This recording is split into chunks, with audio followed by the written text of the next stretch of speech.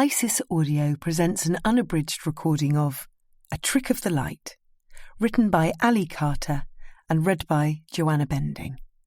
The moral right of the author has been asserted. This performance is owned by Isis Audio. Prelude. Far above the old walls of Auchan House, a full moon crept from beneath a heavy cloud. An owl hooted in the garden, and pines swooshed in a gale. Laughing, swaying, the young Earl and Countess of Whodunit and their friends stumbled into the hall. A grand wedding party on the neighbouring estate had finally petered out, and now all were safely home. The guests, a couple, great friends, wished their child's babysitter on her way, and off she went into the night. It was late, and nothing was going to stop these four from heading straight to bed. Nevertheless, Eliza, Countess of Whodunit, popped the usual sleeping pill. "Darling," she told her husband Robert, "I like to take one just to be sure." He grunted as he wobbled down onto their four-poster bed. Alcohol, not drugs, sent this man to sleep. Out went the lights, and in no time Eliza exhaled an elegant snore. Robert shuffled under the covers as he drifted off. Once again he couldn't be bothered to remove his shirt, boxers and socks. Not that this troubled his wife. She'd long given up trying to control him. Robert was an unreformed alcoholic, and Eliza had made her peace with the situation. Alcoholism wasn't something to be cured. She poured her energy into creating a loving home, one where the children could thrive. Mother Nature had not yet blessed her with any, but she had youth on her side and lived in hope. The Earl and Countess of Whodunit's marital bed was so huge neither ever disturbed the other in the night. Whenever Robert's dreams took a turn for the worse, he would break into an anxious sweat, unbeknown to his wife. Tonight these dreams began full of glamour. The wedding had been up there with the best. Their neighbours, one of the oldest families in Britain, had spared no expense giving away their daughter. Eliza had sparkled amongst the other guests. She'd taken some of the best family jewels on an outing around her neck. Countless compliments had come her way, and those dazzling diamonds now lit up her husband's drunken dreams. Robert's mind indulged in rich and rare reflections, and, as he wrestled under the covers, a subconscious smile appeared on his face. But soon the dreams darkened, and the worst of his nightmares encroached. His late father loomed above. No matter Robert had only been 6 when his father died. He could clearly make out those domineering words. "Make sure to keep hold of the family fortune." But Robert had always lived beyond his means, relied on the diminishing family trust to keep afloat. Here now, fast asleep, he ruffled off the covers and slid out of his side of the bed. There must have been something particular in the alcohol tonight. He'd never actually sleepwalked before. But nothing was going to stop him now. This man was on a mission. Having grown up at Auchan, he knew its architecture inside out. So when in stockinged feet he wandered from the room, you could pretty much guarantee his friends in the opposite wing didn't wake. But their young child was never at peace in a house that groaned, and as the wind whistled through a rotten sash window, the child lay in bed quivering, eyes shut, listening. Robert tiptoed around the landing, flicked on the light in a particularly dark corridor, and crept along the floorboards.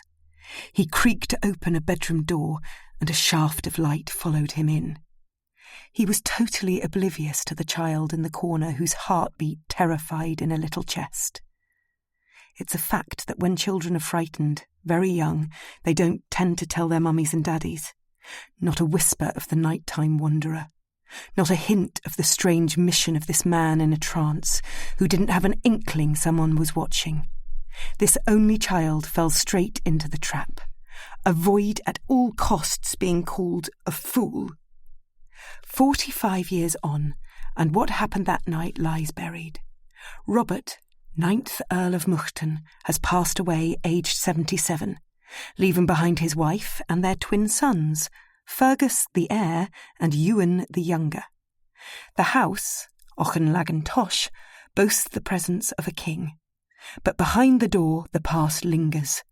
Earls in succession have fought, lost and won. Lives have been taken early, and others have lived long. Women have been widowed, and children died. Money has been made and gambled. The life of a whodun is a roller coaster. Good luck, I say, to the current Earl. Chapter 1. Over a humpback bridge I went, the river trickled below. I knew the name from the literature I'd been sent back in January, when the Earl and Countess of whodun had first asked me to be resident tutor on their life drawing and landscape painting course. 5-day tutored life drawing and landscape painting course, Monday the 23rd to Friday the 27th of March, run in the wonderful setting of Auchenlagan Estate, home of Fergus, 10th Earl of Whodun and his wife Zoe, standing amidst 12,000 acres of Highland Scotland with an abundance of wildlife. Auchenlagan is a Palladian mansion, designed by the architect Robert Adam in 1761. It overlooks the River Trickle and is secluded but not remote, the town of Whodun merely 4 miles away. Woohoo! This invitation could not have come at a better time. I'd been back at home in Sussex after yet another singleton London Christmas with my dear parents, Joseph and Marion, and I'd needed something, anything, to put in my diary to perk up the dismal, short, wintry days. You've been recommended by our great friend Susanna Highbridge. You drew her Labrador last summer, is how it all began. I visited your website, and your talent as a draftsman and painter would, we feel, fit the concept of the course perfectly. The Countess of Whodun wanted me. A spot of Googling, and I'd found a picture of the hosts, gleaned from last August's Whodun Village Monthly. The Earl and Countess were nice-looking, so the camera reports in the scene of them cuddled up on the stone steps of their pile, liver cocker spaniel sitting at their feet. Fergus's full head of salt and pepper hair and the look of self-assurance on Zoe's face suggested to me this pair had left their 20s well behind, might even be fast approaching their 40s. Now, 7 months on, I wouldn't be surprised if there's a baby brewing.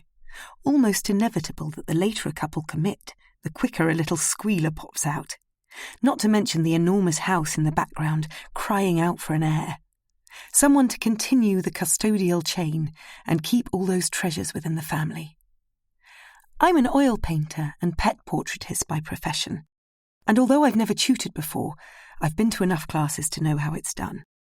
So, almost from the moment the Whodun's email pinged into my inbox, we have a small class of 8 signed up, and we'd be delighted if you fancied making the trip north for the first of what we hope to be repeated courses. I was eager to accept. This residency would shake up my routine, introduce me to a new crowd, and earn me some much-needed pennies. And here's hoping, if I make a success of it, there may be further tutoring opportunities to come. Home, in Sussex, is a heck of a long way from the north of Scotland, and I let out a squeal of relief that I'd reached the Whodun's drive at last. Bump, bump, bump my car went as I gripped the steering wheel and tried my best to negotiate the divots.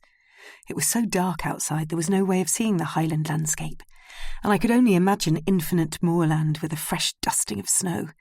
The flakes, delicate and beautiful in the car headlights, were landing softly on my windscreen and disintegrating before the wipers got their wicked way. Da-dump, my car went through one final hole in the "I'm desperately in need of a repair" drive, and I drew onto what felt like gravel. Several outdoor lights flooded the way, and I swept in front of the imposing house. Oh, jeepers. There's an almighty drag on my steering wheel. I must have picked up a flat tyre. Never mind. I've made it here. No need to worry right now. I parked a respectful distance from the front steps next to an unbranded minibus and turned the ignition off. Brrr, it's cold. Better not hang about. So grabbing my suitcase from the back seat, my art materials could stay in the boot for the time being, I rushed towards 2 hefty external curved stone staircases. I'd never been to a house with an entrance like this. An upside-down horseshoe. Good luck spilling out. With no obvious door on the rusticated ground floor, I scampered up the right-hand steps to find a way in. My hot breath in the cold air was one step ahead of me until we reached the smooth dressed stone of the first floor. Wow, this was some place. I stopped and looked up. The snow fell in my eyes, and the sudden piercing shrill of a bird in the sky sent me lickety-split bursting through the Corinthian portico. No way was I going to hang about and ring a bell. Surely someone had heard me enter, but no one came, so I waited patiently in the cold, dilapidated neoclassical entrance hall. There was a dim, electric wall sconce glowing, only just bright enough for my eyes to dart in and out of empty alcoves, rise up a fluted alabaster column, cling to the corner of the Corinthian capital, whose broken leaf had dropped as if it were autumn, scoot along the high-coved cornice, paint peeling along the way, then spiral up the full height of the house into one big, black, sinister dome. The silence was magnified in the empty void, and as my gaze fell from the glass cupola down to the hall, I felt myself break into a cold sweat. "Pull yourself together, Susie," I said. "If you're going to be a good tutor, you must muster more confidence than this." But there wasn't a single homely attribute in here. No flowers, no stray shoes, no junk mail, no coat hooks, no wafts from the kitchen, and no chitter-chatter. I wanted to curl up and magic myself back home. I suddenly missed the smell of my new pomegranate diffuser, the stripy tea cosy I'd knitted in a flash of way beyond one's years in December, and the sheepskin slippers I splashed out on at New Year. I took in a deep breath and drew what sense of belonging I could from Robert Adams' harmonious proportions. But that only went so far. Where was everyone? I knew I'd got the right day. I'm so, some would say boringly, organised. I could never get something like this wrong. But as I waited and shivered and stood there feeling lonely, I picked up on a tinge of sadness in the atmosphere. Have I come to an unhappy place? Or does it just need a lick of paint? Straight ahead of me was an arch leading into the main body of the house, where an imposing staircase came straight down from the second floor in one fell swoop, opening its doors in arrival to the newcomer, a welcome of sorts. All of a sudden, a liver cocker spaniel came rushing down it, doing his very best not to trip on his ears. Yes, a pet. There's nothing like a dog to make a house a home. Perhaps this one has been longing for a friend. "Hello, Poppet," I said as he approached me, wiggling his bottom on the black and white marble floor. Wiggle, wiggle, wiggle it went, as his beady eyes glazed with excitement, and I felt myself smile at last. My hand shot out to pat him, but this dog wasn't going to let me cuddle him just yet. He paused a few feet away, looking up at me, now thumping his tail. Thump, thump, thump it went, and the longer I waited for a human being to appear, the more ominous the sound became. I felt a tension build between us. This pet was weighing me up. "Hello," I called out, and the dog began to whine. Then, following my second slightly louder, less quivery, "Hello," came a "Cooey, who's there?" The spaniel turned to look, and through the arch emerged the bright lustre of flame-red hair, tucked and tied above the shoulders of a woman dressed in a cosy long kilt. "Zoe Muckton," she said as her hand shot out, and with the same speed a smile appeared on her face. By no means a beautiful face, but one that wore expression well, and left me in no doubt this woman was genuinely pleased to see me. "You must be Susie Marl. Well done for finding your way here." This meant everyone else had arrived. "I do hope the snow didn't cause you any problem. It's only just began falling. I rather like it. A layering on the roof gives a little bit of insulation. It'll make the bedrooms ever so slightly warmer. A good thing, wouldn't you say?" Her eyebrows rose with enthusiasm, and her pupils swelled. "Yes, but," I told a slight fib. "Your house doesn't feel cold to me." "Nonsense." Zoe looked down at the dog, which had come to heel. You and me, Haggis. We know how cold it can get. Haggis, this is Susie. Susie, this is Haggis. I think you're going to be the best of friends. I bent down and ruffled his ears, craving some love in return. But no, Haggis's eyes were fixed on his owner, worried she might bark if he dared share his affection. Now come, Susie. Zoe tapped me on the shoulder and I followed her through the arch. Dump your luggage there at the bottom of the stairs. Haggis will guard it, and we'll go into the sitting room and get the introductions over with. The sooner we have, the sooner we can all relax. Her energetic arm stretched for the handle, but a bang to our left stopped her in her tracks. I turned, startled. A skin-headed man in a tweed waistcoat and hunting-stockinged feet stumbled his way through a door behind the stairs. The keeper, I'll bet. "Stuart," said Zoe, with a sing-song in her voice. "Can I have a word?" He was frantic. "Now's not the time, I'm afraid. We have a house party, you know, for the painting week, and they've only just arrived." If Zoe isn't flustered, then neither am I. Well, at least I'm trying to convince myself of that. Stuart wasn't taking no for an answer. "I've been away this afternoon. You sent me to pick up a roll of tweed for the mill, but Donald just rang to say he saw lights down by the river." "Now?" "Maybe as much as an hour ago." "Who was it?" "No idea. When he headed down the drive, he only just caught the tail lights of a car taking off." "How odd." Zoe raised her hand to her chin.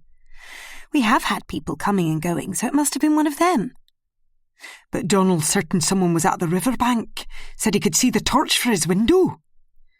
Well, I'm sure it's nothing to worry about. We can discuss it further tomorrow, not now." Zoe, lady of the manor, had the upper hand. Well, right you are then. I'll drop in first thing. Make sure you lock your doors tonight."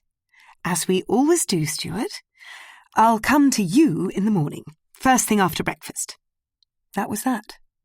The man turned to leave, and Zoe, without any further ado, burst into the sitting room. "Everyone," she announced as the door shut behind us, "this is Susie Marl." 8 faces were staring at me from comfy sofas and chairs. The fire crackled, my legs wobbled, and all of a sudden I felt slightly sick. "Sweetheart," beckoned Zoe, although there was no need, as the Earl of Whodunit had dropped his end of the conversation and crossed the room. "Susie, welcome. I'm Fergus." His firm handshake made up in strength what his overall appearance lacked. I think Zoe must wear the trousers in this house. "Thank you for having me." "It's wonderful to have you all here." Fergus's gaze cast across the room and rested on his wife with a look of satisfied congratulation. At first glance, it seemed they'd certainly assembled a remarkably diverse group. Zoe, full of beans, touched my arm and whispered in my ear, "I'm terribly glad to see you're in a polo neck.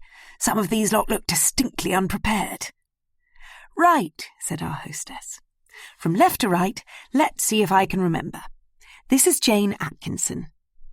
"Silent T," said Jane, a hoity-toity woman with "I'm happy post-menopause letting myself go a bit" written all over her ample figure. "You pronounce it Atkinson. I always think it's better to put people straight from the beginning." "Yes, of course. I am sorry." Zoe moved on. "Felicity Jennings, that's right, isn't it?" "Yes, hello, Susie," said Felicity, and Jane turned to give her a smile. I think these two come as a pair. "Hello, Miss Marl," said a man, getting up and marching across the room in a pair of red trousers, so sharp on the eye they'd clearly been bought for the occasion. "I'm Rupert Higbert." His brash hand shook mine, after which he retired to stand next to Fergus. "Susie," said Zoe, "we must congratulate Leanne Maddockey and Shane Taylor, 2 A-level students from London, who won sponsored places on this week."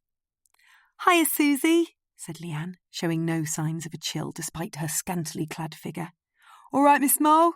Shane gave me a cocky wink. "That's great. Well done, you two. So clever."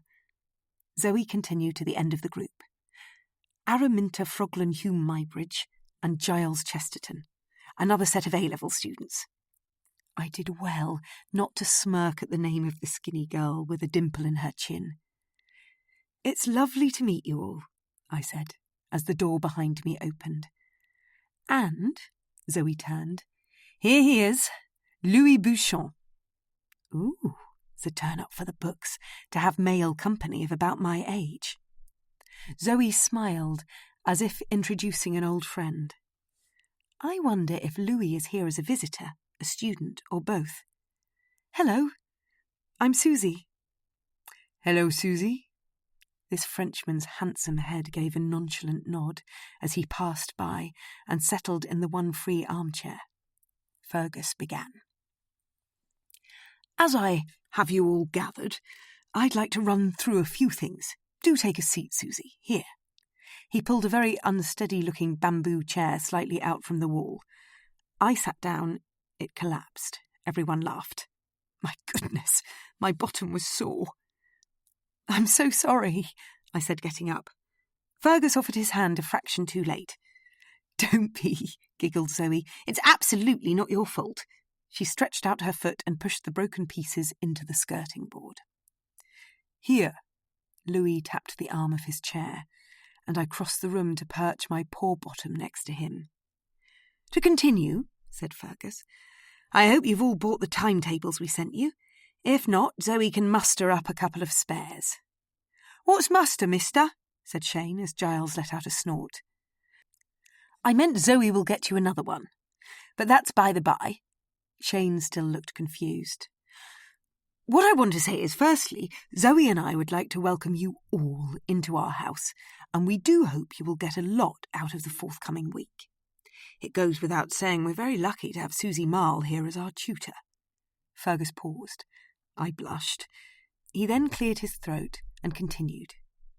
"This is a residency for all abilities, and Susie is on hand to help you throughout. In a moment, Zoe will take you round the layout of the house and show you all to your respective rooms. Following this, you're free to do as you wish until dinner. It'll be in the dining room at 8.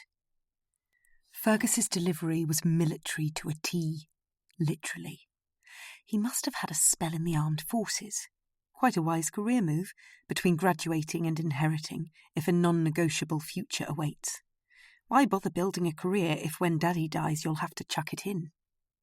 Passing the time learning the skill of organising people and forming a solid group of frontline friends, all within an institution that represses independent thinking. What an advantage. "Do you have any questions?" said Zoe, softening her husband's tone. No one said a thing, and before you could catch a rabbit, we were being whisked round the stately reception rooms of the first floor. Chapter 2. Lights flicked on and off as we were taken in and out of vast spaces, the atmosphere of the 18th century grand tour reverberating in the architecture and its decoration. Pilasters, cornices, pediments and lintels were scattered throughout, but the painted ceilings, no matter what their colour, pale green, pale blue, pale peach, white, dark blue, dark green, dark red, cracked before our eyes, and with just a few remaining flecks of gold leaf clinging to the various mantelpiece reliefs, the splendour of the past was hard to grasp. The paintings, on the other hand, were in great order, cleaned and hanging in spotless frames. When I'd asked whether one particularly striking dog was a Gainsborough, Zoe replied, "As none of you have been here before, Fergus will, I'm sure, make allowances and give you his once-a-year tour of the pictures at some point." Louis, who'd been dragging his rather nice suede derby lace-ups ever since the orientation tour began, made an effort to reach my side. I had assumed he was bored, having seen it all before, but what he said under his breath, "I'd be interested in having a tour of the paintings too." I realised I'd judged him too quickly. He was here as a student, not as a guest of the family after all. As Zoe pushed open a door into the drawing room, it let out a musty exhale, and in we went. "Fergus and I don't often use this," she said, flicking a switch. Yellow light cast down from a dusty crystal chandelier, settling on various pieces of drab furniture. "But I thought I'd show you anyway.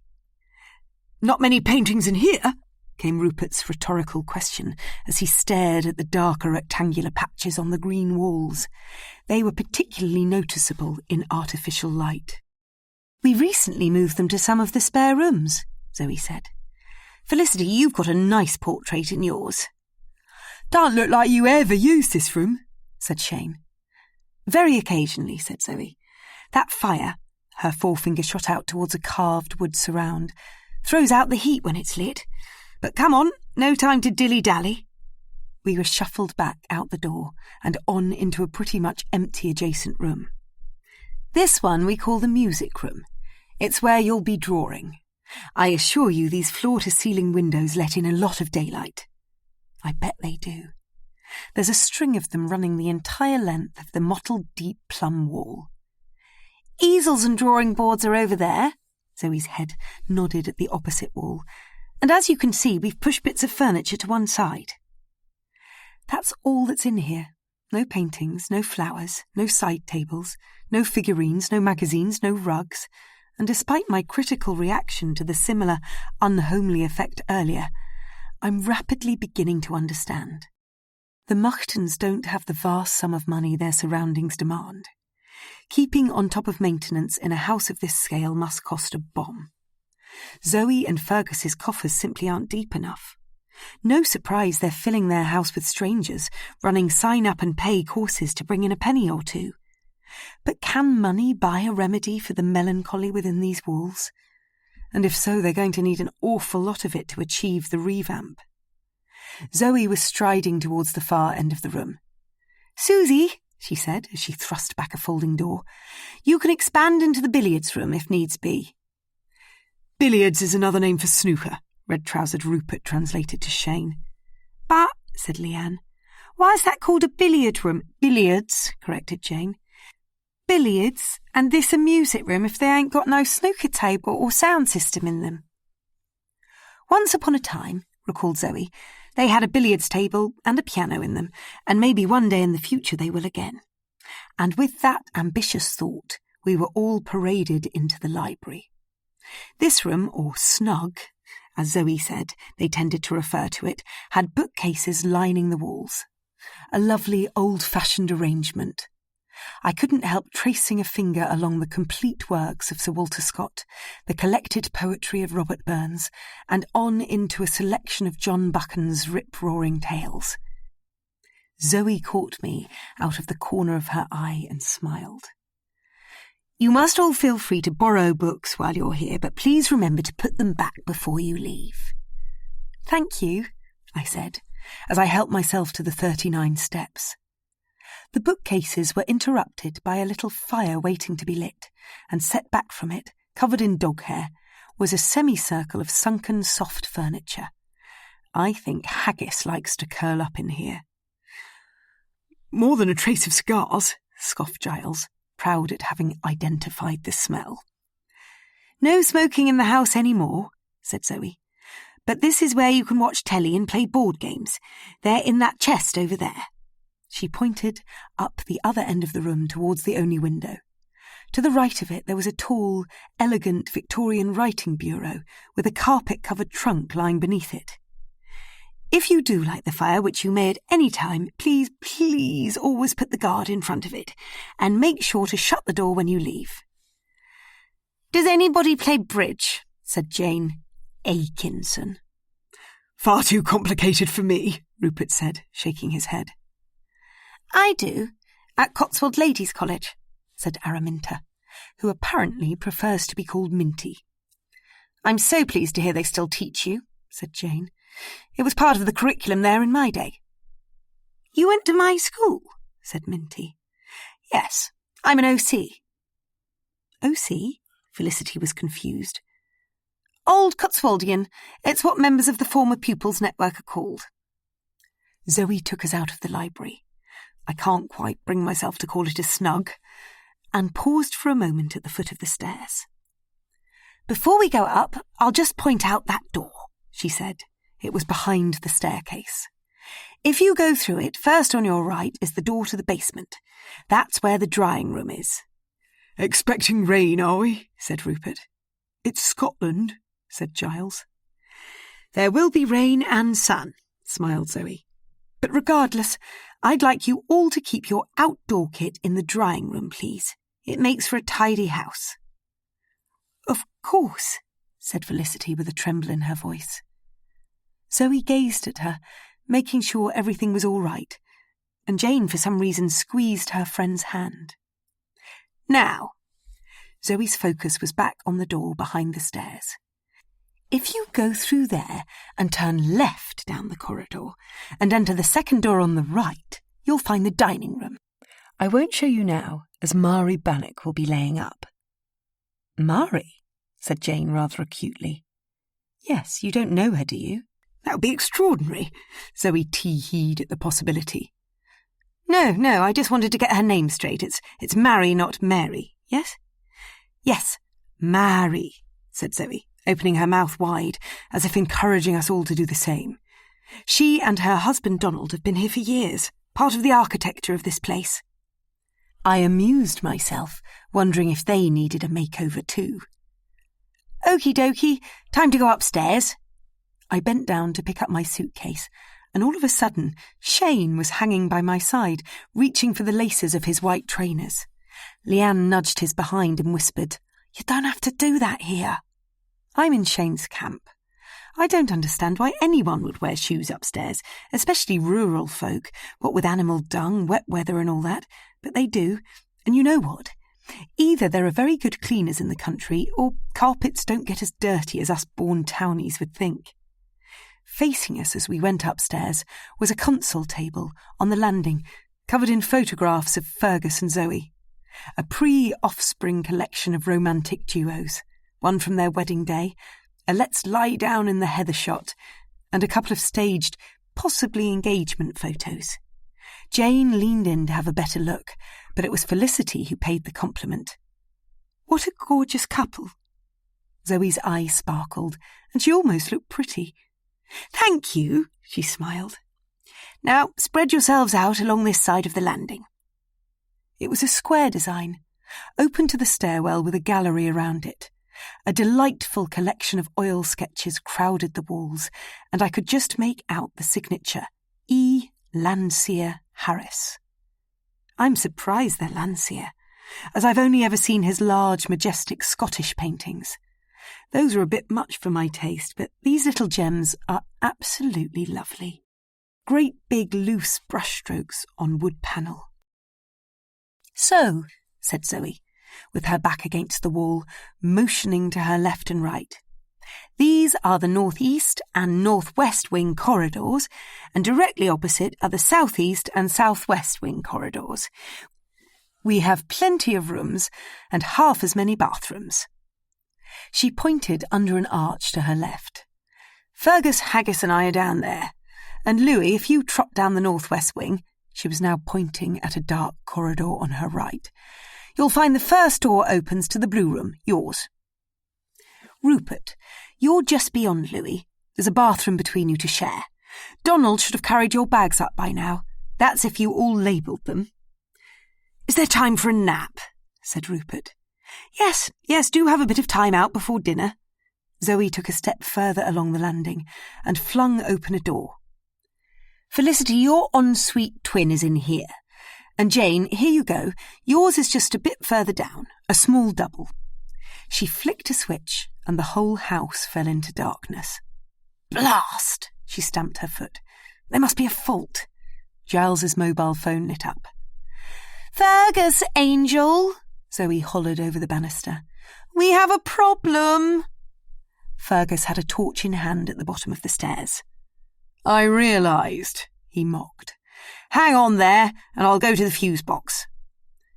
What are you going to do? Said Jane. Rather boldly, I thought. Anyone got a candle? Called out Rupert. Don't worry. The lights will be back on in a sec, reassured Zoe. Woo! Mimicked Shane, but before any of us had time to feel frightened, the lights were on again. Voila! Rejoiced Zoe. Darling? Fergus was coming up the stairs. Yes? The Rose Room's wiring is faulty. A spark came out the box when I flicked the switch.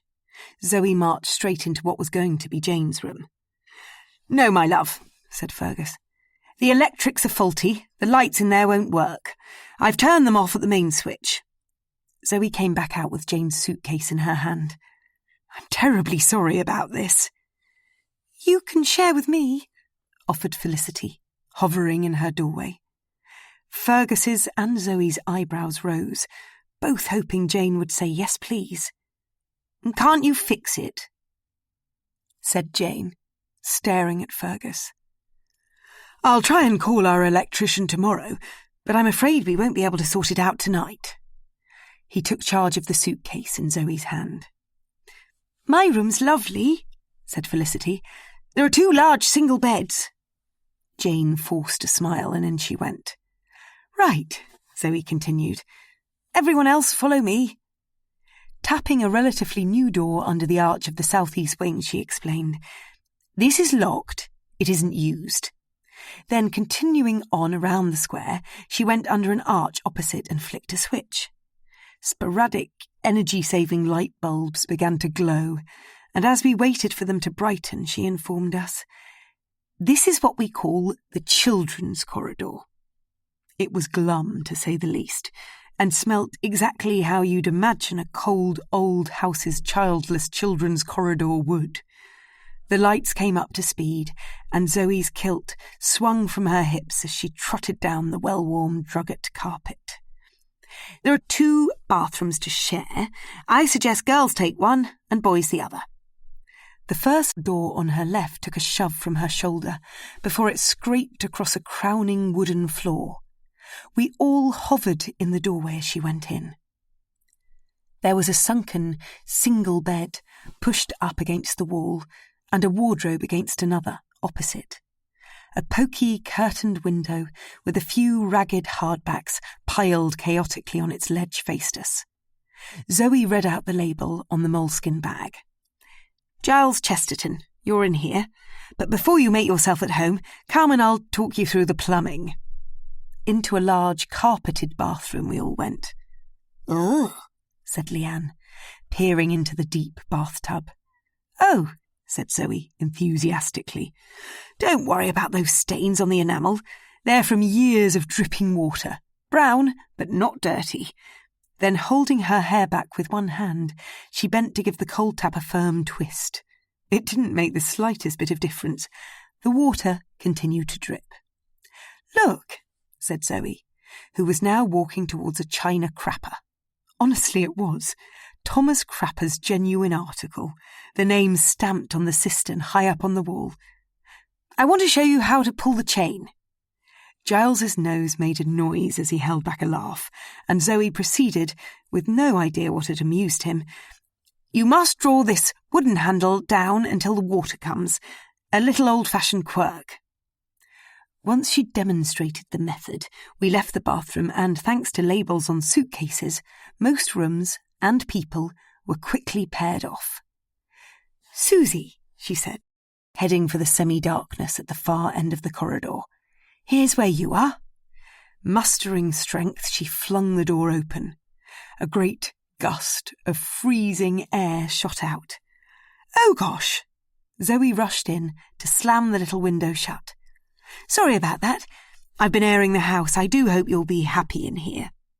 "Yes, thank you," I smiled, longing for her to lend me a blanket. But she left, pulling the door shut behind her. I put John Buchan's The 39 Steps on the side table and dumped my suitcase on the floor. I felt lost and cold and low. The wallpaper was peeling at every join. The iron bedstead conjured wartime hospital scenes, and the curtains, only moments ago flapping outside, were wet. I took in a deep breath, and the pervasive smell of must shot up my nose. That hard-to-grasp hold of essence of green shrubbery letting off steam in a particularly damp and lacking in daylight part of the garden. Down by the pond, round the back of the boat hut. In I breathed just to make sure. Yep, damp. I kicked off my shoes, and then, in the hopes it would warm me up, unpacked as quickly as I possibly could, bending down and up, hurriedly hanging my things in the mahogany wardrobe, then to and fro the window shelf, arranging my toiletries, all the time telling myself off for acting spoilt. I'm jolly lucky to have a roof over my head. Done and dusted, I flung myself down on the bed. The duvet bounced up at my feet, and something fell to the floor. A crusty, marble-eyed teddy bear is now in my hands, and my heartbeat is rising. I can't shake off the horror of Chucky from Child's Play, and those decal eyes. Mr. Bear went flying up in the air, landed on top of the wardrobe, and disappeared. He's gone. Phew. I rested my weary head on the pillow and looked up at the bubbles of damp on the ceiling. It took me back to my childhood room, where often I would make myself dizzy, circling my eyes around the wet yellow rings. Lying here now doing the same, I suddenly remember I must text Mum. She'd been nervous about my journey today, despite the fact I've driven to Scotland several times before. All those trips with my ex to visit his mother. Mum must have forgotten, no surprise. She's never given any weight to relationships past. Not her fault. My mother didn't have any boyfriends before Dad, so how can she possibly understand a broken heart? I got out my mobile. Oh, there's no reception. Oh, crumbs. I simply must find a solution for getting in touch. I know she'll have been waiting to hear from me all day. Mobile on loud, in her pocket. Mum's anxiety is a new trait, born from our heart-to-heart at Christmas. As Dad had put it, this is a conversation for you and your mother. Ever since, our relationship has been sticky. I can't afford to cause them any worry. I must let Mum know I've arrived safe. I found the internet. No password, no neighbours, no need, I suppose. Mum refuses to use WhatsApp. Far too many lines of communication these days, so I'll just have to Wi-Fi call her instead. Hello? Hi, Mum. Susie, everything okay? Have you arrived? Her breath was short. Yes, I'm here at last. Oh, good, she sighed. I got your father to check the weather. I think you're going to wait to snow. Oh, love, I do hope you're going to be okay. Londoners, eh? They think snow is a beast come to bring everything to a grinding stop. They see none of the magic. The pure white forming heavy quilts on pine trees, delicate crystals on window panes, and billowing sheets across the landscape. To them, it is a nuisance, grey slush. Ankle dirt. Unavoidable ankle dirt, is what my father calls it. I'll be fine. Please don't worry. I'm looking forward to the week ahead. We'll be thinking of you, and wait to hear when you're safely back in Sussex. I'd arrived. That's what mattered. Now she could hang up. Neither of my parents used the telephone for proper conversation. The in-between details could wait until we were next face-to-face. Bye, Susie. Have fun. We love you. Bye. Love to Dad. I was glad I'd called. Hearing Mum's voice brought comfort to me in this strange house. As for them looking up my weather, fancy that. They really are living through me these days. I'm no longer a daughter out of sight, out of mind. What a happy thought. Even if it is in a spoilt only child kind of way. I took in a deep breath, hoping Mum's finally forgiven me for what I made her do. But I must not dwell on family issues. I've come to Scotland for a change of scene, to get away from life down south and take my mind off heartache. Thank goodness my mobile doesn't have reception. I won't be wasting time permanently checking if Dr. Toby Cropper has been in touch. Toby's a mortuary clerk I hooked up with in Dorset last year. He's so darn difficult to get off my mind. I honestly thought we were lifetime partners, but then I found out he had a son. I wouldn't have minded if he'd been straight with me from the start, but he wasn't. We don't communicate anymore.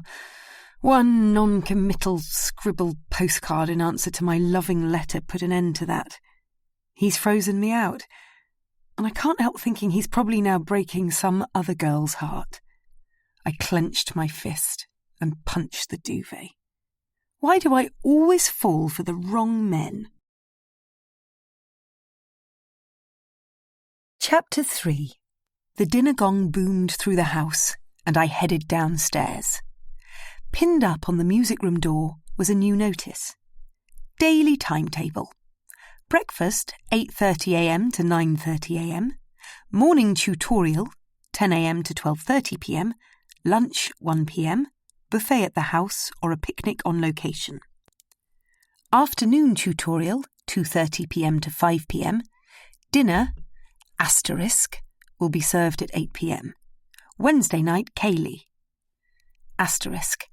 Paint-stained clothes are not permitted in the dining room.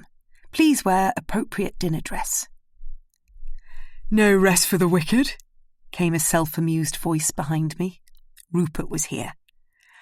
I heard the gong. Fine way to rally the troops. Yes, I smiled. Let's go through, shall we? He led the way, pinning the doors open so I could walk through first. The dining room smelt of gas, the culprit being the non-flued 1970s heater glowing orange in the corner. Mari Bannock was settling a final bowl of peas on the hot plate, nestling her way between Jane Atkinson, first in the queue, and Giles Chesterton, second. Zoe doled out instructions. Susie, Rupert, do join the food line, shepherd's pie tonight. Fergus and I will take the heads of the table, and the rest of you can sit where you like. No one other than me had changed out of their travelling clothes, something I like to do if I've driven a long way. The others are clean and tidy, and as for Zoe and Fergus, let's just say warmth comes before flair. I'm in a dress, no longer feeling the cold. I've had a lovely hot, peaty brown bath, and with a bit of snooping, I came across a blow heater in the broom cupboard. It's a bit naughty, but I've smuggled it back to my room. My tummy rumbled as I carried my full plate to the table and sat down next to Minty. I waited for the seat on my left to fill before starting, but no one came. Felicity's turned in for an early night, said Jane across the table. She'll be better tomorrow, just needs some time to herself. This could have been a stab at having to share a bedroom, but her sympathetic tone suggested Felicity was getting over the likes of a cold. Fergus was last in line, and with a plate full of food, he took the long way around the table, whispering something in his wife's ear as he passed. Oh, yes, she said. So's we can save on washing up, please remember the colour of your napkin ring. That way you can use the same one every day. Anything to save a penny or two. The turned wooden rings were painted and the linen napkins dark enough to hide a week's worth of muck. I laid one across my lap, and just as I was about to shove a forkful of food into my mouth, a great scream came from the kitchen. Ah! Ah! Ah! Hurtled through the wall. Zoe and Fergus took off, and as they burst open the swing door, Mari Bannock's wail came to a grinding halt. Shane and Leanne began to giggle, and across the table a discussion began. Was it a burn? Was it a dropped pot? Was it an intruder? Was it a ghost? No, said Zoe, re-entering the room. I'm sorry about that. Mari just got a fright. Yes, confirmed Fergus, coming in behind her. Nothing to worry about. What was it then? Said Leanne. Fergus looked at Zoe, and without a moment of doubt she told us, There was something in the kitchen, but we've got it out now. Like what? Said Shane, but Zoe ignored him. Come on, she said. Eat up, the food will be getting cold.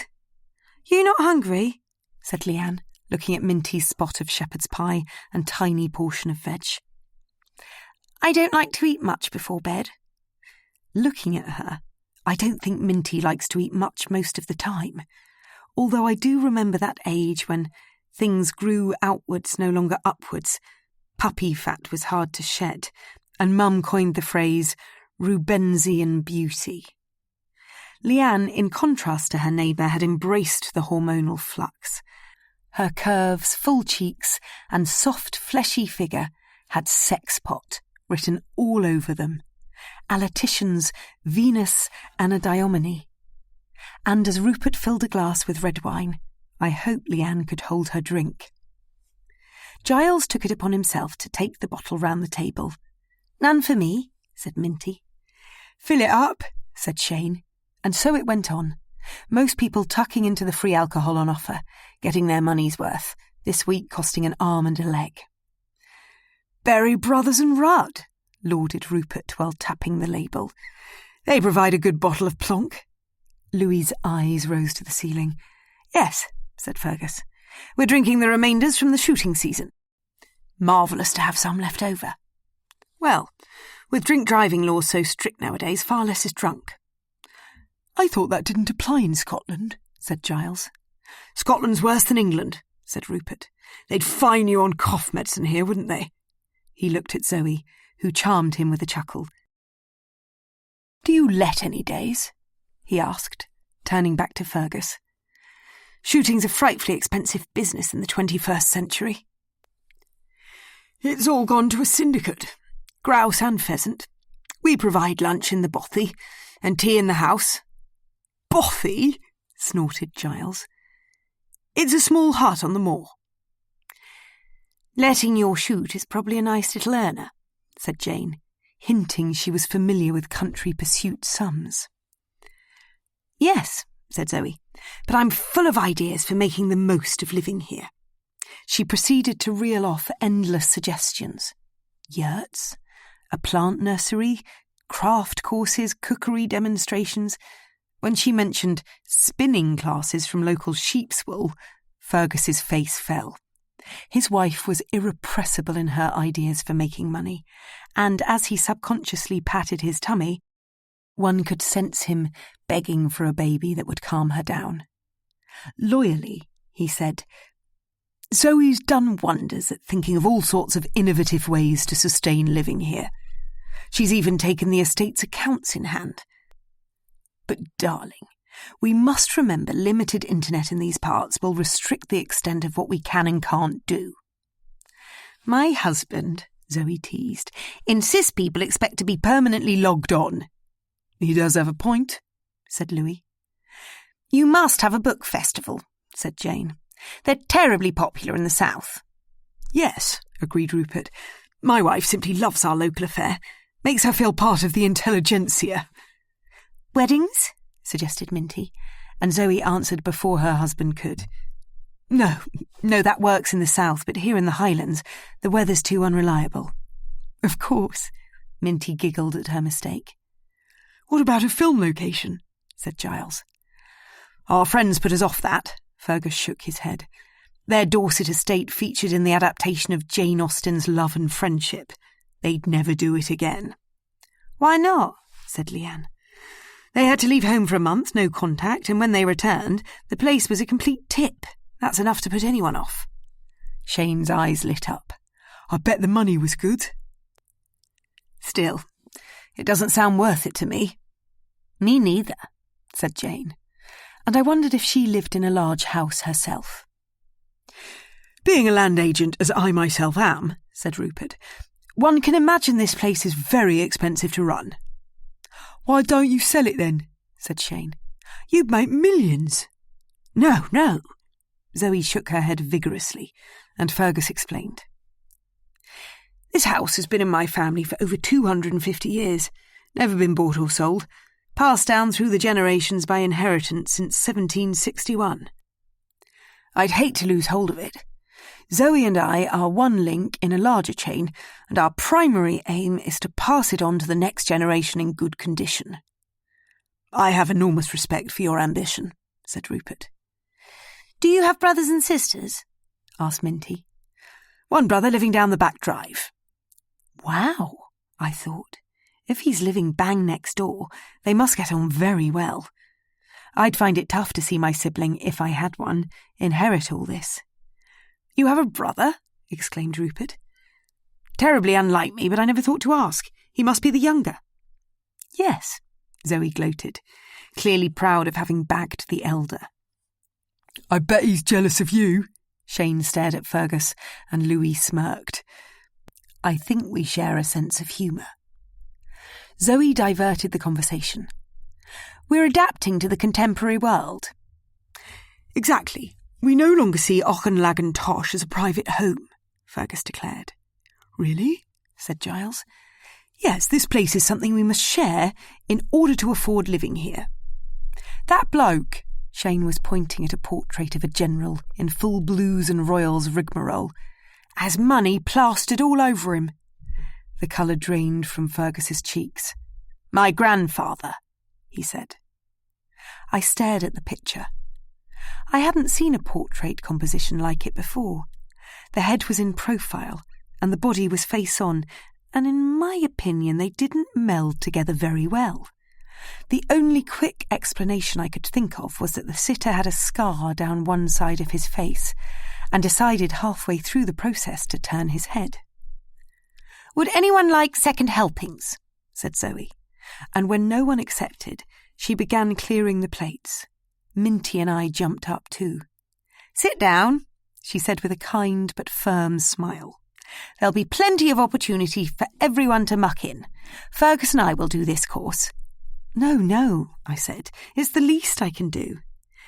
Angel, said Zoe firmly, as she beckoned him with her free hand. What is it? He asked without getting up. Please, I said, let me help. Zoe had no choice but to accept, and with a handful of plates I grasped the opportunity to enter the kitchen. Good Lord!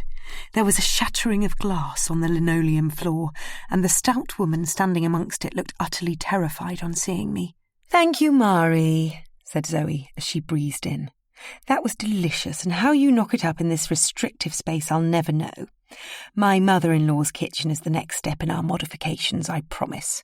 In the meantime, we must attach a blackout blind to that window. Mari's hands trembled as she made space for the plates. Hello, I said with a sympathetic smile, realising a bird must have come in from outside, flying into its reflection and breaking the window, as well as its neck.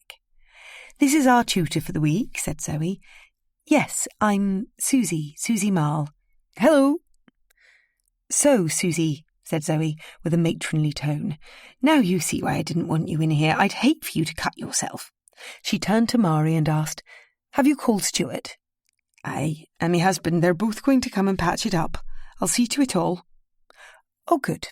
Thank you. Come along now, Susie. We must get out of here before the men turn up. Mari? Aye. Pudding? Oh, aye. I made yous all a wee trifle. She thrust a Pyrex bowl of colourful layers into my hands, and Zoe pushed me back through the swing door. Yuck. I really dislike trifle. This one had a discoloured crust on top, and when Zoe sunk a spoon into it, deciding it'd be easier to serve people than have everyone get up, the mixture didn't wobble like it normally should. Unfortunately, I had to accept some. This food was made specially for us, and I hate to see things going to waste. Rupert was holding up his spoon, calling down the table to Fergus. Is this your family's crest? Every piece of cutlery had a fish engraved on the handle. Not ours, said Fergus. That's the Kelton family crest. Jane's eyes narrowed as she stared at him. Crumbs, do I have a short-sighted artist on the course? Then why'd you have theirs? Said Shane. My father bought this silver when they sold it. He liked the association with salmon. The River Trickle is a salmon river, said Zoe, filling in the gaps. Kelton, said Jane, joining the conversation. A kelt is what you call a freshwater fish after spawning and before returning to the sea. And there was no stopping her. If it were me hosting a house full of strangers, I'd have locked up the silver. She glanced at Shane, which was embarrassing. It was far too early in the week for jokes like this. After dinner, Jane and Minty went straight to bed, and the rest of us piled into the sitting room, Fergus having suggested a dram. Haggis was curled up by the fire, and as soon as I sat down in an armchair, he jumped up onto my lap. Oh, Haggis, you naughty boy, said Zoe. Just push him off if you don't like it, Susie. He's adorable. I patted his soft coat, pleased to have him on my knee, sharing his affection at last. Louis was slumped in an armchair, watching my hand stroke the auburn fur. His arrogance rejected conversation, so I didn't even try. Whiskey, Susie? Said Fergus. No, thank you. The wine with dinner had made me sleepy, and I didn't plan on staying up much longer. Shane and Leanne both said yes, and Fergus convinced them it was best drunk with a slug of water. Then, I presume, exhausted by the formality of the evening, they rushed off to watch TV opposite. Giles wasn't exactly invited, but followed too. Zoe sat down next to me. She genuinely wanted to hear about my life. Here was a countess with no airs and graces. She'd kicked off her shoes, snuggled her feet up under her kilt, and asked me if I would draw haggis this week. Yes, I'd love to if I find the time. Great. That would be such a bonus. I saw the prices on your website. Such good value, I thought. She went on to explain what she used to do. I can't tell you how pleased my mother was when I met the Muchtons again. My parents thought being an accountant was no way to find a husband. But Susie, I liked working, and that's why, having quit my job, I've thrown myself into making a go of things here. My training is perfect for turning a profit. I have no doubt I'll make this place work. Her enthusiasm was admirable, but I cannot believe any of her suggestions at dinner will bring in enough money to sustain living here. Being an accountant, she must be fully aware of the sums involved. Now I'm thinking perhaps she has a much bigger plan up her sleeve. Even an idea she hasn't actually shared with her husband yet. You mentioned met again, I said. Did you and Fergus know each other before? Ha! Well, I don't like to count it, but I did spend a night here when I was a child. My mother likes to constantly remind me, but Fergus wasn't even born then. Our conversation was abruptly interrupted by Fergus. Darling, listen to this. You'll never believe what Rupert's just told me. Zoe raised her eyebrows at me and turned to join in. He knew the Kelton family. I didn't know them, corrected Rupert. It was my first job. I just started working for Walker and Mackintosh. I was the land agent for the Kelton family estate, and my colleague managed the contents sale. When you mentioned them at dinner, their name rang a bell, and I've just twigged why. Father bought a lot of the contents, said Fergus. It was 30-odd years ago. How amusing, said Zoe. I'll never forget it, said Rupert, crossing his ankles while making sure not to crinkle the creases down the front of his trousers. Hector Kelton was a tricky client. Ooh, do tell us more, said Zoe, longing for a bit of aristocratic gossip. I'll fill you in later, interjected Fergus. He clearly did not want his wife asking any more questions. Zoe stretched out her arms and ran her hands through her wonderfully thick hair. I think I'm going to go to bed. Night, everyone. I pushed haggis off my knee and got up to leave, but when Fergus asked Louis how he'd heard about this week, Zoe blocked the doorframe, waiting for his answer. Ewan told me about it. Ewan? Haggis gave a little yap. Yes. Fergus's brother, said Zoe, which was confusing. Surely she knew who he meant. Even I knew. Before arriving here, in the north of Scotland, at a big house with titled owners, I'd done some shallow research on the current generation of Muchtons. Just enough to start a very basic conversation if needs be. Nothing invasive, of course not. It would be unfair to form an opinion prior to meeting. But I do know Fergus's brother Ewan is his twin. The younger twin. Imagine that. Missing out on inheriting all of this by a whisker. Yes, said Louis. Fergus stared at him. Why didn't you mention you knew my brother at dinner? He's barely been here a couple of hours, Angel. Give the man a chance, Zoe giggled. Or maybe, Louis, she tipped her head at him, you didn't want to say. Is there a problem between Fergus and his brother? Zoe flicked her hair over her shoulder and walked out of the room. Haggis and I followed closely behind her. Night, Susie, she said as she bent down to hold the dog back. Night, and thank you. Haggis, beckoned Fergus as I went upstairs. Come on, boy, let's go and look at the stars. I think I'll join you, I heard Rupert say, as I turned under the arch into the children's corridor. Stuart's words.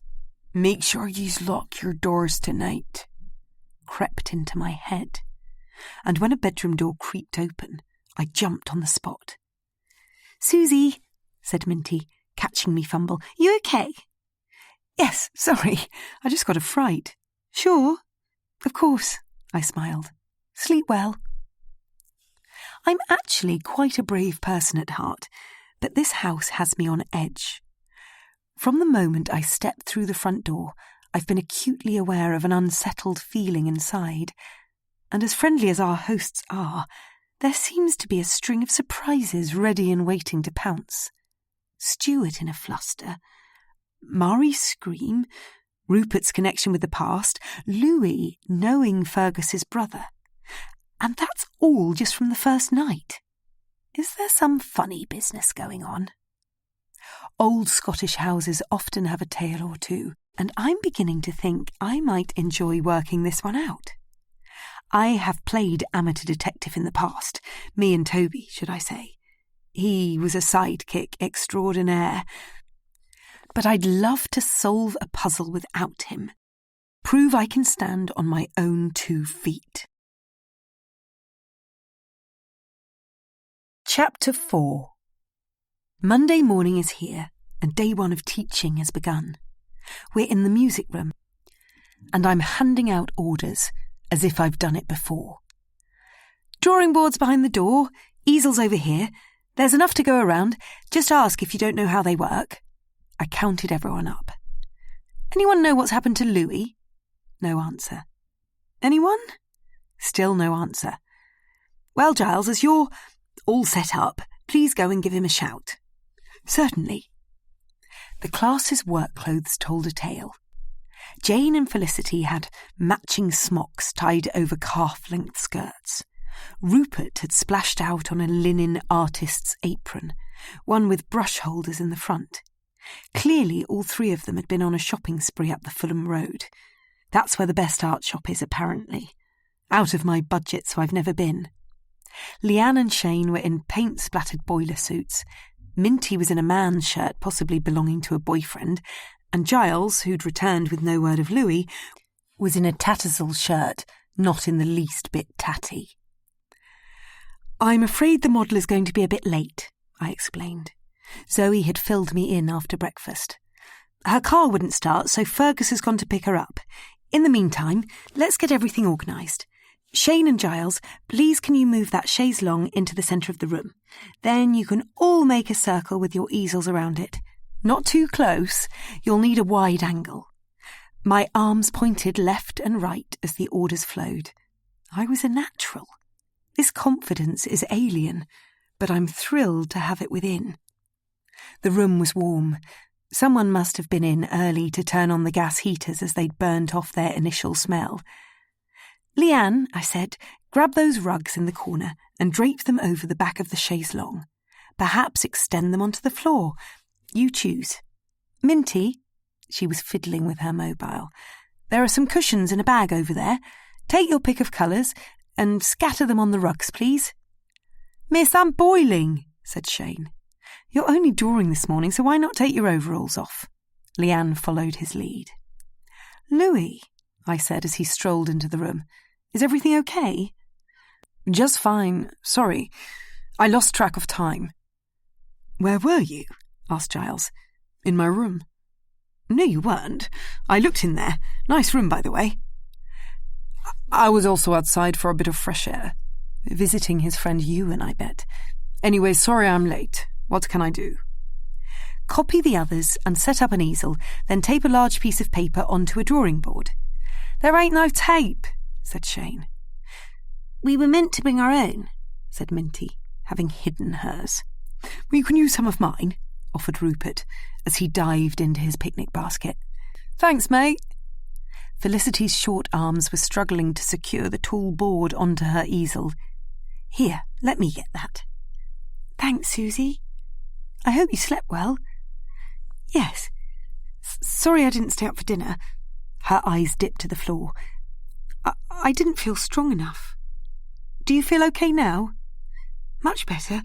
Raring to go."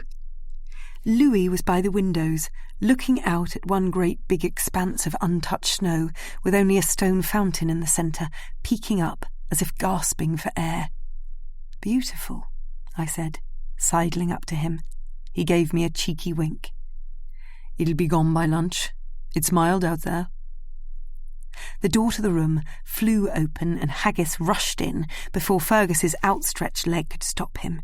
Haggis, come here. Drawing isn't for doggies."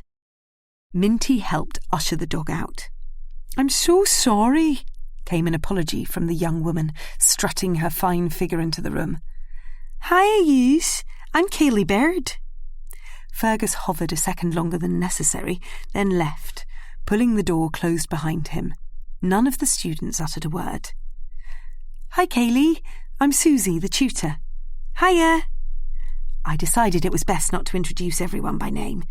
Getting on too personal a level with a life model can bring about all sorts of complications, and the risks of this were rising by the second. Calling central casting this blonde bombshell, think Natasha Kinski in Paris, Texas, was now wrestling off her crimson mohair sweater. Baird by name, Baird by nature. "I've put a screen up over there."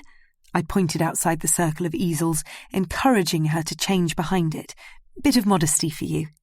"Aye, Susie. I'll do whatever yous want. I'll take me kit off over there. No problem." Her smile was enthralling. Great big white teeth gleaming between shocking pink lipstick that had most definitely been applied up the bumpy front drive. The room fell silent as Kaylee's uninhibited figure appeared from behind the screen. Her skin was the colour of porcelain, and even I had to remind myself life drawing is life drawing, not perving at a naked body.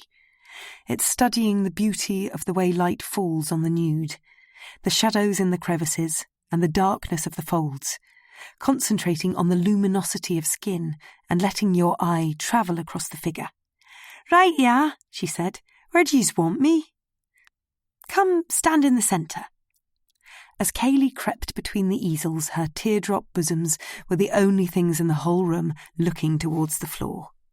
Even the fire gave a crackle and a flicker. "You must say if you want to do something different." I had to get this class started ASAP, but I was thinking of 6 short poses to loosen everyone up. "Right, yeah, this kind of thing do." Kaylee was lunging forwards, posed with her arms up in the air. A trained dancer, I'm sure. No normal person has balance as good as this. Her figure was taut, and the light streaming in the window sculpted her every muscle. This room was perfect. Yes, that's ideal. Now, everyone, I'd like you to draw each short pose on the same sheet of paper. Try to get down the essentials of the figure. Don't get tied up in the detail. Fluency is the thing here, and lightning response. Jane exhaled loudly, and Felicity asked if she could start. Yes, get going. I want you to trace the outline of the body. Get a feel for the extension of the limbs. I made sure not to mention Kaylee's name, referring to her as an object, not a person, in the hopes it would help everyone concentrate. It seemed to be working. "Next pose, please." "I haven't finished," said Rupert. "It's about practicing, not finishing. Don't worry, there'll be a long pose after the break. These ones are just to get you going." Giles, Shane, Minty and Leanne drew fast, the scratching sound of their charcoal on paper intimidating the less experienced others who were, in my opinion, spending too much time looking and not enough drawing. "Rapid sketches," I said. 1, 2, 3, it doesn't matter how many, just get your hand working. Another pose, please." "This okay?" Kaylee was crouching down with one leg extended. "Perfect, just great, thank you." She really was an excellent model.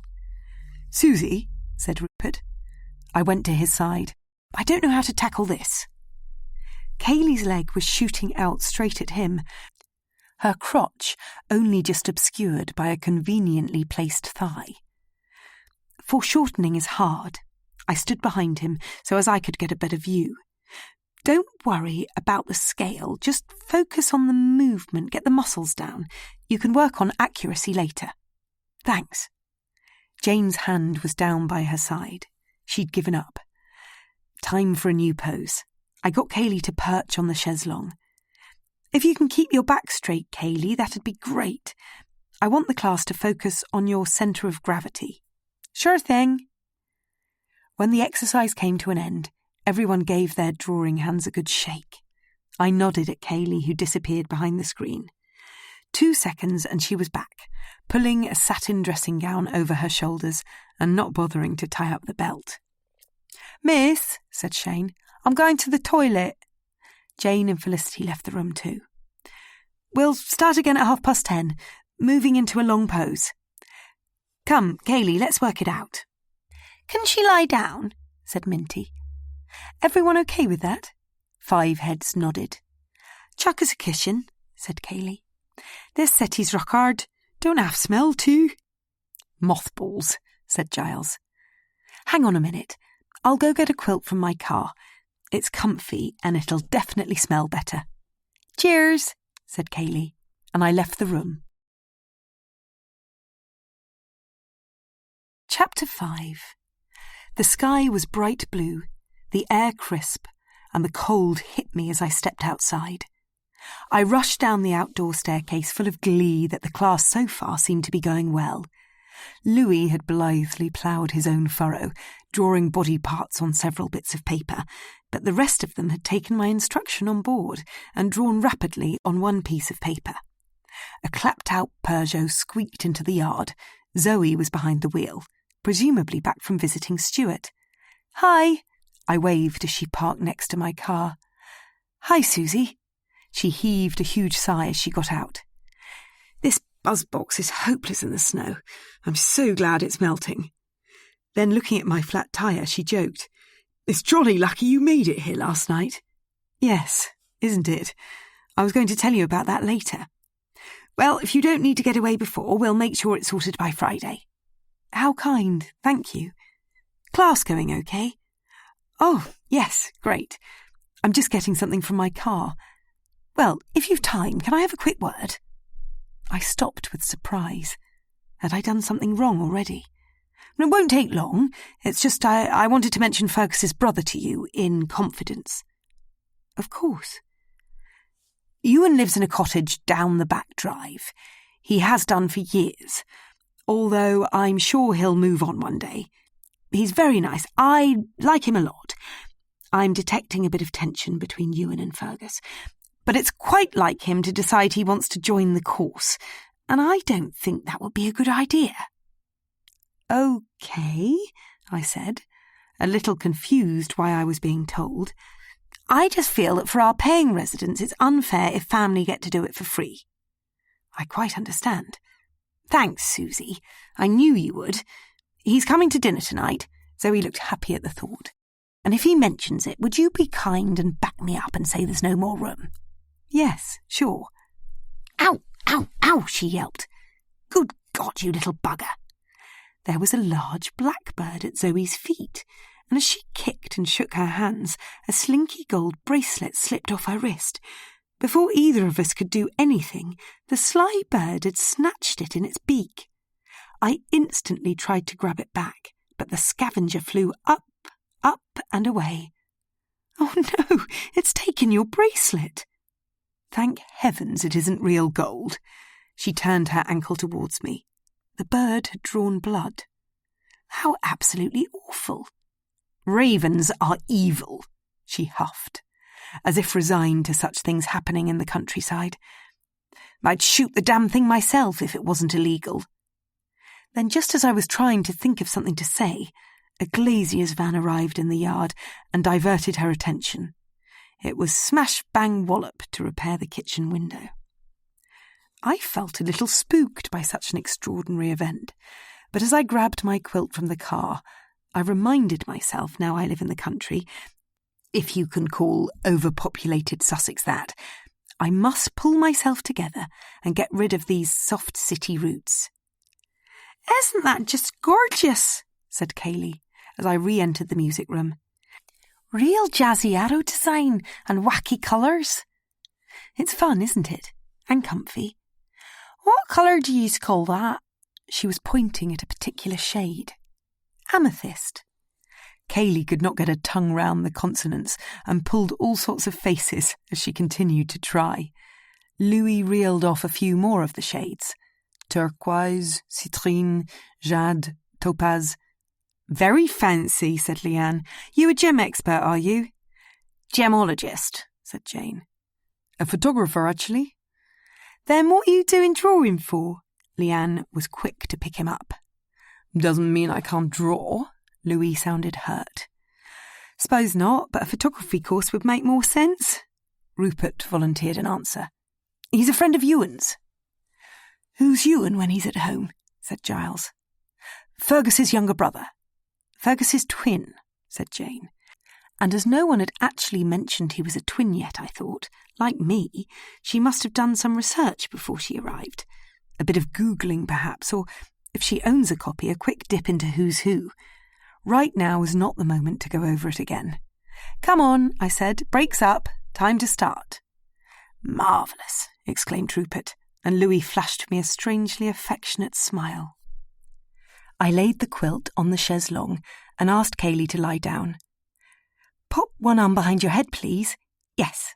Look, that works well. I'll dangle a wee leg on the floor too, don't you think? Open the pose up a tad." "Great, yes. This session will last until lunch, so just take breaks and have a move around whenever you need to." "Will do." I stepped outside the circle. Time to begin. This exercise is about looking at form in space and relating it to the surrounding drapery. If you get stuck, call me over.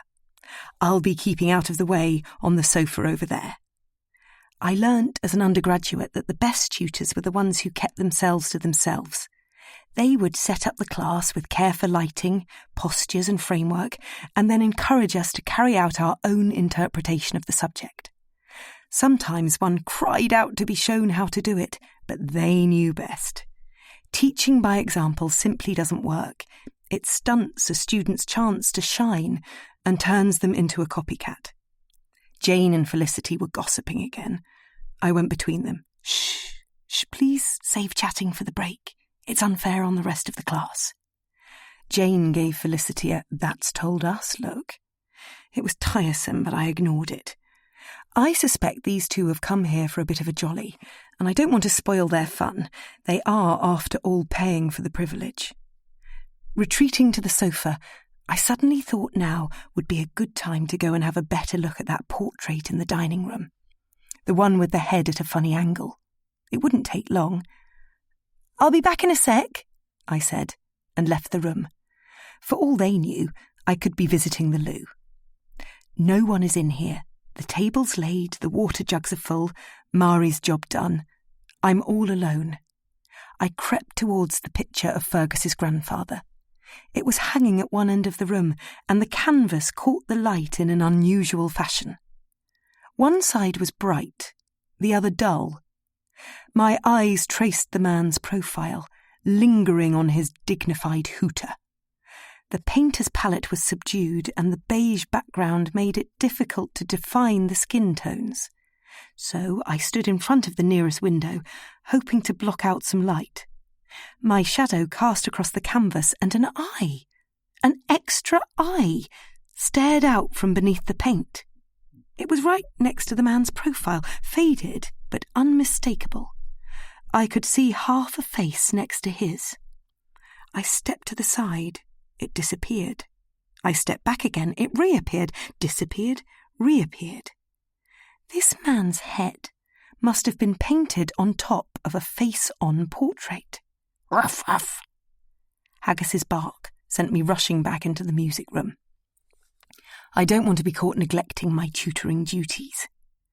I'd just got back when there was a knock-knock at the door, and Fergus's head popped round it. In he marched, sidled up to Jane, and whispered something in her ear. "Bedford?" she said with a frown. "Does this mean there's no electrician coming this week?" "I'm afraid not," said Fergus. "There's only one place in the UK where they make the particular part. There's no way we'll have it delivered in time. I do hope you and Felicity won't mind sharing." Felicity assured Fergus this would be okay. She then put her hand on her friend's arm, and a sweet smile swept across her face. "Kaylee," Fergus called out with glee in his eyes. "I'll take you home whenever you're ready." "Are you sure?" "Yes, no problem at all." "Lunchtime," I said, and mayhem broke out. Pencils went flying as easels were dismantled, and people scrabbled around the floor trying to roll up their drawings. Zoe popped her head round the door. "I came to say I'll give the model a lift." "Don't worry, darling," said Fergus. "I've got it sorted." He wasn't going to chuck away the chance of playing taxi driver again. Kaylee bounced across the room.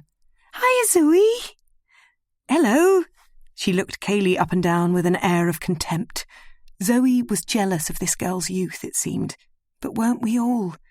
Fergus pecked his wife on the cheek. "Start lunch without me. I won't be long."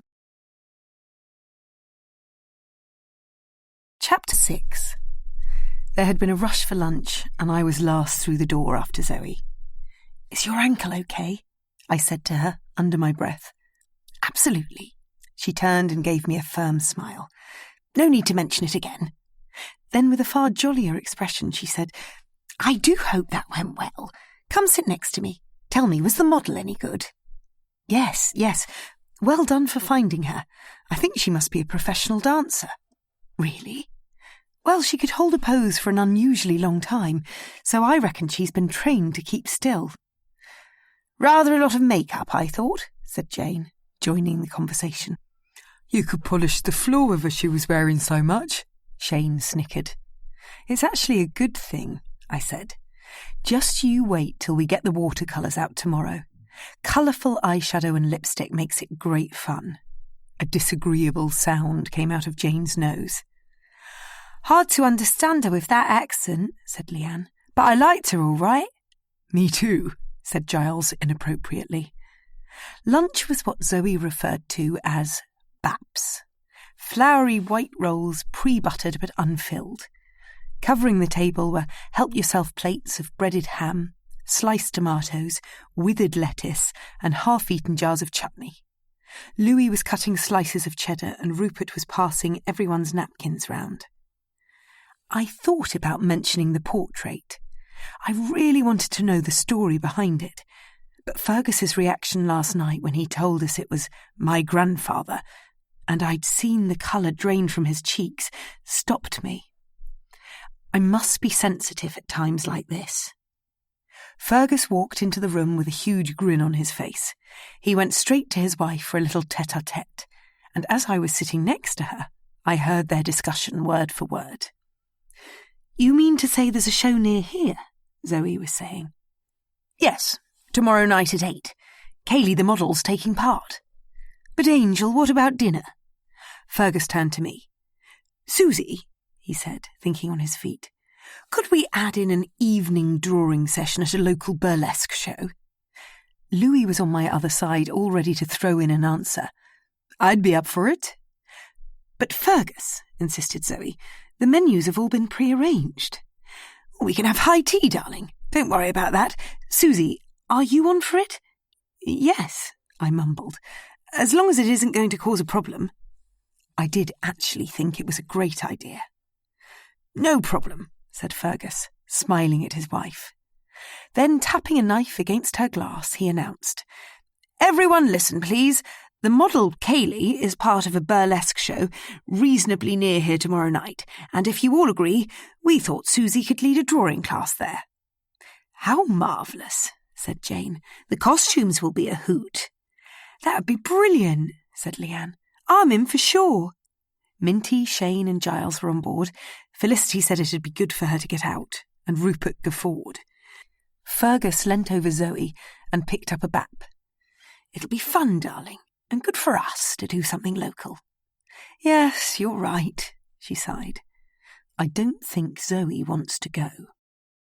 "My brother," said Fergus, making his way down the other end of the table, "is joining us for dinner." "Excellent," said Louis. "I'd love to see him." "I thought you had already." Zoe was confused. "I saw you heading down the back drive this morning." "I didn't make it as far as his cottage." Louis winked, and Zoe fluttered her eyes in a way that made me think she's probably known all along. Ewan's friend Louis was coming this week. It's just too much of a coincidence to believe Louis randomly got one of 8 places. I could ask Louis, but I kind of want him to pay me some attention before I go boosting his ego, letting on I've been trying to work him out. I've always found Frenchmen attractive and learnt the hard way you have to play it firm not to get taken advantage of. So, if Louis and I are going to be friends, he'll have to come my way first. I took a big bite of my bun, and Rupert, halfway down the other side of the table, did a napkin wiping motion, as if I might not know there was flour around my mouth. The table was buzzing with chitter-chatter, and I thought how nice it is the Martins join in at mealtimes. It suggests they don't have anything else to do, but it also adds a much-needed homely atmosphere, and this all-inclusive routine brings us all closer together. So when Felicity explained why she'd gone to bed before dinner last night, saying, "My husband died 6 months ago. From lymphoma. It was all very quick. I still feel completely drained from time to time, but an early night here and there sorts me out." It wasn't entirely surprising, and whether intentional or unintentional, Fergus and Zoe deserve a pat on the back. They've given a place to someone in need and formed a trusting bond between us all. "Kind Jane," Felicity turned to her friend, "twisted my arm to come here this week. I'm so pleased she did."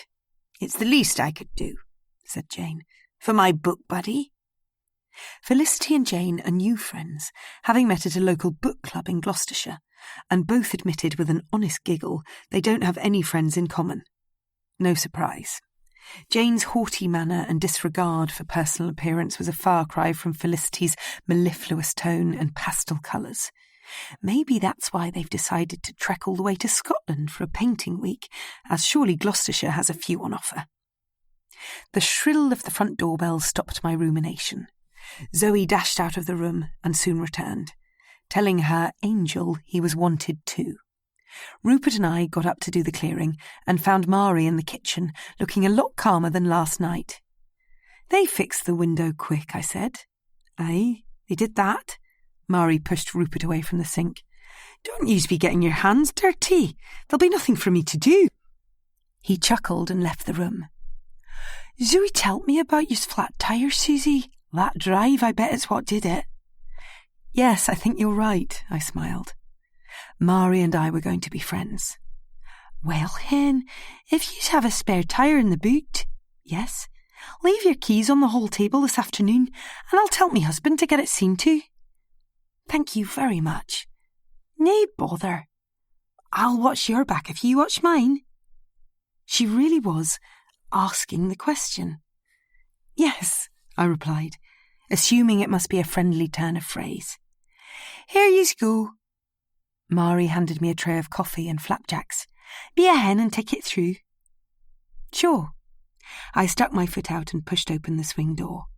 Fergus was explaining he'd be taking us to the fishing hut this afternoon.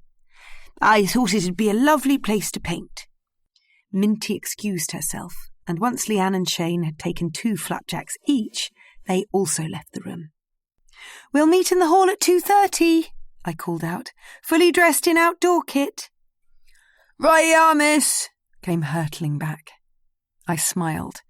Shane's bumptiousness appealed to my humour.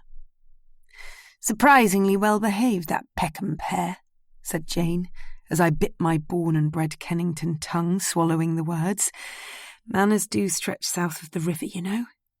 "I completely agree," nodded Rupert. "And on that note, I'm going to boot up for the landscape painting. Golly gosh, I'm looking forward to it."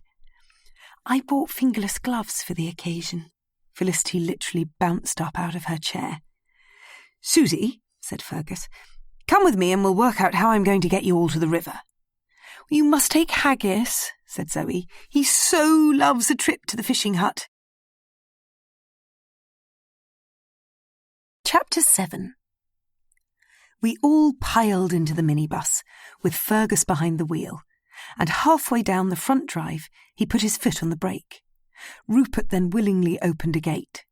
Fergus pushed the gear stick into 4-wheel drive, and we bumped on down a track towards the river. Most of the snow in the fields has melted, with only a few humps remaining in the hollows. The trees have shaken it from their branches, and the ground is soggy with excess water. Not that this is a problem. We all have our boots on. Minty's are by far the smartest. "Do Barry's," she told Leanne, who looked upon them with envy. Her hardware store alternatives are going to be cold. The river trickle is handsome and strong, and as Fergus drove alongside it, the water ran black, tumbling over and gushing round great big boulders of rock. I could see scum forming on the nearby grass. Fergus warned of a very dangerous undercurrent, and when the wooden fishing hut came into sight, I thought, thank goodness it's set back from the steep riverbank. The bus drew up behind it, and together with easels and bags of equipment, we all piled out. Giles, with a nudge from Rupert, began to pull his weight, helping Felicity and Jane tread carefully across a particularly damp patch. Fergus turned over a stone and picked up a key. "Here," he said, as he threw it to Shane. "Unlock the door, will you? There's a table inside you can put your things on." Then calling Haggis to heel, he told me, "I'm just going to take this little chap on a potter." "OK," I smiled. "See you later." "Have a look in here," called Felicity. Her head was poking out of the hut's double door. "It's terribly sweet, and there's a mini wood burner we can light if it gets cold." Inside, the place smelt of fresh pine, and Felicity was right. The curtains, made from Muchton treed, a brown and green herringbone weave, gave the interior enormous charm. "We must get going," I encouraged. I didn't want people to start sitting down. "Pick a view close by so you can hear me, and put up your easels." Shane wasn't happy. "Miss," he said, "this is going to be impossible. I ain't ever painted countryside before." "I agree," said Jane. "How do you expect us to work out here?"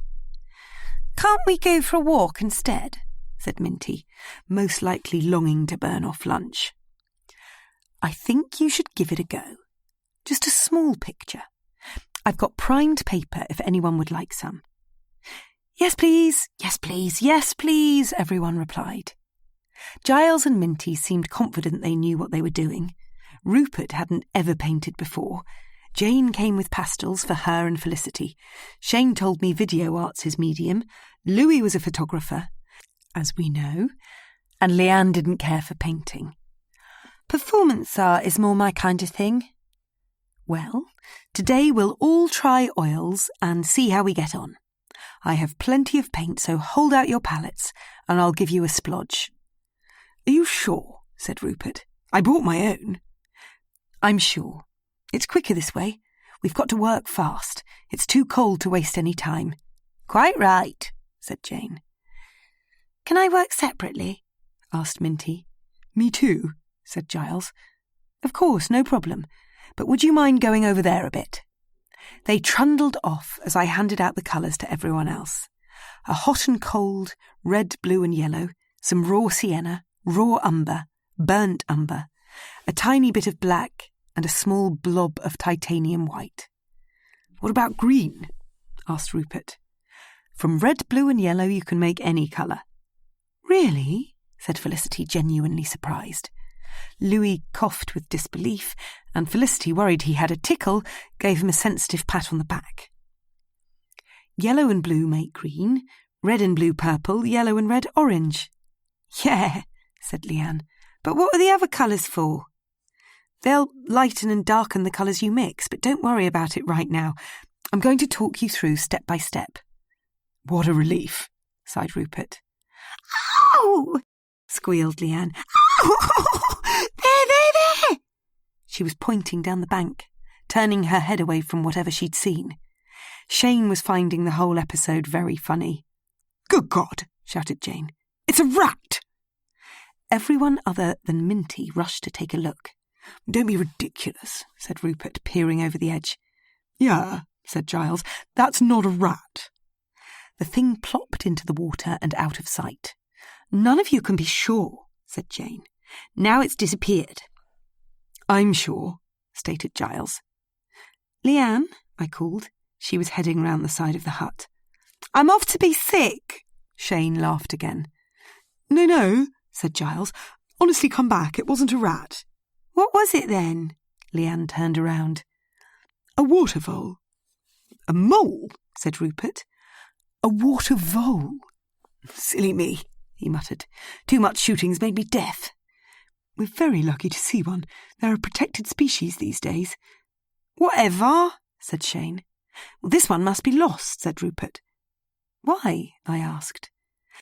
They live by slow-moving water. Very odd to find it here. I see. OK now, back to painting. Great.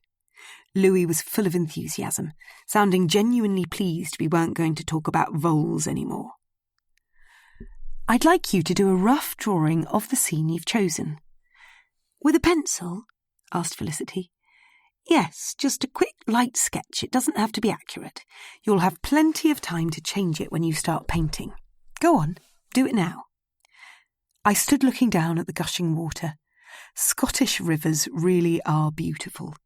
This one has carved a dramatic channel through the rock, and as I took in deep breaths of cold, damp, fresh air, I thought, I'm so happy to be away from home. I feel I deserve a break. I finished a commission of 2 cats last week, beautifully patterned marmalade pussies, and there's more work in the pipeline when I get home. The initial melancholy I'd picked up on at Auchinleck seemed to have sunk beneath the homeliness of having people fill the rooms. The atmosphere has softened, and I'm beginning to enjoy being part of the Moughton's life. I think Zoe's enjoying having me around too. She took me aside after lunch and let me in on a family secret. Apparently, Ewan often mocks Fergus and she's worried about how he'll behave tonight. My husband's so wet, she admitted. He never stands up for himself. He's full of guilt at having inherited all this. You don't say, I'd thought at the time. I've heard stories of jealous younger siblings causing havoc, and if this one has chosen to live on the back drive, hang around and talk to his brother, he's obviously got a plan up his sleeve. Some way of benefiting from his brother's bounty. It's all beginning to make sense why Louis didn't let on that Ewan was his friend. But I'm excited about meeting him tonight, being in with a chance of working him out. I bet you he's charming. Younger siblings often are, and if Zoe likes him, that says a lot. I'm pretty well practiced in drawing people out. It comes from painting commissions. One has to get under the skin of the client, understand what makes them tick in order to produce a picture that'll strike a chord. So I'll be all eyes and ears at dinner tonight, and here's hoping I end up sitting next to Ewan. Zoe had apologised for opening up. I shouldn't be so indiscreet about the brothers, she'd said, but I don't often have women of my age around. I'd empathised. It must be difficult being an English bride in rural Scotland, and no doubt it will take time for Zoe to find friends. Susie, said Jane, I'm done drawing, so I suppose you want me to paint now? No, it's best to do the mixing first. Colours change depending on what colours they're next to, so it's much easier to mix them all and line them up. That way you'll avoid having to remix and reapply. What a top tip, said Louis, mocking me from under the peak of his flat cap. You're going to have to tell me how it's done, said Jane, as her arms dropped to her side. Start with the lightest colour, the froth, a bit of zinc white and a tiny bit of raw umber, then the grass, lemon yellow, a tiny bit of cobalt, blue and raw sienna. After that, look and see if you need to add anything to burnt umber for the water. But miss, whined Shane, it's effing freezing. Jane tut-tutted. Louis laughed, and Felicity said, It's not how I would have put it, but I do agree. Susie, said Rupert, I think we should all stretch our legs, get the blood moving, and then come back to do this. OK, then. Let's all warm up. Great, said Minty, Giles too, and we all took off on a quick short stomp downstream.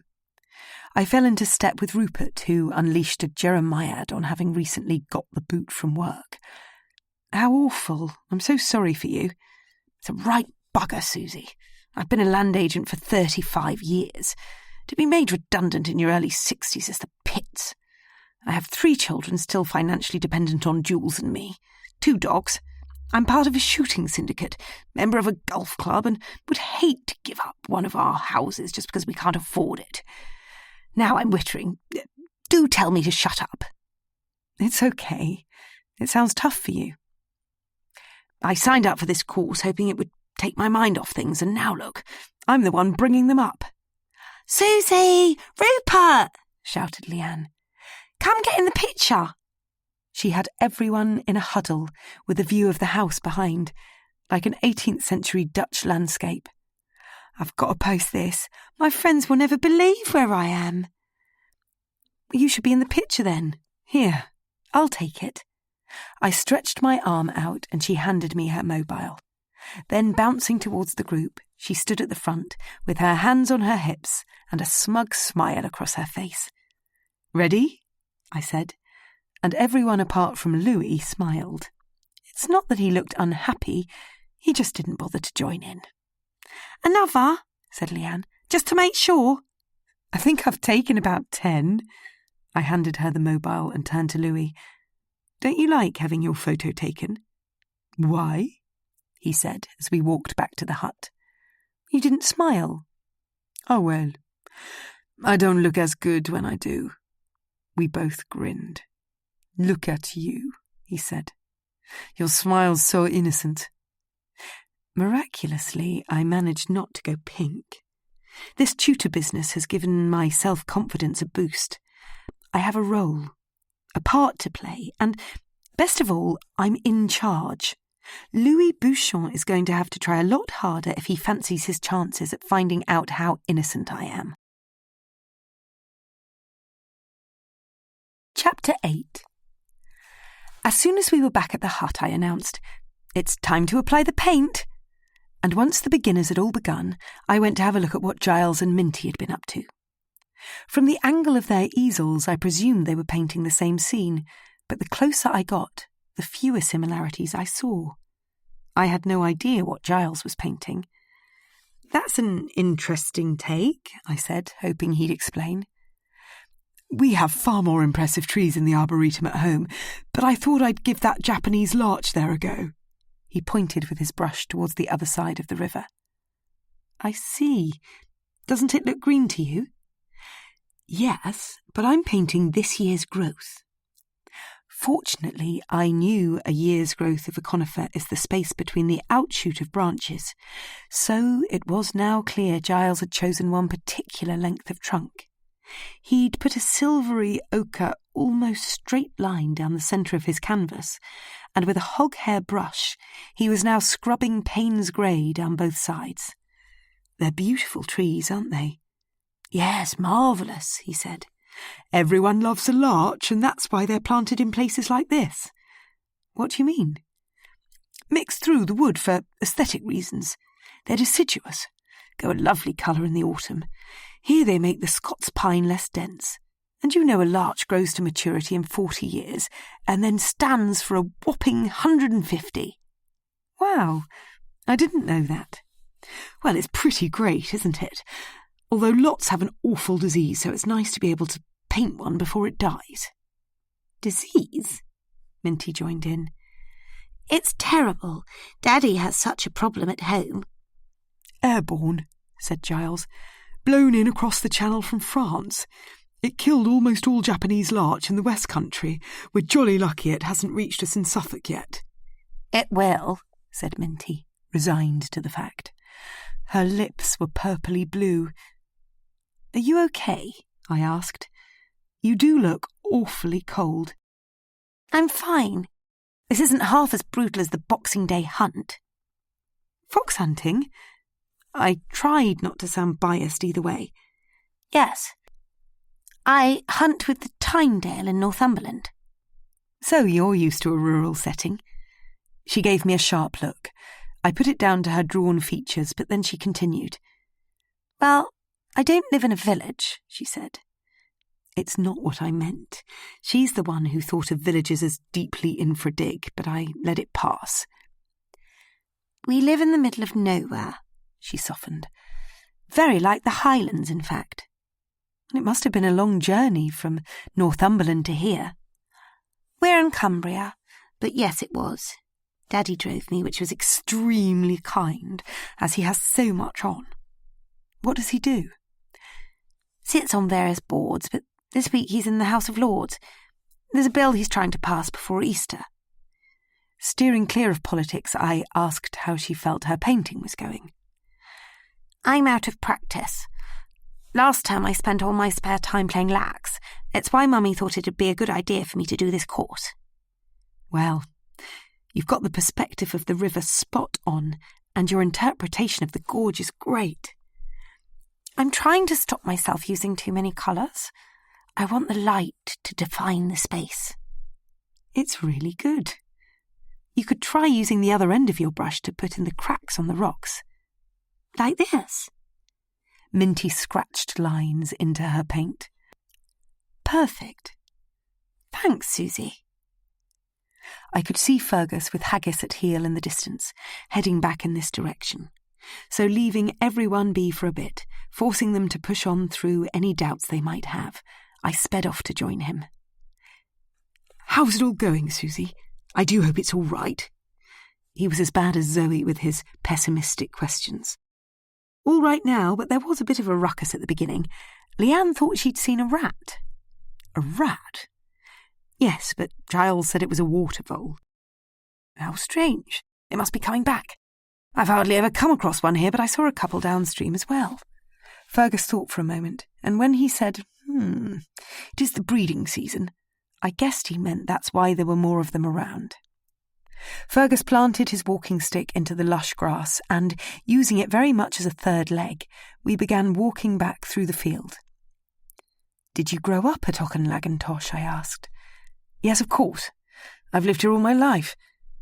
Well, in truth, I had a base in London while I was in the army, but as soon as I married Zoe, I left the forces and we were up here in a shot. How long ago? Almost a year. Ma was thrilled to hand over the burden. My father died 5 years ago and she never enjoyed living here alone.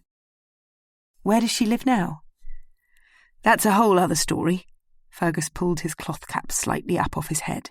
The thought of his mother had made him hot. I do hope the weather holds, he said, looking up at the sky. I'd like to take you to the bothy on the moor tomorrow. There's a wonderful view of the heathery hills and a loch to boot. That would be great. You live in such a beautiful place. I'm so pleased you think so too.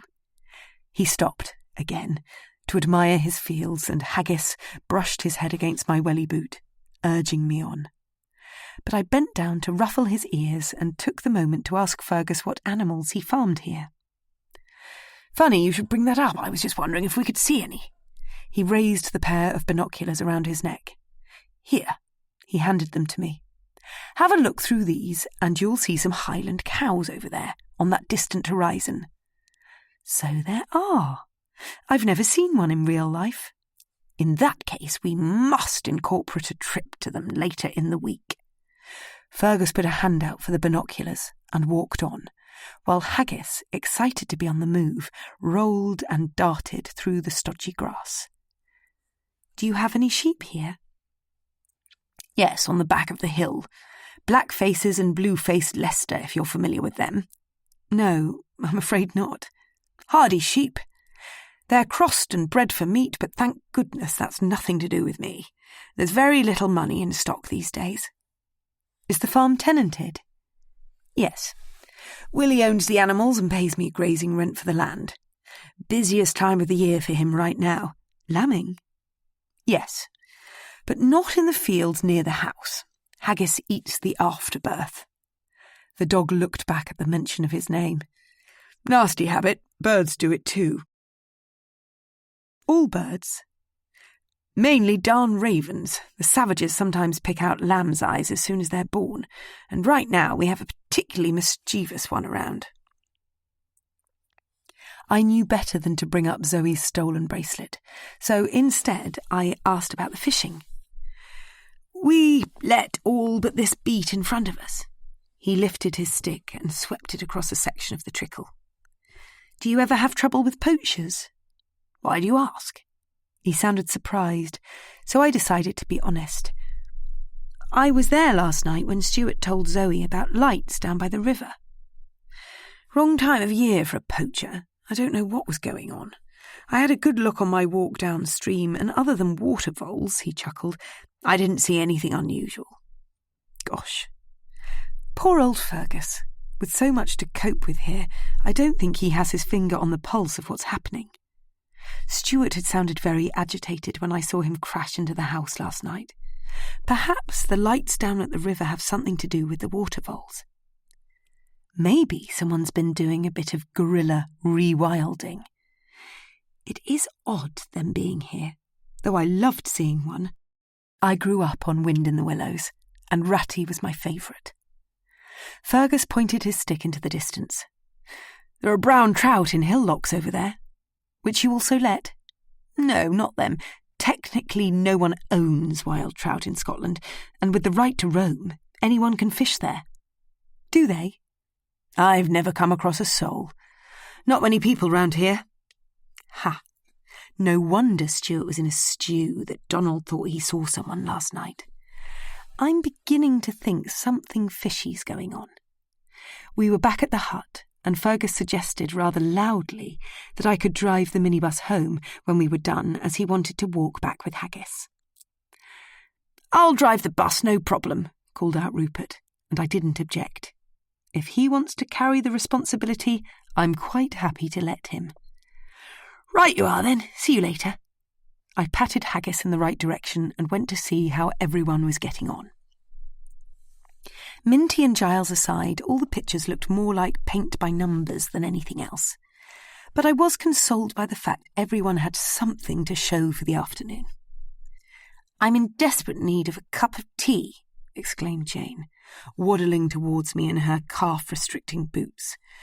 What do you say we call it a day? OK, I raised my voice. If you're all happy to stop now, let's line the pictures up along the benches for a crit. Felicity looked terrified, and Jane refused, saying, No way. Please, I begged. You mustn't be inhibited. Discussing each other's work is a great way to improve. Honestly, it's such a useful exercise. That sounds ominous, said Rupert, as Shane slapped his board upright against the bench. Go for it, miss. I'm going to take a video and turn it into a piece of art. Leanne split her legs, and with one huge step, she comically flung her arm over her head and placed her picture right next to Shane's. Then, drawing her legs together, she put a hand to her mouth and blew a kiss, straight into the recording mobile. Felicity and Jane carefully rested their pictures side by side, and Shane, unbeknown to them, took a wide shot of their behinds. You scoundrel, said Rupert, wafting his hand in front of the camera.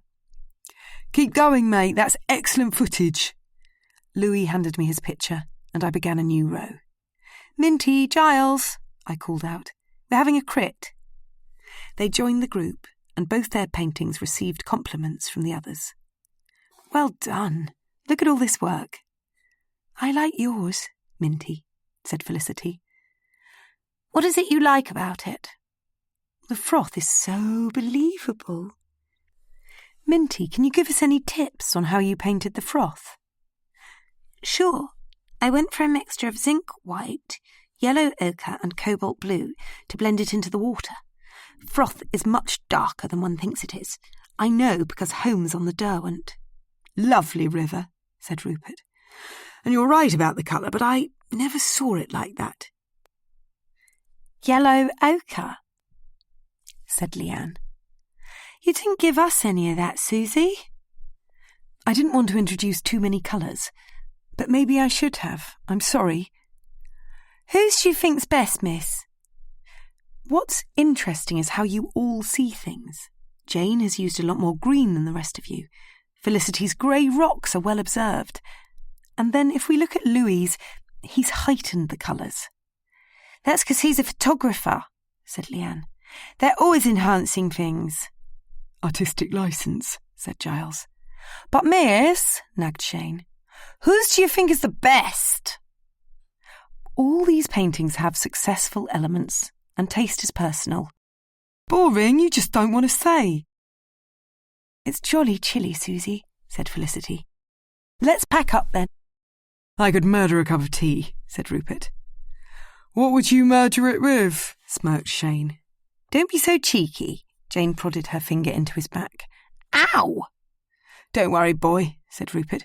You're quite right. What on earth would one murder a cup of tea with? He roared with laughter. Louis and Minty had already packed up their bits and bobs, and as they sat in the back of the minibus out of the cold, they watched and waited for everyone else to do the same. Then, as the group balanced wet paintings on shivering knees, Rupert navigated the bumpy track with confidence. I'm so glad he's taken control of the bus. Up the front drive we went and into the yard in front of the house. Rupert! Called out Louis from the back. I don't think you should park this close to the steps. But it's where it was when we got in. I know, but it spoils the look of the house. He's right, I said. And he's talking at last.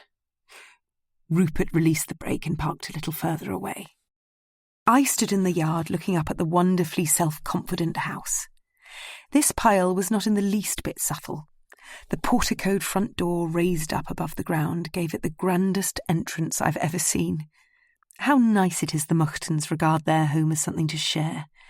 If Zoe's enthusiasm for public courses continues, many lucky people will beat a path here. My eyes travelled along the windows of the top floor.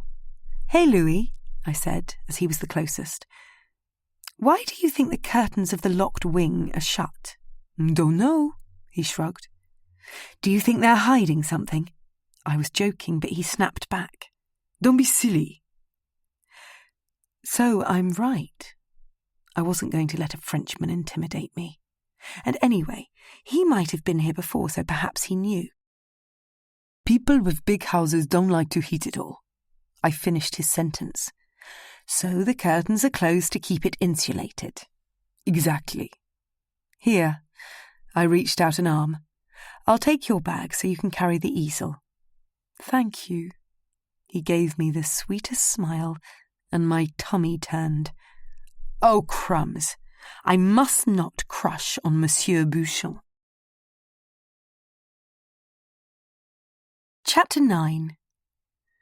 An absolutely essential part of a Scottish home, no matter how big or small, is the drying room. And if you've been into one, you've seen them all.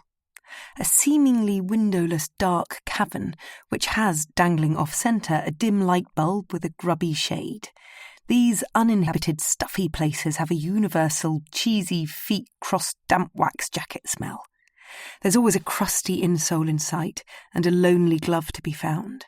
And although spiders, mice and moths inhabit every other nook and cranny of the house, you'll never find any in here. It's far too hot, with very little air. Slatted wooden shelves run up the walls, each haphazardly stacked with endless bits of outdoor kit, and, as is always the case, an enormous insulated water tank takes up most of the space.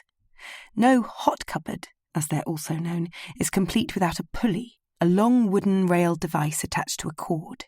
It's lowered, loaded with wet items, and raised up into warmer air. Muddy drips dripping onto the floor. If you're lucky, you'll find an out-of-shape coat hanger lingering in a dark corner. Despite the unpleasant components of this poorly lit, dingy space, it is excellent at drying out absolutely anything with rapid effect. So, here I am in Auchenlagan-Tosh's drying room, obeying Zoe's instruction for a tidy house, taking off my coat and welly boots. One thing's for sure. They'll be warm and toasty when I come to put them on again. Right now. Though I'm feeling cold, so I'm going to skip tea and scamper upstairs for a hot bath. Zoe caught me on the landing. Susie, she said rather sharply, Fergus would like a word. Okay, wobbled out of my mouth. I couldn't work out if she was exhausted or agitated, but either way her voice had definitely lost its lightness of touch. He's in our room at the minute, but if you wait in the snug, I'll give him a call. I turned back downstairs, my feelings retracing their steps. I felt nervous before this week, apprehensive when I arrived, gradually more settled, reached a state of ease this afternoon, and now, curses, I was feeling on edge again. Why did Fergus want a word with me? "Ah, Susie," he said, striding into the library and pushing the door closed. "Do sit down, this won't take long." The corners of Fergus's mouth were twitching, as if he was trying his best to hold back an almighty smile. This was a turn-up for the books. Maybe he had good news for me. "Right," he said, and then took what seemed like forever to perch his bottom on the arm of the sofa opposite. "I had a call this morning from an art dealer, renowned broker of fine arts, in fact." Fergus's smile was now huge. "There's a Landseer exhibition coming up at the Scottish National Gallery." "How exciting! Do they want you to loan some pictures?" "Did she tell you that?" "Zoe?" "Yes." "No, I just assumed it, I'm sorry." "Don't be." Fergus could not stop smiling. "Zoe thinks it's a bad idea, but just this once I'm going against her." He giggled. "Fair enough. The oil sketches you have really are lovely. I'm not surprised the gallery wants them." No. Fergus wafted his hand and shook his head. "We have 4 marvellous pictures, just you wait. I can't tell you how exciting this is. My family have done their absolute best to keep hold of their collection. Never would a Muchten sell a painting." I smiled. Ewan wouldn't like hearing him say this. But you know what? I feel just the same about my own limited collection. "Fergus, I really would love it if there's any chance I might get to see the pictures." "Yes, definitely. Zoe's anxious about people knowing we own them. Silly, really, as it is all out there on public record. But we've come to a compromise. They'll be loaned for the exhibition, but none of the students this week will be told." I kind of get her point. One does not want too many people knowing exactly where they are. "It's so kind of you to tell me." "I had to push for that too." He gave a light chuckle. "But it seemed to me jolly unfair not to let a professional artist living under our roof see the pictures." "I'm thrilled. Thank you so much." "They're sending over an art valuer very early tomorrow morning to assess the pictures for insurance purposes, and in order not to rouse suspicion, I thought you could join him in the southeast wing before breakfast." Aha. The valuable paintings are in the locked wing. "Yes, please. That would be brilliant." Fergus rubbed his knees and stood up. "Marvellous. Now, don't say a word." He opened the library door, and I skipped upstairs, grateful to find the bath free. The peaty water consumed me as I rested my head back on the cast-iron lip. I'm so pleased to finally have time alone. A calm moment all by myself. It's just what I need to reflect on one of my obsessions. Piecing together close observations of people so far. I've always been interested in human beings, and I think I'm pretty good at working people out. I've practiced the skill all my life. As a little girl in London, I'd sit for hours gazing out the window of our front room, absorbing the mannerisms of passers-by. The backwards-facing palms of simple folk, the spring in the step of young love, the untucked clothes of characterful children, the trembling onset of Parkinson's, and Trevor the tramp, who always smiled. Trevor was a made-up name. I wasn't allowed to talk to Trevor. But from a very young age, the seed was sown. What fun it is sussing out others. Being cooped up in a large house this week as part of an intimate group might have its frustrations, not being able to escape for one. But with a hobby like mine, indulging in people's characters and how they behave, there could hardly be a better playing field. In fact, I've already worked out Jane's lifestyle. I became curious at dinner last night when she hinted to Fergus she was familiar with country pursuit sums. I assumed she was a lady of some grand manor herself and started to wonder where she lived. Her surname threw me at first. Akinson doesn't exactly smack of the gentry. But shooting estates these days aren't solely owned by old families, and Jane's husband could have bought a country pile off his own back. Mr. Akinson might be a successful banker for all I knew, or actually more likely a barrister. They live in Gloucestershire, don't you know? Jane's definitely not got a career under her belt, so unless inheritance bought them an estate, she's played no part in owning the home. But then when Felicity told me over lunch that Jane's husband, Neville, is a farm management consultant, from that moment on, I knew Jane had married outside of her class. She'd stepped down from the ranks of those who have assets. This is why she could identify with Fergus, to those who don't. If her husband Neville had land of his own, he'd be running it, not consulting for others. I enjoy getting under people's skin. It's instinctive, not nasty or malicious. An inbuilt reaction to being an artist. I'm simply unable to turn off my antennae. "Knock, knock," came Leanne's voice from the other side of the bathroom door. "There's a queue building up out here." "Give me a sec and I'll be finished." "Cheers, Susie." Leanne was bang smack in my face as I opened the door, and I very nearly stepped on her flip-flopped feet. She was in little tight PJ shorts and an even tighter T-shirt, with a huge heart stretched across her breasts. "What are you going to wear tonight?" she said. Insensitive to the fact she might genuinely be looking for advice on what to wear to dinner in a house like this, I replied, "Oh, I hadn't thought about it." "My mum said clean clothes for dinner might be a way of them telling us to be a bit dressy." The truth is, vanity influenced my packing, and I came with a whole variety of evening gear. If the scene was trendy, I had stuff for that. Smart, I could look sophisticated. Party time, and I could be sexy. Plain, clean clothes, I had them too. Well, I'm going to keep my best dress for Wednesday night's Kaylee, and tonight I'll wear a wraparound one. I looked down at my dressing gown. Much like this, really? Leanne laughed. "Thanks, that helps a lot." A great big deep gurgle came through my bedroom wall as the final glug of bath water went down the plug. I lay down on the bed and sunk my head into the pillow. Leanne began to hum a tune. It sounded like something off a pure relaxation CD. She clearly had a gift for melody. I'd better set an alarm in case I drift off. Chapter 10. I could hear my name.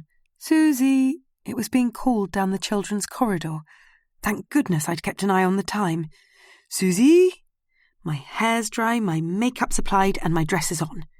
Whoever it is, I'm fit to be seen. "Susie?" I opened the bedroom door. "Louis!" I said with a gulp. "I've found you," he said, as he strode straight past me into the room. "Oi, don't feel the need to ask or anything." "Do you have something to hide?" He winked and sat down on the bed. "Sabia Rosa, ooh la la," came his best French accent as he read from a paper bag on the floor.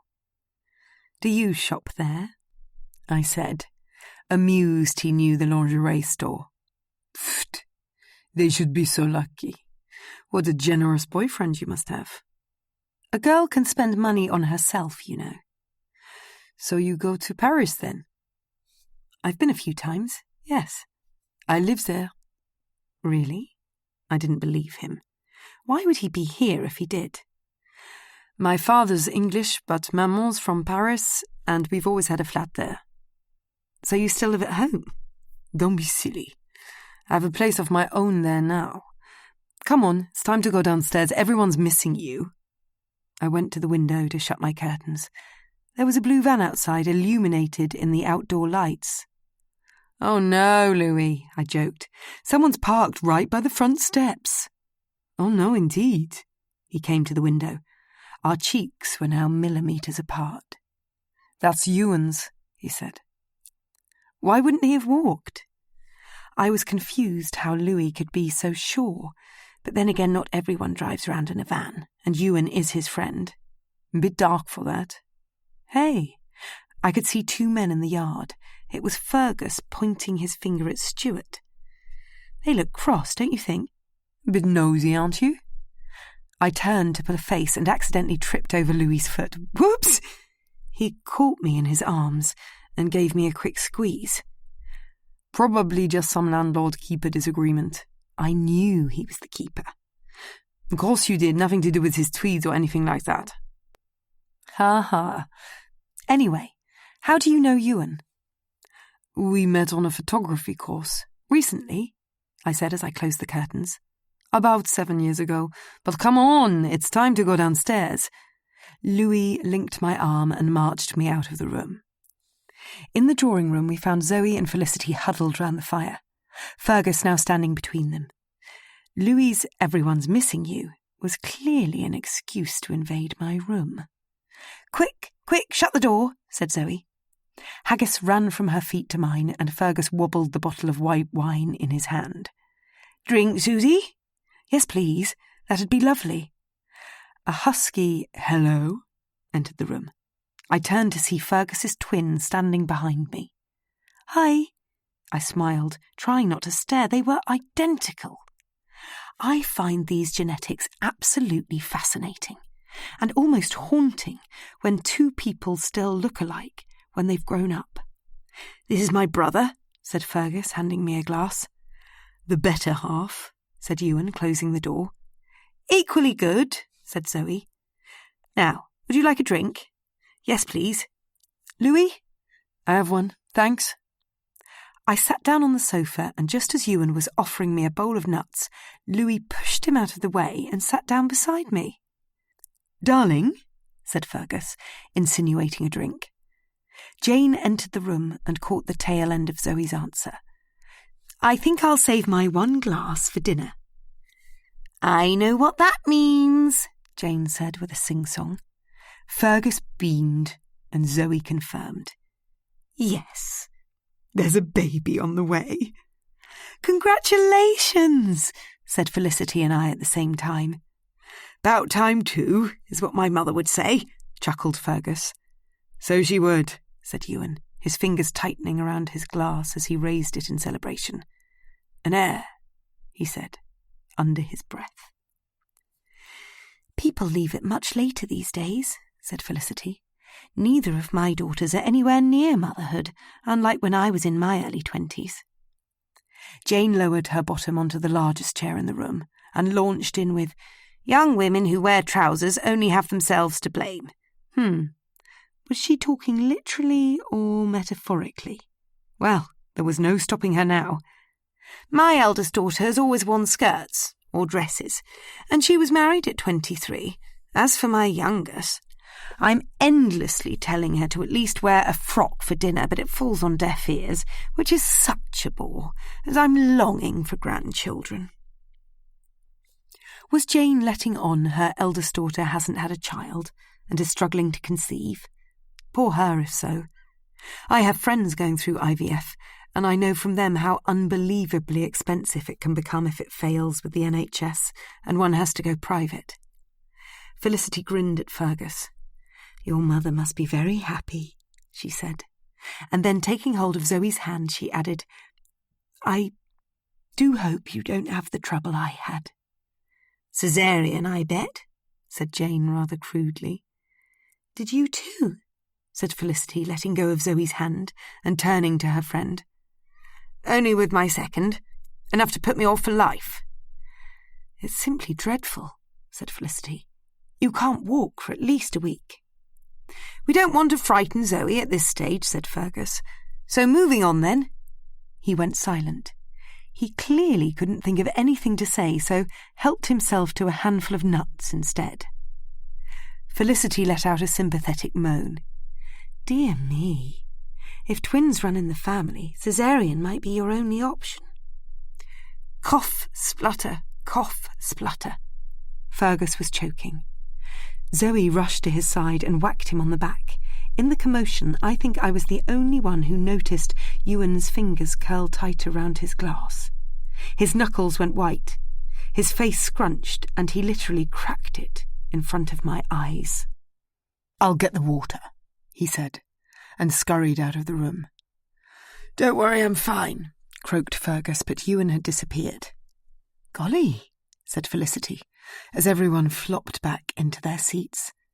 "I thought you were going to keel over for a second." "That'll teach me not to be so greedy. Something my mother never got through to me." "Where does your mother live these days?" said Louis. "Hampshire. Have you met her?" Jane jumped in and put Fergus on the spot. "Hampshire? Do you have family ties there?" "No, she's... Zoe finished his sentence. "She's living with her boyfriend." Fergus's eyes dipped as Zoe, in a refreshingly straightforward manner, told us, "Fergus's father had a terrible drink problem. It's no secret.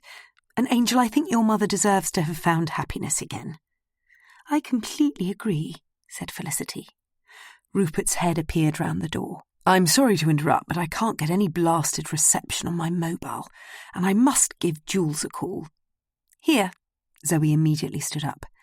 "Let me show you where the landline is." Then, remembering I'd forgotten to thank Mari for getting her husband to look at my flat tyre, I got up and explained where I was going. "She'll be in the kitchen," replied Fergus, and I left the room. Chapter 11. The kitchen smelt of lamb, and there was a great big cast-iron pot bubbling away on a greasy aga. The windows were steamed up, and Mari's grey fringe was stuck to her forehead. "It smells delicious." "Lamb casserole. So many of yous I couldn't fit the pot in the oven. Wee bit moisty in here." "Thank you very much for getting Donald to look at my tyre. I see he's fitted the spare one, so kind of him." "No trouble, Susie. I'm afraid he said the old one's slashed and you'll need to get a new one fitted. Don't you go worrying, though. There's a local manny and he'll fix it for yous." "I should probably call him then and hope he can order it in." "There's no need for that. They've got them all there." I doubted they had every kind of tyre, but as my modest car isn't some flashy indulgence, not that I could afford such a thing, I was hopeful they would have a fit. "Enjoying yourself?" she said. "You can be honest with me." Mari and I were staff. 2 peas in the same pod as far as she was concerned, and this made me smile. Yes. I've never taught on a residency before, but it seems to be going okay, and Zoe couldn't be more welcoming. "All right for some," she said, and the sting in her tone worried me. We all know the cliché that Scots dislike the English. I've always had a good time up here, but did it stretch to Zoe? Have I slipped up, and am I about to lose Mari's trust? "You having a hard time?" I asked, but she didn't reply, instead grabbing a dishcloth and furiously polishing an already clean surface. I now knew she wasn't going to tell me what was on the tip of her tongue. I tried changing the topic. "It's a pretty spectacular house, this." "Needs a fair bit of work doing to it, but I'm awfully fond of the place." Mari leant against the sink. I had her full attention again. "How are you students doing?" "They're a good group and worked hard today." "The wee lad with the spiky hair, he's a one. Likes me flapjack, so he does. Coming in here filling his pockets. You'd think he was feeding a horse upstairs. And what's the upright gentleman called?" "Rupert." "Well, he's fair got manners. He pokes his head round that swinging door at every opportunity to thank me." "How kind." "Aye, it's interesting the folk this week. We ain't had such a varied group afore." "What other groups have you had?" "To be honest with yous, we've only had day courses afore. Garden open and what's not. Chatty posh ladies who didn't pay the likes of me or use any attention." "I guess you see it all." "I've heard you, Susie. Nowt passes me by." "That woman with the cardigan with gold buttons." "Jane," I said. I was looking forward to a bit of gossip. "Aye, that Jane. I swear she came her way of folks when she were a bairn." "Really?" "Unless it's her mammy reincarnated, that's definitely the daughter of a woman who used to stay." Jane is one of many indistinguishable ladies in the English county set. A type. A woman with a lapsed figure, a short fuse, a bossy manner, a string of pearls, and a tendency to visit a supermarket in her shuffle. take her off her home turf, deposit her at Auchinleck, and Mari instantly recognises her as the daughter of someone who'd stayed many years before. She hasn't said she's been here before. She'll have forgotten. She was teeny-weeny when they used to come, but I didn't forget, and that's her mammy's face for sure. We could ask Fergus, he'd know. Nah, Fergus wouldn't remember, he was nae born. Now I was confused. If Mari is right, then I have my ages all wrong. Mari must be in her 70s, she looks great for her age, and I'd have to knock a few years off Jane and put her at about 50. Hey, I said, swapping our subject. Has Louis Bouchon been here before? The foreign one? He's half English, I said, instantly sticking up for him. Aye, but with a name like that, he's got to be a foreigner. I laughed. Has he stayed here before? Nope. Visited? I can't remember. Over the years, there've been a lot of people through this house. Aha. I'd got her. How could she remember Jane's mother from 40+ years ago if she couldn't remember a foreigner in the last 7? Well, thanks again for the tyre and for all this delicious food. Oh, hen, yous didn't need to thank me. Mari touched my arm. But while yous are here, would yous mind giving me a wee hand in taking these plates to the belling? Not at all. Here. You'll need a dishcloth. They're awfully warm. It's okay, my hands can cope. Surely not. Oh my, look at that. Yous have a magic talent there. I stretched out a foot to push open the swing door and stepped carefully into the dining room. Whoa, Susie, you gave me a fright. Ewan almost dropped the empty jug in his hand. A slight overreaction, I'd say. Sorry. Can I help you? I'm just going to put these in there. Ewan slid back the door of the belling, and I placed them in. Then, swinging the jug in his left hand, he told me he'd been on filling up the water glasses duty. I giggled at the childishness of it and looked at my feet. There was a packet of pills on the floor. Piriton. How odd. They were now in my hand. It's not really hay fever time of year. They'll be Zoe's, I bet. He snatched them off me. I'll make sure they go back to the right place. What if they belong to one of the students? No, they would have said. Haggis came racing into the dining room, ragging around, shaking his wet coat.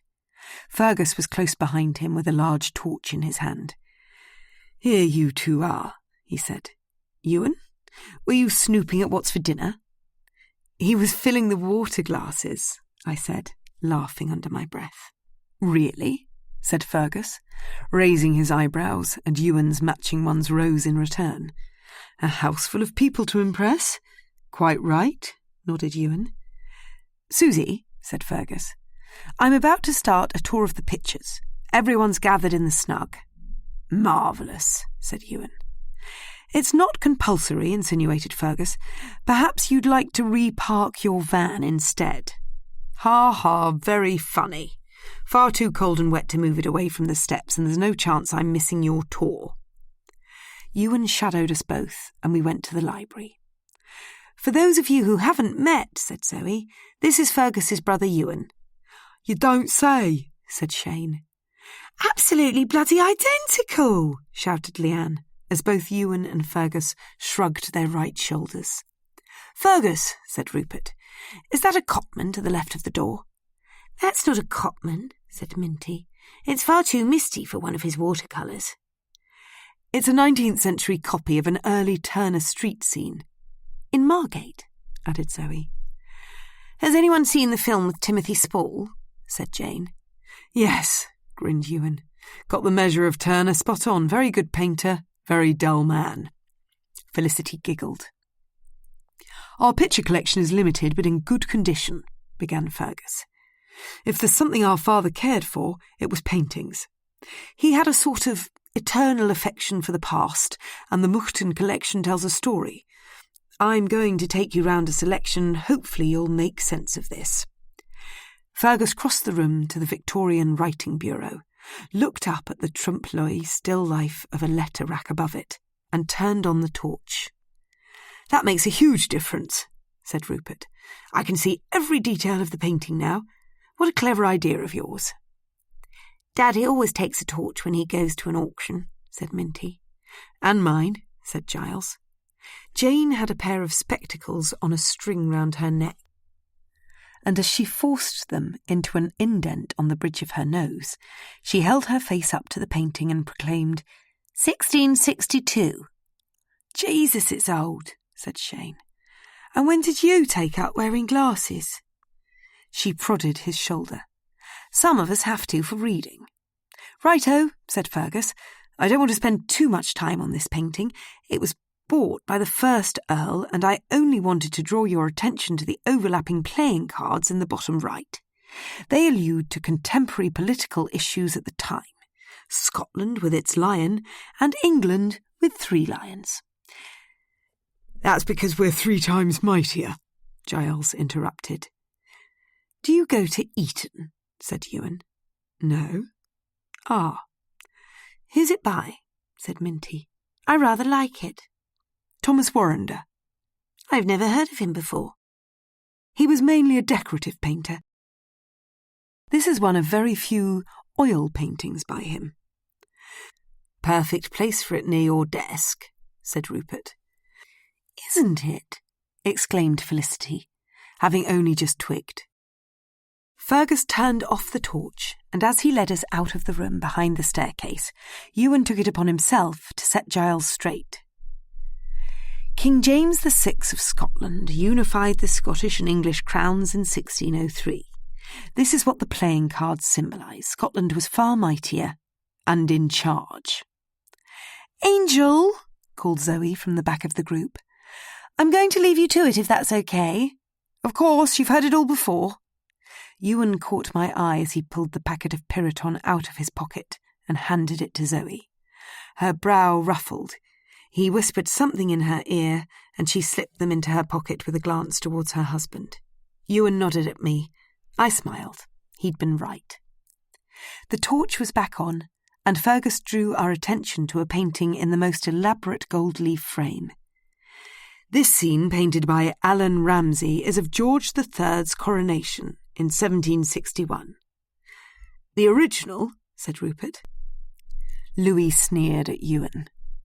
"It's one of many replicas, a very important marker for our family, as it was their loyalty to the king during the Jacobite rebellion, as well as their modest contribution to the cost of George III's coronation, that bestowed an earldom on them." "So, your family didn't support the Jacobites," said Louis with a huff. "No offence," said Ewan, tapping his friend on the shoulder. "We were followers of John Knox. We're Presbyterians, so the Jacobites didn't hold any draw for us." "Did you buy your title then?" said Leanne. Fergus launched into a lengthy reply. "Our family were on the up, the Highland clearances had gained momentum, and, I'm not proud to say, the Muchtons moved away from loyalty and honour to profit, turning their back on the people who worked the land. Thanks to the union of the kingdoms of Scotland and England in 1707 and the booming trade with the colonies, they were well placed to capitalise on the sale of wool from their ever-expanding flock." The effortless spiel was rolling off Fergus's tongue. The farm was making good money, and a title raised their profile in society. Being aesthetes... "Aesthete?" said Shane, much to the amusement of Minty. "Someone who appreciates beauty," explained Jane. Fergus continued. "Contributing to the coronation, securing themselves a title, casting off old ties, and embracing the new life as part of the aristocracy was an effective way for our ancestors to gain access to the best art and architecture." "Social climbing," said Ewan, "is what you'd call it nowadays." Giles grunted. "I don't understand," said Leanne. "Having a title," said Jane, "brought the Muchtons friends in high places, and all these friends would have spent money furnishing their houses with fine art." "But you don't have to have a title to have good art," said Giles, I presume defending his own untitled, although privileged family. "We're talking about the 18th century," said Fergus. In the midst of the Scottish Enlightenment, the best art collections belonged to those who could afford it, the rich aristocracy. "Did you get this house with your title, then?" said Leanne. In a roundabout way. "For free?" No. Fergus was amused. The first Earl built it. "It's an Adam house," said Jane. It was explained in the starter pack for the course. Fergus clapped his hands. "We're going to run out of time for more paintings. I'll tell you about the house another day." He flung open the door to the larger drawing room, and his tummy gave an audible rumble. Above the mantelpiece is a portrait of the first Earl's brown-eyed wife, Ruth, painted by Ramsay in 1764. "Gosh, she's beautiful," said Giles. Ramsay was an eminent painter at the time, which is why I wanted to point it out. But we must continue. You can come back and study this another time. We were chivied out and into the billiards room. Are you all familiar with the concept of the Grand Tour? "Rounding off the education for sons of the aristocracy," said Giles proudly. "Exactly. Young men were sent to the continent to sow their wild oats," Ewan interrupted. Giles sniggered. "More importantly," said Fergus, "to see firsthand the great paintings of famous artists, such as Raphael and Titian, the cities of the Renaissance and the remains of classical civilizations." He gave a great sweep with his right arm. "All the watercolours hanging around this room were painted by the second Earl, under the tutorship of Gavin Hamilton." "That's the interior of the Pantheon, ain't it?" said Leanne, pointing at one. "Yes," said Minty. "And look, here's the Temple of Athene. I love the Greeks." "How do you know all about the Greeks?" said Shane. "We had an art history trip there last year." "Me too," said Giles. "What? Your school paid for that?" "No, Mummy and Daddy did." "Fergus, did you say these were painted by your relations?" I asked, and he nodded. "So are there still artists in your family?" "I'm an artist," blurted Ewan, and I suddenly realised why Zoe had warned me that he might want to join the course. Rupert, thank you, Rupert, diverted our attention. "I like that painting." He was pointing towards a magnificent full-length portrait of a young man, wearing the most beautiful blue silk and standing in front of a classical landscape. "That's the second Earl, painted by Pompeo Battoni." Fergus shone the torch at the horizon, highlighting the towers of the Vatican in the distance. "Magical," said Minty. "Now, come, out of here, and we'll do a quick circuit upstairs." "Were daughters ever sent on a grand tour?" asked Felicity. "Occasionally, and you'll find a copper plate engraving by Francesco Bartolozzi hanging in the gents. It's of the second Earl's daughters, Annabel and Mary, on theirs." Fergus nattered away as we lined out on the landing. "If you want to learn more about the Grand Tour, we have a very good copy of Boswell's An Account of Corsica in the library. Also, don't forget to look at the watercolours of Rome, painted by Simone Pomardi, on your way to the dining room later." "Which Earl collected those?" said Rupert. "The fourth." "Now his wife's an interesting character," said Ewan, winking at Louis, or me. It was hard to tell, as we were standing one behind the other. "These," said Fergus, drawing our attention to the oil sketches crammed on the walls, "are all views of the estate painted by Landseer." I made sure not to catch his eye. "Landseer," said Shane. "The guy who sculpted the lions at Trafalgar Square?" "Yes." "And the monarch of the Glen," said Leanne. "Our teacher gave us a quick rundown of Scottish art before we came." "Even an ignoramus like me knows that painting," said Rupert. "Comes from my love of stalking, you see." "Which Earl collected these?" said Felicity. "The fourth again, but it wasn't so much a collection as a gift." "Why?" Landseer was a popular visitor at Highland house parties, and often, in return for an invitation, he would give his hosts a beautiful oil sketch he'd done over the course of his stay. I counted at least 14 paintings. He must have been here a lot. "They're simply lovely," said Jane. "You're jolly lucky to have so many." "Isn't he?" said Ewan with a huge grin. "They're all thanks to Countess Flora." "Perhaps you'd like to explain," said Fergus, deferring to his brother. "I've always admired Landseer," began Ewan. "His Highland oil paintings are my favourite. Theatre. That's how I think of them." Fergus began to twitch. "A performance within a frame. Stags, dogs, game, and foliage beating their breasts on the stage." Louis got the giggles, and Fergus interjected. "What I thought Ewan was going to tell you is why we have so many more of them than most Highland houses." "Countess Flora, the 4th Earl's wife," said Ewan, much to Fergus's evident relief, "had an affair with Landseer, and that's why he came to stay so many times. And," Fergus fed his brother the next line, "some of the dates on the backs of the pictures prove he came often even after her husband had died." "Why didn't she marry him then?" said Leanne. "He was an artist," said Minty, as if her parents had whispered something similar in her ear. "Are you going to show them all the masterpieces?" said Ewan with a giggle. "No," said Fergus, irritated by his quip. "I'm showing all we have time for." Does Ewan think his brother is boring on? As far as I'm concerned, Fergus could continue as long as he wants. It's such a treat to be taken around a collection. These days one can probably look most pictures up online, but digital versions always fall short of originals. I'll never forget seeing Rogier van der Weyden's The Deposition in the Prado.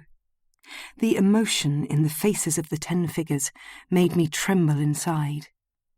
No digital reproduction could ever move me like this. Modern photography just doesn't do a work of art justice. The vibrancy is lost, the size is misleading, and the paint strokes are indistinguishable. Its only good use is in capturing intricate details. What a joy it is to absorb the Muchtens collection from life. I think everyone else thinks so too, as not one of them has brought out a mobile to take a picture. Fergus turned to Jane and Felicity. "Would you mind if we looked at the portrait in your room?" "Oh, goody," said Felicity. "I'd so like to hear the history behind her." Jane opened the bedroom door and rushed in first, planting herself in front of the dressing table. "This is a portrait of Countess Antonia, the 3rd Earl's wife," said Fergus. "Gather round in a semicircle and you'll get the full effect. It's a marvellously accomplished painting." The buxom woman was dressed to the nines, and when Fergus turned on the torch, the sheer beauty of the diamond necklace, hanging like an armoured collar round her neck, glistened and shone as if it were real. "I bet that's worth a bomb," said Shane. "It's painted by a follower of Rayburn, so it's not worth a vast amount, but isn't it beautiful?" "I meant the necklace." "The necklace?" said Leanne as if he was stupid. "The real thing," said Shane. "If only we still had it," mourned Fergus. "Family sold it, I suppose," said Rupert. "It was stolen," corrected Ewan, and Jane grasped the dressing table with fright. Maybe she'd had jewellery nicked in the past. "From the safe?" Felicity gasped. "No," said Fergus. "Our parents had returned home late from the Thane of Corder's daughter's wedding and got into bed without putting it in the safe." "Fools," said Ewan. "It was stolen in the night." "Burgled?" said Rupert. "Yes. And the thief must have known exactly what he was after, as nothing else in the house was touched. Terrible, just terrible." "How frightful," added Jane. "Was it in their room?" Minty wasn't buying it. "You're saying they didn't wake up?" "Yes, that is odd," said Rupert. Fergus looked hurt, and Ewan explained. "Pa drank a lot, and Ma often took sleeping pills." "3 cheers for insurance," said Rupert, completely insensitive to the sentimental loss. Fergus looked at his watch. "There's time for one more picture. Come out of here, we're heading for the far end of the children's corridor." "Who's sleeping all the way down here?" asked Jane. We were outside my bedroom, looking at a painting of the Annunciation. "I am," I said, and blocked the door. I didn't want everyone peering in. Fergus rushed into an explanation. "This picture of the angel Gabriel visiting the Virgin Mary is of little value, but it has an interesting history in the context of the Muhtens. It was bought by our great-great-grandfather, the 6th Earl," Fergus sighed. "Our family have been as good at making money as they have been at losing it. The 5th Earl worked his socks off, and thanks to him, by 1873, when our great-great-grandfather inherited the title, the Muhten finances were in good order." "A role model for you," interrupted Ewan. Fergus continued, unprovoked. "You'd think my great-great-grandparents are great-great-grandparents," Ewan was at it again. "Our great-great-grandparents had it all, but no amount of money in the world could buy them a son. They had 3 daughters but were desperate for a male heir. So, despite the fact we're a staunchly Presbyterian family, they put their prejudices aside and bought this picture of the Annunciation." "Ooh," said Felicity. "Geez, let me have a look," said Shane, pulling Giles out of the way. "The story goes," began Fergus, "that our great-great-grandmother said a prayer in front of it every morning and every evening." "Did it work?" chuckled Rupert. "Of course not," said Ewan. "She had twin girls and gave up." Louis found this particularly amusing. "That's why you're twins," giggled Felicity. "Skips a generation, you know." "What happened to the title?" said Minty. "On her father's death, the eldest daughter became Countess Iona, Sœur Jeanne in her own right." "But she's a woman," said Giles. "Muhten," said Fergus, "is one of a handful of Scottish hereditary titles that can pass through the female line in the absence of a son." "Did she have a son?" "Yes, and so on her death it passed to him, on his death to our father, and on Pa's death to me." Giles turned to Ewan and said, a little cheekily, I thought, "Bad luck you weren't born first." Ewan wasn't amused, and neither was I.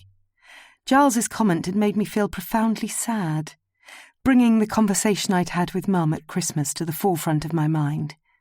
So when Fergus announced, "That's the tour over," and began to march everyone back downstairs, I nipped into my room to pull myself together. I sat down on the bed and started to weep. I'm still finding it impossible not to when I think about what I now know. It's not that I regret having faced up to my parents and asked them, "Why am I an only child?" It's just their answer remains hard to digest. It had been tough getting it out of them. First, Mum has avoided the question, jumping in with the usual, "Susie, there's so much to do. I think we should write a list. Sort out the menus for the next few days. There isn't time for any chatting right now." But I wouldn't let it drop.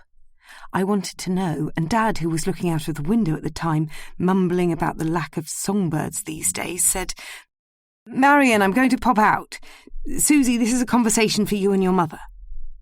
Mum as good as collapsed into a chair, and I, too caught up in my own issues to offer sympathy, stared down at her drooping figure. It was then, with the smallest, saddest of voices, she told me about my other half, a little boy who died at birth. After that, she failed to ever conceive again.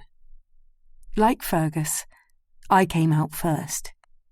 He was granted primogeniture, and I was granted life. I didn't dare ask Mum if a caesarean would have saved him. I'm sure in the past it had crossed her mind too. Boom, boom, boom, the dinner gong sounded. I dried my eyes and said a prayer. "Oh Lord, give me strength not to get so upset." Chapter 12.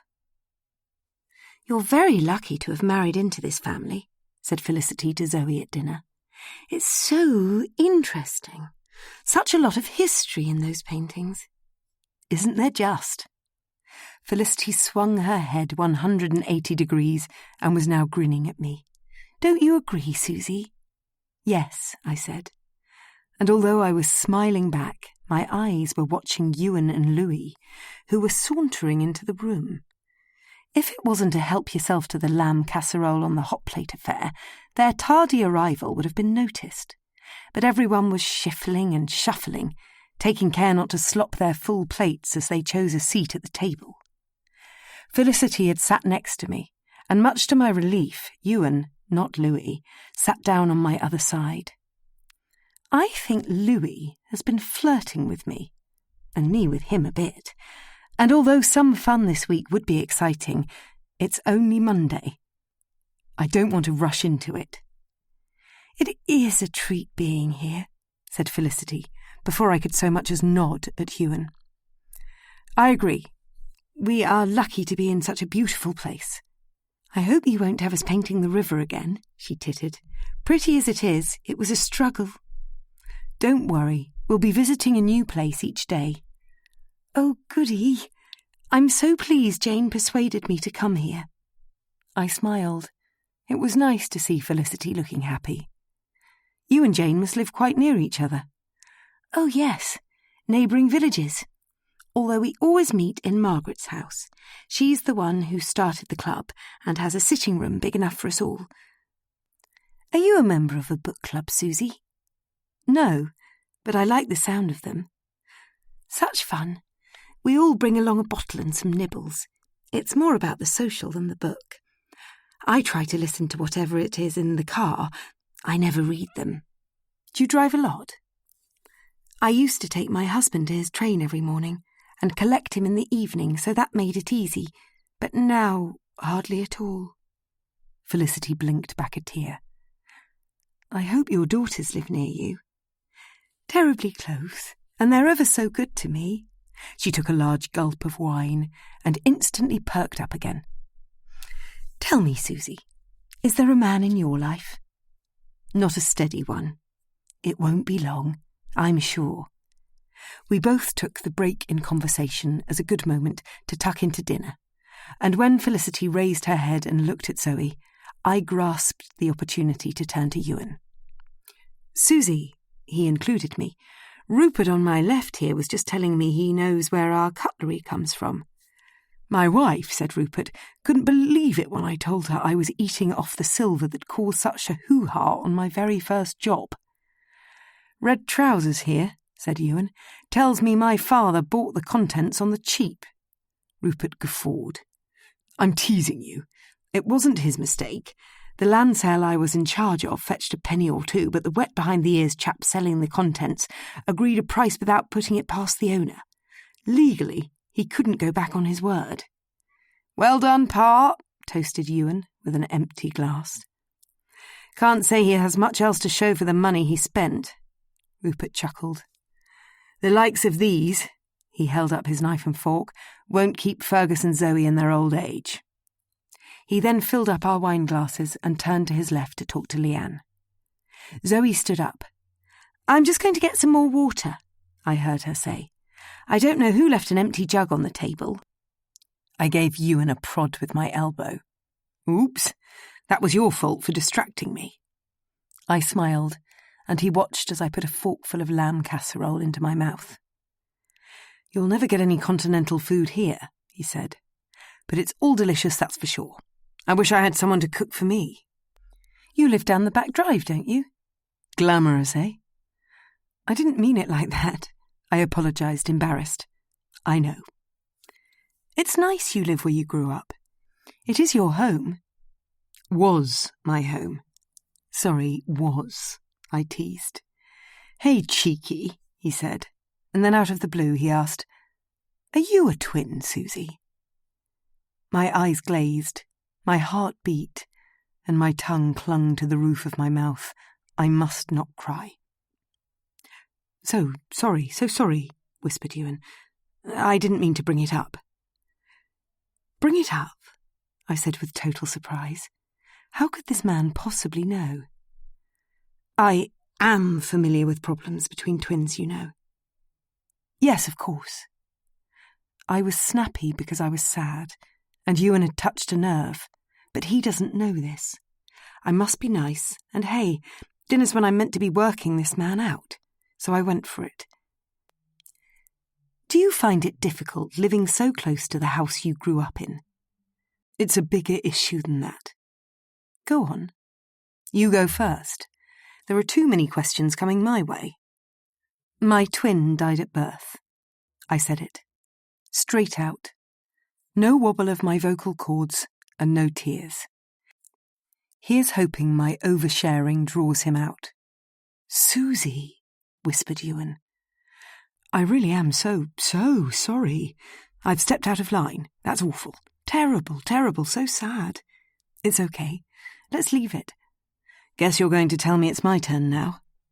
I was so pleased he was trying to lighten the mood. Yep, fair's fair. Now how was he going to soften the blow, having brought up my dead twin? Rightfully, I should be the 10th Earl. Really? I said, thinking, yes, Ewan is about to confide in me, or have a go at his brother. He looked down at my plate. Since you've finished, I'll explain. Gads, what's he about to bring up? Here's a home truth, he said matter-of-factly. Had Ma given birth naturally, I would have come out first, but no, 15 hours in she had a bloody caesarean. I was pushed into second place and Fergus suddenly became the heir. He grasped his wine-glass, and I hoped for his sake he wasn't going to crack it again. That's extraordinary. You're telling me. I've never thought about such a scenario before. Well, if you've no need. He sounded much happier with another glass of wine in him. There's no point. Hey, I could be the Duchess of Anywhere for all you know. He laughed again. It is quite a sensitive subject, you know. I'm sorry. I do understand. I did. Because even though some people say male primogeniture is so last century, one can to this day drum up plenty of families who pass on estate, house and contents to the closest male heir. Here, at Auchenlagan-Tosh, it presents an acutely jealous case. When the previous Earl of Muchten died, the 18th century Highland title and family estate all landed in his son Fergus's lap. Ewan, in the cruelest of twists, lost out on it all. Hey, I tried to rally him. Why don't you prove everyone wrong? What do you mean? Go out into the world, find a vocation, reach the top of your game. Maybe even get your own title, end up in the House of Lords if that's what you want. It's not. Well, what do you want then? My fair share. That would mean selling the family home. Nah, he could keep it. I mean the paintings. There's a fortune here, mouldering away on the walls. Why can't he sell a few and give me half? Fergus would have money to do up the house, and I'd have some to get me started in life. So you'd do the same if you were the heir? Of course. He gave an unconvincing grin. I certainly wouldn't have his hang-up about honouring our ancestors. Ewan looked down the table towards Zoe, and I wondered if he'd been putting pressure on her. She gave him a glowing smile. There's certainly no hostility between these two. She seems to be thrilled he's part of the party. Maybe a wife warms to someone who resembles her husband. In looks, at least. Fergus responsible and Ewan footloose don't seem to me to be cut from the same cloth.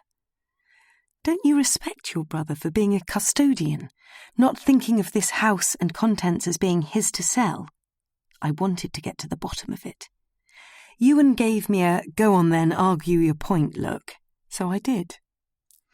Fergus doesn't want to be responsible for losing this estate. He's willing, they're willing to do all they can to bring in enough money to keep it together and continue living here. That's huge pressure. Any money they earn will go into it, whereas any money you earn will be yours to keep.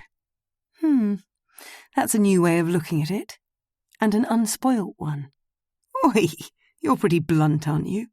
Sorry, I couldn't resist. Louis, sitting much further down the other side of the table, caught my eye as if to say, "I hope it's going okay with my mate, Ewan." I lifted my glass with an "It's all great" reply. "Louis checking up on you, is he?" I blushed. "You met him on a photography course, didn't you? Is there anything you don't know?" "Sorry, I can't help it. I'm interested in people." "I better be careful then." Ewan smiled and promptly stood up to clear the plates. Pudding arrived on the hot plate, and Shane could not get over the name Spotted Dick. He giggled and joked as Zoe and Ewan doled it out. Minty was offered some first, and when she refused, Shane, without missing a beat, said, "You can always have some of mine if you'd prefer." Everyone laughed, except Jane. I spent the rest of dinner listening to Felicity talk me through her uneventful plane journey here, and as soon as the first people rose to leave, I took my cue and got up too. Fergus followed me out and whispered in my ear, "The art valuer's arriving at 7:15 tomorrow morning. Best come to the hall 5 minutes before." I smiled and thanked him and said good night. A day of work and an afternoon out in the cold sent me straight upstairs after dinner. Jane was of the same opinion. If tomorrow night's burlesque and the following a ceilidh, I must get some sleep in advance. "Night, Susie," she said. "Night, Jane," I called back. Then, grabbing my toothbrush from my room, I glanced at the painting of the Annunciation on my way to the bathroom. Twin daughters granted to the Countess, who longed for a son, just shows our Creator at times has a different plan. But I bet you her eldest daughter made a great Countess. A woman in a man's world.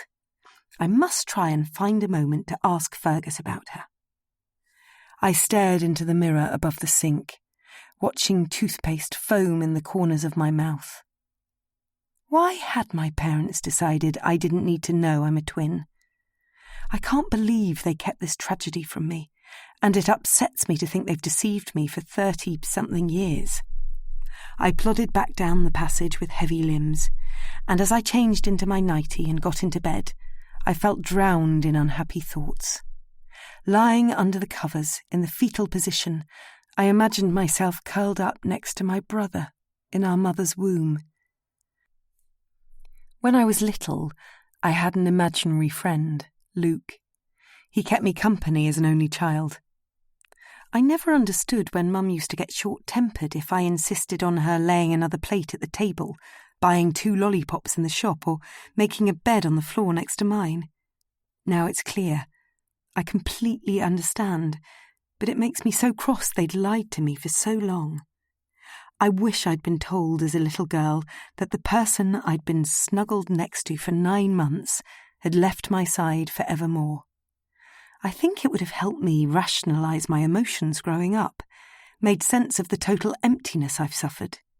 My brother and I were just bones, flesh and blood, but I believe an emotional attachment was formed. That's why twins exist in sync. But my double act is never, ever coming back. I lost the thing closest to me at birth. It's no wonder I'm afraid of commitment, unable to go out with someone for any longer than a year. I blame my parents. I really do. But I don't want to hurt them. They obviously can't see how selfish they've been. My vulnerabilities are mine to get over. Holding it against them simply won't help. I stuck a leg out from the duvet. I was hot and fed up. In our family, supposedly, nothing is brushed under the carpet and left to be trampled on. When issues arise, we gather round the kitchen table and try to come to an understanding before causing too much emotional hurt. But right now, an only child out on a limb, I'm feeling lonelier than ever before. I bet my parents have other secrets under their roof. My eyes stung with tears as I shut them tight and began to recite my nighttime prayers. Hail Mary, full of grace, another in Latin, followed by a Jesus, tender shepherd, hear me, for old time's sake. I usually drift off to sleep midway through, but getting to the end of Our Father, Amen, I felt wide awake. Drat. I sat up in bed, flicked on the light, and stretched for the 39 steps. I curled back the cover of an old friend and pleaded with John Buchan to take me on an adventure, far away from here. At last, I was in someone else's imagination. Time passed, my eyes began to droop. Then, as always, I felt the need to go to the loo. Tiptoeing to the bathroom as silently as I could along floorboards that creaked with my every other step, I noticed a light shining out from under the door of the closed wing. Zoe's words came to mind. "This wing is locked as it isn't used." But I now know 4 valuable paintings are in there. I looked at my watch. 1:04 a.m. Presumably, the light is a security measure, set to a timer, as mine are when I'm away from home. Nevertheless, as I sat down on the cold china seat, I thought, wouldn't it be exciting if someone's up to something in there?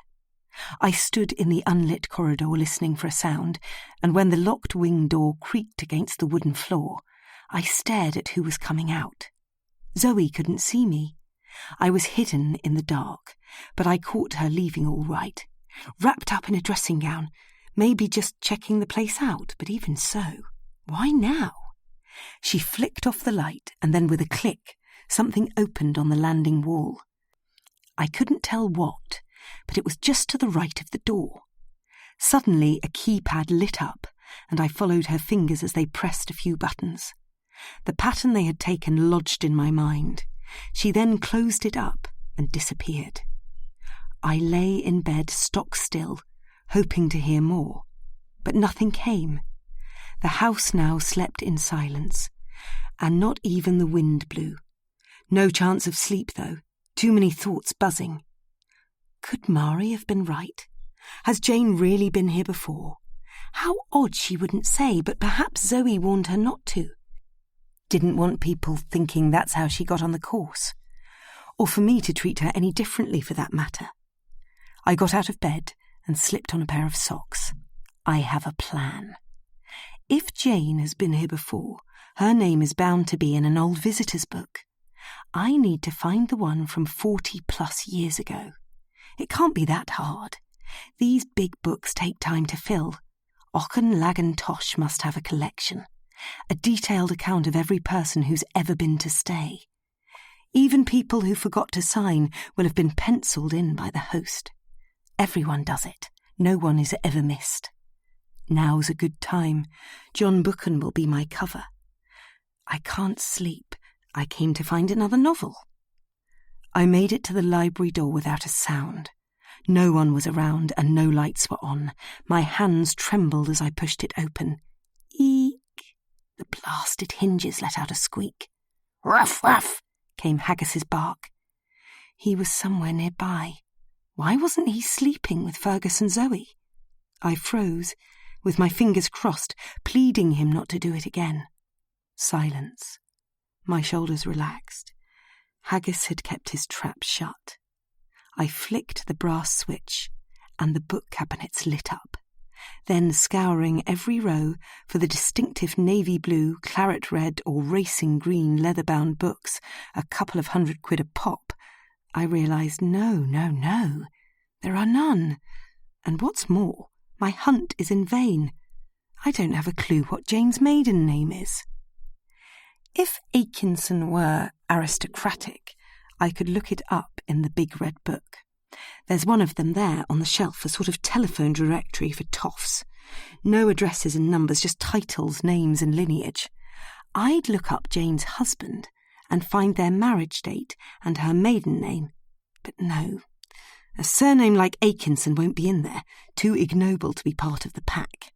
My hunt has come to a grinding halt. I put John Buchan back in place and took Edith Wharton's Summer down off the shelf. I haven't read this one of hers before, and it's slim enough to finish by the end of the week. A much better choice. My work here is done. I flicked off the lights and crept back to bed. Thankfully, without another ruff from Haggis. Chapter 13. It's 7:05. I'm in the hall ahead of time as always, but I'm far too excited to wait in my room. Spring light is flooding through the cupola, showing up dust everywhere. I have a tissue in my pocket, and as Fergus isn't here yet, and I like a job, I'm not very good at sitting still, I wipe the surface of the table. "Susie," said Zoe, swanning through the arch, her damp hair wound up into a bun, Haggis at her heel. "What are you doing?" "Nothing." I stuffed the tissue in my pocket. It's actually rather rude to be cleaning someone else's house. "It's so early," she said. "Fergus is sleeping. I didn't want to wake him, so if you want to change your mind and go back to bed, he'll never know." I tried to catch her eye. Has Zoe gone mad? Why would I ever turn down going around 4 great paintings with an expert? She ruffled her damp hair and looked down at the dog. "Landseer's pictures are out of fashion, aren't they, Haggis? I'm sure they're not Susie's kind of thing." "I definitely want to see them, please." Zoe shrugged her shoulders. "Your choice," she said as she flung open the front door. Haggis wagged his way out beneath the Corinthian portico. Donald's pickup was leaving the yard. He raised his hand from the steering wheel to say hello. No sign of Mari, so I guess she'd scampered in through a servant's entrance. "Susie," said Zoe, looking at her watch, "I must take Haggis into the garden to do his business, but I'll be back before our visitor arrives." "Okay." It would have been nice if Zoe had asked me to accompany her, but I suppose I should wait here in case the man arrives. I stood on the top step, breathing cold air up my nostrils until they stung. I wanted the shock to wake up my senses, help me get my head around why Zoe was up late last night, why Fergus had overslept, and why Haggis was sleeping downstairs. Fergus came storming out the front door, wearing a scowl and rocking a bedhead do. "Susie, thank goodness you're up. I don't know what happened, slept straight through my alarm. And as for Zoe, where is she?" "Cooey, Angel, morning."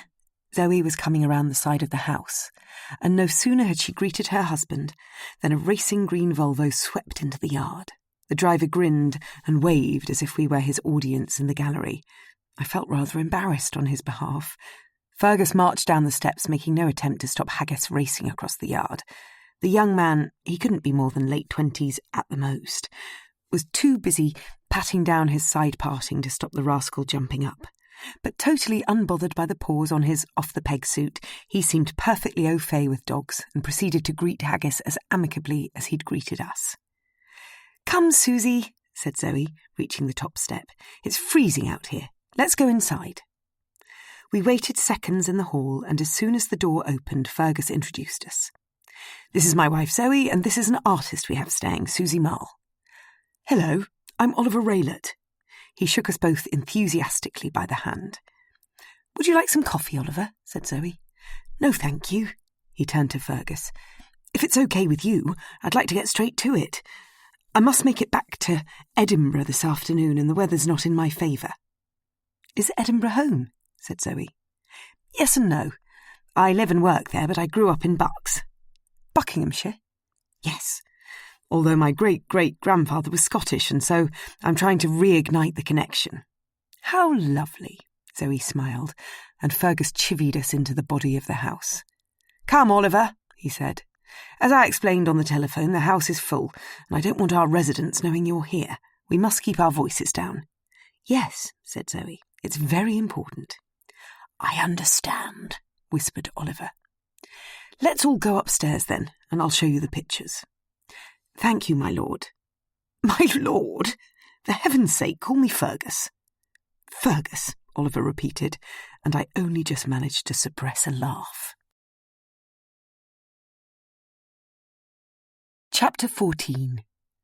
Oliver Raylett has the manners of someone who overthinks and underplays their sophistication. I blame it on his job. If you come, as I assume he does, from minor English public school stock and are plunged into a sales role in a high net worth department, it shapes you.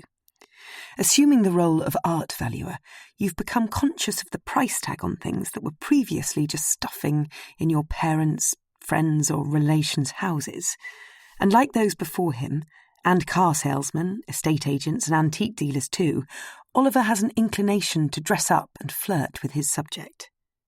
This performance began as the 3 of us, plus Haggis, which made 4, trotted upstairs after Fergus, and Oliver said quietly under his breath, There's a rare harmony between the exterior and interior of your house. It's a delight. But Fergus wasted no time exchanging pleasantries, and it wasn't until he pulled a key out of his pocket and opened the door into a vast space, stretching the length and width of one entire wing, that he spoke.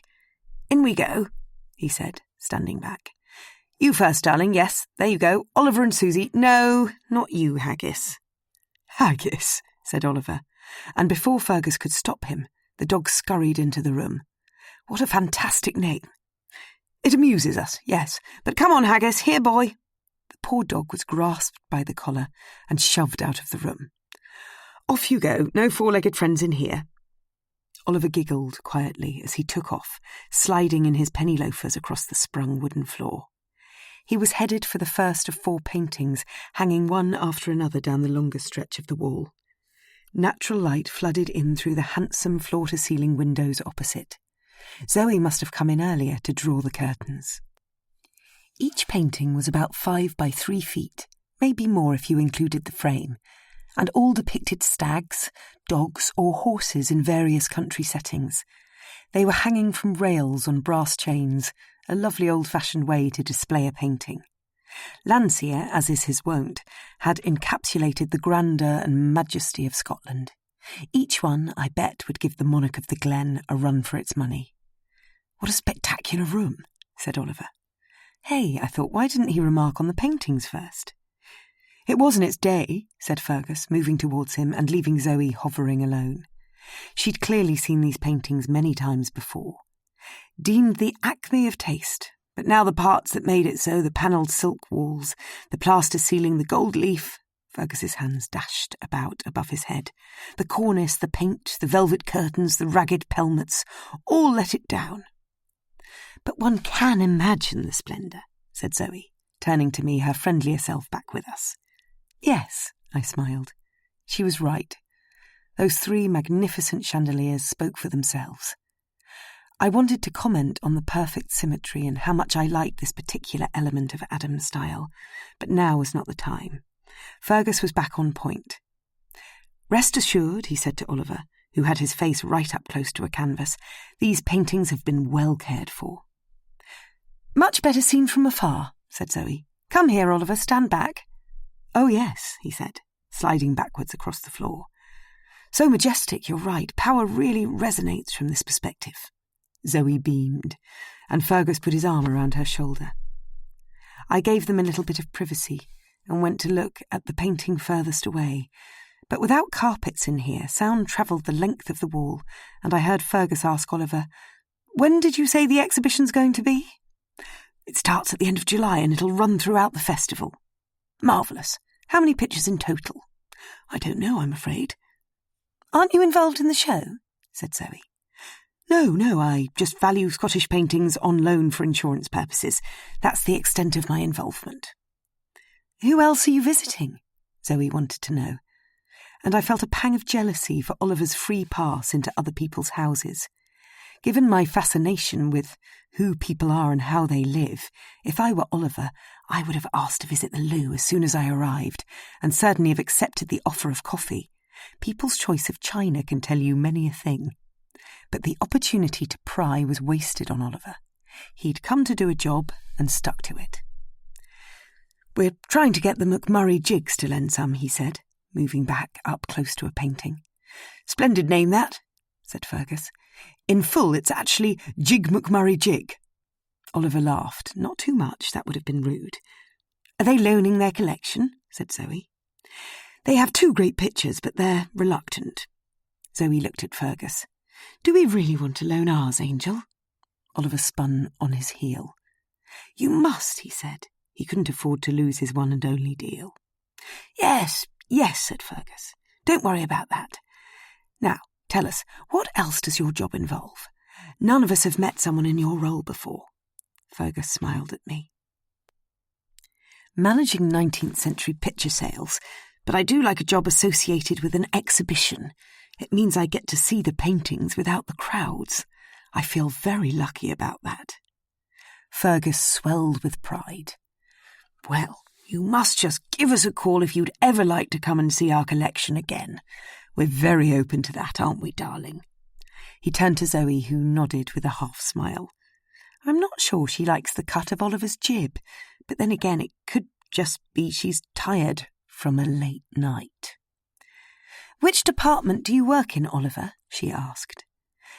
British paintings from early Tudor portraiture through to early 19th century. I noticed you have one of Gainsborough's dogs downstairs. Yes, said Fergus, and I perked up. This was a painting I liked a lot. There's currently strong demand for 18th century artists, the golden age of British painting. Gainsborough is a favourite. You'd get a pretty penny or two for your picture. Oliver's eyes cast over the peeling plasterwork as they traced his thoughts. And if you have any 17th century portraits by, say, Van Dyck, we've had record prices for these recently. Also, if I may... Fergus interrupted him.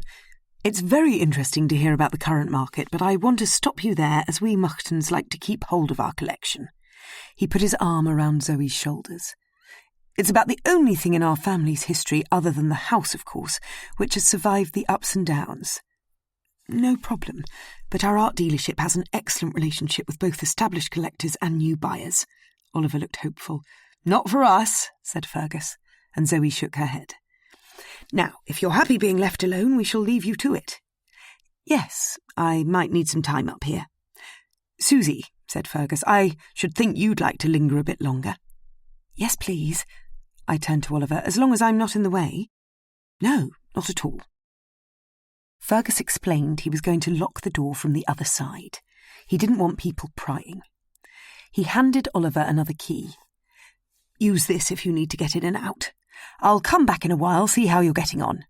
Thank you. Yes, I said. Thank you so much for letting me spend a bit of time in here. I'll make sure I'm down for breakfast. Please do, Susie, said Fergus. I'd hate to have to lie about where you are. Gosh, he was an honest man. Chapter 15.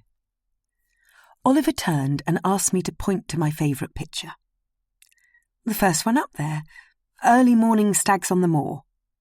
Come then, he said. Let's stand in front of it. Side by side we gazed at the dawn scene. What made you choose this? You.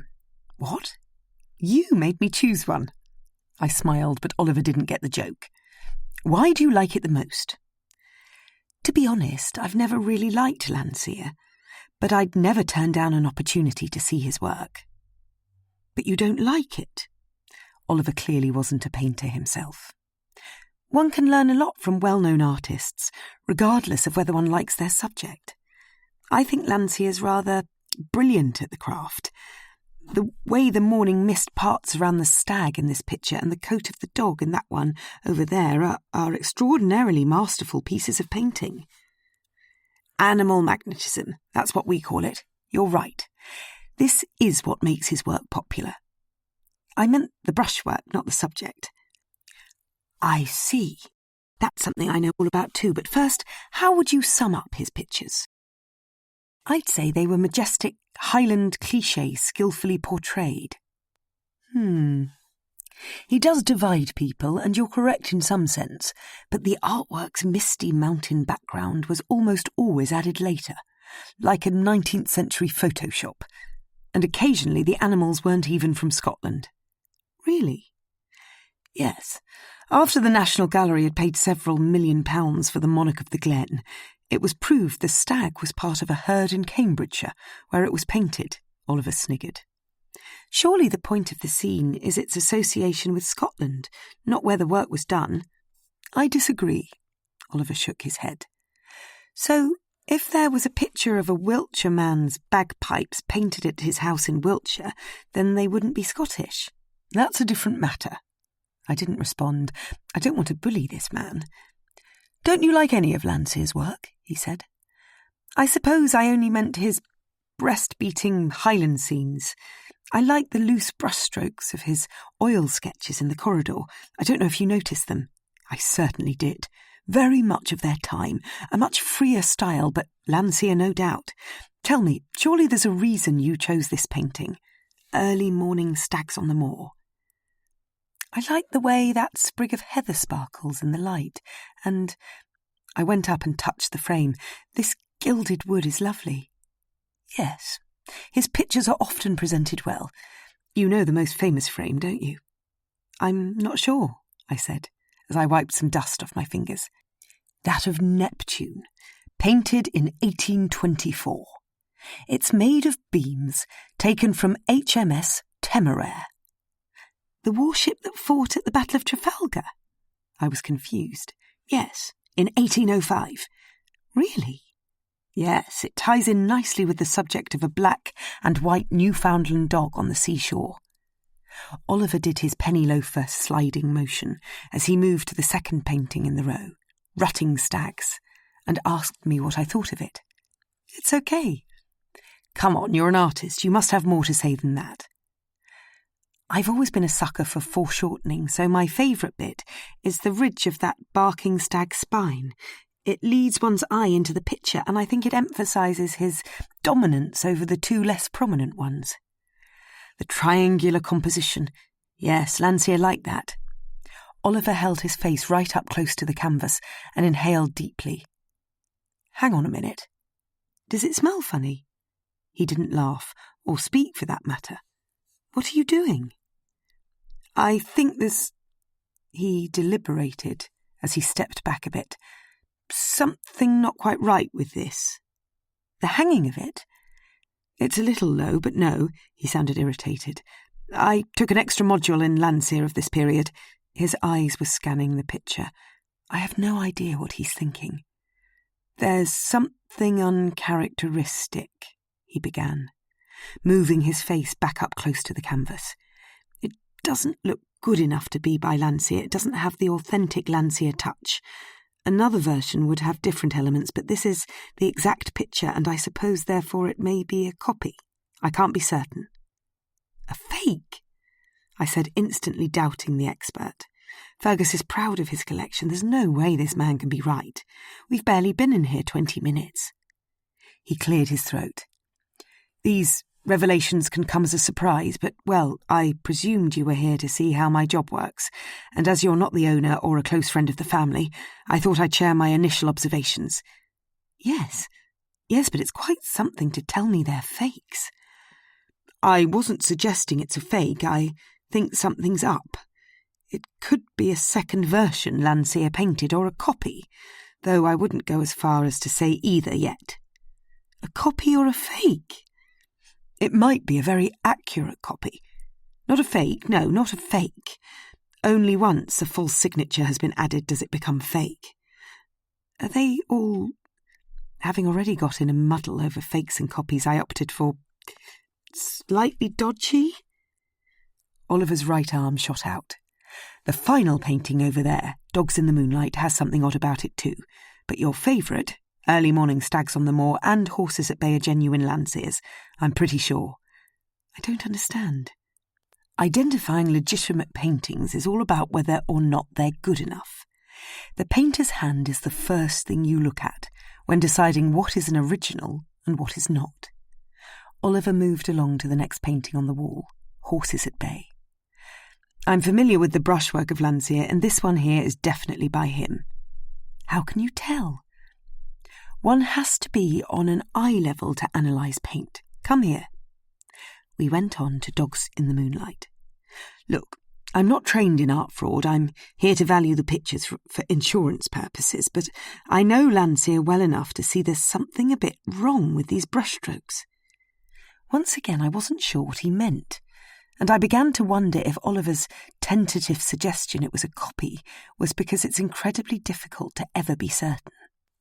The oil sketches on the landing have very different brushstrokes. Even I can see that. So perhaps Landseer was bridging the styles when he painted Dogs in the Moonlight, or having a bad day. Us artists do from time to time. Some pictures work and others don't.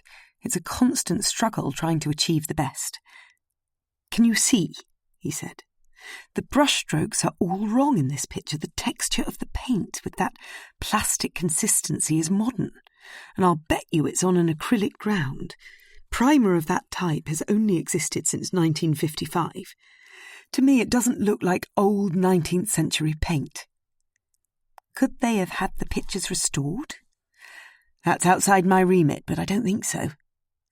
I could see a sheen on the surface, and when I asked, "Would you mind explaining the paint in more detail? It sounds interesting," Oliver took the bull by the horns. When a painting has been around since 1840, and therefore it's almost 200 years old, the paint begins to dry. Craquelure. It starts to crack on the surface. This is very important when looking for an old painting. If it hasn't got the right craquelure, it looks as if it's not a 19th century picture. "Go on," I encouraged. "I live in an old house.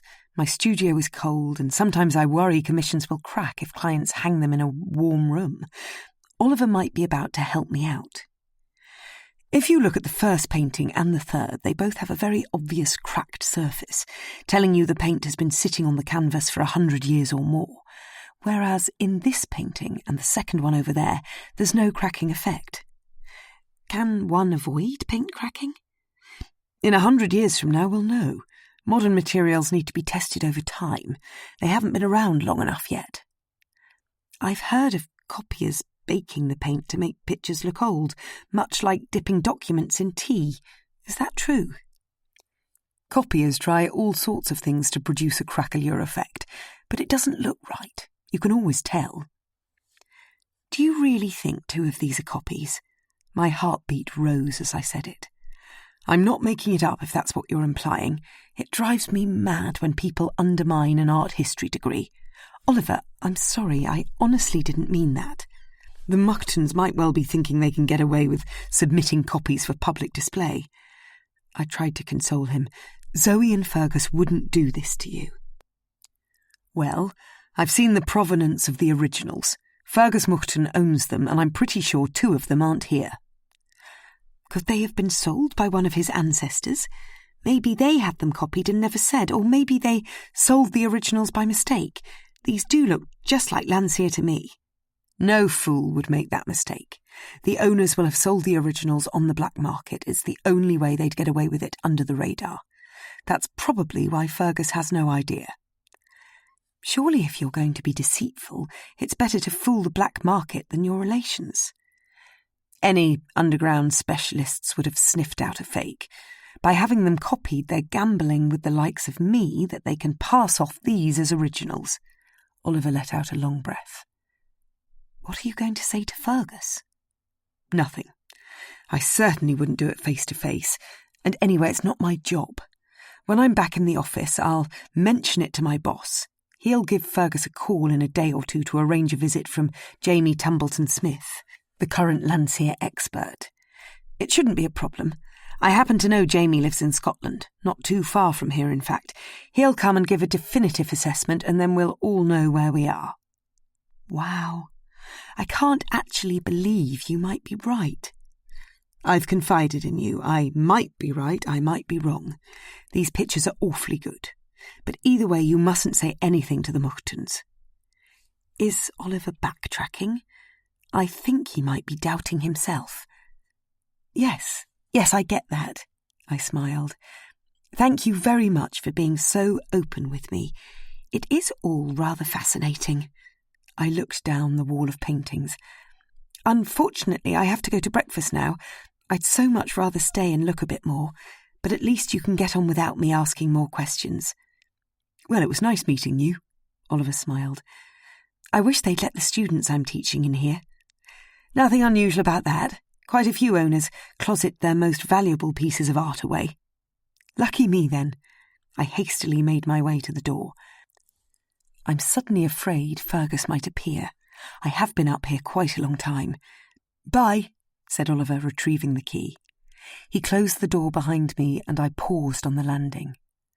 I wanted to know where Zoe had hidden the key last night. To the right of the door was a Landseer oil sketch, and as no one was around, I thought, let's see if it comes off. My fingers were pressed against the frame, but the picture didn't budge until I released my hands, and there was the sound of a click. I pulled at the bottom edge, and to my amazement, the whole thing hinged open to reveal a recess with a keypad. Easy as pie. I'd found the hiding place. I clicked the picture shut again and took off. downstairs. Chapter 16. "Butteries for breakfast today," said Zoe, sitting at the head of the table and pouring herself a cup of tea. "Help yourself and pass the plate. I recommend Marmite on them." I sat down next to her. She reached across and stroked my arm. "Thank you," I said, and she nodded with a smile. "Phew, we've made peace over me seeing the paintings." A plate of hot, stodgy, butter-drenched flat rolls came my way. Starting the day with a mouthful of calories is not my kind of thing, but I had to try one, and they did smell good. "Now," said Zoe, "I should have said this to you all at the beginning of the week. We have a bandwidth allowance on the internet. I've had a warning to say we've almost used up our monthly allowance, so please, no more watching films online." "The young," tut-tutted Rupert, and Jane and Felicity nodded in agreement. "I haven't been watching any," said Minty. "Nor me," said Giles. "Not me," said Shane, to which Leanne replied, "You have been Instagramming." "So have you." "Films will be the cause," said Zoe, "so please, no more." "Miss," said Shane, "I looked you up on Instagram." And I knew he had more to say. "Maybe you should be teaching us to draw hamsters." He burst into a fit of giggles, and Louis, who had been drizzling Marmite around his buttery, ignoring Zoe altogether, gave me a giddy look across the table. "I draw people's pets from time to time, yes." "Lots of pets at Susie Mile," said Shane. "Anyone got a hamster?" "I bet there's good money in it," said Rupert. "And as we're talking about it, I'll commission you to draw our labs right away." "Oh, thank you, but you'd better look at my style first." "I'll show you," said Shane, pulling his mobile out of his pocket. "Not at the table," said Rupert. "Later." "You're excellent at it," said Leanne. "I looked up your stuff too." "If you want to draw animals," said Zoe, "we could organise a class amongst the Highland cows." "I'd be up for that." Louis sounded keen. "As long as we keep to the right side of the fence," quivered Felicity. The door to the dining room opened. "What's all this?" said Fergus, grabbing Haggis by the collar and booting him out. "Angel, there's some interest for drawing the Highland cows." "Well, I'll see if Willie the farmer can cordon off a section of the field for you tomorrow, if you'd like." "I'm sure Willie will," said Zoe. "He's a willing chap then," said Louis, and I laughed. "I'll go and try him now." Fergus marched straight back out the room. "Whose birthday is it anyway?" said Shane. "Sorry?" Zoe was confused. He pointed at the small pile next to her. "All those gifts." There were chocolates, a scented candle, posh soap, and a jar of honey. "Oh, these," said Zoe, laying a hand on top of them all. "They're presents from Felicity, Jane and Rupert." "But why?" "Sometimes," said Rupert, "when one goes to stay with people, one takes a present for the hostess." "House gifts to say thank you," said Felicity. "I never expected to receive any presents. These three have spoilt me." "Susie," said Rupert, "are we going for the usual start time in the music room?" "Yes, and we'll be using watercolour, so please fill your pots, arrange your paper and have your rags ready by 10. Felicity looked flustered until Jane flapped her hand across the table and insisted she had enough to share. "Louis," Zoe smiled, "you do look rather tired. Did Ewan force you to stay up awfully late? He's a terrible night owl." Louis winked at her, and I was a little put out. "We had a lot to catch up on," he said. "I'll perk up after another cup of coffee." Rupert stood up.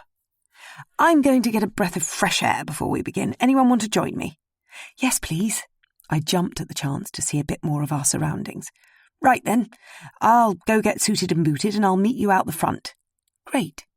Susie," Zoe beckoned me to her side. "Yes?" "Have you found an opportunity to draw Haggis yet?" Oh, crumbs. I'd actually forgotten she'd asked me. "No, not yet." "If you don't mind me saying, maybe this morning's your chance. Take him on a walk with you now, then he'll sit still for you later. He should keep to heel, so don't worry about a lead." It was a beautiful day. Not a cloud in the sky, And as soon as we took off down the back drive, Rupert told me my nose had gone pink.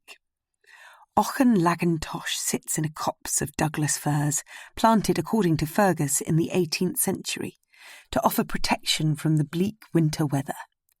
There was an abundance of lichen on the bark, and Haggis was ferreting around, hopefully tiring himself out. I'd set the pace. I wanted to try and reach Ewan's house before turning back. "Building up some heat in here," said Rupert, unzipping his heavy tweed coat. Empty cartridges rattled around in his pocket, prompting a rhapsody on shooting. "I can never get enough of pulling birds out of the sky. Quite the best sport ever invented. I love it. Stalking, too." We emerged from the Douglas firs and continued, guarded on either side by Scots pines. A rabbit ran across the drive, and Rupert swung his arms as if aiming a gun. "I'd have got that bunny for sure." I feigned an agreeable sound, but it was drowned out by the piercing shrill of a bird. "Caw, caw, caw," stopped us in our tracks. "What's that?" I looked up.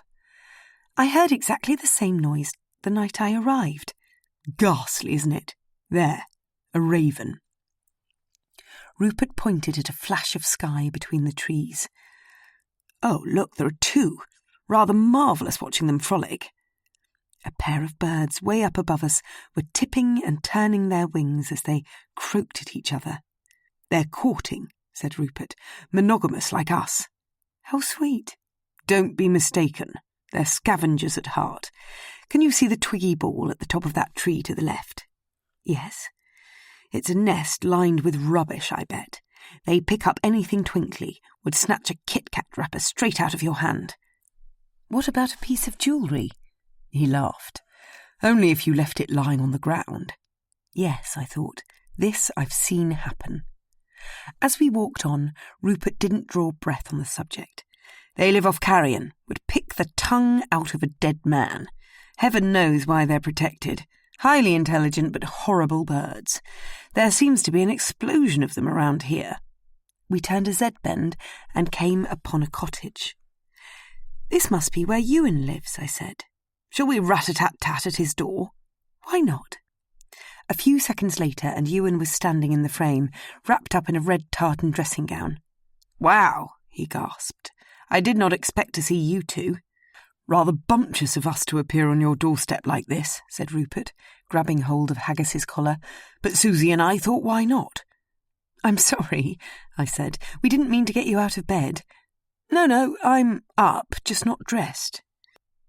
"Susie," said Rupert, looking at his watch, "we have precisely 9 minutes to spare." "Oh," said Ewan. "Would you like to come in?" "Yes, please," I said. "That would be great."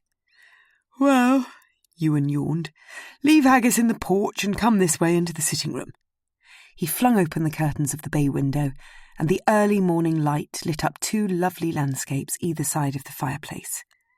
"These are very attractive," I said, getting up close. "Who's the artist?" "Eerie," muttered Rupert. "Cameron," said Ewan. D.Y. Cameron.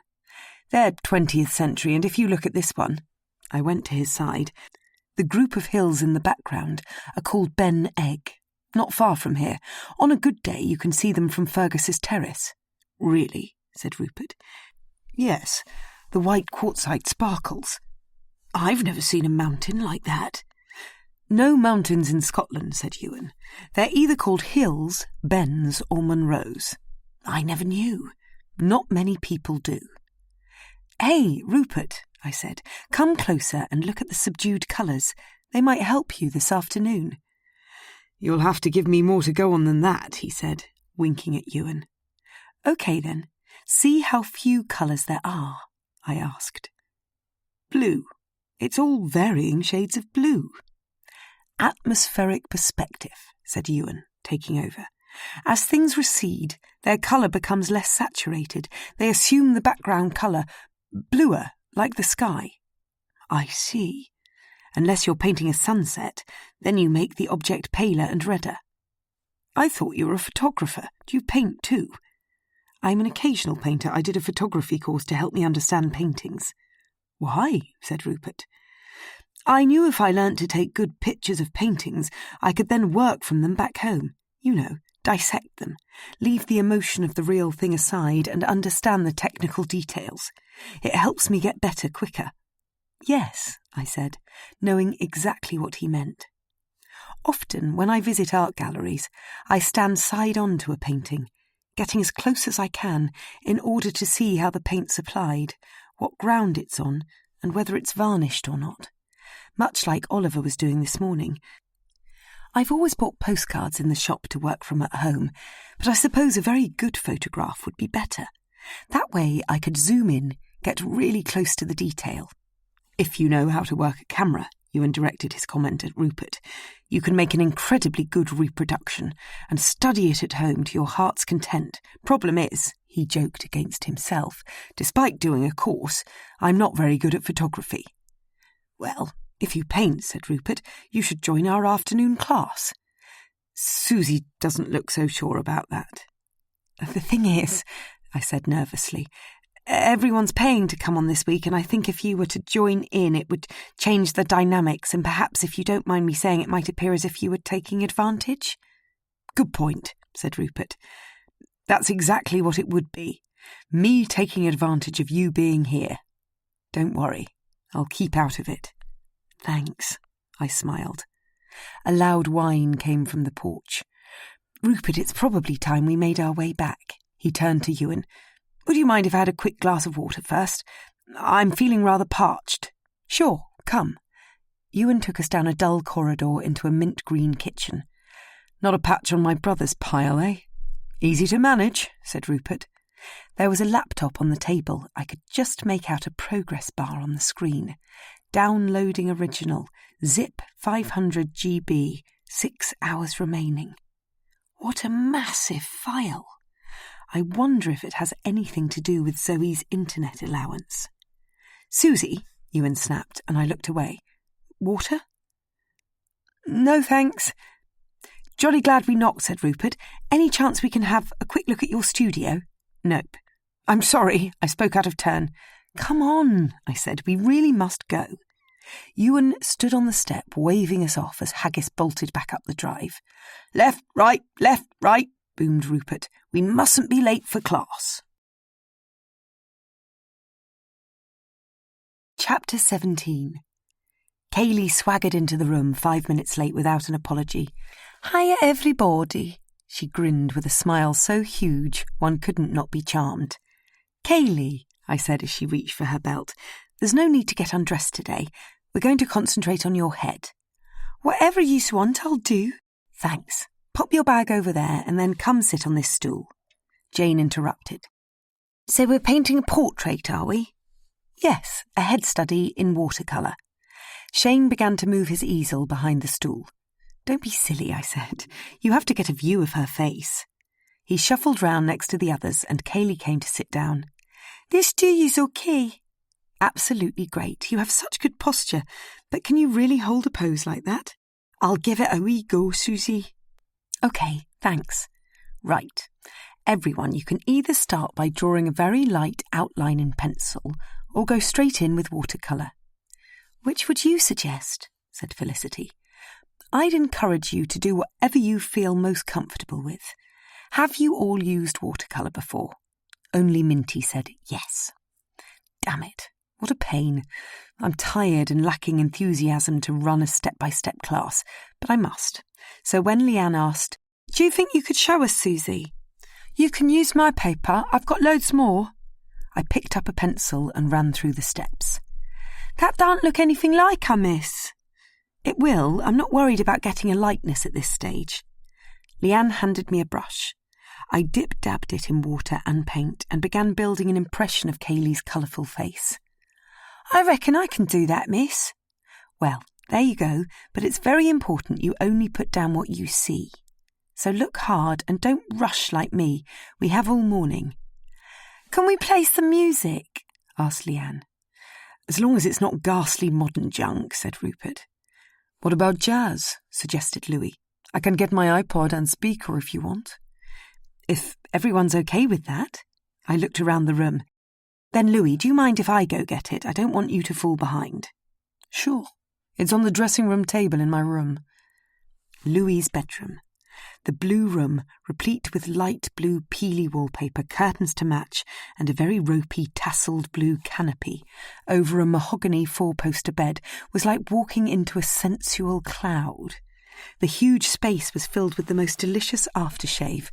I inhaled deeply. I love aftershave. The iPod and speaker were next to a lovely old 3-part mirror in a gilt frame. I bent down to try it out. The depth of reflection in this is so much better than modern equivalents. Ow!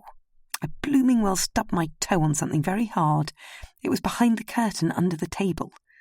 I dragged it out. A big black case with a sophisticated camera and 3 lenses inside. It was nosy of me to have a look, but I wanted to know. I pushed it back in place, and with iPod and speaker in hand, I left the room. The corridor felt cold, so I put the things on the console table and rushed to my room to get a jumper.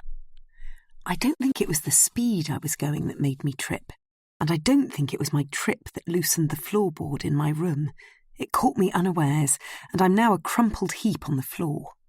The board struck up like a wobbly front tooth, so I grappled my fingers round the front edge, and, easy as pie, it came free. I can't actually believe it was that easy to do.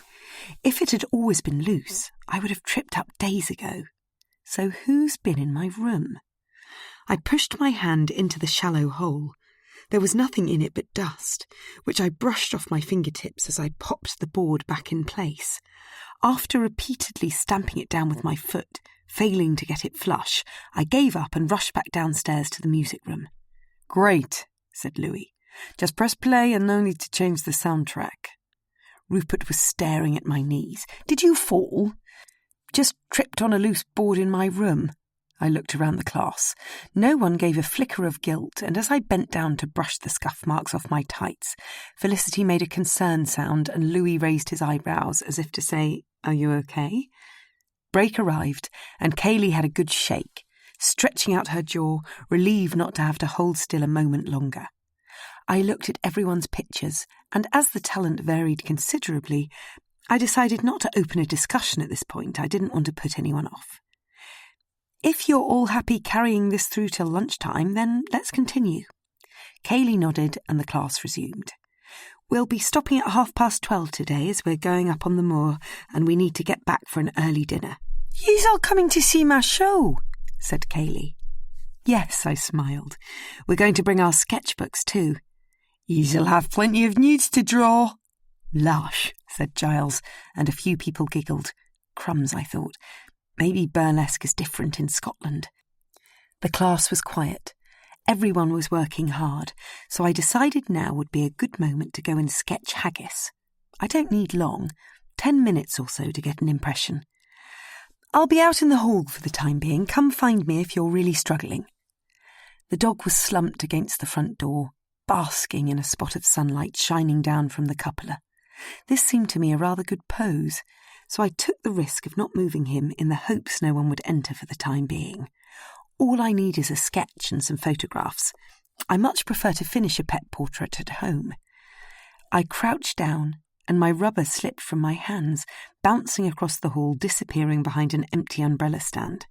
Thankfully, haggis didn't flinch, and when I went to retrieve it, I found lying next to it a spirit level, the perfect instrument for drawing an even-sided frame on my piece of paper. An outline helps such a lot with composition. So, sitting cross-legged, I began to draw. What a sweet dog he is. His left ear was raised, his head slightly cocked, and his eyes glistened as I worked. I scribbled down the composition and even managed to take several photographs before he moved. Good doggy, I said, as I placed the spirit level on the hall table and then bent down to stroke his soft coat. Haggis followed me to the music room door, and I felt guilty going in and shutting him out.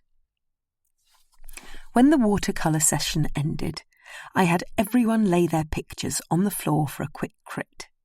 Do you mind if I scoot? Said Kaylee. No, not at all. Thank you very much for modelling today. Bye! She grabbed her stuff and swaggered out the room on the tail end of everyone's thank yous. Right, Come look at the pictures. You can ask me anything you want. Are you single? Said Shane, and even I laughed. Well, said Louis. Come on. I meant you can ask anything about painting. You've all put in such a lot of effort this morning. What I want to know, whined Felicity, is how Minty got such delicate colours. Minty? I think it's because I used a lot more water.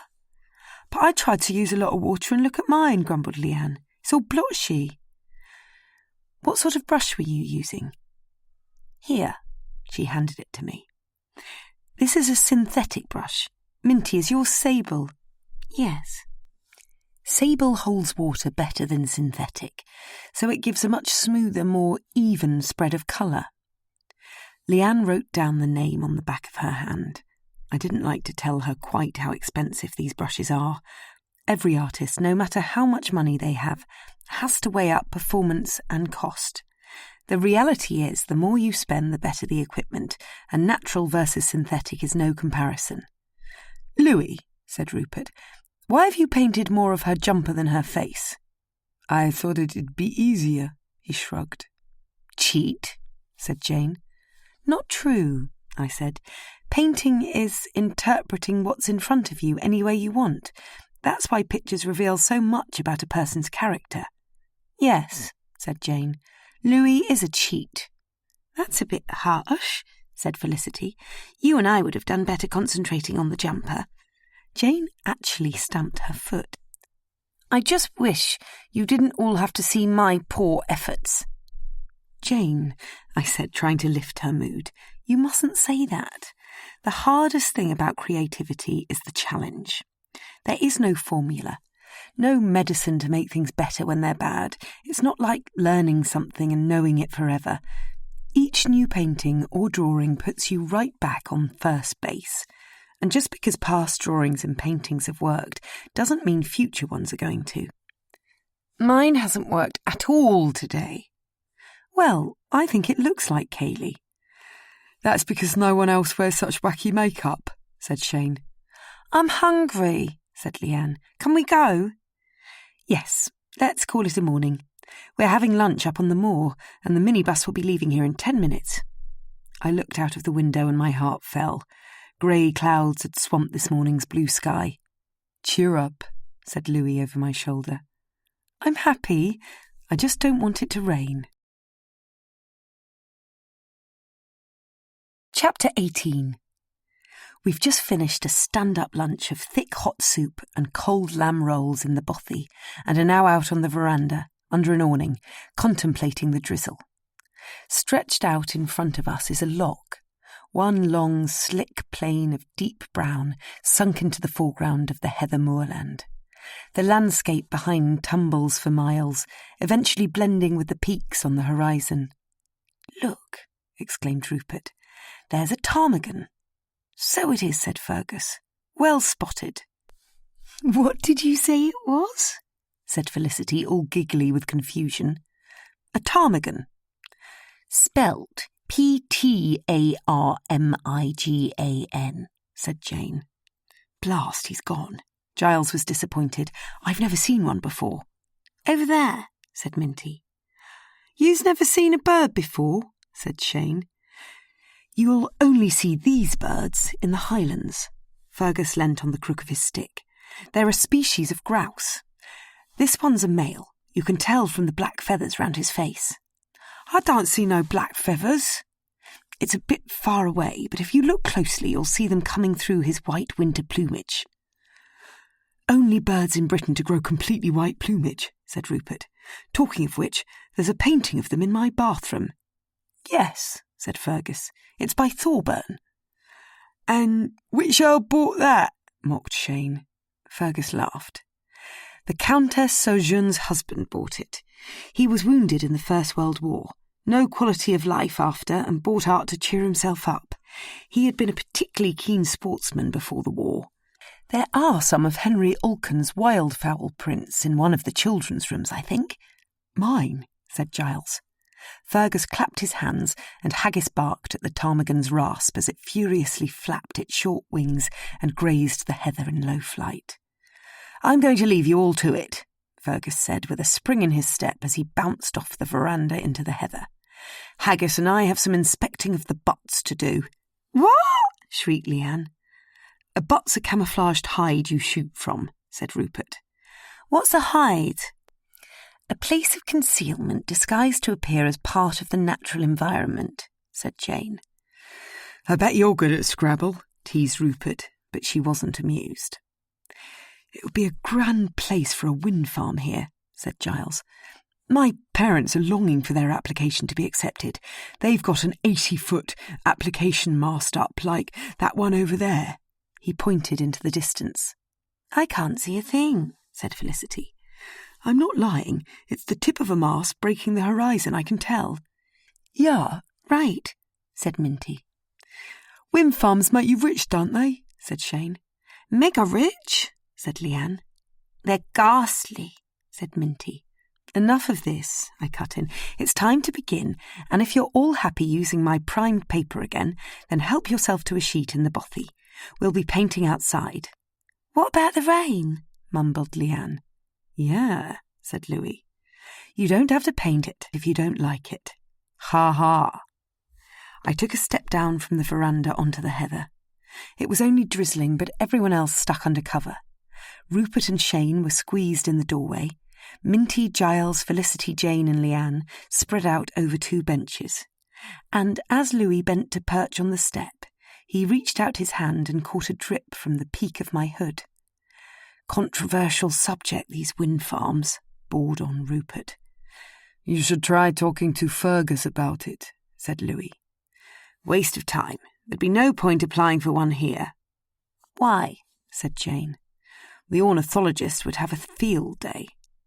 Who's he when he's at home? Said Shane. A bird expert, said Jane. Of course you'd know that. Come on, enough of this. I tried to stop the conversation, but it continued. Why would an ornithologist have a field day? Said Giles, and Rupert opened a discussion. All of you must have seen the big black birds swooping around the house. I told you, Jane, said Felicity. There was one on our windowsill the other night. Do they make an noise? Screeched Leanne. Yes. Well, that's been keeping me awake. Me too, said Minty. It's a horrible, haunting sound. They're ravens, said Rupert. A protected species. There's a swell of them here. And, said Louis, clearly not well versed in wind farm regulations. Even without the necessary step in the application, they'd win the case for the antes. How? Said Felicity.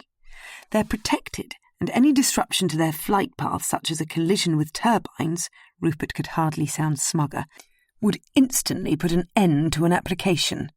Please, I begged. We must get started. What do you have in store for us this afternoon, then? Lauded Rupert. Yesterday we covered mixing colours and the basics of beginning a picture. Today we're going to focus on one colour. Yellow, said Shane. No. What's the dominant colour in the view behind me? Bleu. Shane's tongue followed the word out of his mouth.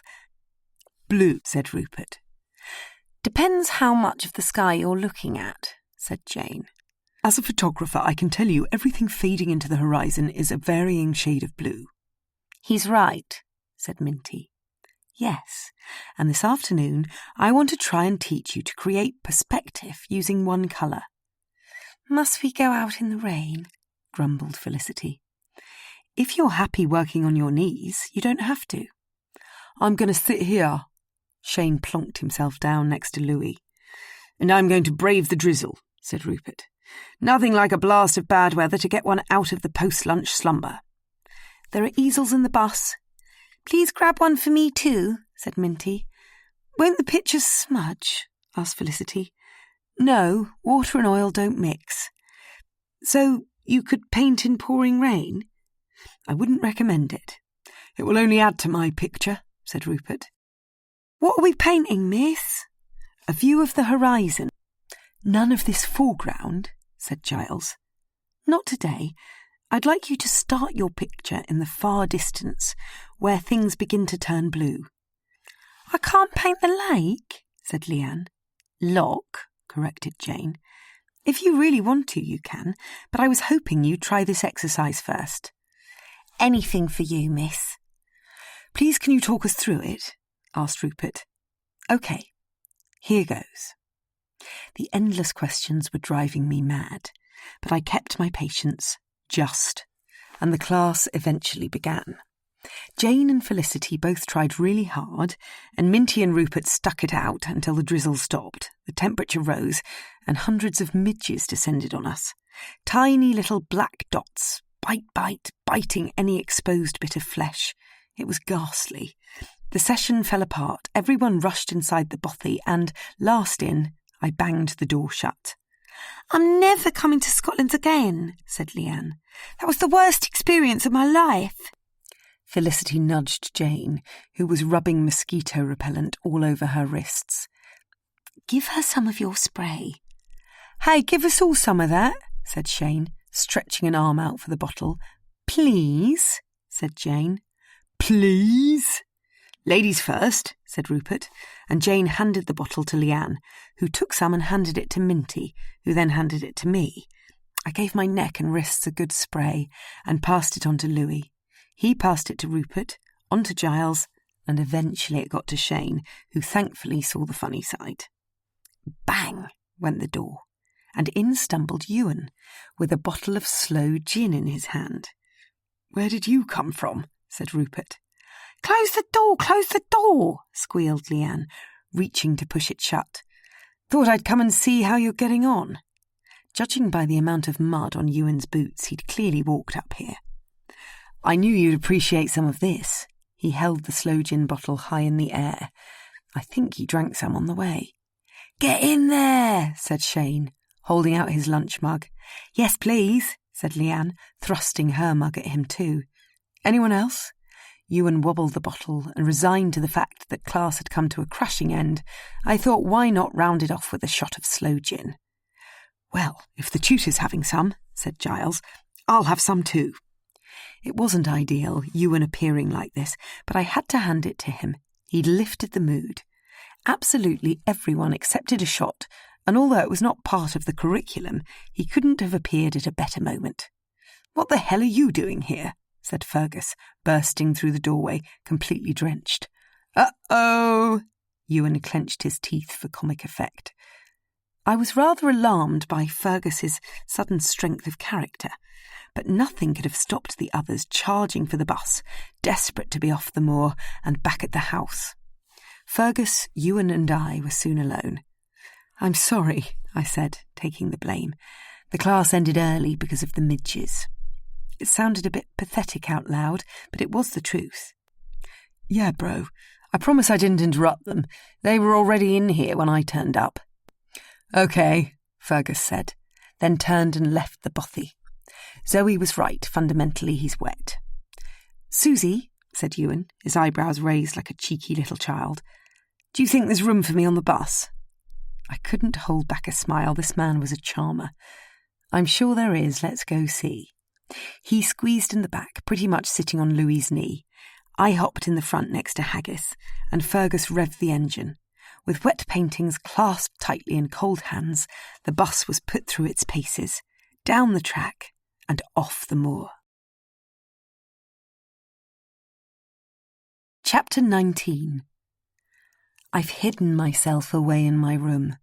The smuggled electric heater is set to full blast. I've had a bath, got my nightie on, and am lying under the bedcovers, wishing I had a gin and tonic in my hand. The failure of this afternoon's class, which was neither fun nor productive, is preying on my mind. I clench my teeth at the stupidity of not having thought about rain or midges. We're in Scotland, for heaven's sake. Refusing to let a tear creep out, I shut my eyes tight and think about what I'm going to do if there is worse weather to come. This week's residency advertised landscape painting, and as the tutor, I'm here to fulfil it. Oh, help me. Please, come up with a solution. I roll onto my side and stare into the open wardrobe. What am I going to wear tonight? This decision always cheers me up. My new black miniskirt? Yes, I think so. Definitely my red satin underwear. It could hardly be more appropriate for a burlesque show. And as it's cold, I'll wear the matching camisole too. Would a see-through shirt on top be okay? Yes, loosen up, Susie. Take the opportunity to have some fun. Now, jewellery. I don't have much choice. Hoop earrings and some gold bangles should do. Bangles? Wasn't Zoe odd when I'd found her alone in the library before tea, musing over something on the Victorian Writing Bureau, and I'd chosen my moment to suggest her bracelet could have been taken by a raven to line its nest? The tone in her reply took me by complete surprise. It was a raven, she'd snapped, and I jumped on the spot. Then, just as I was about to change the subject, Giles had come trundling in, and Zoe, without another word, lifted up the front of the desk, inserted a mini key into a mini keyhole, locked the bureau and left the room. Birds always make me think of Dad. He's a bit of a twitcher at heart, and thanks to his spouting on the subject, I've only ever associated ravens with the Tower of London. To this day there remains a small flock there, known as an unkindness. And the legend goes that if they leave, the kingdom will fall. Highly unlikely considering their wings are clipped. When Dad first told me, the part I found most interesting was that breeding pairs must have their own territory, so cannot share the tower's enclosure. The Wildlife and Countryside Act, stick with me here, states that we should not resupply from birds in the wild. Therefore, there's an aviarist in the country, Alec Ronaldsay, with a dispensation for breeding captive ravens for the Tower of London. The sole purpose of this aviarist's job is to repopulate and ensure the tower's precious flock thrives. How cool is that? Lying here now, thinking about birds and that ridiculous discussion of wind farms this afternoon, makes me want to prove Giles wrong. Surely Fergus, with his love for this place, can't possibly have a wind farm application in progress. Google, I'm sure, will back me up. I typed Moughton Wind Farm application into my browser. And damn it, I'm wrong. The very first search result proves that. Application for new onshore wind farm plans. Planning application 27/00126/EIA. The proposal. Application for planning permission in conjunction with Anamoy Energy for a wind farm spread over 23 square miles of the Moughton Moor to include 140 turbines, associated infrastructure, site access roads, and ancillary development including turbine foundations, crane hard standings, control building, grid connection and construction compound. Giles is right. Fergus does have an application in progress. The proposal went on and on and on. Size, speed, megawatts, location, construction, connection, site access, decommissioning, environment, risk assessment, hazard sites, impact on the countryside, noise and shadow, etc., etc. And the substantial document highlighted just how many different angles opposers can come from. 140 turbines does seem an awful lot. However, I know nothing of such things, so let's see. Google. Largest onshore wind farm UK. 215 turbines and a total capacity of 539 MW with an average of 2.5 MW per turbine. Next I searched number of turbines in a wind farm UK. Wind farms can have as few as 5 wind turbines or as many as 250. Here it is in black and white. Fergus is trying hard to make big money from this. The company website of Anamoy Energy, one of the most pretentious names I've heard, gave a bit of blurb about the project. Application pending. A section of Moughton Moor, part of the Auchenlagan-Tosh estate, is Anamoy Energy's largest project to date and is a joint venture between Anamoy Energy and Auchenlagan-Tosh estate, the wind farm located near the village of Moughton Moray, will comprise 140 turbines, giving a total capacity of 322 MW of clean electricity, sufficient to power 200,000 homes. The proposed site is 53 miles west of Inverness, with striking views over the Torridon Hills to the north and the Ben Egg to the west. There is a plan for a network of wind farm tracks to be built which, when the turbines are in situ, will be open for the public to visit and use. I very much doubt that final perk will stand up against the opposition. I wonder if I can find any objection letters. The first link I clicked on threw up a whole spread from 5 months ago, reporting on campaigners laying out their opposition to the Scottish Government's wind farm policy at an event organised by Communities Against Turbine Scotland, CATS. The key speaker was an MEP, the chairman an MSP, and the opening statement read, "The time has come for the government to think again about its wind farm policy." It was far too political for me to read on, so I went back on the search results and found over 50 individual objections from the public against a single letter of support from Archie and Hilda Stewart. Fergus, believe it or not, had sent in a response, and I'm afraid, what with his address and title, I don't think it would have helped him one iota. Here's what it said. Fergus, Earl of Muchton, Auchenlagan-Tosh.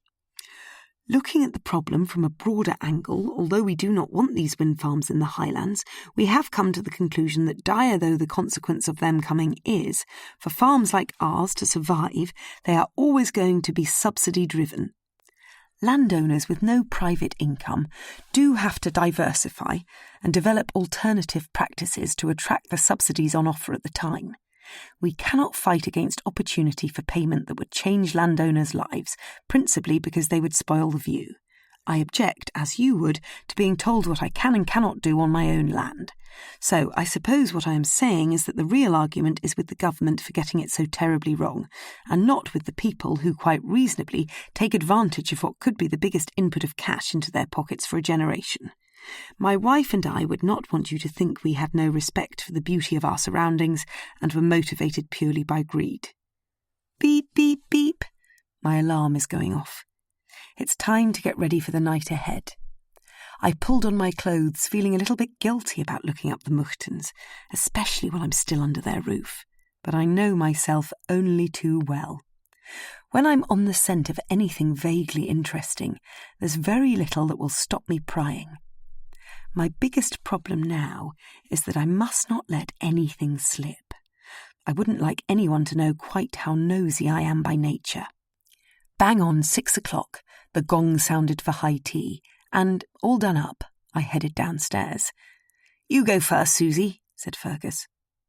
There were 2 huge dishes of Auchenlagan-Tosh lamb lasagna steaming on the hot plate.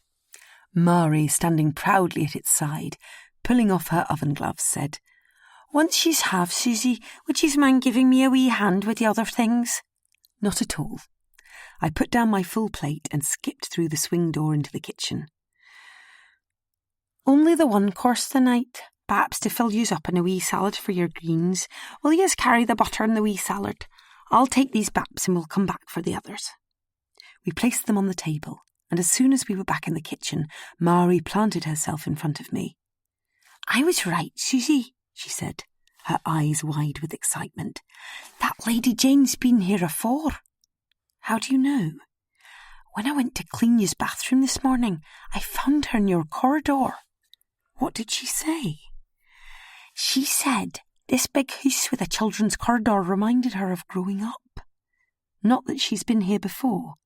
"No, but I bet you she has.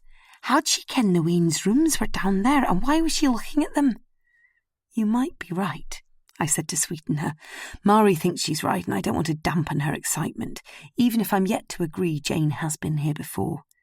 "I am correct, pet." She winked at me and handed over the final bowls. "Thanks for your help." "That's okay." I re-entered the dining room, and everyone was now seated around the table.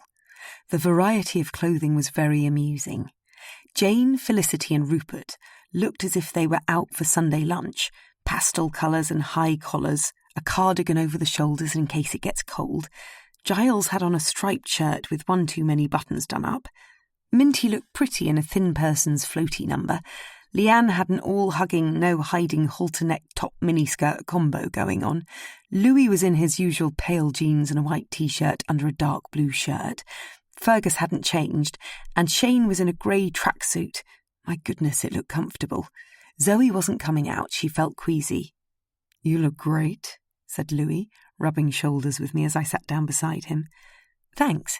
Do you know if Ewan's coming?" "Dressing up for him, are you?" "No," I grimaced. "I don't think he is. Didn't go down too well this afternoon. Just us lot. Funny crowd to be going out with, but it is a drawing session, I suppose. Would you like some wine?" "Yes, please." He filled my glass and held his up for a toast. "Here's to the night ahead." I smiled and turned to Zoe on my other side. "Rather nice for you all to get out tonight," she said. "I can't imagine anything spectacular, but I'm sure you'll have an amusing time. Fergus is excited. He's even asked Donald to be the driver. I'd so love to be coming, but the early stages of pregnancy aren't agreeing with me." Ever since I'd seen Zoe down the corridor coming out of the locked wing late last night, I've been trying to work out what was going on. If she heard something in the night, you'd think she would have woken Fergus, sent him out to see what's up, not gone to check up on their most precious possessions alone. I'd certainly use a man as my protector if I had one in my bed. It's not as if she's looking pale now, and she's eating along with the rest of us, so maybe she has a plan for when we're out. "Poor you," I said, "but we'll tell you all about it tomorrow."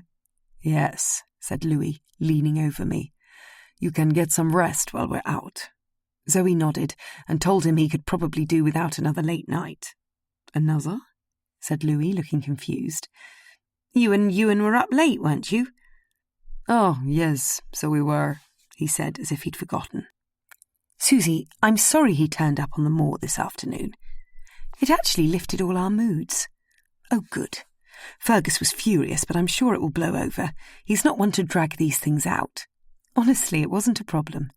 Zoe smiled. "I'm sure Ewan didn't mean any harm. Up on the moor is where he gets his inspiration. He knows a lot about painting, doesn't he?" Zoe's face, the one which wears emotion so well, looked seriously doubtful. "How do you know?" said Louis. "Rupert and I stopped by his house this morning." "His house?" said Zoe, looking at Louis, and I wondered what was going on between these two. "Yes." "He let you in?" Zoe was still looking at Louis. "We had a bit of time to spare." "I see. Poor Ewan being woken so early." "He was, as he said, up, just not dressed. I did feel a bit bad, but he honestly didn't seem to mind." "What makes you think he knows about painting?" Zoe wanted to debate the point. "He is a painter," said Louis, and Zoe laughed. "Yes, and he gave Rupert a very good rundown on atmospheric perspective." Rupert was sitting on Zoe's other side. "Ah," she said, turning to include him. "Did Ewan show you any of his work?" "No, though I did ask to see his studio." "And he wouldn't let you in?" I answered. "He wouldn't let either of us in." "That's because he only lets his best friends have a peek," said Louis. "Aye, Zoe?" "I learnt my lesson the hard way," she smirked. "One day I was looking for him and marched straight in. He wasn't very happy and has locked his door ever since." "Bit over the top," said Rupert. Zoe came crashing down in Ewan's defence. "I don't see why he should have to show other people." "I didn't mean it like that," Rupert apologised. "I'd just like to know what kind of pictures he paints." "I'm not sure." "You must have an idea," he cajoled. "He told us he works from photographs. Highland landscapes, I think." Where has Zoe's insouciance come from? Her conversation has really gone off the boil tonight.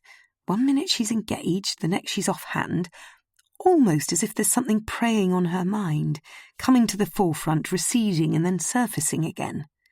Does this happen when one is pregnant? A downside, if so. "Hey, Louis," I said. "Maybe you've been taking photographs for Ewan." He stared at me unamused. "I'm really sorry. I didn't mean to offend you." "When would I have had the time?" He was cross. Guilty, I bet. If Louis has been taking pictures, the huge file downloading on Ewan's computer this morning could have been them, which would figure. Louis exploited the broadband allowance. Ha! No wonder he didn't say. I love photography, giggled Zoe. You must take your camera out when you're painting. I'm having a website designed for future courses and we could really do with some good pictures on it. I simply don't have the time. Are you a photographer too? Louis flattered her. I enjoy it when I do. So do I, he said, winking at me. What's your opinion, Susie, said Rupert, of people painting from photographs? Well, I feel strongly that you have to sit in front of the real thing and at least do a sketch to get the atmosphere of the place. I wouldn't dismiss photographs, I smirked at Louis, but only as an aid. Do you ever use them? Yes, for pet portrait commissions, but only once I've been to meet the pet in question. I'd find it impossible to capture their character without. Louis looked at his watch. Nearly time to go, he announced. I do hope you have fun, said Zoe. The ting of Fergus's glass silenced us all. Let's get a move on, out of here and into the bus. The performance starts in an hour. How long's the journey? Said Jane. 45 minutes at the most. I'd better go and spend a penny then, said Felicity, and we all got up and left the room. Chapter 20. The town hall architecture was a Caledonian reading of the Gothic, a Scottish baronial revival building with a far from baronial woman on the door. Miss, let's keep the show on the road, and don't stop and look at my cleavage even if you think it's asking for it, ushered us out of the cold and into the building. She was wearing a 2 sizes too small underaged outfit, and as her head turned into the pitch-black interior, save for a few flickering candles, her extended eyelashes pointed us on our way. Full house tonight. Come on, get a wee move on. In you go. That's right, tickets to me. Then you can grab a table. Roll up, on you go, keep moving. Thank you, sir. Ladies first. No, she exclaimed at the sight of Leanne's mobile. No taking pictures. This is a private show. I was just using the torch to find the table. Yous eyes'll soon adjust. No torches and no telephones, missy. On we went, sticking close together, caterpillaring our way through occupied round tables. There were at least 3 leery men to every done-up woman, and as we crept our way to find a free seat, it amused me to think, if only they knew we'd brought an earl. It was 8 to a table, so Fergus and Rupert spilled onto another, and as soon as we'd sat down, Rupert generously offered to buy the drinks. This one's on me. That's really kind of you, mate, said Shane, but there's no way I have enough cash for a round. I'm sure no one will expect it, so don't worry about that, but I would like to. Wine for the ladies? We all bent across the crushed velvet tablecloth and tried in the glow of the tea light to make out the list of drinks on the A4 sheet. Rupert meanwhile waved his hand at one of the 8 blonde bombshells buzzing around the room on roller skates. It wasn't long before one rolled up, and Rupert, unable to raise his eyes above her teeny-weeny kilt and fishnet suspenders, practically drooled on the table. Jane and Felicity shared a bottle of white, Fergus and Rupert a bottle of red, a Diet Coke for Minty, a shandy for me, and fizzy lager for the rest. Susie, what is it you're wanting us to do? Said Minty. Quick sketches of the performers is what I was thinking. We're awfully close to the stage, said Rupert. More like a catwalk, said Leanne, quite rightly. So, miss, you're thinking they're going to appear from behind that curtain? Duh, of course they are. That's what Susie wants us to draw. Energetic scribbles of what's in front of you. Doodles, said Rupert. Yes, the rhythm of the music should help you get into it. And at the mention of the word, a great big bang came from all 4 corners of the room. A strobe light projected the rays of a rainbow on the ceiling, and with deafening volume, the R&B club song, Hot in Here, pounded out. A shriek came from the doorway. All heads turned, and a lofty woman in a hooded cape wobbled her way towards the stage. The music quietened, lights went down, and we were plunged into darkness. Wolf whistling tore through the silence, and then boom went the speakers, up went the volume, on flashed the lights, and here on stage, having abandoned her cloak to the words, "I want to get my clothes off," was the woman in a silver leotard and red stilettos. With a single split of her legs, she was down on the ground, and a buff man in silver, buttock-hanging shorts appeared from behind her. He pranced a circle round her shadow, and with the spring of a leveret, he leapt over her head, laying himself down right in front of us. His arm then stretched out towards our table, and Felicity shrieked. The soundtrack took a clunky switch to Frank Sinatra's "Come Dance With Me," and the woman, much to the relief of her crotch, I would think, stood up and strutted her stuff down off the stage. She stopped, hovering over our table, beckoning Felicity's hand. Leanne bounced up out of her chair, and with a "Don't you worry, this one's on me," she willingly linked arms with the proposer and headed up onto the stage. She was presented to the man, and with great cheers from the crowd, they waltzed cheek to cheek up and down the stage. The performance ended, the lights dipped, and Fergus's "Isn't this great?" took me by surprise. "It's not burlesque, that's for sure," said Louis. "I'm loving it," said Giles, toasting Minty's glass. She gave him a half-hearted smile in response. "Thank you, Leanne," said Felicity. "You really saved me there." "That's okay. I adore this stuff." There was a loud commotion as a group of latecomers entered the hall. A roller skater led them to the only free table, one near us, and as they filled in, I counted 10 men. 8 sat down and 2 spilled over with Fergus and Rupert. One man had the most amazing curly mop of hair. I craned my neck to get a look at his face. Oh, heck. What a nightmare. My heart raced out of control, and winded to the core, I shut my eyes. What on earth is Toby Cropper doing here? A hand squeezed my knee, and my body jumped. "All right," said Louis. "I didn't mean to frighten you." I gave him a smile. There's nothing like revenge to turn up the attraction. Louis was going to be my target tonight. The music began again, softly this time, then gaining in volume as the pink strobe hyperactively dashed round the room. Onto the stage bounced 2 bodies dressed as Playboy bunnies, complete with big, shiny white front teeth. One masked figure had beautiful smooth legs, the other a hairy pair of tree trunks, and as they bopped around the stage, giving each other bum bumps, it all seemed quite innocent and fun. But then DJ B's dance mix started, and the performance turned into an orgy à deux. One bunny began humping the other from behind, the latter grinning as it aped eating a carrot. The whole performance was so amateur you couldn't help but laugh. Even Jane had a smirk on her face. Humpty hump hump they went until completely exhausted. One cradled the other in its arms, stroking her ears until the soundtrack ran out. To uproars of applause and stamping feet, the pair merrily hopped off stage. When the lights came up, I could see out of the corner of my eye that Toby was talking to Fergus. Suddenly he looked straight across at me. His eyebrows rose high as a kite. Oh, crumbs. He got up and was now coming around the table. "Susie," he slurred as he bent down and kissed me. "Never thought I'd see you here."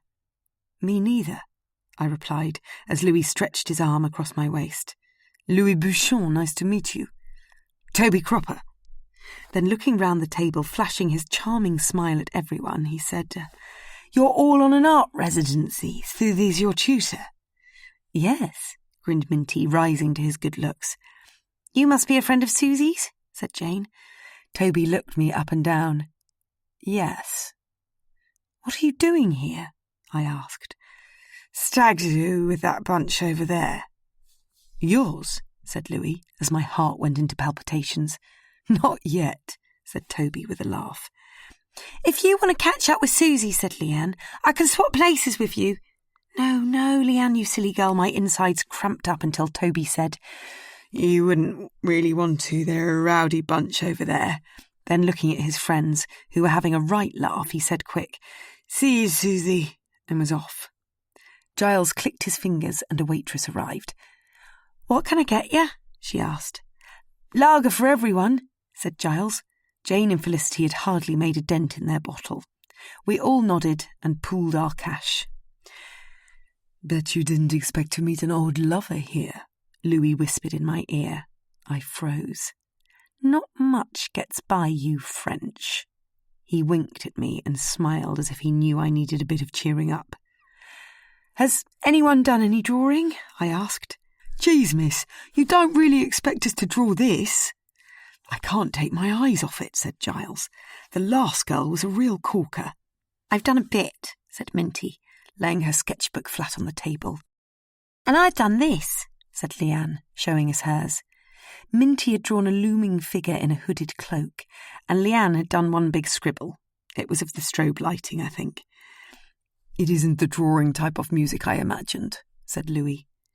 It is nothing like what I imagined, squawked Jane. I know, I reassured them. It's out there, that's for sure. And don't worry about drawing if you don't want to. It's not the subject I thought it was going to be. Fergus got up and leant over our table. Everyone okay? Some of us smiled. I'm taking full responsibility for bringing you to this, and I'm sorry. We could leave now if you want. I'm not leaving, said Shane. Me neither, said Leanne. The waitress arrived with a tray of drinks. Looks like we're here for the second half then, said Fergus. Felicity, Jane, are you both all right? We'll stick it out, said Jane. Then suddenly the room turned bright purple, and Britney Spears's Hit Me Baby One More Time came bursting down our eardrums. The moment we had come for had arrived. Louis nudged my shoulder, and I slipped my hand under the table and squeezed his knee. It's Kaylee! Shouted Shane. In a PVC catsuit with a provocative zip right down the front, Kaylee Baird stood proud at the centre of the stage. Swinging her hips to the beat of the intro, she curled the tail of a whip at her platformed feet. Oh, baby, baby, I shouldn't have let you go, she screamed at the top of her voice. And then with a sudden crack of the whip, shocking us all, she shouted the words, And now you're out of sight, yeah. Kaylee took the whip handle between her teeth and turned her back on the audience as the song got louder. Then, with her behind on full display, black PVC straining, she flung her top half towards the floor. Bent double in front of us all, her arms slowly to the beat of the music started to stretch through her straddled legs. Britney's voice singing Hit Me Baby One More Time came out of the speakers, and Kaylee's firm hands grasped hold of her buttocks. The crowd roared, high voices and low, coaxing her on in her act. Go girl, that's more like it, nice arse, show us your tits. I don't know if it was part of the plan, or if it was the hype from the audience that encouraged Kaylee, but here she was, on stage, looking as if she might strip her kit off. Her right hand tugged at the zip on the front of her suit. Down it went, her unclad bosoms popping out, following which, with the most provocative shoulders I've ever seen, she wriggled the whole thing off her waist. I didn't for the life of me think she wouldn't have any knickers on, but as the PVC was peeled to the floor, a bare, naked Kaylee was revealed. The eruption of cheers, whoops, wolf whistles and screams rose above the music as the onlookers lost control. Louis prodded me and nodded his head at the stag's table. There was a chap with pink Y-fronts over his jeans being pushed towards the stage by one of his friends. Kaylee, catching what was happening, thrust her pelvis towards him as he began to stagger. Jane shot up to standing, quickly followed by Felicity. We'll be waiting in the bus. I can't bear this any longer. For some reason, I felt responsible and found myself getting up with them, but when the lights went down and the music stopped, all three of us waited to see what everyone else had to say. Rupert leant in between Leanne and Shane. If you're going, Jane, I think I'll come too. I'm afraid, said Fergus, I think we should all leave. It's too cold to keep people waiting in the bus. Not even Shane objected, and to be honest, I think all of us were embarrassed to be watching this together. It'd be different with friends, you could laugh no matter what, but here we were, all sitting rigid in our chairs. Toby stood up to say goodbye. It was a nice touch for a man who's ignored me for the most part of the last 7 months. The woman on the door was no longer there, and Donald, wrapped up in hat and gloves, looked so pleased to see us at last. Fergus insisted I had the front seat, which meant I ended up next to him and not in the back with everyone else. "Yous had a good time, did yous?" said Donald to Fergus. "Yes, such fun. Looked an awfully lot of people." It was full. Funny, we hadn't heard about it till the model told us. "I heard something about it, but didn't think to mention it. You's not been out locally afore, and I didn't really get the gist of the advert, and the pub said something I couldn't read, the word beginning with B, and had a Q in it, with a twist." "Do you and Mari ever go to local shows?" "We take the grandkids to the pantomime at Christmas, but that's about it." Fergus turned to me, and full of enthusiasm, he said, "I like your friend. A lot." "Toby?" "Yes. He loves Scotland, doesn't he?" "I never knew. We know each other from the south, which makes it all the more amusing you bumping into each other tonight." "Yes," I said, trying to sound cheerful. "I hope you'll be pleased to hear I invited him to join our ceilidh tomorrow." I gave a massive grin. I'm a pretty good liar when I have to be. "I knew you'd be happy." He was delighted. I stared straight out the windscreen, feeling absolutely wretched. The last person in the world I want to spend a night with is Toby. The headlights showed up one bend after another, and never a long enough straight to get a clear view ahead. We were on a country lane in the middle of nowhere, yet somehow, in some unfortunate way, Toby Cropper had wriggled his way back into my life. "Well," said Fergus, "as we're a man short, it couldn't have worked out better. What about Ewan?" "I had thought about that, but Zoe tells me he's going away." "Away?" "Yes, no idea where." I felt mildly smug at the thought it was me who'd encouraged Ewan to spread his wings. Shane's voice came hurtling into the front. "Are we nearly there yet?" Fergus looked at Donald. "About another 25 minutes or so." "What's that?" called out Shane. "We can't hear you. Rupert's snoring." Fergus turned his head towards the back. "We'll be home in 25 minutes. "Good," said Leanne. "I'm ready for bed." "Fergus," I whispered, making sure Donald's aged eardrums couldn't hear. "I'm a bit worried about tomorrow." "Tomorrow?" "It's just, I don't know how to put it. I've been thinking, tonight and all." "What is it, Susie?" "I don't think Kayleigh should continue to model for us." "OK, you're the tutor," he said merrily, "although I did book her for the week." In all truth, with the image from her from tonight in their mind, it would be very difficult, probably impossible, for anyone to concentrate on life drawing. "I hadn't realised there was a difference, but I'll take your word for it." "Thank you.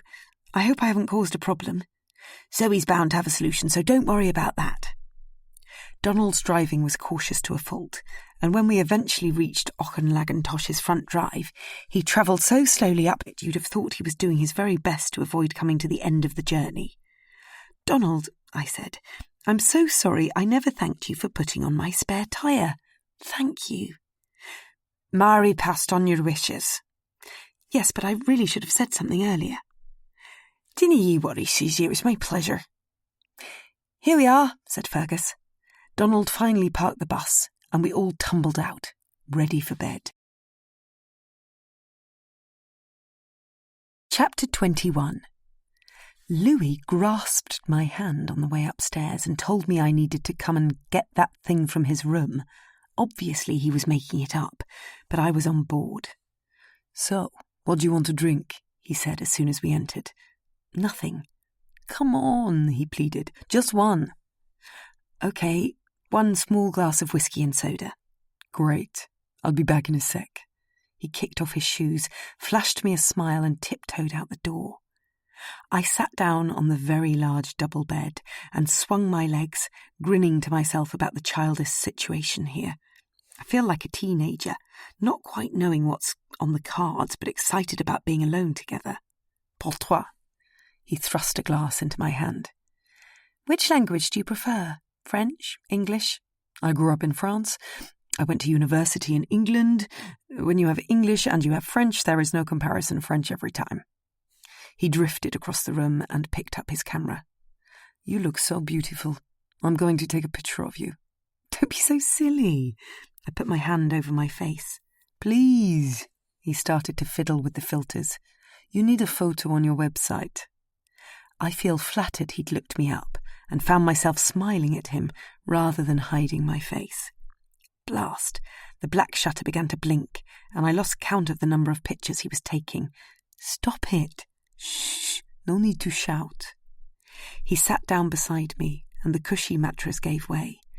We both shuffled backwards, giggling like children, doing our best not to fall off it. "Can I see those photographs?" "Sure." He pushed the play button and held the screen towards me. "Stop! You have to delete that one. I look awful." "No, you don't. Just shy. People always look a bit odd when they're caught unrelaxed." "Exactly, so delete it, please." I grappled with his fingers and won. "I trust you'll delete it from the recycle bin." "You have to trust me. Relationships are built on trust." "But you're French." "And?" "Frenchmen always have at least 2 lovers." "Both of whom trust him," he laughed. "Can I see all the pictures you took of me?" "Please?" "Please." Louis handed me the camera and collapsed back on the bed. Whoops! The dial spun and spun. Many images whizzed by, and then suddenly they stopped on a rather lovely detail of heather. "This is beautiful." Louis leant forwards. "Oh, it's nothing. Give it here." He obviously felt emasculated by such a pretty picture. "I'm going to take charge of sifting through from now on." There were several terrible pictures of me, and with a lot of persuasion, I got him to delete them all. "Why did you sign up to this course?" I asked as he went to put his camera down. "I wanted to meet you." "Rubbish. It's the truth." "I don't believe you." He picked up a sheet of paper from his dressing table and sped read aloud. "Suzy Marle is a figurative painter trained at the Ruskin School of Art. She is best known for her oil paintings but takes commissions for pet portraits. Her love of landscape and nature makes her well placed to teach this course. She is fun-loving, full of energy, and is in no doubt that the richness and variety of Scotland's natural heritage will provide an infinite source of inspiration to all artists attending the residency." "Where did you get that?" "It was part of the starter pack. Ewan sent it to me and I thought, why not?" "You were lucky to get a place." "I sent in a photograph with my application." "Seriously?" He laughed. "Of course I didn't. Though I did say I'd like to give some more money towards it." "Really?" "Yeah, I think it's a very good idea." "That's so generous." I suddenly felt awkward knowing Louis must be rich. I didn't want him to think that's why I was keen. He immediately made me feel at ease. "I'm lucky enough to have some money to give away, and when I heard about the sponsored places, I thought it was a good cause. I would never have told you if you hadn't asked, but please keep it to yourself." "Of course." I smiled. It felt nice, him opening up to me. "Another drink?" No, I must go to bed." "Fair enough." Louis followed me to the door, and as I stretched for the handle, he lightly wrapped his fingers round my right shoulder.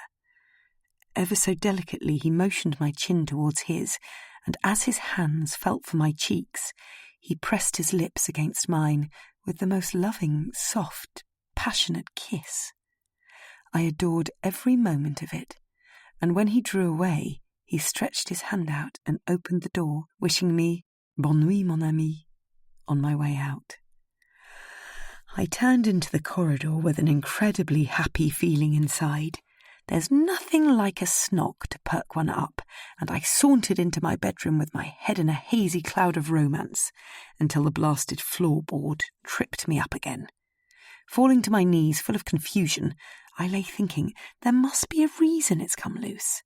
Then, assuming it wasn't a trick on me, everyone's too grown up for April Fool behaviour, I began to wonder why. I reckon it happened today when Rupert and I were out walking. The timings make sense. Perhaps something was hidden and someone came to get it. Maybe it was Zoe. She could have stashed something in here when she stayed as a child, or heard treasure was in the house and searched the locked wing last night, and this corridor this morning. Unlikely. Surely she'd do it when the house is empty. Maybe Mari accidentally sucked the board up with her hoover and struggled to put it firmly back in place. Or Fergus could have been looking into the electrics. It might be to do with that. I've never sleepwalked before, so it's highly unlikely, but I suppose I might have done something in my sleep. I stood up and got ready for bed, and as I brushed my teeth, then put on my nightie, progressively more absurd thoughts flew off the top of my head. Haggis had scratched the board until it came loose. Louis had tried to hide a present for me. A squirrel had sneaked into my room. The raven somehow caused the problem. The teddy bear had come to life. The two-faced man in the painting had walked out the canvas. I grasped my mobile and turned on the torch. Then, straddling the void in the floor, I bent right down and peered into the illuminated hole. A tiny speck in one corner sparkled back, and I felt all zingy inside as I grabbed my tweezers to pluck it out. A hard, pale, yellowish lozenge, about 5 millimetres in length, is now in the palm of my hand. Considering where I found it, it's probably a jewel from a doll. But no matter how insignificant, I'm excited to get to the bottom of who's been here and what they've taken out. Right now, though, I must sleep. I can't be a hungover, tired tutor tomorrow. So I popped the jewel in my jewellery case, replaced the floorboard and jumped into bed. I'm lying in the dark, imagining Louis in his huge double bed. Mon ami, I whispered with a smile. How much fun to have a Highland fling. Nothing long-term. I don't want to be hurt again. I've lost my faith in finding true love. Lost it because of Toby. Oh, Toby. Why are you tipping up here tomorrow night? How could you have accepted without asking me? Grrr.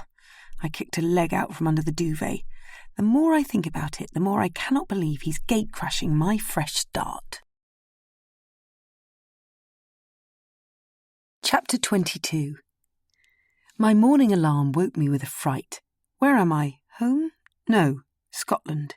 It's morning. Really? Yes, morning. That was far too short a night. I reached for the snooze button and promptly fell fast asleep again. 10 minutes later it began to beep.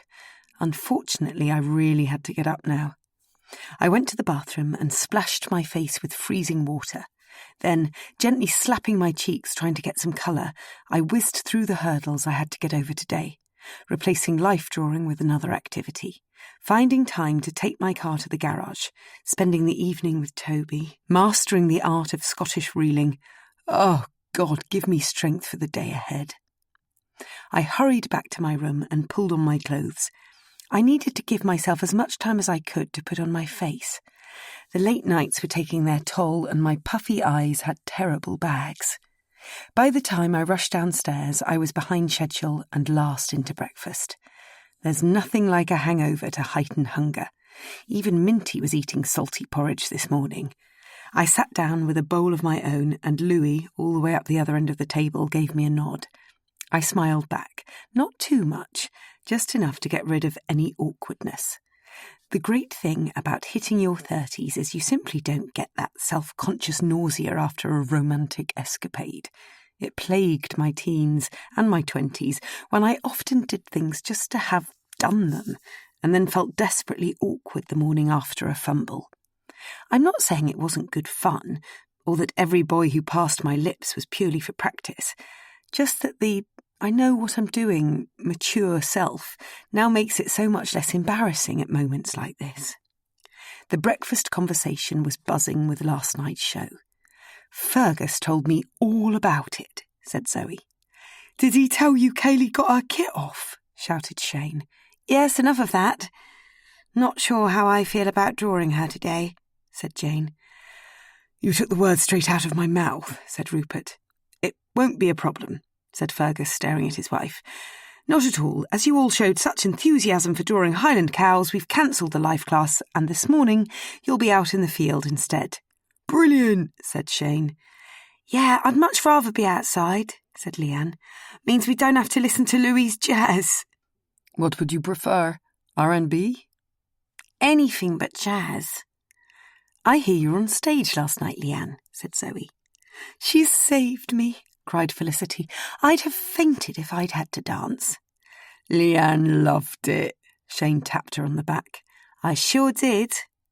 So you'll all be happy drawing cows this morning, said Fergus. Not in the field, exclaimed Jane. No, don't worry, they'll be fenced off. What a relief. It looks jolly chilly outside, shivered Felicity. Well, perhaps, darling, you could arrange some thermoses, put something warm in them, you know. Fergus revealed his undomesticated hand. Surely he could pass this message on to Mari himself. I'll get a basket of goodies made up. Zoe fitted the bill of a classic wife. One with servants, that is. Susie, said Rupert, that was a charming friend of yours we met last night. Yes, said Zoe. Wasn't that a coincidence? I hear he's coming to join the Cayley. Angel, I hope you offered him a bed. He's staying in Buchtermuchti, you know, that clapped-out building on the corner of the High Street. Poor him. There was a crowd of them. I'm sure it's better than we think. Rupert's voice boomed across the table. He must be keen to see you, Susie, if he's deserting the stag party to come here. Shane Wolfe whistled. He's just a friend, I said through gritted teeth. I don't blame him coming here, said Jane. It's terribly common, this obsession with stag do's. Part of the reason I invited him, said Fergus, is he's all alone tonight. How come? Asked Rupert. He didn't want to drive south on a hangover.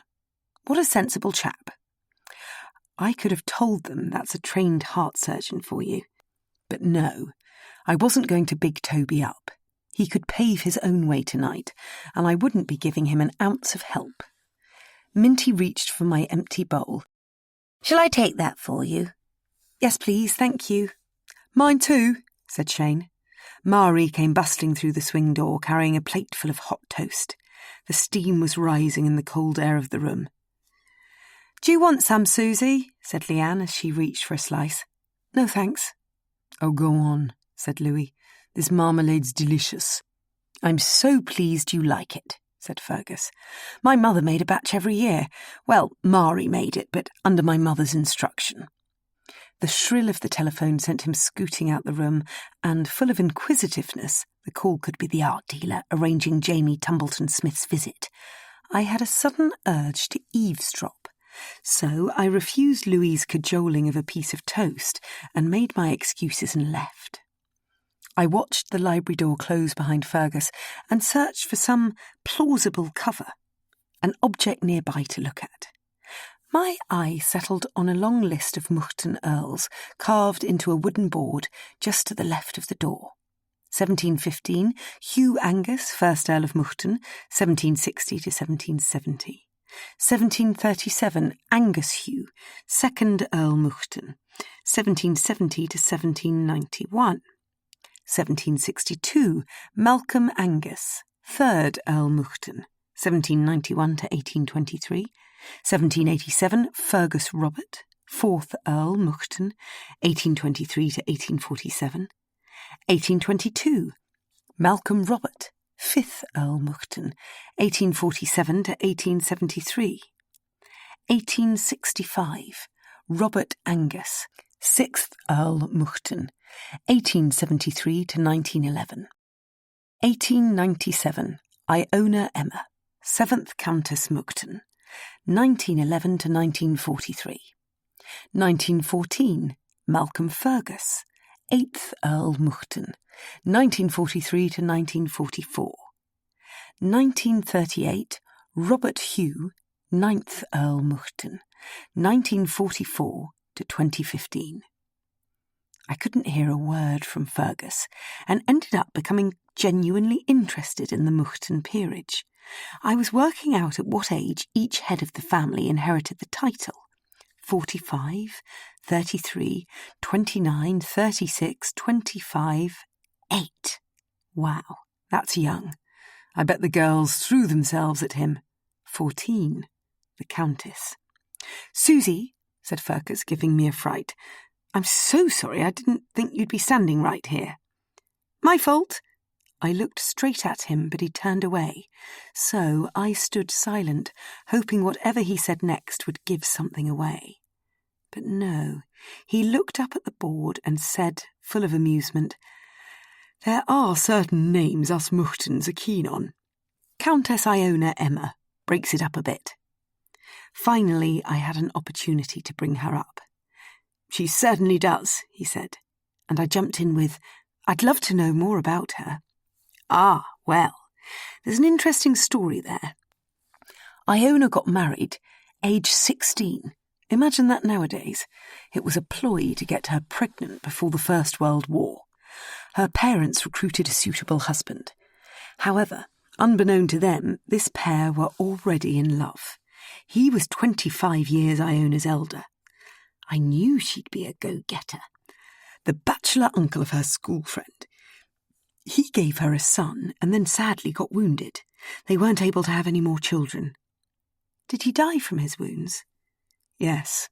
Poor woman lost him in 1922, and then her only son died aged 30. Your grandfather, I said, glad to be able to bring up the man in the portrait. Yes. Hence why my father inherited the title aged 6. That's so sad. He grew up without his dad. I agree. Although he believed his father's spirit lived on in the house. Not that that was a good thing. Apparently it used to haunt him in the night. Seriously?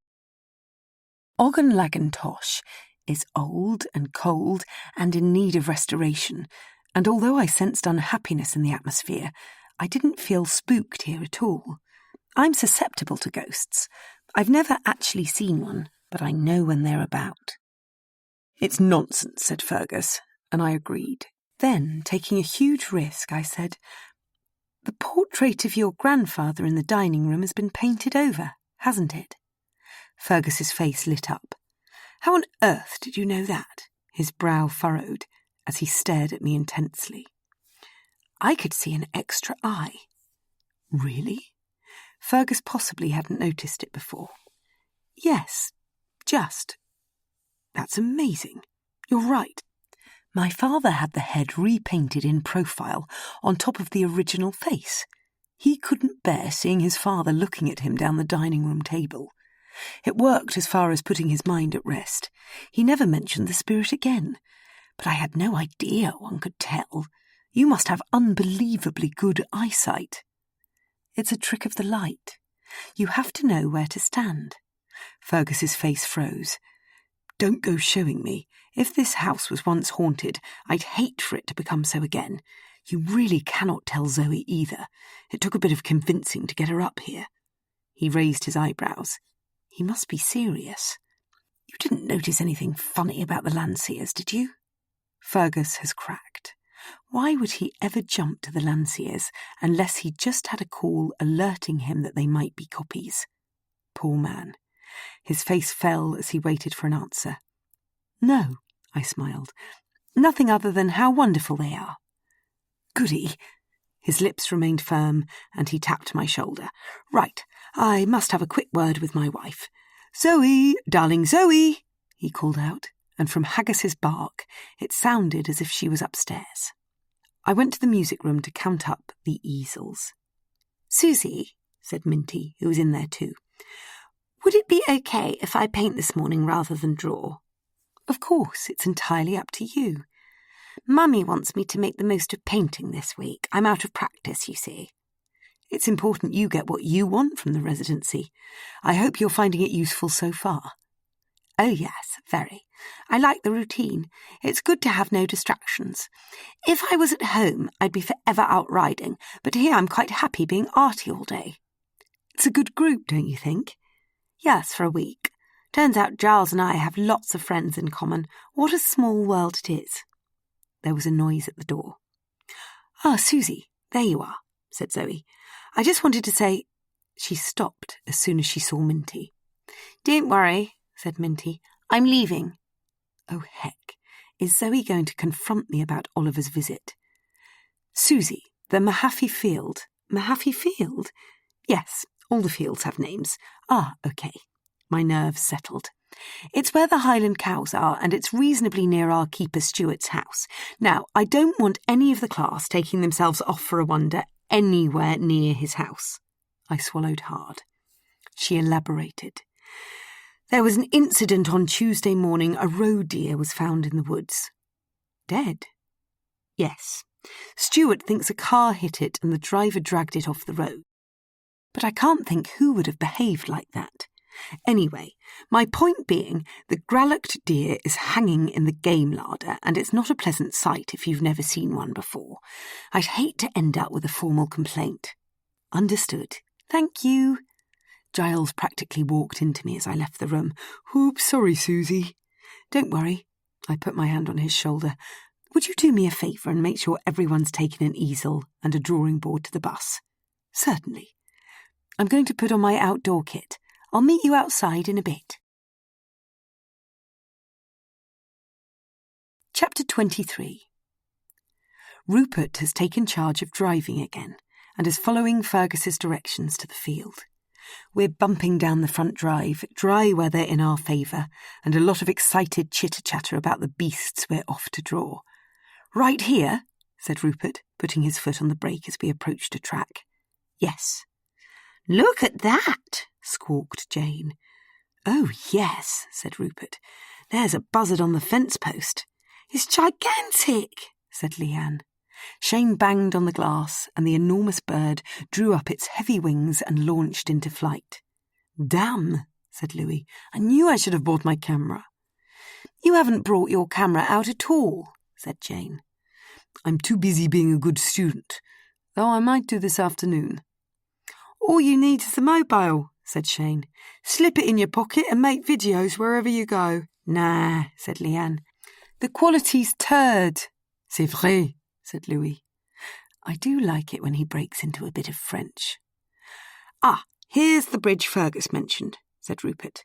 Did he say we go over it? Yes, shouted Jane, and we joined another off-road track. There they are, squealed Felicity. Where? Said Shane. Over there. Over where? Said Giles. Duh, said Leanne. In the far distance, look, there's something orange. That's far too small to be a cow. It's a sheep feeder, said Minty. It ain't got no horns, said Shane. We drove straight into a clump of trees, and the discussion ended. Whose house is that, miss? The keeper's, said Giles. Keeper like gatekeeper? No, gamekeeper. How do you know? All those antlers gave it away. We left the wood, and Rupert announced, Here they are. He'd stopped the bus in front of a gate. Where? Said Leanne. There, he pointed through the windscreen. In the next field. Susie, get the gate, will you? Wow, said Minty. They're huge. Sick, said Shane. We're not going in the field, ordered Jane. No, no, screeched Felicity. Calm down. I was a little impatient. There's an electric fence around them. The farmer put it up specially so we can get close to them. Susie, said Rupert, the gate. I opened my door and put one foot on the ground. It's very wet here. We mustn't get the bus stuck. What do you think? I think we should walk from here, said Giles, encouraging everyone to get out. Susie's in charge, said Louis. Let her decide. Yes, let's walk. It's not far. But leave your things here for now. I want to talk you through the class first. The closer we got to the cows, the tighter they grouped together. Some were stamping their hooves, and all had hot breath steaming out of flared nostrils.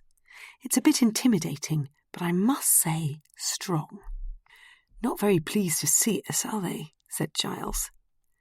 They'll settle down once they get used to it. Just don't make any sudden movements for the time being.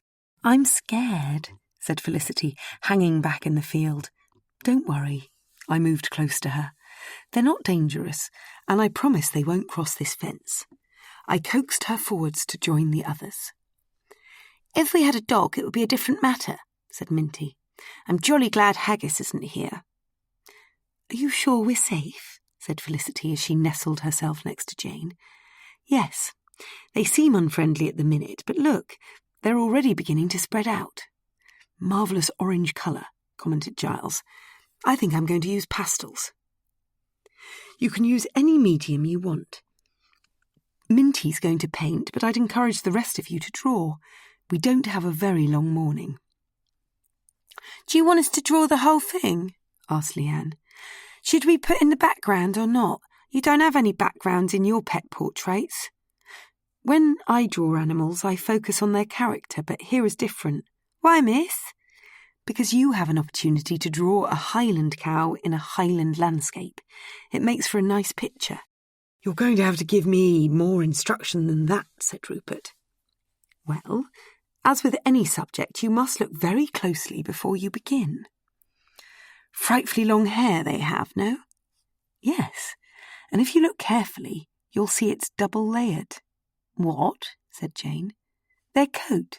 The top part is oily and stops the rain seeping in. The under bit is downy, isn't it? Said Giles. Yes, a warm lining. I wish I had one, said Felicity. Are you cold? Rupert sounded concerned. You can have this if you want. And without waiting for an answer, he handed her his scarlet cashmere scarf. Thank you. Going back to their coat for a minute, I want you to notice it has a slight wave. It's not completely straight. Like Jane's, said Shane, with a cheeky giggle, and she furiously pulled her sou'wester more firmly onto her head. Why do they have such long horns? Said Minty. 'Cause they're horny. Leanne punched Shane's shoulder. They use them to dig for food during snowy winters. And fighting? Asked Giles. I would if I were them, said Shane. Can we go for a walk? Felicity was feeling braver. I think it will warm me up. Maybe we could all do a quick power walk to the gate and back instead. Would you mind if I didn't? Said Minty. I want to get started. Me too, said Leanne. OK then, but it would be really helpful if anyone who's not warming up could bring 2 easels each, please. In that case, I'll help. Rupert took off towards the bus.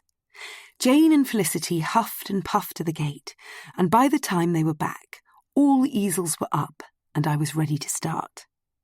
I've been thinking, said Louis. Why aren't you drawing? I don't want to be shown up. You can advise me then. I've never drawn an animal before. Sure, I'll happily stand by your side. Oi, called out Shane. Minty, you're in my view. Include me in your picture, then. Shane, genuinely nice-natured, gave in and moved his easel. Can you tell us what you want us to do? Asked Jane. Of course. I would advise working out what size you want your picture to be and then draw a light frame in pencil on your paper. This will give you a boundary and help with your composition. I think I'm going to draw after all, said Minty. There's not enough time to paint. Can I share someone's pencils? You can share my pastels, offered Giles. But you'll have to come closer to me. Louis let out a faint wolf whistle, and I scowled at him. Do you have paper, Minty? Yes. Right. Once you've all drawn a frame, pick one of these beasts. They all look the same, said Leanne. They're similar, but just for now pick one. What happens if it moves? Said Felicity. They will move, and your drawing will change, but try not to worry about that. It's a general impression we're going for. So find your favourite part of the cow you've chosen. What? Shouted Shane. Find the spark which draws your eye. It could be the nose, the horn, the belly, it doesn't matter. I just want you to choose your favourite bit as a starting point. When you have, work out the composition of your picture in relation to this bit and put a mark inside your frame. Like this? Asked Rupert, and I went to look at his picture. He'd drawn a tuft of hair just off centre. Phew, he'd understood. Yes, I said, exactly.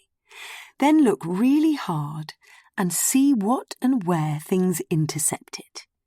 You have to focus as much on the space around the cow as you do on the cow itself. Does that make sense? Yes, said Felicity, who was clearly enjoying the process. But do I have to put the fence in? No, you're the artist, so put in and take out what you want. Can you check I'm on the right track? Asked Jane. Her drawing was so faint it was hard to make out, but I could tell she had the right idea. Put your lines in with greater definition. It will enable you to see the whole picture more clearly.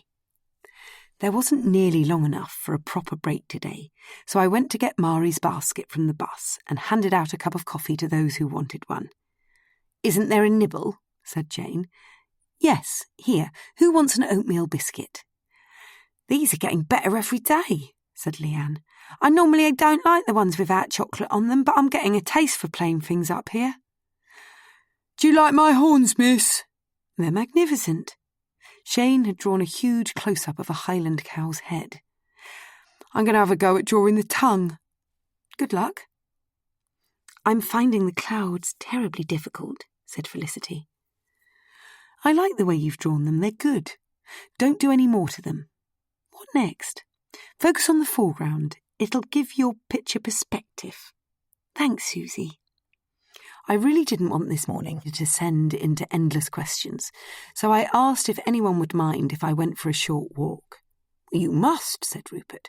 "You deserve a bit of time off." I headed in the direction Zoe had specifically told me not to, back towards Stuart's house. But I'm not squeamish about a hanging carcass, so I'm pretty sure it'll be all right. Up here, all around, stretched those barren landscapes Landseer must have loved when he came many, many years ago. I've really got to find some way of having another proper look at his paintings in the locked wing. The art valuer, Oliver, left so many more questions than answers. I'm no trained expert in the technicality of forgery, but I do know about paint, and I have a beady eye.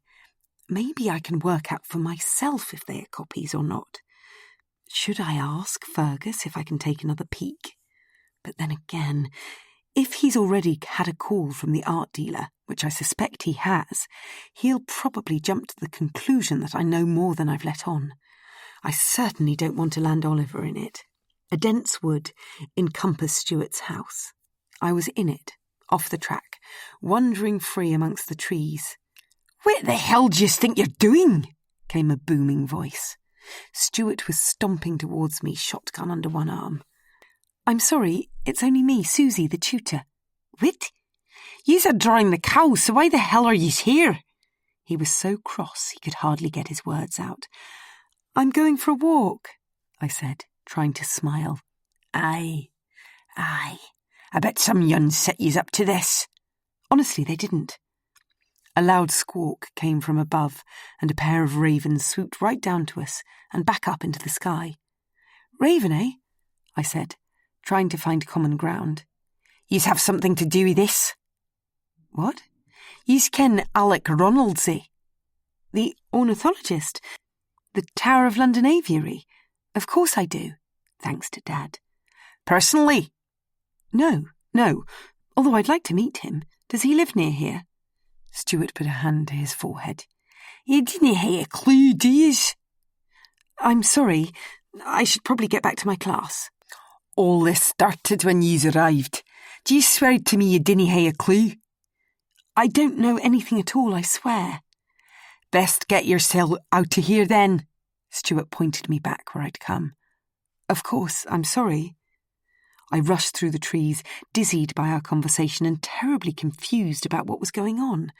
But just as I was trying to get it straight in my head, stepping out of the trees back onto the track, I bumped into Louis, who gave me an awful fright.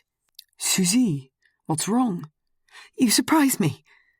"I know, I'm sorry, but you looked very worried." "An odd thing just happened. Stuart the keeper was here a moment ago. I think he thought I had something to do with the ravens." Louis started to laugh. "What is it?" "He thinks you released some, does he?" Maybe that is what he meant. There are an awful lot around, but it's nothing to do with me. "I wouldn't have thought it was," Louis sniggered. "Very odd. Anyway, why are you here?" "I came to find you." He smiled and tried to hold my hand, but I wouldn't let him. "We'd better head back." "Gone off me, have you?" I elbowed him in the side. "I'm not going to hold your hand." "No, I didn't think you were," he said with a wink. "So, how many times have you been here before?" "Twice." "Long ago?" "Over the last 2 years." "So Zoe and Fergus were living here the second time you came?" Oh well, it must have been twice in 1 year then. The Dowager Countess was still in residence. Did you stay with her? No. Ewan's had his cottage for years. Did you meet his mother? So many questions. What is it you want to know? I'm still trying to work out what's in the locked wing, and I thought if you've been here before... He finished my sentence. I'd know what's in there. Exactly. I was testing Louis, seeing if he'd tell me the truth. Treasure, he said. No, come on, seriously. A ballroom, he smiled. So we'll see it tonight? I doubt it. Louis looked cross, but I think he was probably just confused. Anything else? Nothing I know of. He gave my upper arm a gentle rub. Honestly. I believed him, and he seemed trustworthy, so I confided in him that I'd seen Zoe coming out the locked wing the other night. On Monday? Yes. That makes sense. Ewan and I were drinking late into the night. Zoe came downstairs in a dressing gown, asking us if we'd been creeping around the house. She heard a noise, apparently. I guess she was having a good look around. Pretty brave of her to do it alone. I think she thought Ewan and I were up to no good. He gave a sheepish grin. Were you? No, only drinking. But I bet you Zoe didn't wake Fergus on purpose. I don't know if you've noticed, but she manages the sensitivities between Ewan and Fergus very well. Louis nudged my shoulder. We were almost back with the cows. I think you'd better attend your class. I picked up my pace and went to see what everyone had done. I'm so pleased you're back, said Minty. I was beginning to get cold. Me too, said Leanne, who had packed up already. I looked at my watch. OK, let's stop. Giles, said Jane, would you mind helping me take my things to the bus? I don't want to do any more. Sure. Felicity, said Rupert, I'll help you. How kind you are. When we get back, I'd like you to line up your pictures in the music room. Oh, miss, not again. We must, said Rupert with a toot of the horn. I find your crits a frightfully useful exercise, said Jane. I was rather surprised. Me too, said Minty, but that's because I'm used to it from school. And you're the best, said Leanne, and I said to myself, it helps to have expensive equipment. Chapter 24. We were seated round the dining room table with bowls of hot barley soup and buttered baps. Rupert had made a great effort to Bagsy a spot beside me. I haven't sat next to you yet, and Zoe was on my other side. I'm so pleased your friend's coming tonight, she said. I was worried about numbers being even. Ewan could have always come. I wanted to know where he'd gone. I really wish they'd asked him first. He's away. Oh, where's he gone? We never ask. I didn't believe her, but she obviously didn't want to say. I would have liked to say goodbye. I liked Ewan, but on the flip side, I was still feeling smug he'd taken off. What did you and Rupert make of Ewan's house, then? Thinking she meant the state of it rather than any comparison to hers, I joked, pretty tidy. Zoe didn't laugh. Lovely building, said Rupert, but it can't be easy having your brother-in-law living on your doorstep. It's okay. Fergus finds it difficult, though. I reassure him Ewan won't be here forever. Before any more was said, Zoe sent another question down the table. Louis, she was saying, have you taken any photographs yet? I'm going to this afternoon, he called back. It's a good excuse to stop painting. Stop painting? I interrupted them. Yes, I'm much better at taking pictures, he smiled. One less member of the class, said Zoe, and I wondered if she was doubting my ability to teach. Not that I'm worried about that. I'm confident there will be plenty of work to show her at the end of the week. Zoe got up to clear the table. Don't worry, she said, as I stacked Rupert's bowl on mine. I'm just going to take what I can to the kitchen and get the flapjacks. Flapjacks? Said Shane, overhearing. I could do with a pocket full of them. We're going to put on weight here, said Rupert. You're feeding us so well. I shall have to detox when I get home, said Felicity. "What are we doing this afternoon, Susie?" asked Leanne, and the table fell silent for an answer. "First," said Fergus, "I'm going to take you on a tour of the front of the house, and then I think the plan is to paint out there." "Yes," I nodded. Zoe returned, and Felicity, refusing a flapjack, said, "I must go and put on an extra layer." "I reckon it will be cold," I began. "For a change," interrupted Giles.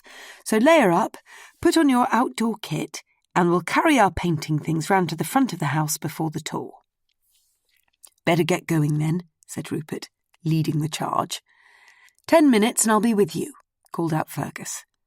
I went upstairs and, taking the long route round the landing, crashed into Felicity as she was leaving her room. "Sorry," I said as she giggled with fright. "That's okay." The portrait behind her caught my eye, and I asked if she'd mind me having another look. "No, not at all. Come in." She turned to Jane, who was sitting on one of 2 beds, slipping fur wrist warmers over her hands. "Susie wants to have another peek at our Countess." "Fine." Felicity stood right next to me as I looked up at the picture. "That's funny," I said. "I hadn't realised till now that the diamonds round her neck are yellow. They're so full of light, it's not easy to tell from far away." "So they are. Oval too. Jane," said Felicity, "had you noticed this before?" "Possibly." Jane didn't even bother to look up. "Aren't we lucky to be sleeping in here, Susie?" "Yes, you are." We turned to Jane, who got up and without a word left the room. "I'm not sure what's wrong with her," said Felicity. "She's been preoccupied and a little agitated." Creativity can bring that out in people. But her pictures are far better than mine. I get the feeling she's missing her personal space. "Are you okay?" I was now concerned Felicity wasn't enjoying herself. Yes, I'm having a splendid time." "Oh, great. Thanks for letting me have another peek in here. I'm just going to grab a jumper, and I'll see you downstairs." I rushed to my room with a wild thought. Could that pale yellow bead I'd found under the floorboard be in fact a diamond? Maybe even from that necklace. Perhaps Zoe really had found some treasure in my room. I held it up to the light. It sparkled with the richness and fire you just don't see in costume jewellery, and it was oval, an unusual shape for any ordinary bead. I know, I thought. I'll do a bog-standard test. See if it scratches the window glass.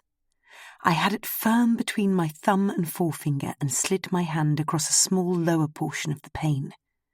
Crumbs! The jewel made a mark. Almost too small to see, but as I ran my fingers over it, I could definitely trace an indent. This is a diamond. It can't be. It must be. I'd like it to be, if it is. Was that necklace under my floorboard? I'll keep hold of it until I know the truth.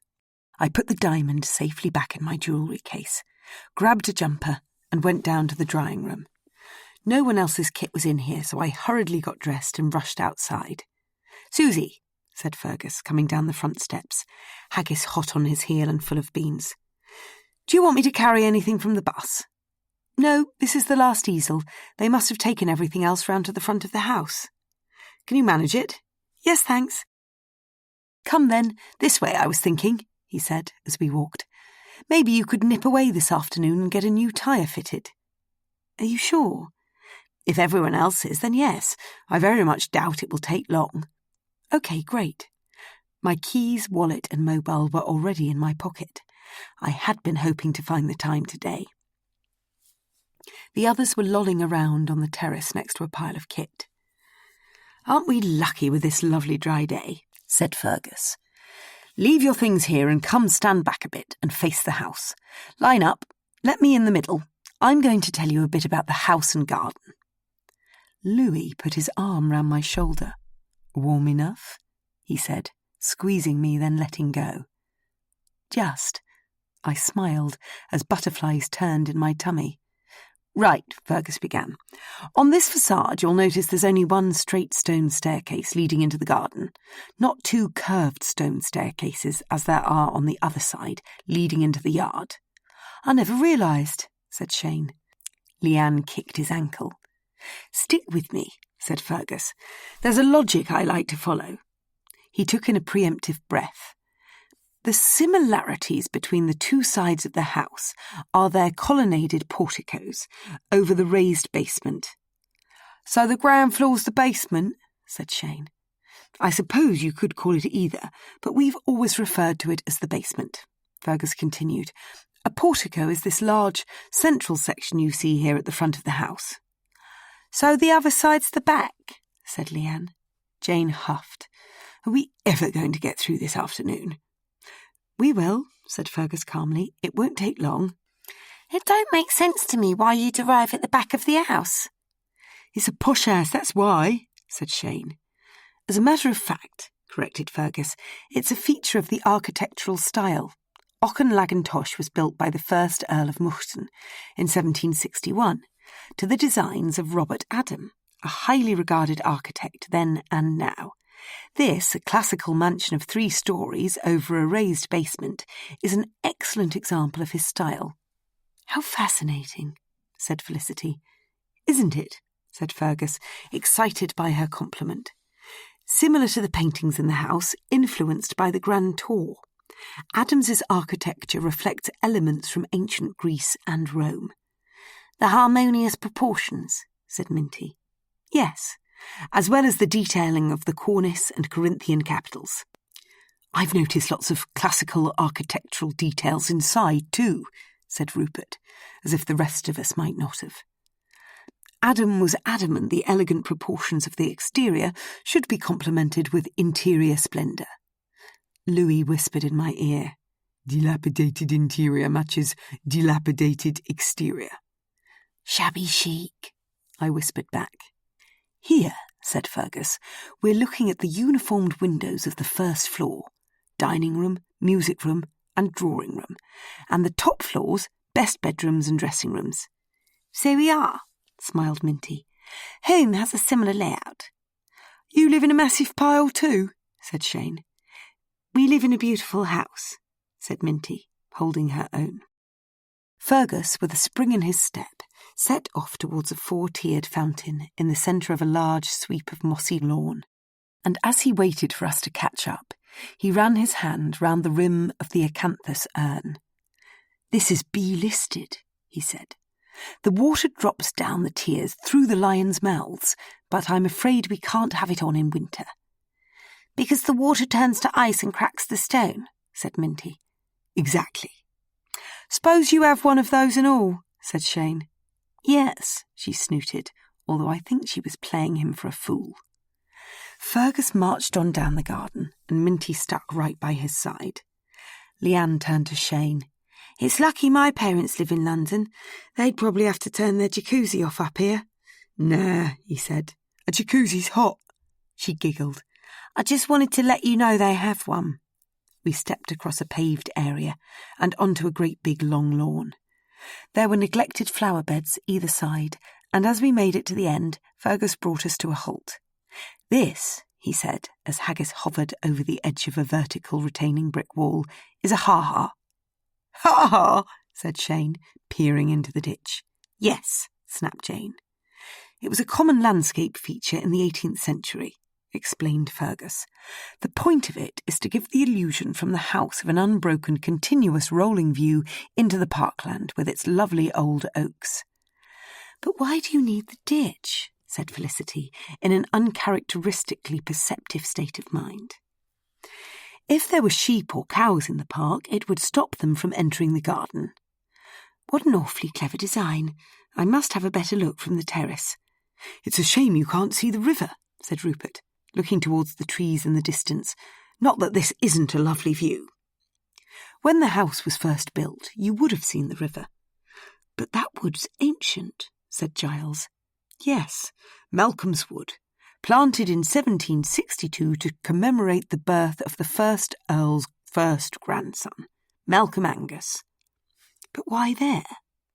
To give a bit of privacy, shield the house from the drive. Trees shield every view, said Jane, looking to her left and right. We were enclosed by sinuous edged woodlands.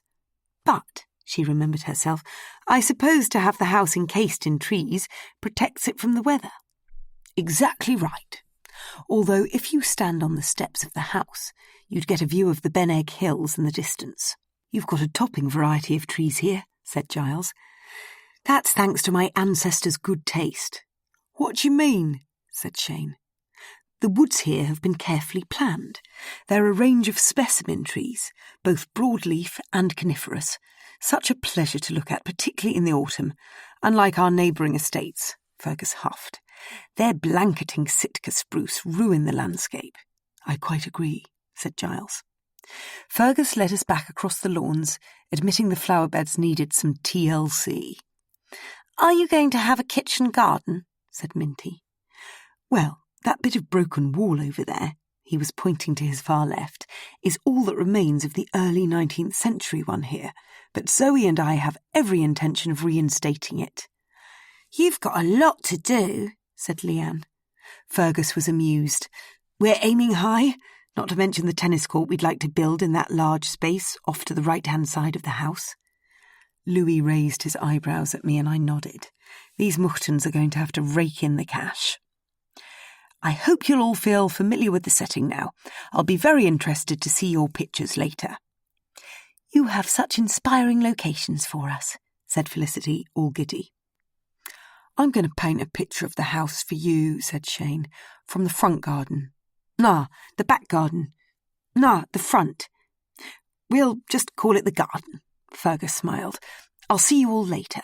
Haggis and I are going to stretch our legs. Make sure the fishing huts are in order. The season's about to pick up. Bye. Hey, Louis, I called out. He was making his way round the side of the house. Where are you going? I flapped my hand to get him back. I'm getting my camera. I don't want to paint. Okay, fine, but you could have said. Sorry, he teased, and off he went. Chapter 25. I started my rounds with Giles, who was all the way down the far end of the garden, looking out over the ha-ha. Are you going to paint more trees? Yes, I thought I'd do a picture of this field with those ancient ones at the end. I helped him steady his canvas as he tightened the easel. I hear from Minty you have friends in common. Yes, he beamed. When I told Mummy, who was here this week, she knew all about the Frogland Hume Mybridges. Has she met them? No, but apparently they're some sort of cousins with my godmother. Once we established that, we tied up connections left, right and centre. How amusing. It's funny, isn't it? Like you bumping into your friend last night. Small world. I fell silent. So far today I'd managed to block Toby out of my mind, but now, thanks to Giles, I began to dread his turning up tonight. The only incy-wincy consolation is he hasn't been invited to dinner. Susie, how long do we have? At least a couple of hours if the weather holds. I set off back towards the house. All right, Shane? Nice spot here on the paving. Yeah, all good thanks, miss. Minty was next, hovering by the fountain, yet to put her easel up. Have you decided what you're going to paint? The fountain, but I don't want to paint, so I'm going to do a pen and ink wash drawing instead. What a nice idea. In sepia? Yes. I think the brown will work brilliantly with the stone. Would you like me to help you set up? No, I'll be all right, thanks. You won't mind if I disappear for a bit, will you? Where to? I have to take my car to the garage. What a bore for you. I hope it goes okay. Thanks. See you later. Rupert, Jane and Felicity were gathered in a little trio on the top step of the house. Goodness knows what their plan was. We're all going to paint the Ben Egg Hills, came a rush of enthusiasm from Felicity and Rupert. Can you see them clearly enough? I think so. Come up here and look for yourself. Just. Jane was leaning against the wall with a frown on her face. Are you on board with this?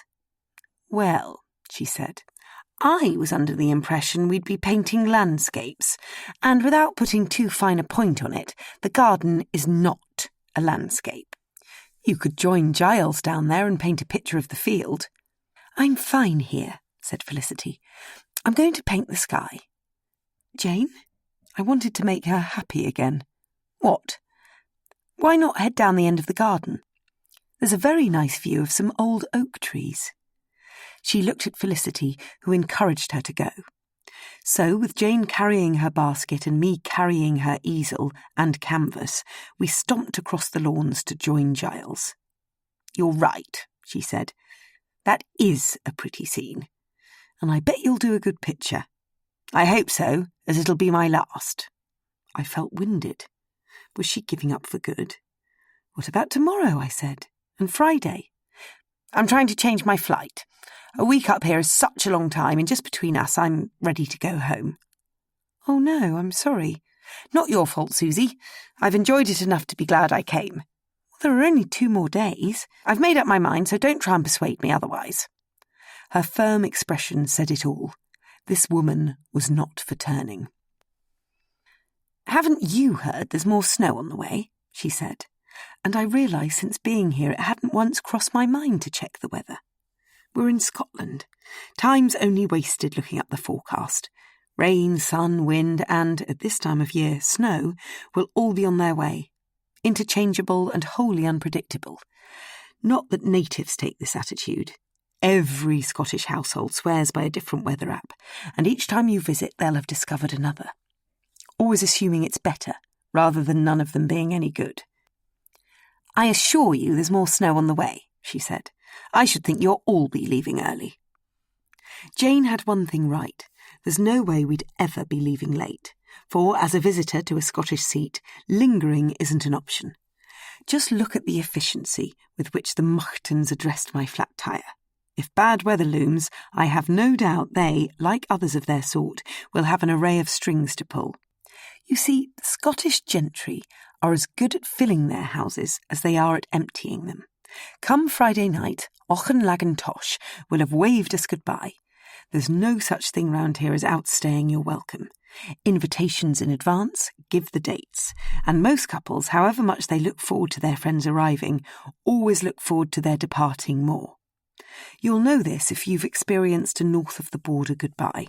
The host family line up on the lawn in front of their house and frantically wave handkerchiefs as you sail down the drive. Then, the moment before you lose them in your rear-view mirror, there's a mad performance as with outstretched arms they swoop around each other, loop the looping, almost as if in celebration of your departure. There's nothing Scots enjoy more than having their hoose to themselves. I watched Jane wipe a rag across her palette, making doubly sure it was, as it looked, clean. "Are you happy painting here this afternoon?" "Oh yes, I can manage one more stint, Susie. You can leave me now. Thank you." "Great." I turned and saw Louis some distance away, pointing his camera straight at me. I rushed towards him. "Oi!" I pushed my hand against his lens. "We've got to have a picture of the tutor for Zoe."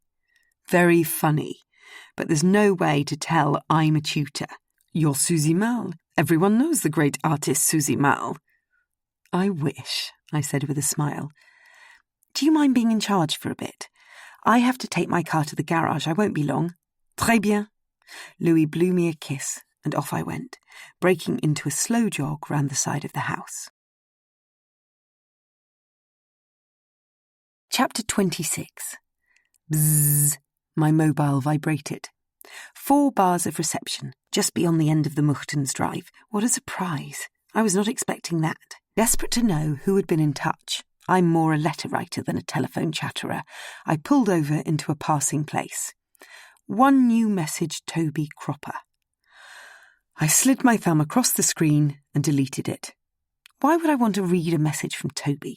He'd done enough meddling with my mood. I could not stand any more. But now I have reception, I think I'll give Dad a call.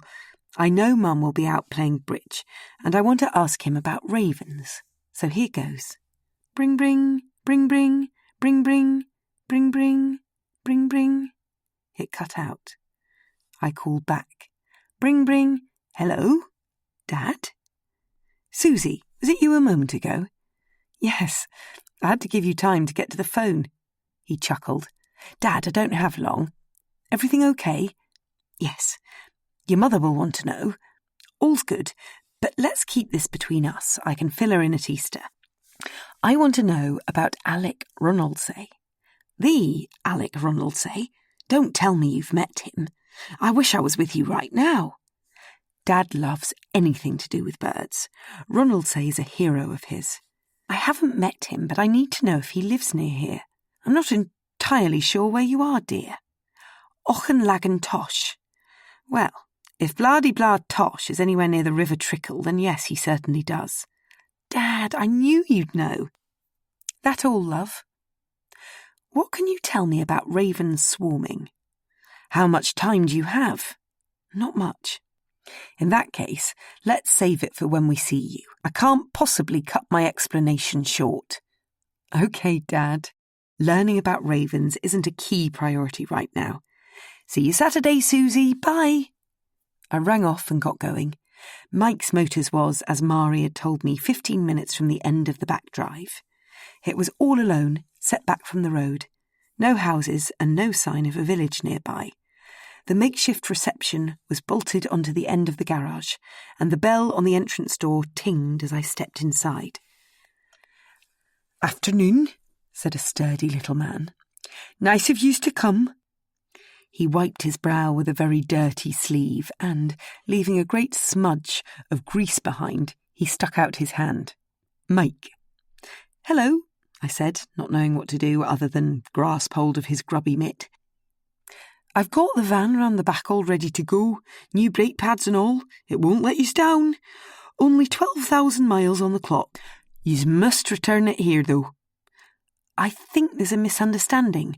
I've come to see if you can fit a new tyre on my car." Dearie me. Thought yous were the woman hiring the Ford Transit. Said she'd be in to collect it this afternoon. Was certain I'd missed her, so said I'd leave the keys round the back. But then yous arrived. Not often I get a lady in here." Mike slapped his own hand. "Silly me, aye." What a trustworthy place Scotland is. To leave keys and a hire van without feeling the need to meet the hirer is staggering. "Righty-ho then, what was it you're after?" "A new tyre on my car, if you can." We went out the front.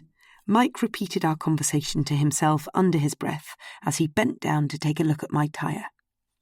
"Should nae be a problem. Got just the right one round the back. Mind and drive round that wee corner there, and I'll fit it in the knee."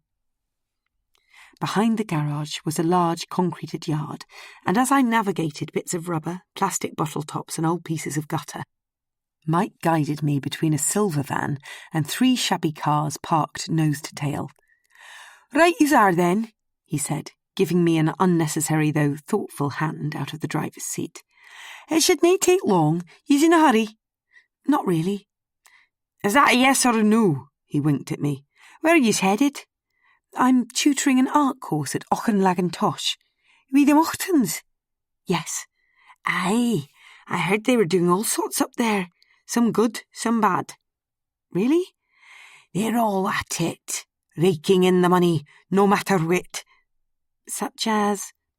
"Not nice for the community. Divides people, yous ken." This was very much a one-way conversation. "I'm not saying I condone what he did." "Who did?" No, it was definitely bad what he did." "Isn't it terrible when people fall out?" "Why, it's the worst. You have to keep the community on side." Finally, I had a rapport. "It's selfish, if not." "Shellfish? No, it's birds, not fish." Mike plonked my spare tyre in the boot. "So yous was saying it's art yous are doing?" "Yes, it's a week of painting and drawing."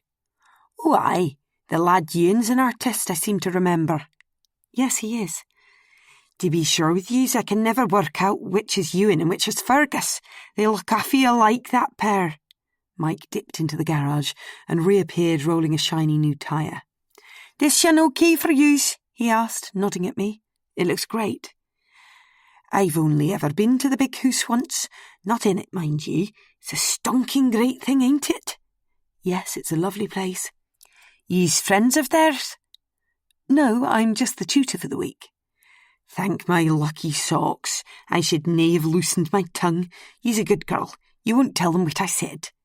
I smiled, but he wasn't watching, too busy tightening the wheel bolts to the tyre. That's a lovely job yous have. Yous must be happy like me. Life's too short to do something you didn't want to. I agree. No, this ain't free. No, I was saying I agree. Ach, she's English. There you go, lassie. Mike lowered my car off the jack. All done for yous. Thank you very much. On yous go and take it back round the front. I'll meet yous at reception. If I was going to get a puncture anywhere, here was the place to get it. A new tyre in Scotland was half the price of down south, and with a grateful thank yous from Mike for my payment, I was back at Auchinleck in time to catch the last hour of class. Hi, Minty, where's Louis? I don't know. He was taking photographs earlier, but he's actually been gone a while. Drat, I'd left him in charge. I bet he's gone to see Ewan. Say goodbye before he leaves. Oh, well, I walked up to the easel. Your picture's really lovely. Do you like it? She stood back. It's very accomplished. Have you ever tried glazing in oils? The old-fashioned method? Yes, the one where you build up a tonal scene and then wash very thin paint over it. No, but I'd love to try. Maybe you could give us a lesson tomorrow. What a good idea. I'll see what I can do. Chapter 27. Susie, said Zoe, as I emerged from the basement. I'd been down dropping my outdoor kit in the drying room. May I have a word? Her finger curled as she called me into the sitting room. Shut the door, she said, gaining the upper hand. Oh, crumbs. Is she holding the art valuer's visit against me? The fire was crackling, the curtains had been drawn, and Zoe motioned for me to sit down. Yikes. She isn't going to confront me about Louis, is she? Would you like a drink, Susie? I'm not going to have one, but I'm sure you could do with one to warm you up. You're right. Yes, please. A little bit of whiskey would go down well. I was grateful for something to settle my nerves. Here you go, then. She handed me a glass. Now, I really wanted to ask you. She paused, took in a huge breath, and the words, how do you think the week is going? Rushed out of her. Really well. Honestly? Yes. Well, at least I think so. That's exactly it. Zoe lowered herself onto the sofa. It's unlike anything we've done here before. We've never had a house full for this length of time. At least not one like this. Like this. Paying guests.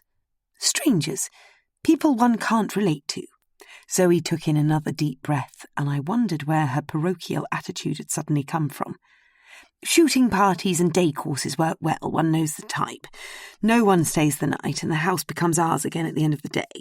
The problem I'm finding this week is keeping a balance between us and them. Zoe, much like Jane, seemed to be fed up of having people around her. But if the Muchtons see Auchinleck as something to share, she's going to have to get used to life like this. Do you mean you're struggling to make everyone feel at home without becoming over-familiar?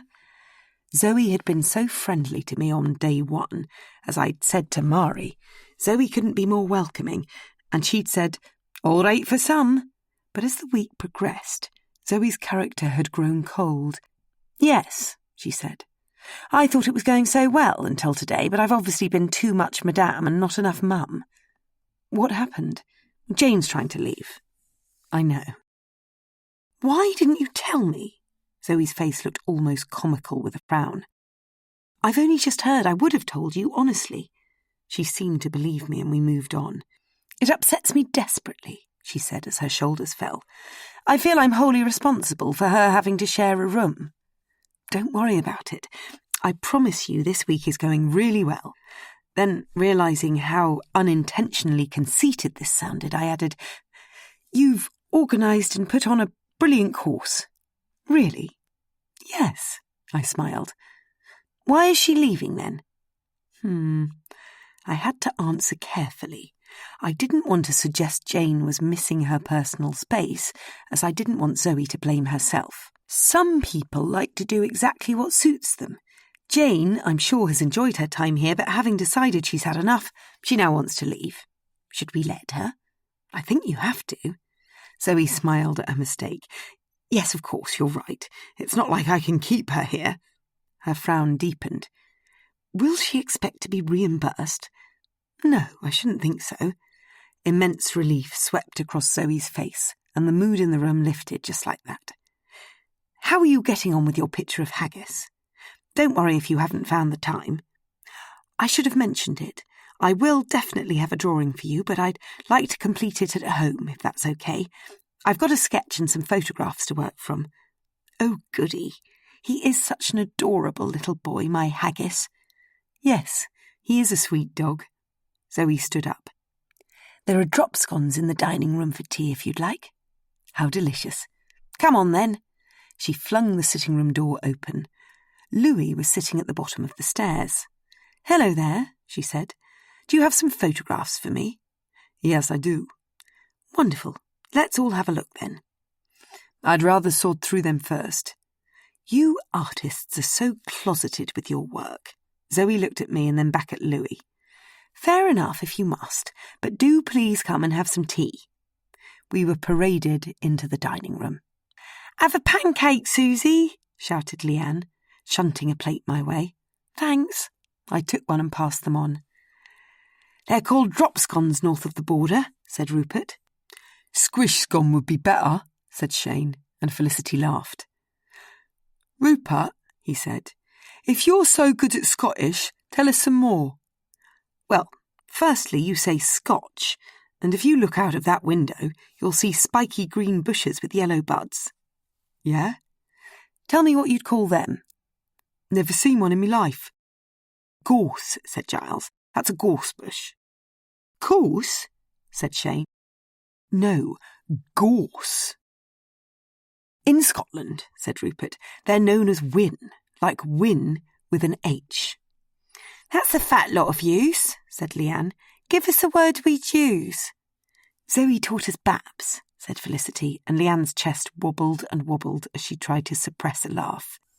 Situtory, said Fergus. Conservatory, translated Zoe. That's brilliant, said Minty.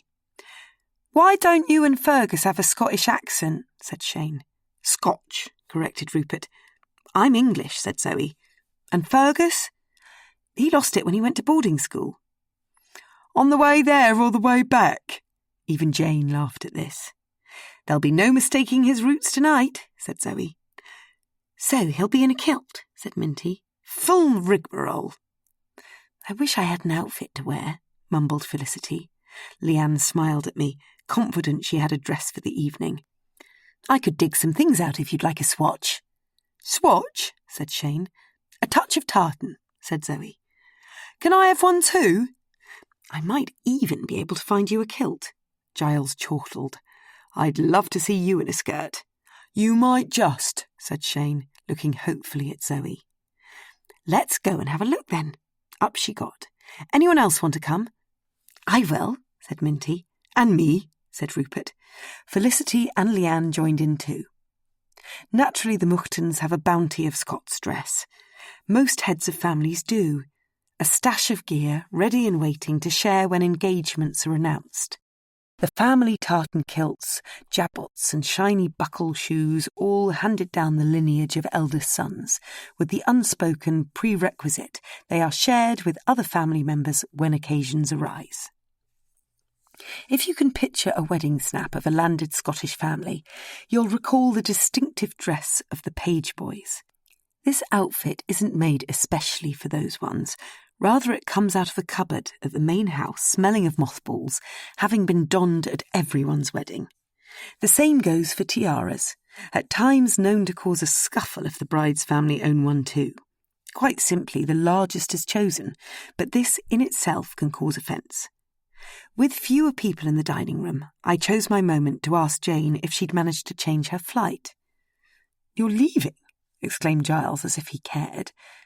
"I'm considering it," said Jane with her nose in the air. She didn't want to discuss the matter. "I think I'm going to have a rest." Louis got up and left the room. "Me too," said Jane. Mari burst through the swing door, prompting Giles's departure. Her rough hands were clasped round a tray, and I immediately got up to help. "You're a good lass, Susie."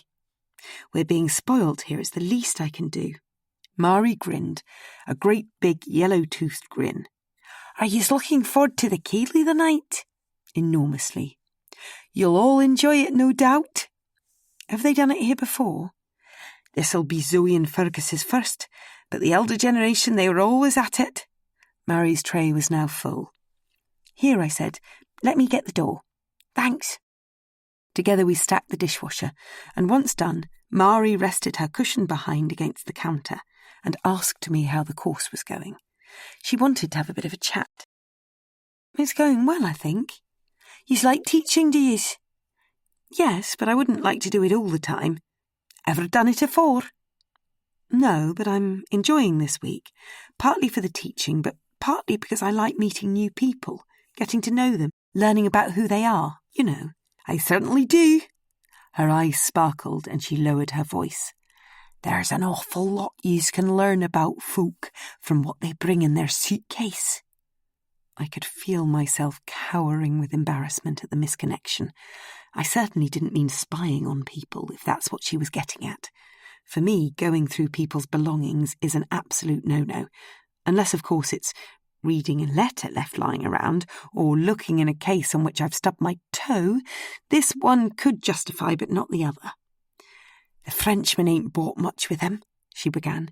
Doesn't have a stable woman in his life, I can tell that.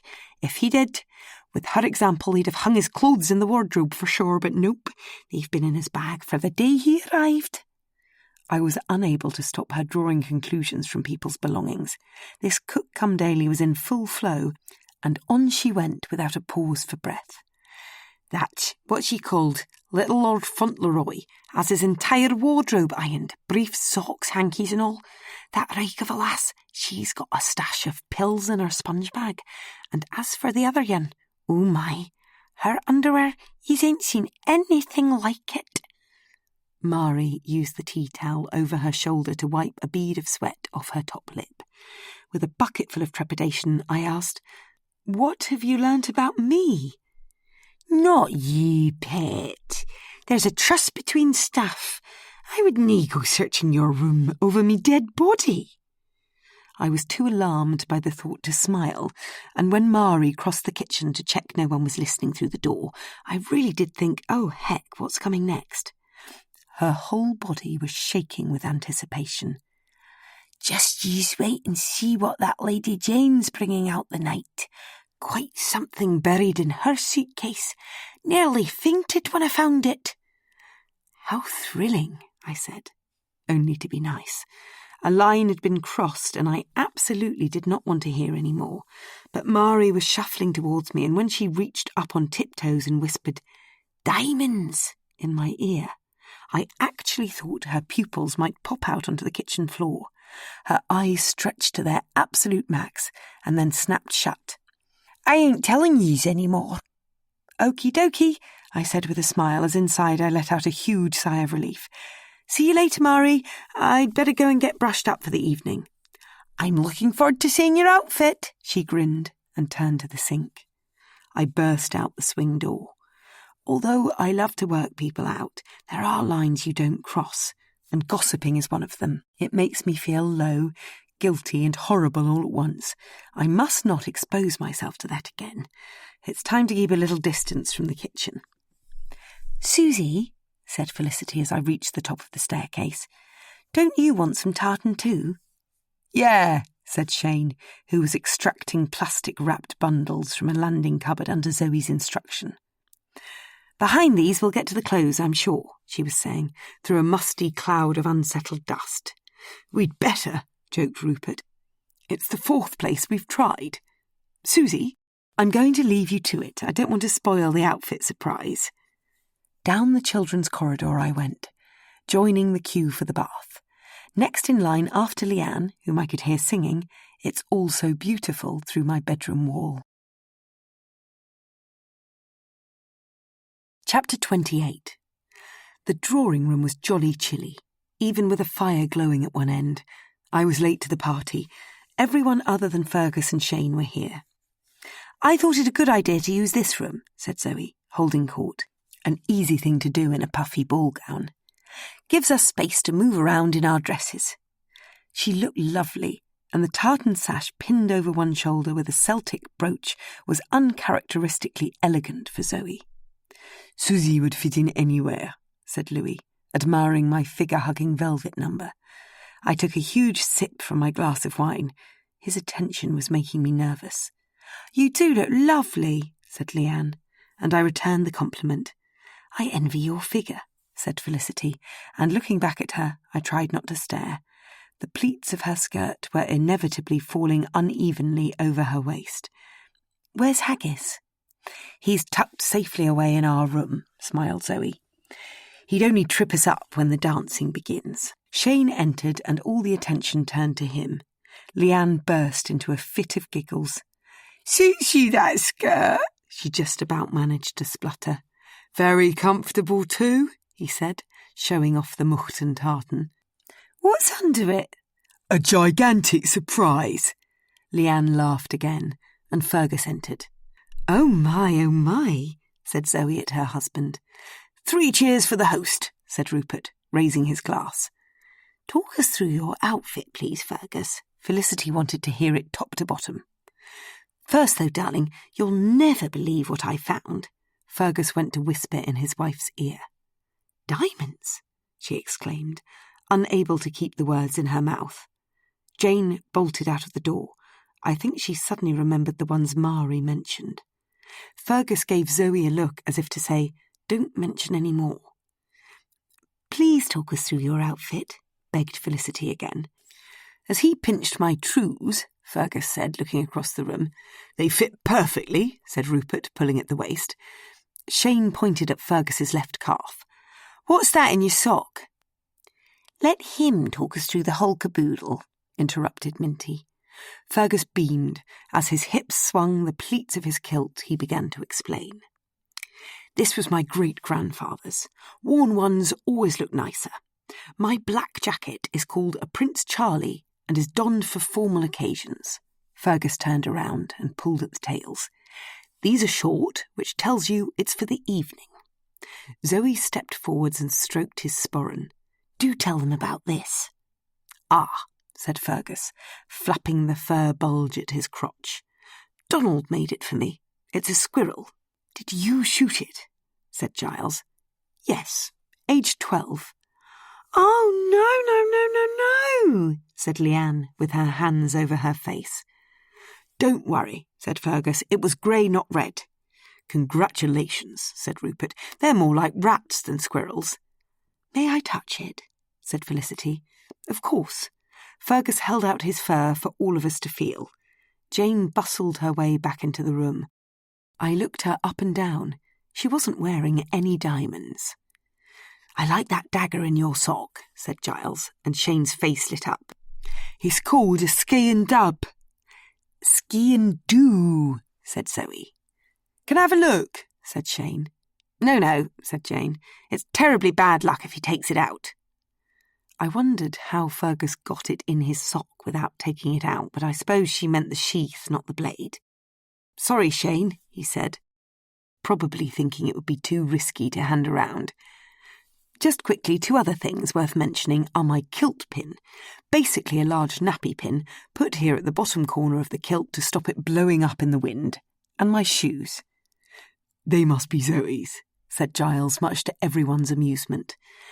Their patent leather and silver buckles are pretty fancy for a man, but they are wonderful for dancing in. No doubt we'll judge that later, said Jane, remarkably enthusiastic for someone who barely hours ago was all set to leave. My shoes are the best, said Zoe, stretching a foot out from under her ball gown. They're officially called gillies, but really they're just soft black ballet shoes with tight laces tied up my ankle. Minty crouched down from the great height of her quivering stilettos. They're even nicer than the ones my friend has. The circle broke up, and I turned to Louis. That's a nice waistcoat. Soft green velvet, it goes with your dress. He stroked my shoulder, and I felt my face go hot. Angel, said Zoe, I think we should eat. Yes, come on then. The haggis, neeps and tatties will be waiting. Rupert, will you bring the wine? And Giles, put the guard in front of the fire, will you please? Zoe led the way to the dining room. No one hesitated about where to sit. We all plonked ourselves down in order, and I ended up perfectly happily between Fergus and Giles. Leanne, Zoe and Rupert served the food, and when a plate was put in front of him, Shane exclaimed, "Yuck!" "Oi, don't be so rude," said Giles. "But it looks like a nutty turd." "Now you spoilt it for all of us," said Leanne. "Why don't you just try it?" encouraged Zoe. "You might be surprised." Shane put the tiniest amount on his fork, and we all watched as he pushed it between his reluctant-to-open lips. "Maybe it's not so bad." He gave a massive smile. "Well, if you like it that much," said Minty, "you can have a bit of mine." "No thanks." "You don't have to eat it all," said Fergus. "Just leave what you don't want and we'll feed it to the namesake." "He won't get any from me," said Rupert. "Me neither," said Felicity. "Or Louis," I teased. "The French love offal. Too true." He beamed at me across the table, and I wondered if we'd have another kiss tonight. I quite like eating haggis, once every 5 years, and it's amusing that Zoe and Fergus are feeding it to us tonight. They're trying their best to give a Scottish experience, and, as naff as it is, it adds to the occasion. I looked across at Jane, sitting on Fergus's right, and when I overheard her say, "You are fortunate to have help spanning 2 generations," I leant in to hear more. "Aren't we just?" he agreed. "My parents taught Mari and Donald the ropes, and now Zoe and I are reaping the benefits." "It is marvellous they're not ambitious," said Jane. "My mother always maintained education's dangerous. It makes the likes of country folk want to move on, get up in the world. It's a real bonus for you if the schools are bad round here. It'll keep your staff loyal, you know." "I've never looked at it like that, but I do worry for our children before they're old enough to board." "You mustn't," said Jane. "The sophistication of life here combined with a little bit of," she lowered her voice, "nepotism," and raised it again, "will see them sail through common entrance." "I do hope so." I'm rather surprised by Jane's sudden will to engage. It's not like she's made that much of an effort to chat to the Muchtons before. But here now, although I completely disagree with what she's saying, it's made me happy to see her in a good mood. It's almost as if a huge weight has lifted off her mind. Most likely she's managed to rearrange her flight as in better spirits, knowing this is her last night. She complimented Fergus on his library and tucked into her food. "Do you like reading, Susie?" Fergus asked. "Yes, very much." "I try, but it tends to send me to sleep." "Very helpful in the right circumstances." "Indeed." He looked at my empty plate. "Would you like some more?" "Angel," called Zoe with an eye on his actions, "I'm afraid we've started to clear. We mustn't let dinner drag on." "No, of course not. Here, let me help."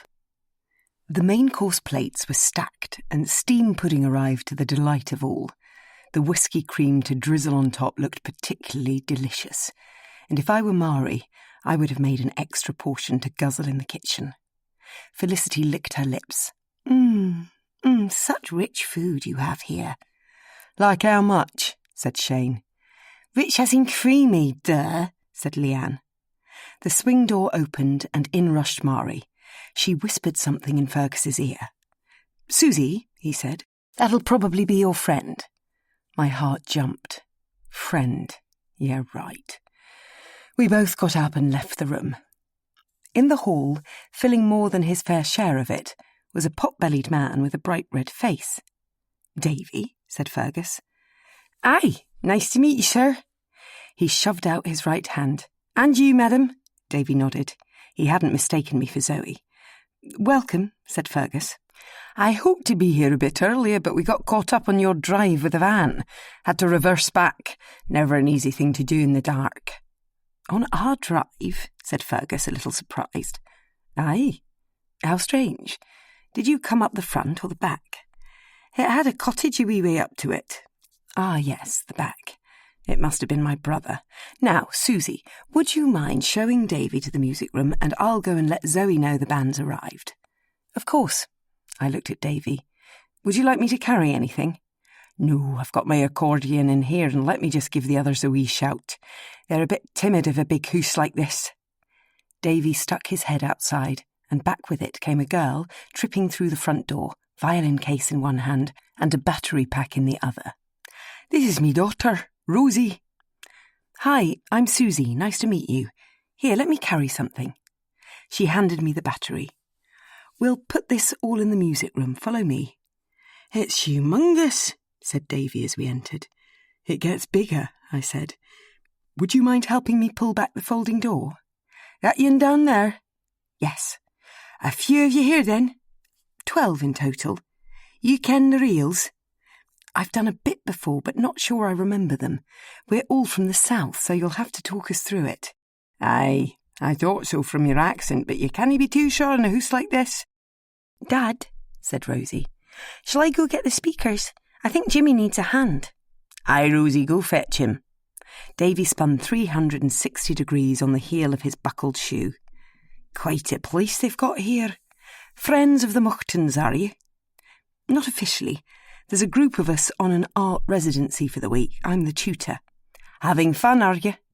"Yes, it's been great." Zoe came into the room and shook Davy's hand. "Hello, nice to meet you. I'm Zoe. Is there anything you need?" "No, you're fine. My wains will be here in a moment. They've got the rest of the kit. Give us 10 minutes or so and we'll be ready for you." Zoe left, and I hovered around to help. "So," I said with a carefree breath, "what was this van like you saw?" "It was a silver transit, you ken. Wasn't expecting that. Must have been lost."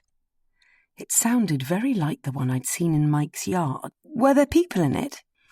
"Aye, just one. And we were only late because I didn't want to have to make the lady reverse."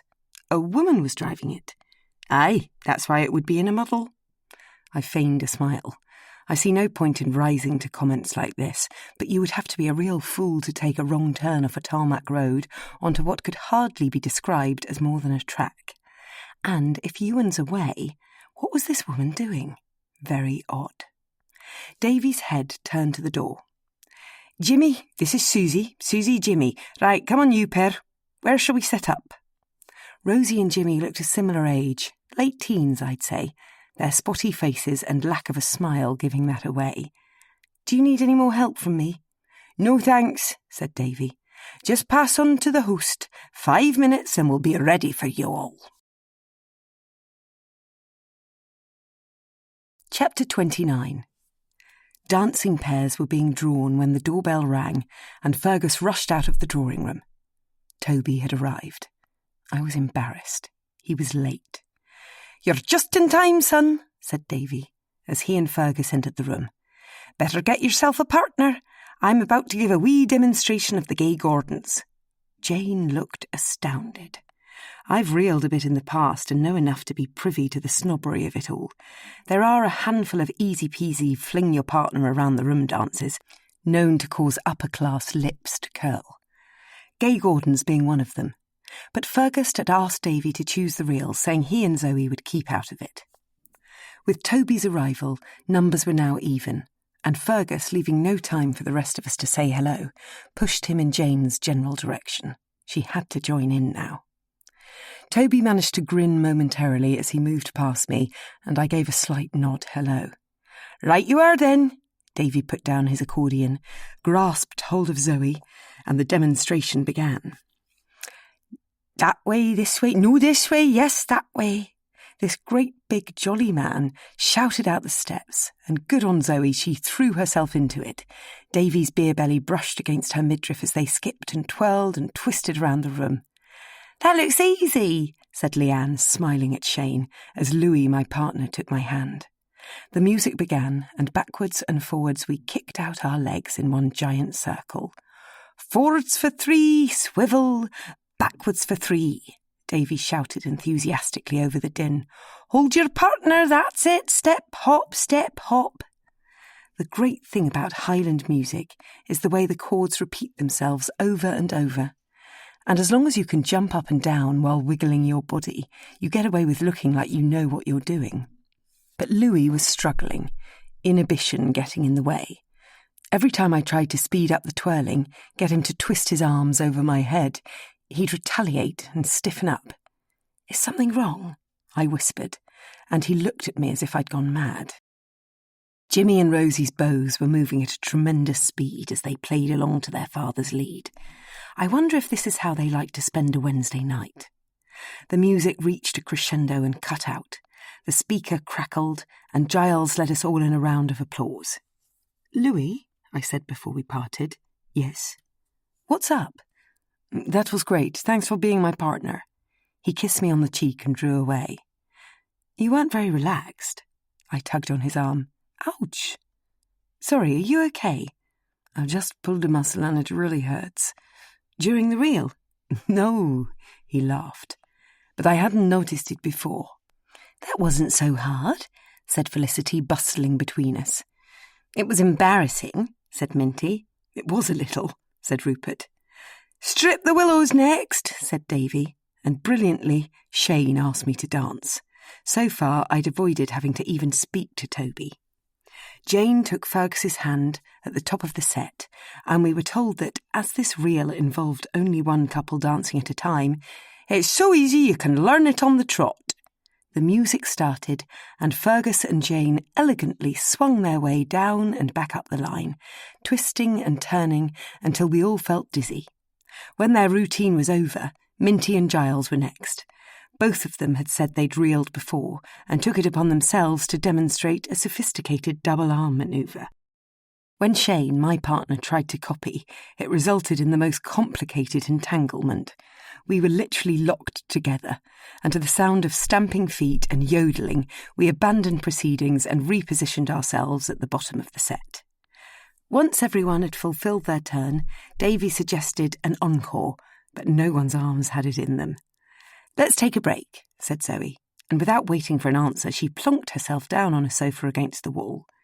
"I'll go and get some drinks," said Fergus, already one step out the door. "Back in a sec." Toby was coming towards me, and when his mouth opened and he said, "Sorry I was a bit late," I wished he'd started his apologies many months ago. "You're here now?" "Yes." "I'm Giles Chesterton," said Giles, thankfully coming between us. "Toby Cropper." Fergus was back with the drinks, and Toby, who has good manners, I'll give him that, offered to help. "You take the water." Fergus handed him a jug. "Rupert's coming with glasses." I poured myself a large glass of wine. I need more alcohol to get through this evening. When the music began again, all us girls, other than Jane, who is most definitely a woman, kicked off our shoes to the great relief of our heels. Giles asked me to dance, and I disliked myself for wanting to say no. He was dripping with sweat, and I felt revolted by the thought I'd get its precipitation when he performed his complex twirling. But so far, I'd avoided having to dance with Toby, and that thought cheered me up. "Ate some reel," said Davy, drawing shut his accordion. "This one ain't as tricky as it looks, trust me. My lord, you must know it, don't you?" "My lord," said Shane. "Who's he when he's at home?" "Do call me Fergus," said Fergus modestly. "Right you are. I'm going to play very slowly, and you are," Davy paused, "Zoe. Call me Zoe. Zoe can walk through the moves, showing the others." "This calls for a set of only 8 people," said Fergus. "So, once we've demonstrated, Zoe and I will keep you straight from the sidelines." "We'll happily step out too," said Jane, dragging Rupert with her. "OK, perfect. We can always have another go after." The demonstration began in slow mode. "This is a difficult one," said Felicity. "But it's such a good reel," said Minty. "You've done it before," I smiled. "Many times. I go to the Highland Ball most seasons." "Now that's a marvellous dance," said Jane, who was hovering just outside the set, ready to step in if anyone made a mistake. "I went several times as a child." "Did you grow up in Scotland?" I asked. "No, my parents had connections here." "Here exactly, or generally?" "Don't be silly." Jane avoided an answer. Zoe and Fergus left the set, and the music began. Round we all went in a circle for 10, and back for 10. Jane couldn't help herself shouting out directions. "Set, set, turn your partner, set, set, figure of 8, figure of 8. Louis was on my right with his partner Leanne, and when she threw her arms in the air for a twirl, I was pleased to see him flinch again. He really had pulled a muscle. It wasn't anything to do with me. The eightsome reel is a killer if, like me, you're shy at heart. The absolutely worst part comes when you have to stand in the centre of a turning circle all alone, performing a little jig. Everyone's eyes are on you, and the whole ghastly process seems to take an age. "In you go, Leanne," shouted Jane, and the good time girl burst into uncontrollable giggles. The momentum was lost, the set fell apart, and I was unbelievably relieved to have missed my turn. Davy wasn't going to let us rest. He coaxed his children to speed up the tempo and bellowed to us all to twirl and clap and spin and bounce. Swap your partners, 1, 2, 3. It was mayhem, but surprisingly good fun. When the music stopped, Louis came and whispered in my ear, "Save the last dance for me." I smiled a smile full of joy, only because I thought Toby might be watching. "Who wants another drink?" said Rupert, offering the bottle of white wine around the room. Rather too at home, I thought. Louis, Leanne, Shane and Giles went outside to cool off, and I glided alone up one end of the room. "What a place this is," I heard behind me and turned to meet Toby's sparkling blue eyes. "Not bad. I've just had a little snoop, pretended I was going to the loo. Kind of thing you'd do." I didn't react. It annoyed me he knew me so well. "They've got some great paintings, haven't they?" "They do." "Come on, Susie. Can't we at least have a conversation?" "Sure." "OK then, have you looked at the paintings?" "Fergus gave us a tour. Lucky you. Any particular gems?" "I'd never seen any Landseer oil sketches before, and there are a lot of them upstairs." "He used to give them as presents when he went to stay, didn't he?" "Why isn't there anything Toby doesn't know? I bet he was a right suck at school. Loser." "Yes, he did." "Well, he must have come here a lot. Perhaps there was something going on." "Like what?" "An affair or something." Grrr. This was going all wrong. I had no way out of the conversation. "He was Fergus's great-aunt's lover." "Great-aunt? That would make him about 137 years old. Very clever." I finally smiled. Toby knew his stuff. Great-aunt then." His laugh made me laugh. It was difficult not to. I adore Toby, had adored Toby. His blue eyes, his curly hair, his ability to mingle in any company. He liked walking and swimming and cooking and being with me. My heart sank. Would I ever find someone as companionable as that? "Susie," he said, "I'm sorry if I've hurt you." Wow, an apology. He has grown up. I gave him a sad smile. "I kind of get the feeling I've hurt you." He looked pathetic, "but I don't know why." "You don't know why?" I was furious. "No. I sent you a text the other night, and as you didn't reply, I thought we were all cool." "Well, we're not." I now regretted deleting his message. From here on in, I'm going to have to improvise. "How can I have done something wrong?" he pleaded. "We haven't seen each other for ages." Tears began welling up inside me. There are so many things he's done wrong. He hasn't written to me, he hasn't been in touch, he hasn't apologised for leading me down the garden path, and to top it off, he's come here tonight. "Ouch!" came Leanne's cry, and without answering Toby, I rushed to the door. She was sprawled on the floor, her halter-neck dress struggling to keep her bosoms in check, and as I stretched out an arm, Shane found the whole thing highly amusing. "Leanne," said Zoe from the opposite side of the room, "are you okay?" "Yeah, thanks." She got up and slapped Shane on the cheek. "Time for more dancing," said Fergus, and I caught Louis's eye, but at the very same time Toby prodded my back and held out his right hand. "No," said Louis, striding towards us. "I've booked Susie for this one." He squeezed my shoulders and kissed me on the forehead. Crumbs. I kind of wanted to tell po-faced Toby there was nothing serious going on, but a large part of me loved that he was jealous. Davy announced it would be Dashing White Sergeant, and I felt physically sick. "You'll need to be in threes for this one," he explained. 2 gentlemen and a lady, or 2 ladies and a gentleman?" "Great," said Toby with a huge grin. "Shall we?" "Sure," said Louis, rising to the challenge. Holding hands, me sandwiched between the 2 of them, the 3 of us walked into the centre of the room. "What fun to have a threesome," said Felicity, who was standing in between Rupert and Giles. Toby squeezed my hand, and I pretended not to get the joke.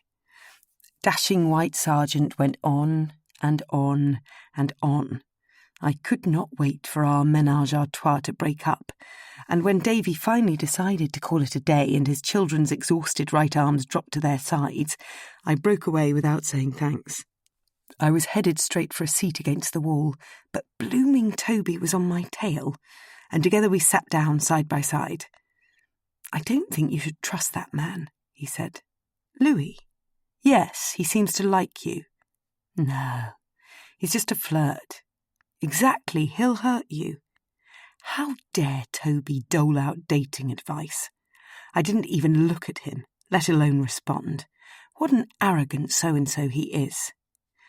"You were talking about Landseer," he said. "His pictures go for a fortune in Canada." "Do they?" "Yes, popular with Canucks who claim they have Celtic roots. They'd buy anything to bolster their Scottish credentials. But they'd have to have the money to buy Landseer, and anyway the Muchtons never sell their paintings." I grunted, though my mind was whirling with the idea a Muchton ancestor could have sold 2 originals to a Canadian. "I respect that. There must be a lot of family history wrapped up in the collection, and you know how I like family history." Toby smiled. It annoyed me he'd referred to a conversation we'd had in the past. A conversation at a happy time. All memories with him were trashed in my mind. Toby had walked me down a happy path, then dropped me into a lonely, unhappy void. Anything we once shared together was now meaningless, and made me feel sad. I stood up. "I'm tired. I'm going to bed." "Well," he stood up too. "Sleep tight. We must try and meet up again soon." Oh my goodness, I wanted to scream my frustration at the top of my voice. Meet up soon? Is he joking? Toby held my shoulders and looked into my watery eyes. "I've missed you, Susie. Take care of yourself. I hope we can keep being friends." Keep being friends? Who says we're friends? Get out of my life. We kissed goodbye on both cheeks, and I dashed upstairs before anyone caught my tears falling. Chapter 30. Oh, God. I wish I could control my emotions. They just love to explode inside me when things aren't going my way. And right now they're at an all-time high. I haven't cried like this for at least a month. And look at me now, bundled up in bed, bawling my eyes out. Seeing Toby sparked it, but now it's the thought I might be flying solo forever. I don't need my friends around me all the time. I very rarely chat to them on the phone, but I've always wanted to share my life with someone, and I hadn't really believed that someone would be Toby.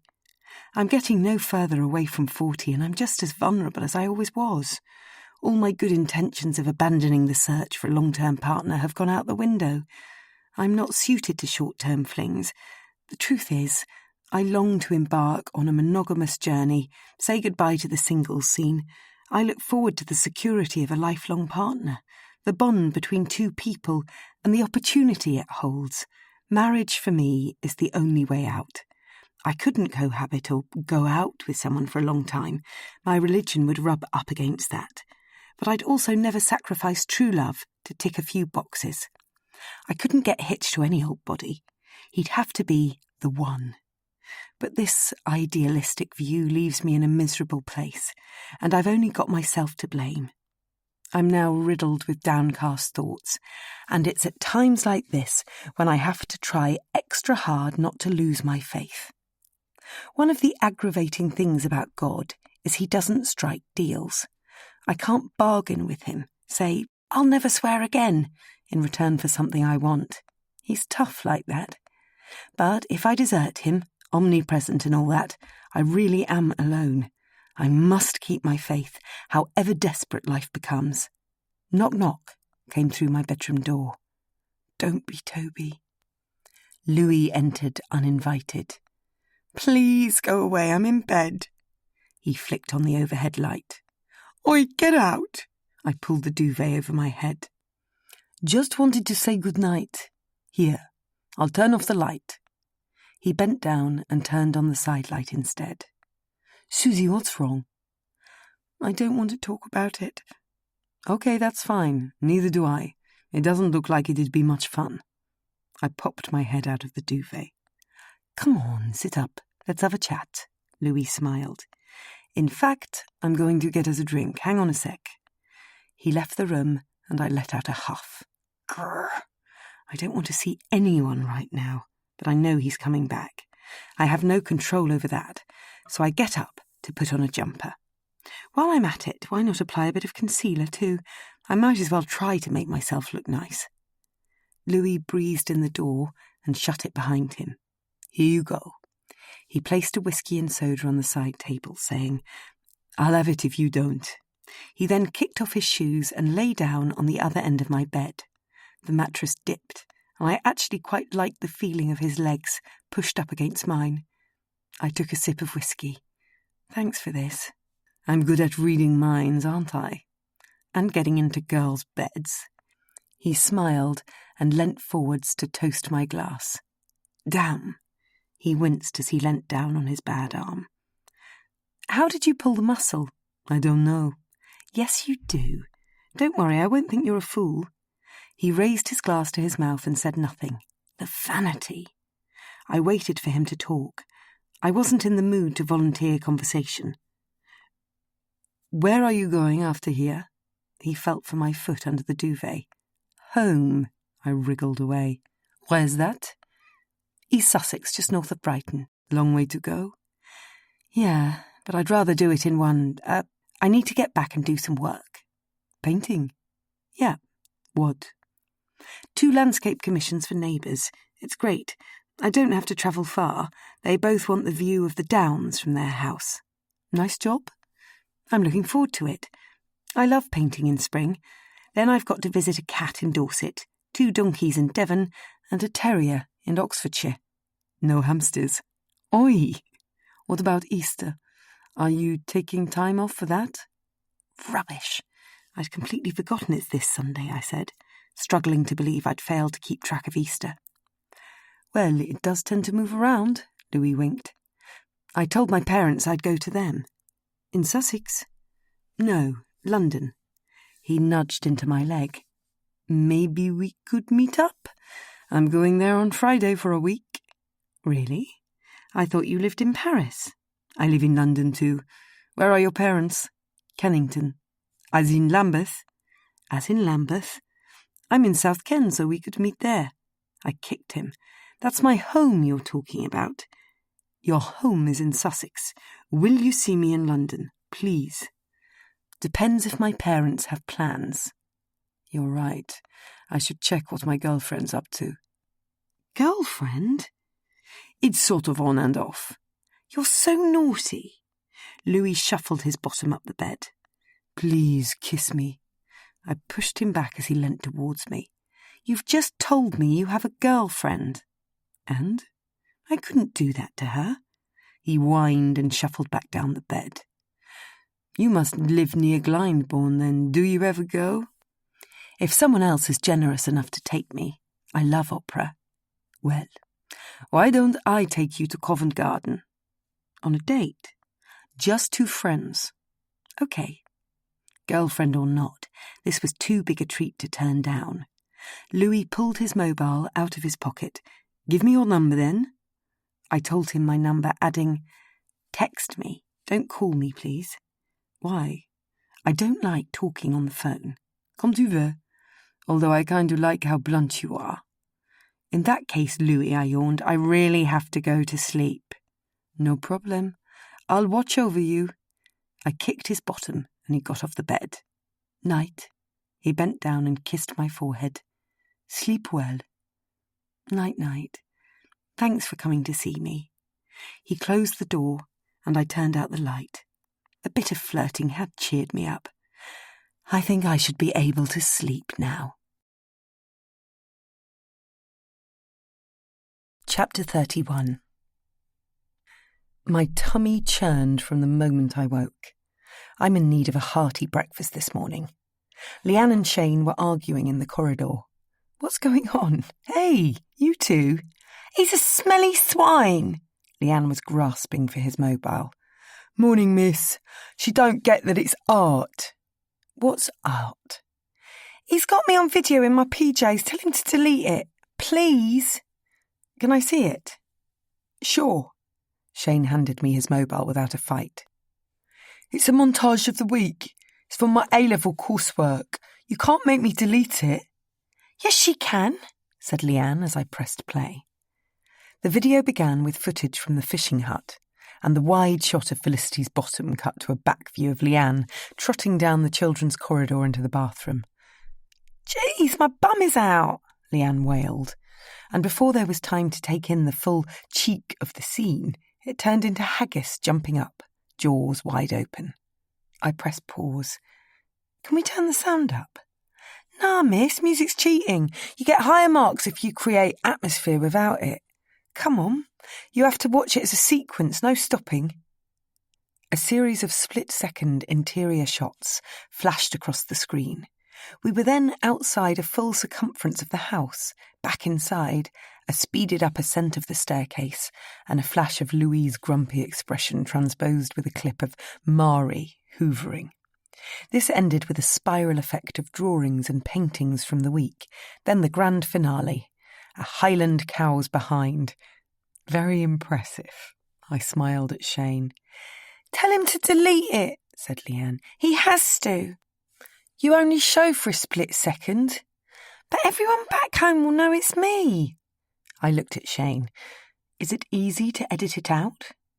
You're as bad as her, miss. Please, begged Leanne. I think it would be kind. Fine, then. Thanks, mate. She slapped his back and bounced off down the corridor. Breakfast time, toast and honey, fill my tummy. Shane, can I watch it through one more time? To see Leanne's bum? Don't be silly. I just want to check something out. I pressed play. Oi, why have you stopped it again, miss? I paused on the clip of Mari hoovering. I think someone's been in my room, and I want to see if you caught it on camera. I thought nothing of being honest with him. Cool, here. He took his mobile back. You can zoom it in. Nah, miss, you're wrong, no one's there. Move it forward a split second. Jesus, said Shane, holding the screen right up to his face. You were right. Let me have a look. It's Jane, he whispered, as he handed me his mobile. I bet she was stealing from you. I have nothing to steal, I smiled. But you said someone was in your room. I said I thought someone had been in my room. It was stupid of me to have told Shane the truth. There was no need for him to know, and now he was hot on to Jane. I reckon she was stealing.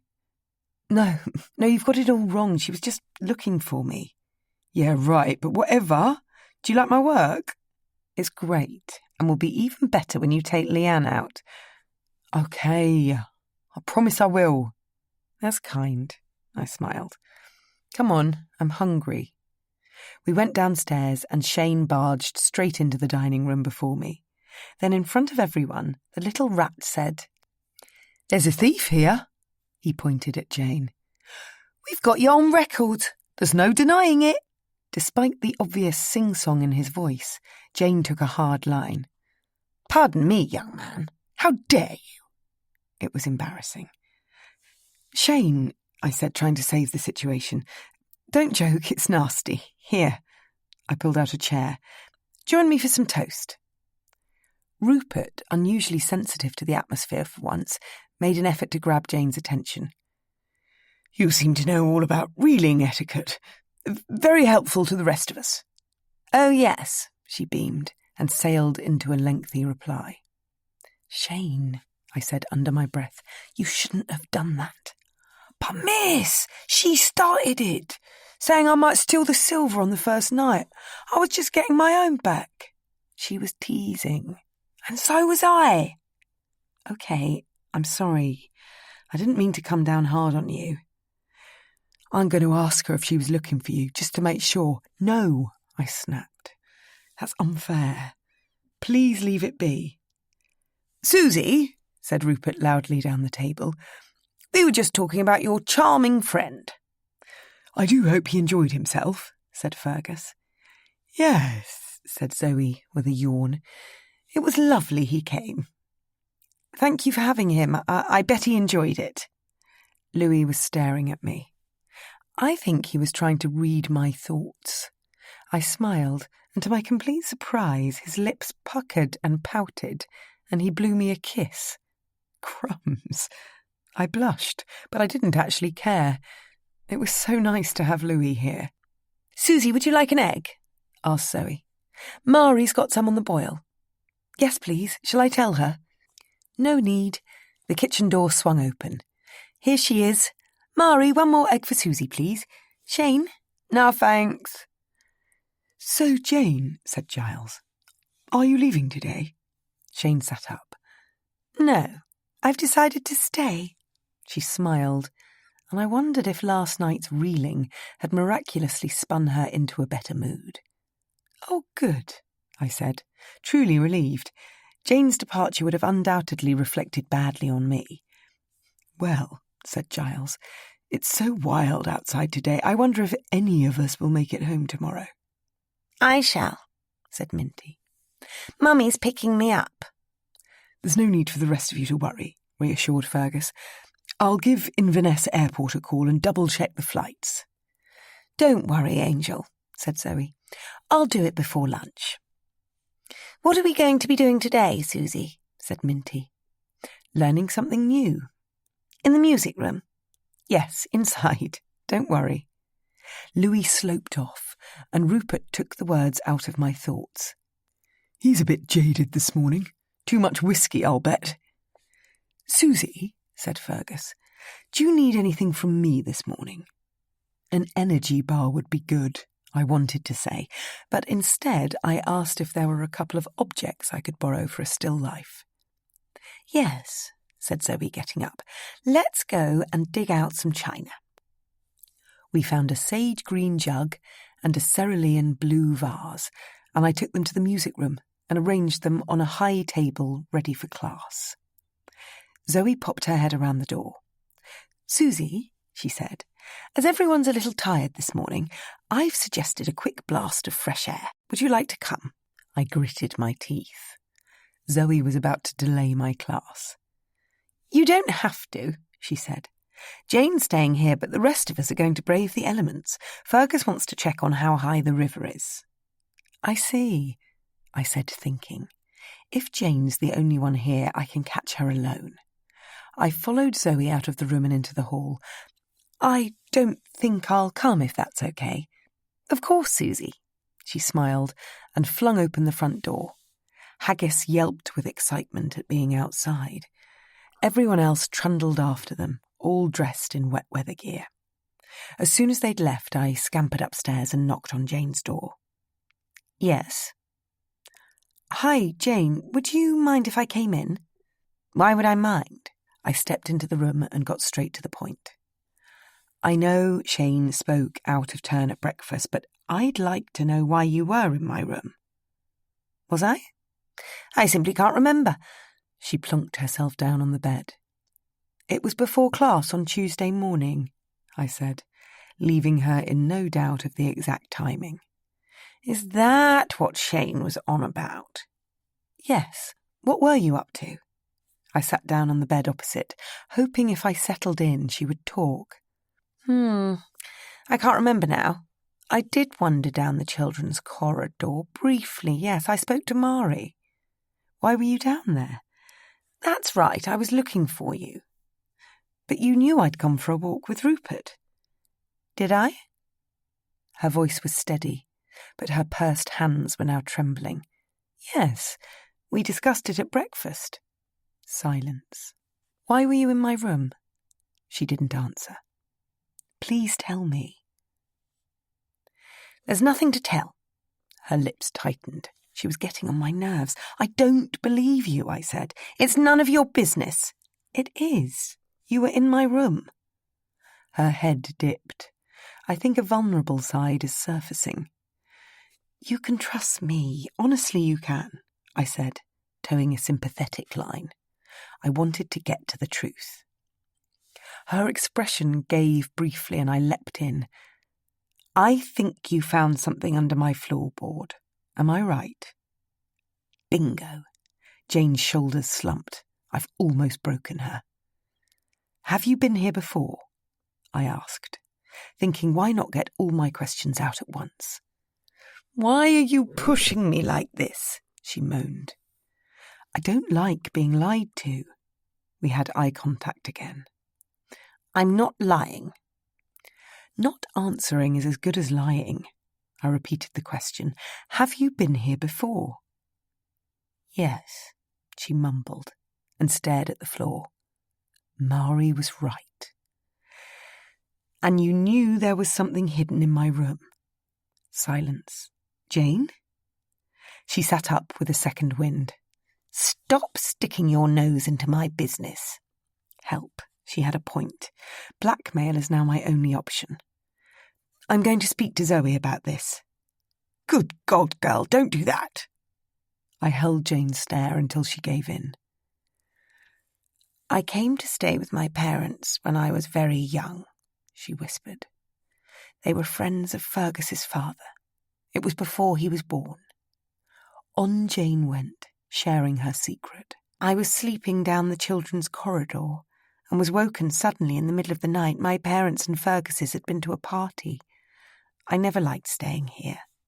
This house frightened me as a child, and when Fergus's father came into my room, it terrified me. I felt a pang of guilt for drawing this out of her, but I now wanted to know more. Poor you, I said. What was he doing? It was an awful experience. I hid under the duvet as he made all sorts of noises, lifting a floorboard up. Didn't he know you were in there? Too blotted to have a clue. He was an alcoholic, you know. The next day he treated me all normal. He never recalled a thing. Jane went on. He was stuffing that. She pointed at the portrait. Necklace in and stamping down the board again. Wow. I had found a diamond for sure. And it dawned on me that if Jane now knew what he was putting under the floorboard, she must have the necklace. You've got the necklace. I came here to get my own back. Her voice was full of confidence again, and I felt strangely flattered she'd told me the truth. How did you know it would still be there? I was certain. I've never breathed a word about that night.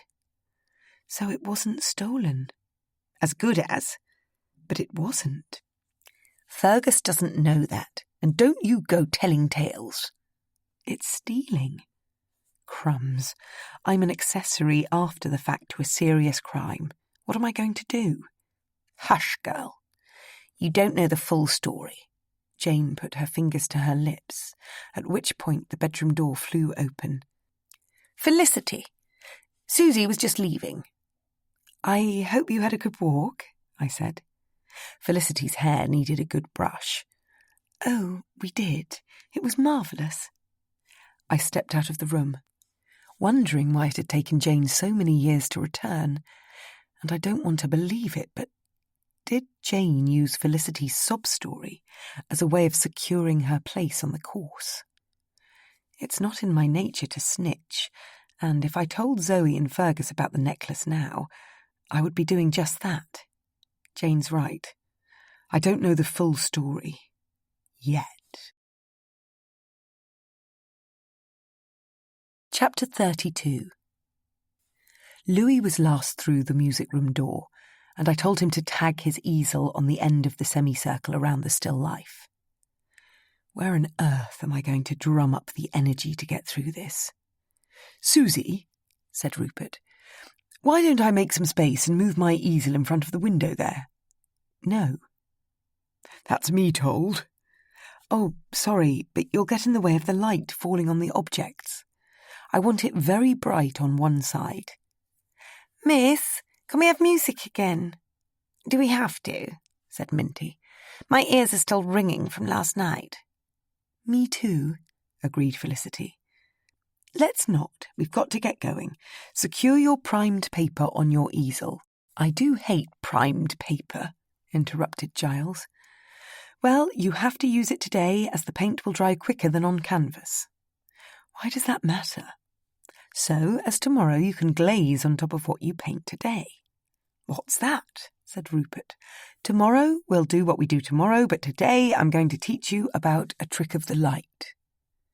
Please get out 4 tubes of paint, zinc white, titanium white, ivory black, and sepia. Will this be a tonal painting? Said Minty. Yes, similar to the fountain you did yesterday. I'm going to show you a method I learnt at the Ruskin. You went to the Ruskin? Minty sounded full of surprise. If you've been to the Slade or Ruskin, people always sound surprised. It's an indirect compliment in a funny sort of way. Didn't you read the brochure? Said Louis. Susie's talented, you know. I quickly moved on. This method's good, but it's by no means the only way. I smiled to show I meant it. Great masters of chiaroscuro, like Rembrandt and Goya, stuck to it. Well, it must be the best then, said Giles. Don't be stupid, said Louis. There are many other skillful ways to paint, which is what Susie has been saying. Really?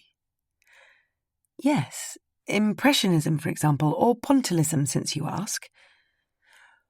Why are you teaching us chiaroscuro then, miss? I'm just showing you an option, one that focuses on light. What? Said Shane, staring blankly out the window. It's the reflection of light that lets us see everything around us, and a trick of the light means what you are seeing is actually an effect caused by the way the light falls. If you get to grips with this, you'll be well on the way to understanding and working out how and why things appear as they do. Heavens above, Susie, said Rupert. What do you mean? I mean, forget about the images of jugs and vases you already have in your mind. I want you to record the facts in front of you. Only the facts as they exist.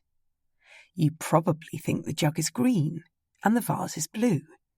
But if you look hard, you'll realise you've jumped to a false conclusion. The evidence says differently. Just as Jane's lips parted, I said, Look at the sides of the objects closest to the window. What colour are they? Shane squinted. White, miss. Exactly. The objects aren't white in our mind, but here, in front of us, there's no denying it. It's very easy to take sight for granted, but you must be led by your eyes, not your mind. Beyond me, said Felicity, but I'll give it a go. To really stretch the point, we're going to forget about colour today and concentrate on tone. It's all about defining the light. Minty was nodding in my favour. Here goes. I want you to use sepia to knock in the tonal values on your canvas, always working from dark to light, leaving only the area of white on your canvas where the light is hitting your subject. You then build form on this underpainting. Once this is bone dry, i.e. tomorrow, you'll mix the colours and brush them over your tones. This, then— Whoa, hang on a minute, said Rupert. You're going a bit fast. Very fast, said Giles. Yes, Susie, said Felicity. Any chance you could explain it a little more clearly? You are an awfully good tutor, but that sounded terribly difficult.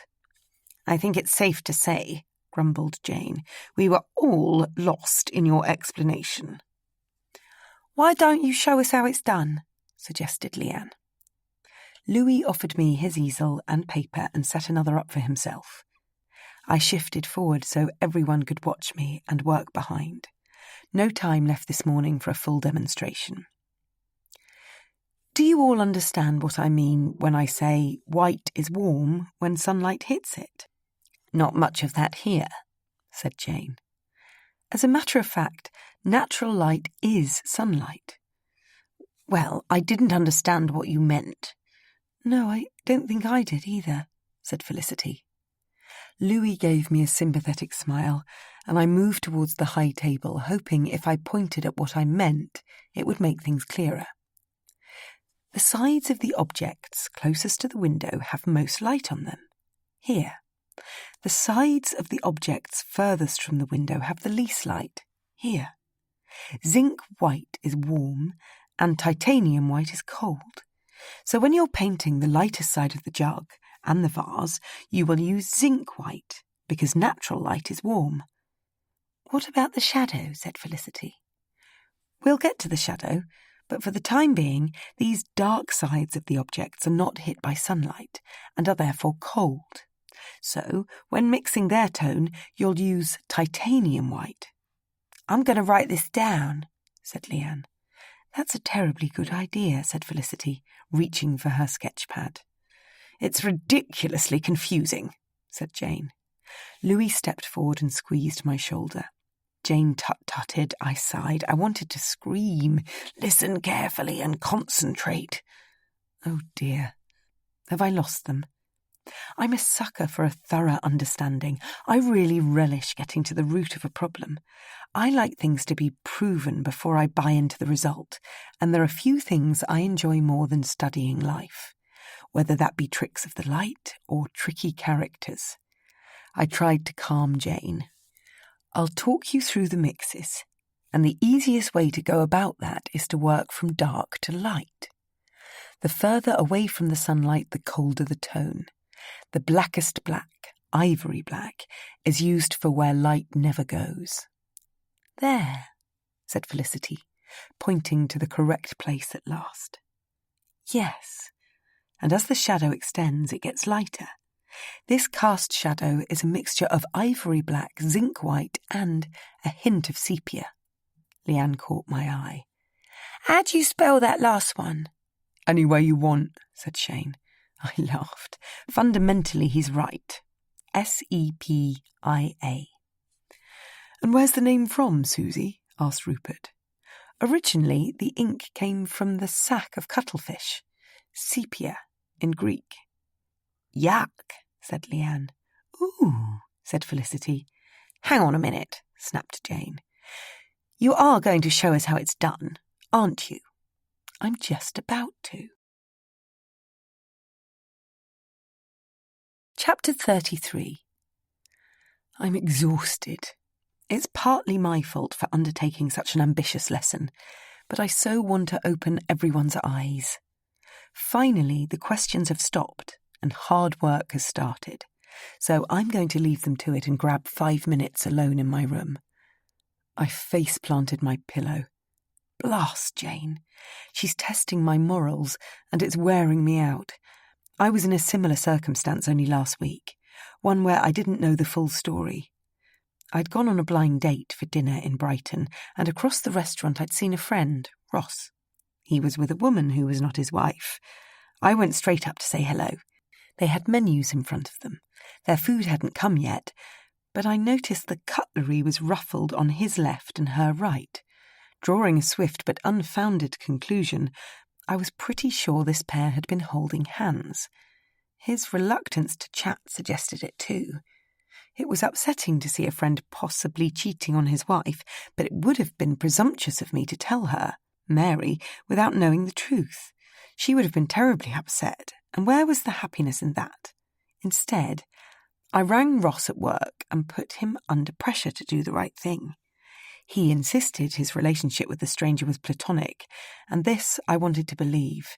However, I left him in no doubt how upset I was to come across him in a situation like this, and hung up, leaving him to sort it out. Right now, face down on my bed, I'm reminding myself, it's better to encourage the person in the wrong to do the right thing than go behind their back. My conundrum with Jane is, she's convinced she deserves the diamonds, and I just don't know where that's coming from. Pure greed? Or something else? I went back to the music room and wrapped up the class. It's lunchtime. Finally, said Shane. I'm starving. I'll race you to the dining room, said Charles. First you must clear up, clean your brushes, stack the easels, carry your paintings down to the basement, and then you can go to lunch." Miss, really?" "How did I do today?" said Rupert, showing me his picture. "Very good," I lied. "There's certainly enough to go on tomorrow." "Where in the basement are we going?" said Felicity. "The drying room, so your pictures can dry." "Of course, how clever." Zoe and Fergus were already in the dining room when we arrived, piling shepherd's pie onto plates and putting them round the table. I made sure I sat a long way away from Jane. I couldn't bear to be near her right now. "Can I have a small one, please?" said Minty. Zoe spooned a final portion onto a plate and sat down. "What are we doing this afternoon, miss?" "Drawing from paintings in the house." "Like copying?" "It's called an equivalent, not a copy." "Right you are, then." Louis gave me a cheeky wink. "Which paintings?" said Felicity. "Well, you can choose whatever you like." "Just one?" "Yes, just one, in pencil, on paper." "I think it's such a good idea of Susie's," said Fergus. "You can't possibly work outside in this weather." He turned to look out of the window. "That reminds me, darling, you said you were going to look up tomorrow's weather." "Yes, I should have said it's going to remain below freezing with a brief spell of sun in the morning." Brrr. Felicity's whole upper body shook. "Good Lord," said Rupert. "Jules will never forgive me if I don't get home to help with the dogs." He looked genuinely worried. "And I'm meant to be going skiing on Saturday." Giles's shoulders slumped. "Don't worry," said Zoe. "I've spoken to the airline and your flight's been rescheduled for the morning. Porridge and toast in here from 7, and Donald will take you to the airport at 8. "How brilliant of you," said Felicity. "Well, I'd hate to think of you stuck up here." "Yeah," said Shane. "I like it and all, but I want to get home." "You will. Inverness only has 2 flights south a day. The airport is quite used to bringing the evening one forward when the weather's bad." "This means we won't get to finish our pictures," groused Minty. "Blast," said Rupert. "So it does. I really felt I was going places today." "Susie," said Zoe, "is there anything you can do about this?" I was glad to have an answer. "It'll be easy to finish them when you get home. You just have to glaze over the tones." "How?" snapped Jane. "Mix up 2 colours, green and blue, add a fair amount of medium to them and brush them lightly over the objects." "Will that work?" asked Giles. "It should do." "Should do or will do," said Jane. "It will work as long as you keep your paint thin. You have to allow the tones we painted today to come through your greens and blues." "I'm definitely going to try it," said Rupert. "Does anyone want more shepherd's pie?" said Zoe. "Depends what's for pudding," piped up Giles. Mari stepped in to clear. Zoe looked at her. "I think it's blackberry crumble with custard." Mari nodded. "Help yourself from the hot plate," said Zoe, and everyone apart from Minty got up. "Zoe," said Jane, "I do hope you won't mind having my pictures wrapped and sent south. I can't think how I'll manage them on the plane." "The cheek." Mumbled Fergus. I think he was embarrassed they hadn't thought about this before. "You could," I said, "fit them in your suitcase. They should be dry." "That's what I'm going to do," said Rupert. "I hadn't thought of that. I shall go right now and give it a try." Jane got up and left the room. "Would anyone like seconds?" said Zoe. And when Felicity joined a long line of takers, I realised it was my moment to rush upstairs and have a bit more time alone with Jane. Knock, knock. "Come in." "Hi, Jane." "Susie, I don't want you bothering me again." I watched as she folded some clothes into her suitcase. The very one Mari had found the necklace in. Jolly lucky for Jane, Mari hadn't recognised it from the portrait above. Although even if she had put 2 and 2 together, she'd never say she found a necklace in Jane's bag. Mari's words, "I'll watch your back if you watch mine," gave me reassurance her relationship with Fergus and Zoe wasn't close. It's not like she'd confided in them about Jane having been here before. Hang on a minute. Jane, I said, if your parents were friends of Fergus's parents, you must have come to stay once he was born. Were is the key word there. Did they fall out? Don't you ever learn? She stopped packing and turned her slitty little eyes towards me. Stop right now, poking your nose into my business. Came the loud call of a raven. It was outside the window, sitting on the sill, frantically flapping its wings. Jane got up and banged the glass. If you want a mystery to solve, young lady, off you go and work out what these blasted birds are doing here. Fine. I walked straight out of her room, adamant I'm going to get to the bottom of everything odd going on here. Chapter 34. Although Zoe referred to the library early on as a snug, it will take a lot of renovation before Auchenlagan gets anywhere close to cosy. However, for this afternoon's drawing from paintings, the Muchtons have attempted to brighten the place up. Fires are crackling, chandeliers are light, and haggis is padding around, making people feel at home. Rupert and Minty are drawing George III's coronation round the back of the main staircase. Leanne is in the library, studying Thomas Warrender's Trompe-l'œil, and Giles has disregarded my instruction for the afternoon. I've just stumbled across him in the hall. He's got his watercolours out and is tackling the cupola, a la Gavin Hamilton. Didn't want to draw? I said sarcastically. No, not on my last afternoon. We have rather a good painting collection of our own at home. I can draw from that any time. I get your point. Would you like any help? Do you think this is bad? No, it looks a good start. I was just offering. Thank you, but no thank you, he smiled. I found Felicity in the drawing room, sitting by the fire under Ramsay's portrait of the first Earl's wife. Great choice. How are you getting on? Her voice cracked. She stopped again. I looked at her picture. Most of it had been rubbed out. Felicity, you mustn't worry. Anything good is hard work. You've come on such a lot this week, but it's so difficult. I simply don't know where to begin. Think of it like this. I crouched down beside her. 50% is studying the painting, the tone, the brushstrokes, the detail, and 50% is drawing something that looks like what you have chosen. If you say so. I changed tack. I bet you've never looked at the same painting for more than an hour. Her head shook. You'll be looking at this picture for at least an hour and a half. So I will, she giggled. I'd unwittingly cheered her up. When you look at the same painting for a long time, it's very interesting how you begin to see it differently. All the intricacies start to etch themselves in your memory, and the longer you look, the firmer the image will stick in your mind. This helps enormously when it comes to drawing. But where do I start? She gazed at the portrait. First, draw a vertical rectangle inside the edges of your paper, roughly the same dimensions as the painting. How? Come. I beckoned her up.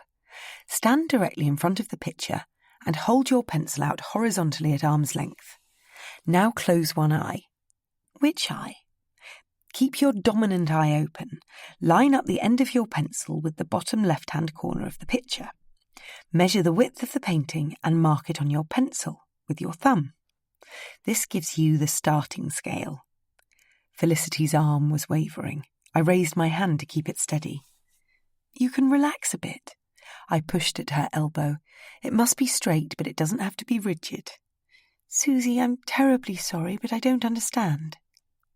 I let go of her arm and dropped it to her side. Oh, Felicity. I gave a sympathetic sigh. Would you like me to show you? Yes, that would be best. I'm sorry I'm so thick. Don't be silly, I smiled. Now you hold the pad up and I'll draw. This was fun and worked rather well. Felicity at least looked as if she understood, her head nodding throughout my explanation. The width of the picture is 2/3 the length of my pencil, So keeping my thumb in place, I'm now turning the pencil vertically and counting how many times the width fits into the height. It will be a bit distorted because you're looking up at it, but you can make allowances for that. That is clever. Yes, and now we know the height is 2 times the width, we can draw a proportionally accurate rectangle on the paper. Goody. It's much clearer now. But why didn't you just draw a rectangle? You mean without measuring? She nodded. Harumph. Nothing I'd said had gone in. I'm going to have to try to put it another way. If you mimic the proportions of the painting, you can then, using your pencil, measure where objects are within the frame, mark them off with your thumb and translate them onto your paper. This will give you a proportionally accurate drawing. I get it, Felicity smiled. May I use your rectangle? Yes, I agreed, because although it would be good practice for her to draw her own, there's enough to contend with right now. When I said I was going to leave, she begged me to stay. Just for a teeny-weeny bit. Help me with the next step. Well, this first step is very similar to the one we used when drawing the cows. Look at the portrait and choose your favourite thing. Her pearl choker. Good. Now, stand still in front of the painting with your arm out again and refine the width on your pencil with your thumb. Using this length, measure as accurately as possible the position of the choker in relation to the outside edges of the painting, and when you have, make a mark in the right position within your rectangle. Much to my surprise, Felicity demonstrated she'd understood exactly what I was saying. Wow. Next, she smiled. Using the pearl choker as your anchor, look really hard at the painting and see what and where things intercept it. Then draw them on your paper. After this, look what and where things intercept these things and so on until you reach the edges of the painting. Got it? I think you'll be all right on your own now, don't you? I do hope so. Well, if you're really desperate, shout, and I'll come back. But for the time being, I must go and find Jane, Shane and Louis. Jane and Shane were upstairs, arguing on the landing. You haven't started yet? I said, full of disappointment. No, miss, she's refusing to let me in her room, and I want to draw that portrait. You can't invade our personal space, said Jane. Shane stood his ground, wearing a grin on his face. Maybe you could work together in your room, Jane. I was trying to resolve things, but she wouldn't budge. You're going to let him sit amongst Felicity's and my things? Only if you're in there too. No, and he doesn't have to draw in there. I don't have to, you're right, said Shane, rather maturely for him, I thought, but I'd like to. Please, I added. Please, said Shane. And miraculously, Jane stepped away from the door. You'll leave the door open, won't you? I asked. No reason not to. I turned to Jane. Would you like me to find you a painting to draw? I'm perfectly capable of doing that, and as a matter of fact, I've already decided. I'm going to tuck myself away down the children's corridor. Really? I think she must have an ulterior motive. Why would she ever want to hang about down there? Yes. Do you have a problem with that? No, not at all, but let me get you a chair from my room. I went down the corridor one step ahead of her, and as soon as I was in my room, she stepped in after me and slammed the door. Susie, I have to talk to you. This can't wait any longer. Her breath was short, her tone direct. Of course. I gently rested my bottom on the window ledge, hoping to appear calmer than I felt inside. My husband Neville is 17 years older than me. Work that out and you'll realise he's a pensioner. He's set to be pushed out of his job sooner rather than later. Our eldest daughter is desperate for a baby and unable to afford private IVF, and our youngest daughter wants to be a vet but can't afford tuition fees. Jane fell silent, and as her shoulders slumped, the pomp, pride and self-importance she'd carried about with her all week drained out. Standing with her back to the door, so wretched, she looked like she'd lost a stone on the spot. I'm very sorry to hear all you're going through. I stood up and took a step towards her. I'm not looking for your sympathy. She flapped her hand and I sat back down. What I need is your understanding. Okay. That yellow diamond necklace is worth about £300,000. Jane, I said, shocked by the huge sum. I have a tiny diamond here. I took it out of my jewellery case, and without even looking closely, she grunted and dropped it into her top pocket. I found it under the floorboard, but I want rid of it. It's not my role to give it to the Mushtons. That's for you. Let me explain the calculation, then hopefully finally you'll understand. Jane held out her hand and ticked the separate elements off her fingers. Forefinger. 5 years tuition fees, that's £46,000, assuming annual fees don't increase, though they're bound to. So, accounting for that and living expenses, which we'll be covering too, so that our daughter can study hard, I'll have to put aside £100,000 for her. Middle finger. £25,000 for our eldest. IVF hasn't worked on the NHS, so she must now go private. It's £5,000 a pop, and with a 29% success rate, it could take several goes. Ring finger. Not to mention the likelihood of Neville being made redundant. Jane wrapped her other fist round her little finger, and her eyes shut. Jane, I'm worried about you. I felt a great need to put a hand on her shoulder, but I didn't dare. I'm fine, she said, brushing away my concern. Are you sure? Please sit on the bed if you'd like. I'm fine. She pulled a handkerchief out of her sleeve and blew her nose with great effect. I completely understand your situation. Do you? Do you really, Miss Marle? No, I don't think you do. This woman was something else. She continued, I've waited years, literally years, for this opportunity. I swore to myself I wouldn't do anything until I needed the money. But that didn't stop me keeping a close eye on life up here. Jane shoved the handkerchief back up her sleeve. Now I desperately need the money, so when the painting residency was advertised, I made damn sure I got on it. The half-wit Felicity's sob story was a great help with that. Blimey. My sympathy buckled just like that, and Jane's threat. There's much good to come from this, and if you blow my cover, don't underestimate what I'll do, had no effect. I accused her again of stealing the necklace. Don't you feel it's wrong to do this? Before you got involved, there was no right or wrong dilemma. So you agree it's wrong to take it? She condescended to provide an explanation. The Mushtons got the insurance money from the necklace. Fergus said so himself. Other than sentimental value, which I think we can overlook in these circumstances, my taking the necklace won't leave anyone out of pocket. The fact it might be wrong is a minor consequence in a much larger philanthropic picture. But Fergus would be thrilled to have it back in the family. We can't always have what we want. You'd do well to remember ignorance is bliss. My family need the money much more than the Mushtons need their necklace. It was then I clicked. If the necklace is returned to Fergus, he'd have to declare it to his insurance company, pay them back what they'd paid out. The Mushtons simply didn't have enough cash in their pocket to keep this necklace in the family.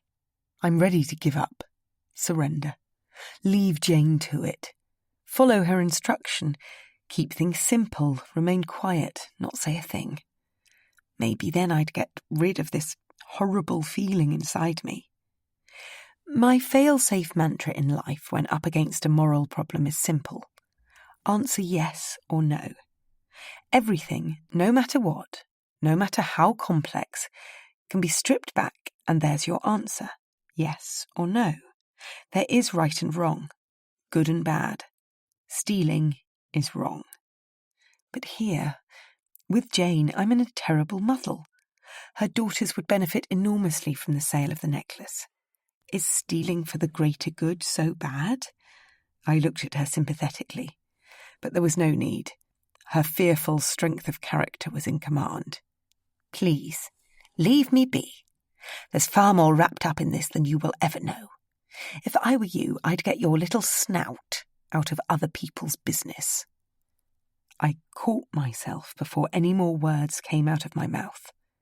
I'd forgotten there might be more to Jane's revenge. Her mission goes back a whole generation, to the day she was frightened as a little girl. My conscience has spoken. It's time for me to butt out. I picked up the bedroom chair and carried it to the corridor. Jane settled herself down in front of the Annunciation, and when I asked if she'd like any guidance, she said, "Leave me alone now, Susie. Off you go. Back downstairs." Chapter 35. Louis. Oh, Louis, where is Louis? Finally, I found him sitting at the dining room table with Zoe. "Susie, I do hope you don't mind me pinching him," she said, all giddy. "We're going through photographs, and he's just so much quicker on the computer than I am." Louis grinned. He knew exactly what I was thinking. "You're the same age, for goodness sake." "Not at all," I said. "I thought it would be wise to get his advice on photographs while I still have him here, but I do want to get together, Susie, you, Fergus and I, to discuss how it's gone." "Very good idea. How's the drawing from painting going anyway?" "Everyone's begun, so here's hoping they stick at it. Can you spare some time and join us?" "I'd love to." Literally, I was longing to see some of Louis's work. "Here, pull up a pew." Zoe moved her chair closer to Louis. "You'll have a good idea of what sells the course." I sat down, pleased to be a part of it. "We've downloaded all the photographs from his camera." "Transferred," said Louis, "not downloaded. That really would have taken you over your internet allowance." I felt bad. Perhaps Zoe didn't know much about computers.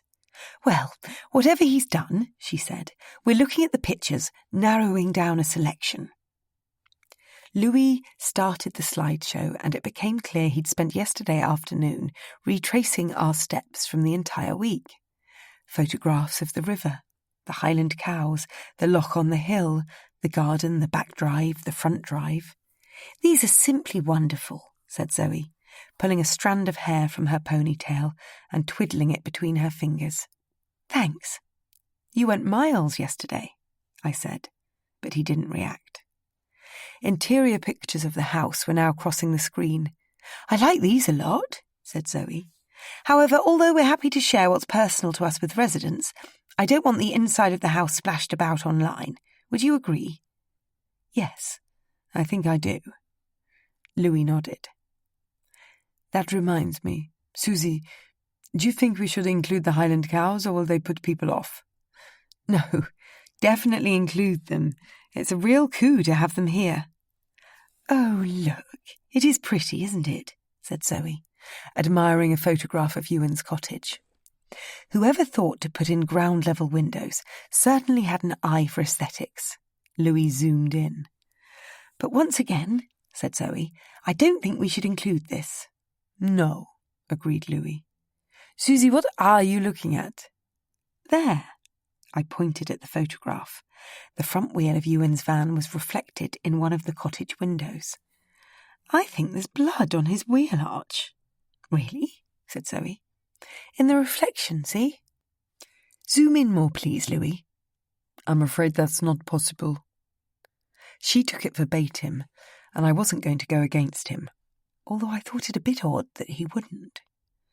"I bet my brother-in-law killed the roe deer," said Zoe, jumping to the same conclusion as me.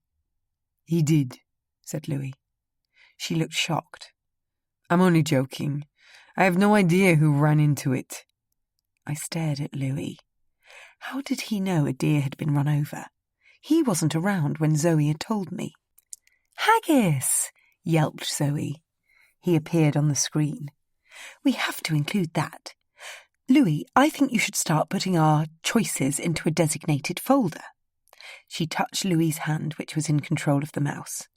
"Susie," Zoe sounded concerned, "are you okay?" "Oh, yes, I was just thinking about something. I'm fine, thanks. Maybe you'd like a cup of tea?" "I'm happy to wait until later unless you'd like me to get you one."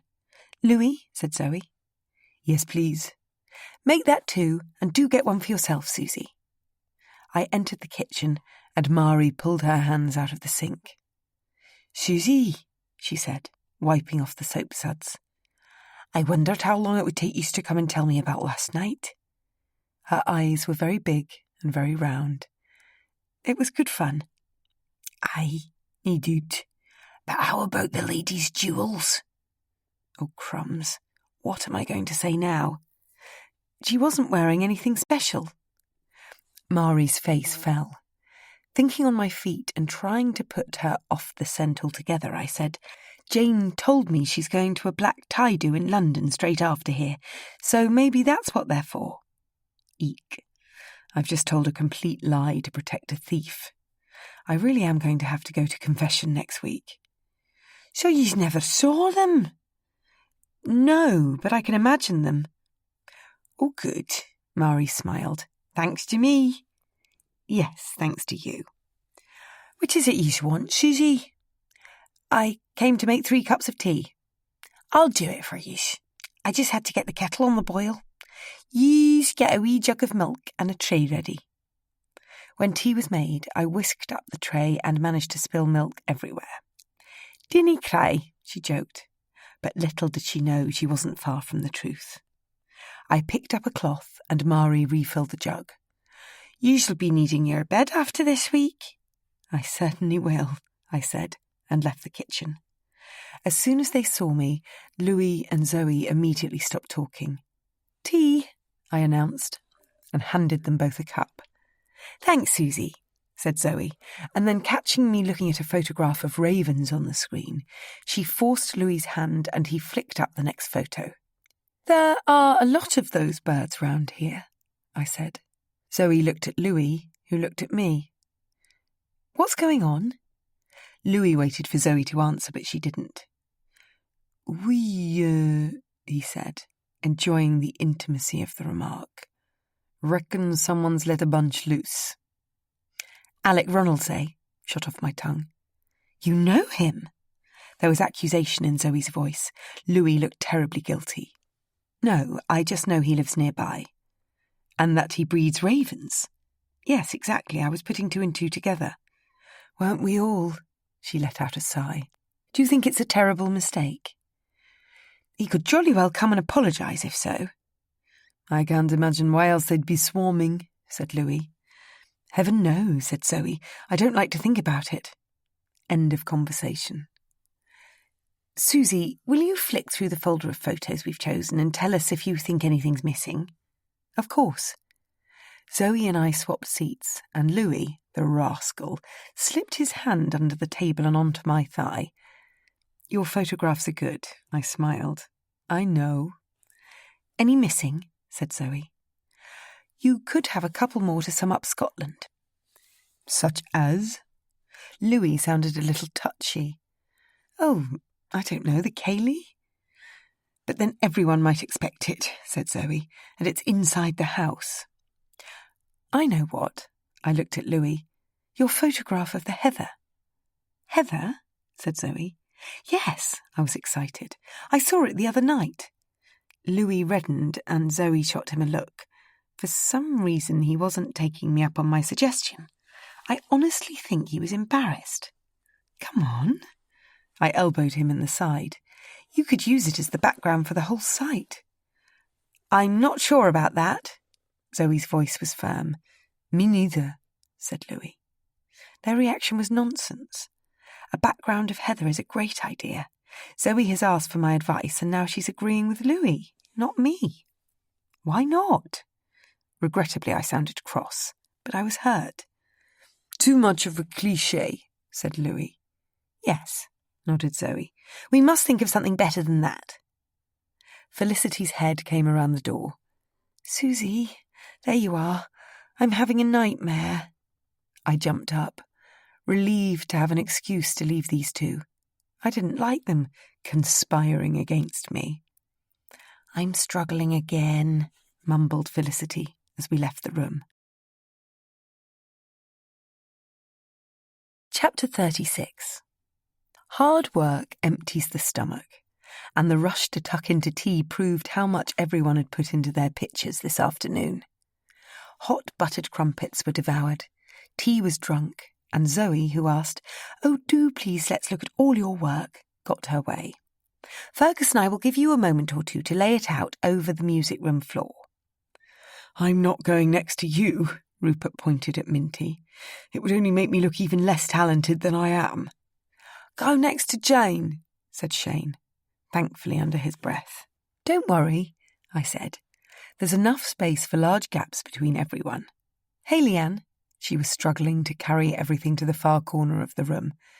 "Why don't you go here?" "I was going to do a performance piece, and I was thinking there'd be room up there for it." "Great," I smiled, full of joy.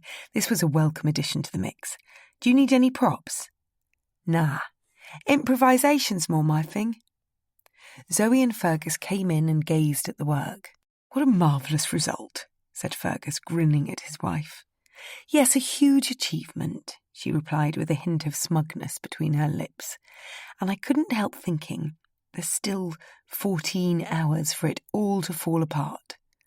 "What a success," said Rupert, marching towards them. "There's certainly a lot of work here," said Zoe, evidently tiring of his manner.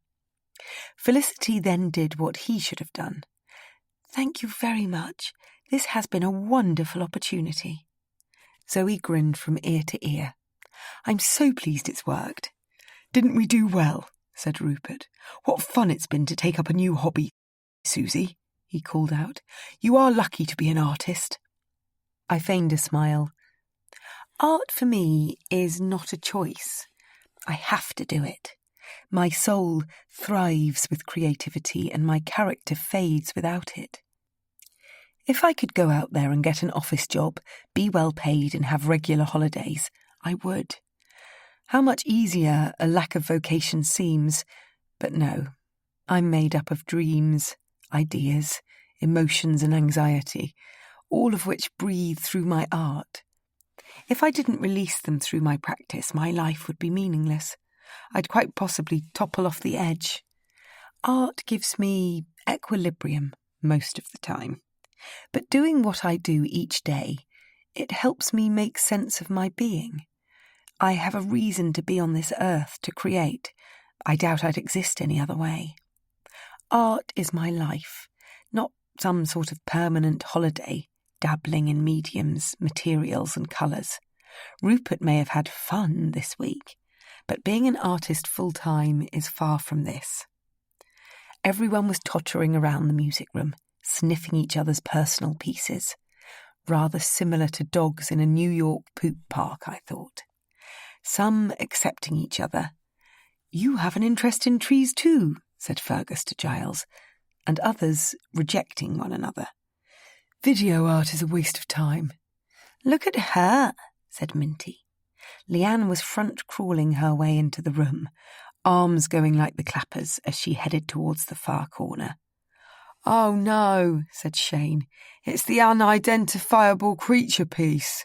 She changed direction, now swimming towards him. Shane started darting from side to side. Leanne, unable to grab him, gave up and melted onto the ground instead. Then slowly, ever so slowly, she stretched out her hands and began dragging her voluptuous body across the floor. "She'll be getting terribly dirty down there," said Felicity, but nobody flinched. We were all witnessing something quite special. Leanne reached the corner of the room, and as she began to pull herself upright against the wall, her body contorted as if she was physically stuck to it. Finally, standing tall, she flicked her long black hair over her face and let out the most unearthly wail. Felicity's index finger shot into her ears, and Louis's hands erupted in applause. Giles, Shane and Fergus followed his lead. Zoe, Jane and Minty were rather slower on the uptake. I stood back and laughed inside. Leanne had successfully divided the room. Zoe grasped Fergus's hand. "Let's complete our circuit. We must look at everyone's work." "We must," said Fergus, and round they went, nodding and smiling and dishing out compliments. taking their time and saying all the right things. "Well done, Susie," came Zoe's congratulations as they headed for the door. I smiled and waited for them both to leave. Come round, everyone. Don't pack up your work just yet." "But I'd like a bath," said Jane. "It won't take long. I was just thinking maybe it would be kind if you all gave Fergus and Zoe one of your pieces from the week." "What a nice idea," said Leanne. "I'll give them my doozle of the garden." "And I painted the house for Fergus," claimed Shane. "I can't think they'd want one of mine," said Felicity. "And I'm not giving any away," said Jane. "Everything I did is for my coursework," said Minty. "Isn't yours, Giles?" "Good point. Same goes for me." "I'm in Felicity's boat," said Rupert. "Me too," agreed Louis. "The less you've got, the more you give," was ringing in my ears as everyone other than Shane and Leanne left my side. "As you both run sponsored places here, I think it is a particularly nice touch giving away one of your pictures. That's if you really mean it." "Geez, yeah," said Leanne. "I'd like to do that." "Me too," said Shane. "But you can give it to him, miss." They both looked terribly nervous. "No, you must." "Now?" "Before dinner would be a good time." "OK." I smiled and said, "Honestly, Fergus and Zoe will be thrilled." I gathered up my equipment, accepted Louis's offer to carry the quilt, and together we dumped it all in my car. "You've got a long journey tomorrow," he said, as I reached to shut the boot. "No longer than my one here." "Touché." He jerked his head back sharply. I was annoyed, and even more so when he grasped hold of my right arm and accused me of being off with him today. "Sorry," I relaxed. I didn't mean to be. I'm tired." "That it?" He let go. "Yes." "So there's no problem?" "Between us?" "Yes, between us." "Not at all." He leant into me and I accepted his hug. I had to, although I didn't really want to. News of his girlfriend had put me off any more frolicking together, not to mention seeing Toby, whose charming manner and handsome face had set the bar high. And although Louis had rival looks, he was going to have to stop cheating before I let him cross the line. "Bath time for me," I said, pulling away. "Together?" "You should be so lucky," I smirked, and raced him up the front steps and into the house. Chapter 37. My suitcase is in the centre of the room, all packed and ready to go. One final night to get through, then I'll be off, heading south, back to Sussex. Home is on the horizon, and I can hardly wait. Tonight I must make it into the locked wing. It's my last chance to have a look for myself. I hate to think 2 Lanciers are copies. It makes me so upset for Fergus and Zoe, but if they are, I'm mad keen to see if I can work it out. I set my alarm for 2:30 a.m. I'll wake up in the middle of the night, check no one's around, and sneak into the southeast wing. How ironic it is. If Zoe had got her way and the pictures weren't going on loan, the Muhtons would remain blissfully unaware. Fergus seems to be coping well, though, taking the news in his stride, not allowing himself to entertain the notion before Jamie Tumbleton-Smith has been. Zoe is lucky to have a calm husband. What a good dad he's going to make, only drawing conclusions about things precious to him when there's undeniable proof. I bounced off my bed and headed downstairs. It was dinner time. Haggis was on his back, outside the dining room door. I rubbed his tummy with my foot and sent him roly-polying down the corridor, baring his teeth in a grin. Moments like this make me think I'd like a pet of my own. But no, I travel too much, it'd be unfair. "Now, Zoe, darling, have you explained about breakfast?" Fergus leant into the table as if it might help carry his voice to his wife at the other end. "Yes," she smiled. In here from 7, and Donald will be leaving at 8. Good. Shane was on my right, teasing Leanne about what we were eating. It's lamb's bollocks. Nah, pig's brains. Disgusting. I bet you can't guess what it is, I said. Yes, Shane, tell us what it is if you're so clever. He looked at me, and Giles shouted, venison, across the table. He's right, I said. It was probably the roadkill. I can't believe you've all been tucking in not knowing what you're eating. I knew, boasted Shane. I was just keeping quiet. Yeah, right, said Leanne. It is good, though. Rupert leant across Felicity, who was on Fergus's left, and asked him where the name Moughton came from. I tuned in to hear the answer. It originates from the Norman French, early days of the Old Alliance and all that. It's very unusual. I haven't come across it before. Our family's name is Hewson. Maybe you've heard of that, said Fergus. Yes, Rupert nodded vigorously. I think I might have. On the subject of family names, I received the most extraordinary email today. Internet hackers are getting better and better. Poor you, I said, gripped. I like a hacking story. They can be so clever. Felicity was all beady-eyed too. I'm wise enough to know better.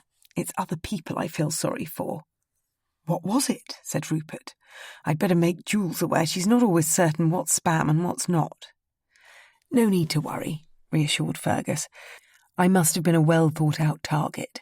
It came through our shooting syndicate website with the subject line, Mouchtons of Auchenlagan Tosh. Not something your wife will receive, I'm sure. That's not hacking, said Minty. It's spam. Spam or hacking, all the same to me. What did it say? Felicity was giddy with anticipation. It began along the lines of how pleased they were to have re-established the Hewson family connection and how they hope to come poultry shooting here some day and whether we offer a discount for family. As if one would fall for that. Rupert gave a sneering snort, and Louis asked whether the email said more. Yes, so devious. I think they wanted to strike up a correspondence about art. Art? Said Louis. Yes, Landseer in particular. It went on about how pleased they are with theirs. Crumbs. Alarm bells are ringing in my head. Perhaps this pair own a Moughton original. But why isn't Fergus thinking that? He'd never be telling us this if he did. Maybe he hasn't had a call from the art dealer yet. I wish I'd done 1471 on the landline.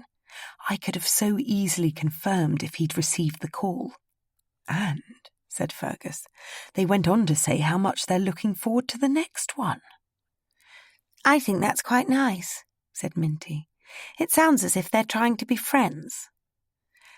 Why would I want to be friends with Ethan and Chloe Hewson of Ice Lake Mansion, Canada? Or so they say they are. I mean poultry shoot. Come on, Americans. He corrected himself. Canadians can be so carelessly ignorant at times. Canadians struck a chord with me. Toby. Oh, Toby has come up trumps. He'd suggested Canucks will buy up anything to bolster their Scottish roots. I don't think Fergus's email is spam. Louis pushed his chair out from the table, stretched his legs straight, and with a rush of thoughtfulness said, I deleted Fergus. Much better if it's out of your computer, if there's the slightest hint of something suspicious going on. Quite right, that's exactly what I did. But, said Rupert, people like to reach out in the modern world.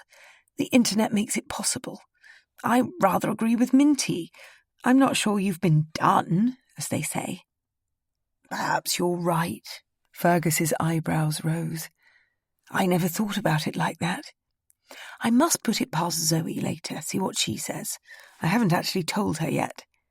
What's that, Angel? Said Zoe, attuned to her name. Oh, nothing. I'll tell you later. Giles, he called, keep the wine flowing. I don't want to be left with half-drunk bottles. Will do. Giles smiled a burgundy-stained grin. Fergus, said Felicity, What are you going to call your first child? At the mention of babies, I turned to Louis. He was staring down the table at Zoe, who was twitching her head towards the door. Louis got up and left the room. Zoe was now looking down the table at me. She shrugged her shoulders and left the room too. Shane, I said, turning to my right, I'm so sorry, I'm just going to nip to the loo. I really, really, really wanted to follow on. That's all right, miss, you don't have to ask. Haggis stuck to my heel as I walked up the corridor, into the body of the house. Hovering behind the staircase, I could just see Louis and Zoe at the bottom of the banister. They were chitter-chattering under their breaths. Zoe had a hand to her forehead, and Louis had his arm on her shoulder. Haggis yapped. They spun around and both bolted upright as soon as they saw me. "Susie," said Louis. "Are you okay?" I played the "I was worried about you" card. "He's fine," said Zoe, giving the game away. She was trying her hardest to cover up their intimate moment. "We were just having a chat." Are these two having an affair? It would be amusing if I wasn't stuck in the middle of it. "Whatever," I said. "Didn't mean to interrupt." Louis touched my shoulder as I went straight past them and on through to the downstairs loo. There's a stuffed deer's head in here, above the sink. Why do people put animals they've culled on display? Is it only the ones they've stalked, or will the head of the roadkill we've been eating tonight find its way onto a wall in this house? I think there's a strong chance Ewan ran into that deer. He had blood on his wheel arch. I'd seen it in the photograph, and he was late home, according to Louis, on Monday night. He could have been drunk, embarrassed about what he'd done, and not wanted anyone to know. So dragging it into the wood at the time probably seemed the most logical thing to do. But can one man drag a deer? Or does its dead weight require two? Maybe Ewan got Louis to help, and this is how he pulled a muscle in his arm. It's not as if we've been doing anything strenuous in class. I went back to the dining room. Zoe was sat in her seat, but Louis was nowhere to be seen. The plates had been cleared, and I began to dream up my favourite thing for pudding. Ting ting, went Zoe's glass, and the kitchen door swung open to reveal Louis carrying an enormous chocolate cake. Bon anniversaire, he began singing, and everyone, slightly confused, joined in with "Happy birthday to you, happy birthday." "Dear Fergus," shouted Zoe. "Happy birthday to you." Louis settled the lit cake in front of the birthday boy, who took in a deep breath and blew out the single candle. "How dare you, darling," he said. "I hate people knowing it's my birthday." "Had nothing to do with me," Zoe grinned. "Louis organised it behind your back." Fergus looked over his shoulder at Louis. That's the problem with being a twin. Mari entered the dining room with a huge knife, and Fergus grinned as he took it from her and began cutting up the delicious-looking cake. Louis sat down beside me and slipped his hand under the table onto my knee. I very nearly let out a yelp. "What are you doing?" I whispered. "Judging you. I like you." I looked down the table at Zoe and back to Louis. Non, he shook his head. "You don't really think so, do you?" I shrugged my shoulders. "You're so cute when you're jealous." "Well, I'm not even going to answer that." The cake was delicious. Mari had excelled. We all gobbled it up, and as dinner drew to an end, Shane ting-tinged his glass. "Miss," he said when everyone was listening, "I'm doing this because I like you." For a conceited moment I thought he was going to make a speech to thank me, but when he got his mobile out of his pocket, I feared the worst. He was going to take Jane down again. "I want to know what you," he was looking at Jane, "took from Susie's room. She says you were looking for her, but when I zoomed in on my video, I can see you've clear as effing daylight got something up your sleeve." Shane got up and thrust his mobile at Fergus. "I won't have this bullying from someone less than half my age," Jane said and burst out of her chair. "Give me that telephone." She waddled down the table and for some perceptive reason, Fergus handed the mobile which he hadn't looked at back to Shane. I bet if he hadn't, it'd be smashed by now. "Common little brat," said Jane, and stormed out of the dining room. There was a shock of silence. What a dreadful end to the evening. "Miss," said Shane, "I did it for you. She's got something of yours." "That's so thoughtful, but I've spoken to her about it." "She stole from you," screeched Felicity. No, that's not what happened."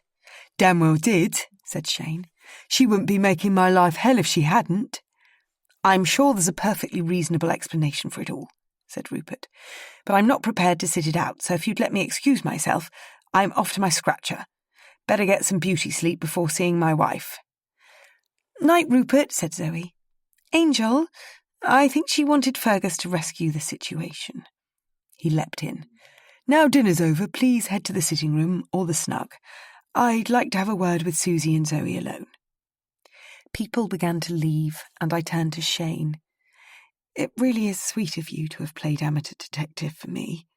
"Nothing amateur about it, miss. I have her on camera." Yes, I know, but honestly, I've cleared it all up."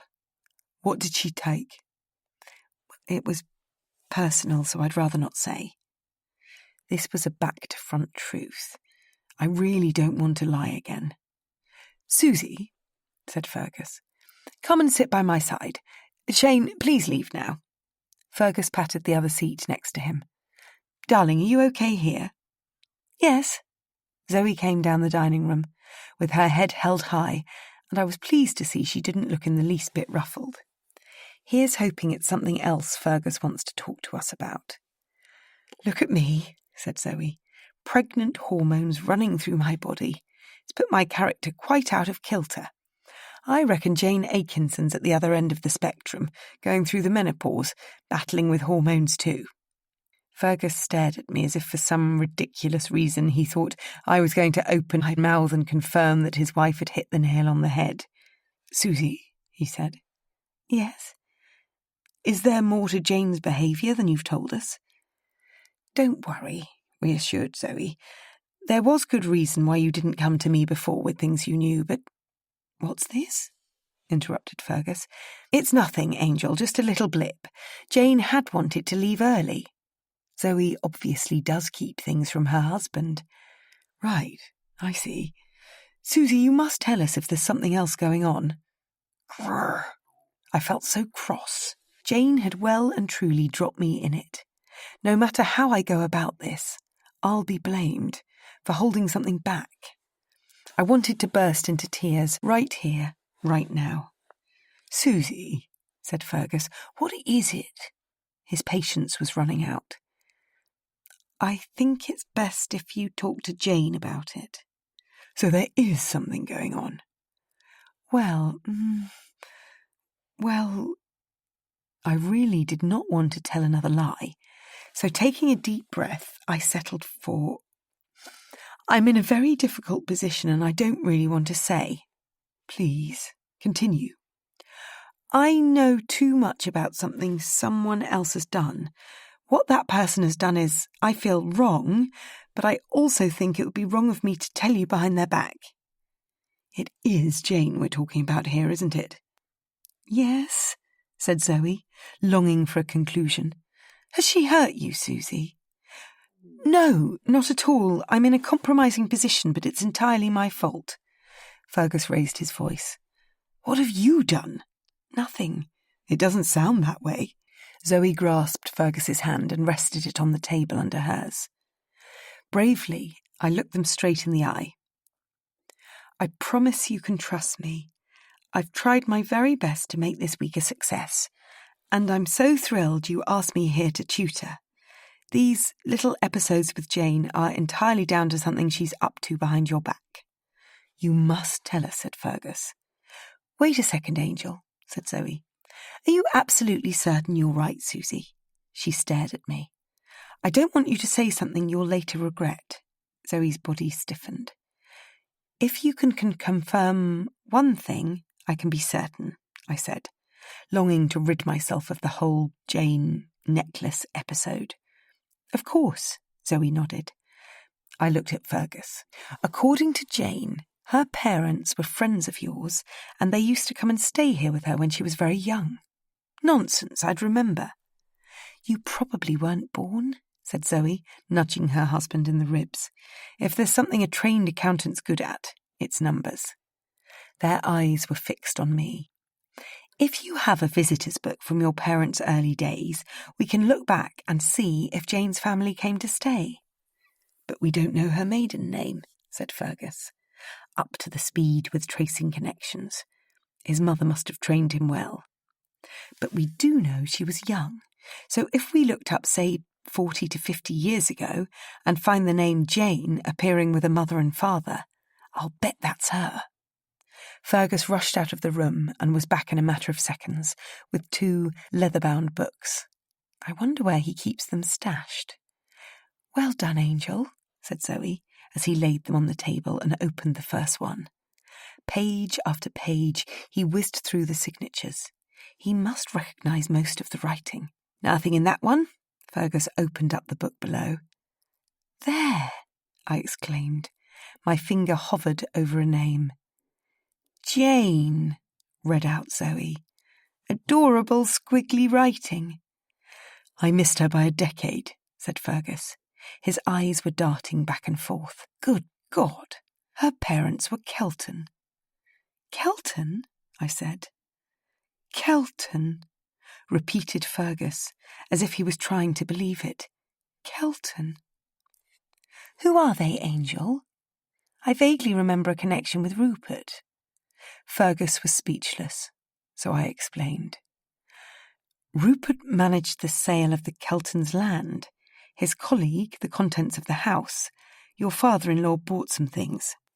What's the problem, Angel? Fergus held his head in his hands. Jane's parents were great friends of my parents. In fact, my father was her godfather. What an unbelievable coincidence she's here, said Zoe. Are you absolutely certain? I'm sure, said Fergus. His name was Hector, his wife Arabella. How funny, said Zoe, looking back at the book. No, it's not good. They had a terrible falling out and never saw each other again. It was ages ago. I have absolutely no idea why she'd want to come here. She must be up to something. Zoe's voice held a wobbly combination of worry and fear. Fergus reached to hold her hand. In the early days of my parents' marriage, these Keltons, their great friends, fell on hard times.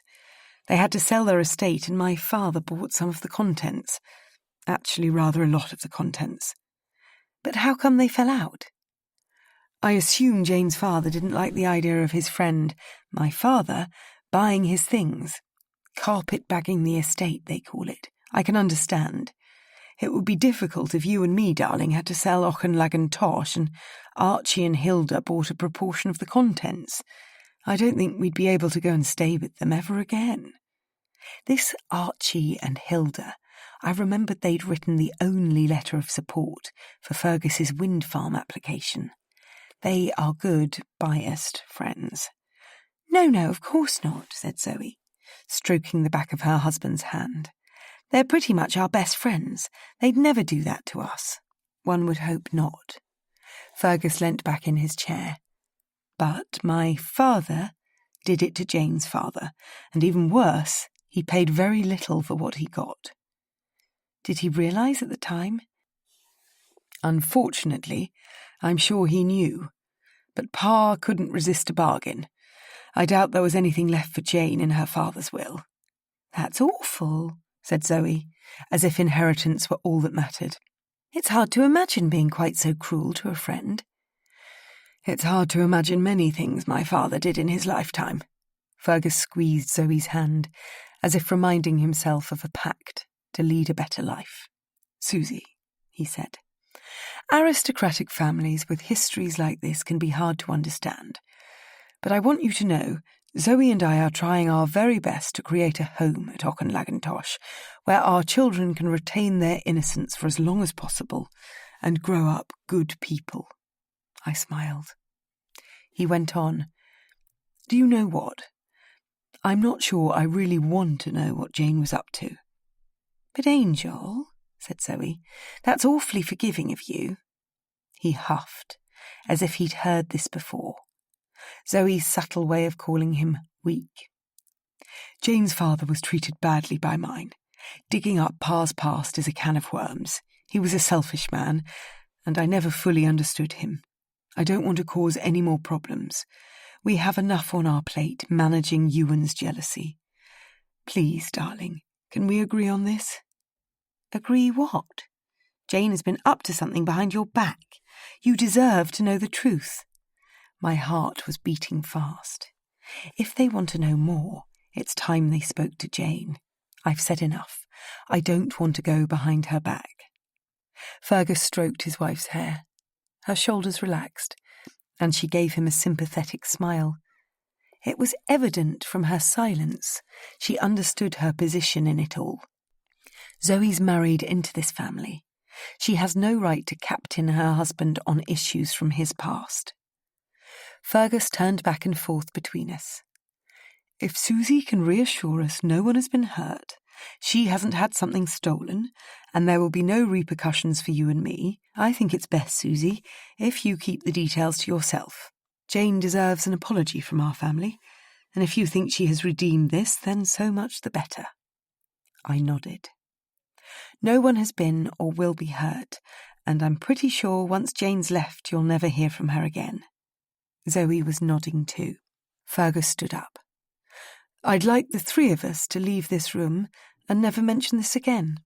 He spoke fairly but firmly, and Zoe didn't attempt to go against him. I'm mightily relieved. My conscience can rest. I'll never, ever mention it again. Fergus thanked me, and when Zoe stood up, he held her hand. "Quite something to end my birthday with this." She gave him a peck on the cheek, and all three of us headed for the door. "I'm going to bed," I said, feeling completely drained. "Night then, Susie," said Fergus. "I hope you sleep well," said Zoe. "Night-night." Oh my goodness, what a weight off my mind. Chapter 38. I grabbed my mobile and turned off the 2:30 a.m. alarm. I've been absolutely fast asleep. This week has worn me out, but I must get up, put some socks on, a jumper too, and a spare one under my arm. I turned on the torch and crept down the dark corridor. I cannot wake anyone up. I made it to the door of the Landseer wing without a sound and very carefully pushed the frame of the closest painting. The whole thing hinged open. I typed the number I'd seen Zoe put in, and the box dropped open. Here was the key. I took it, closed everything back up, and unlocked the door. Then I slipped into the room and locked it from inside. I bent down and stuffed my spare jumper in the crack beneath the door. At a flick of a switch, the picture lights came on, and I turned my torch off. Alone and alert, the stale smell hit me. A lack of air circulation. Clearly the Muchtens never open the windows. I went to touch the drawn curtains to prove my point. Behind a fold of velvet, a black outlining was speckled with mould. Already my eye is being drawn to things that don't fit. I looked down at my feet as I walked across the room. If there's something on the floor, I want to find it. I then craned my neck back and circled the ceiling. Rings of damp appeared where painted plaster had peeled. This neglected wing could do with a good blast of ventilation. Zoe really needs to read up on caring for an old house, or let Mari in here once in a while. The pictures were stunning under the mounted lights, far sharper than they were in natural light. I went to the first one, early morning stags on the moor. Oliver thinks this is genuine. Perhaps I should too. I need a prototype to start from. My eye was drawn to the heather again. And you know what? On second thoughts, to use it as a background for the Auchenlagentosh painting residency website is a bit of a cliché. I laughed at myself, agreeing with Zoe and Louis now. I guess I'd been jealous at the time of my Louis siding with Zoe. The next painting, Rutting Stags, could be a copy. Though it looks a pretty brilliant piece of painting to me. The foreshortening of the deer. I wish I could do that. Oliver thinks it's been hung a little too low, so I bent down to test his point. The buff, virile beast burst out the canvas. Oliver's right. The picture came alive from this angle. I looked up at the hanging chain. There's plenty of space between it and the light. This painting could so easily be higher. Hang on a sec. Look at that. Perfectly obvious in artificial light, there's a strip of faded silk above the frame. It's very similar to the green patches in the drawing room downstairs. Rupert drew attention to them on the orientation tour, and Zoe said they'd recently moved the pictures to some of the spare rooms. How long does silk take to fade? I reckon a year or two. But with the curtains closed in here, it would be even more. Nevertheless, Rutting Stags at some point must have been rehung. The S-hook joined fractionally too low down the chain. I quickly checked above the other paintings. There was no more faded silk. Is Rutting Stags a copy? Oliver left a crack open for the real expert, but I'm now thinking he's right. I mean, art fraud. It's as if the stars are aligning to get me on board, giving me permission to play amateur detective again. I touched the frame. Dust came off on my fingers. It wouldn't take long for it to settle in this room, but it does mean the painting's been on the wall a while. I went back to the first picture. There was even more dust on its frame. The third, Horses at Bay, was dusty too. The last, Dogs in the Moonlight, had a little bit on the frame, but as I moved my fingers along the bottom ledge, there were obvious patches where no dust lay, slightly bigger than the palm of my hand. It's as if someone's been clutching it recently. I looked up at this painting of two spaniels, a greyhound and a terrier of sorts. They're gathered on a clump of grass next to the stump of a felled tree. Oliver suspects this one's a copy too.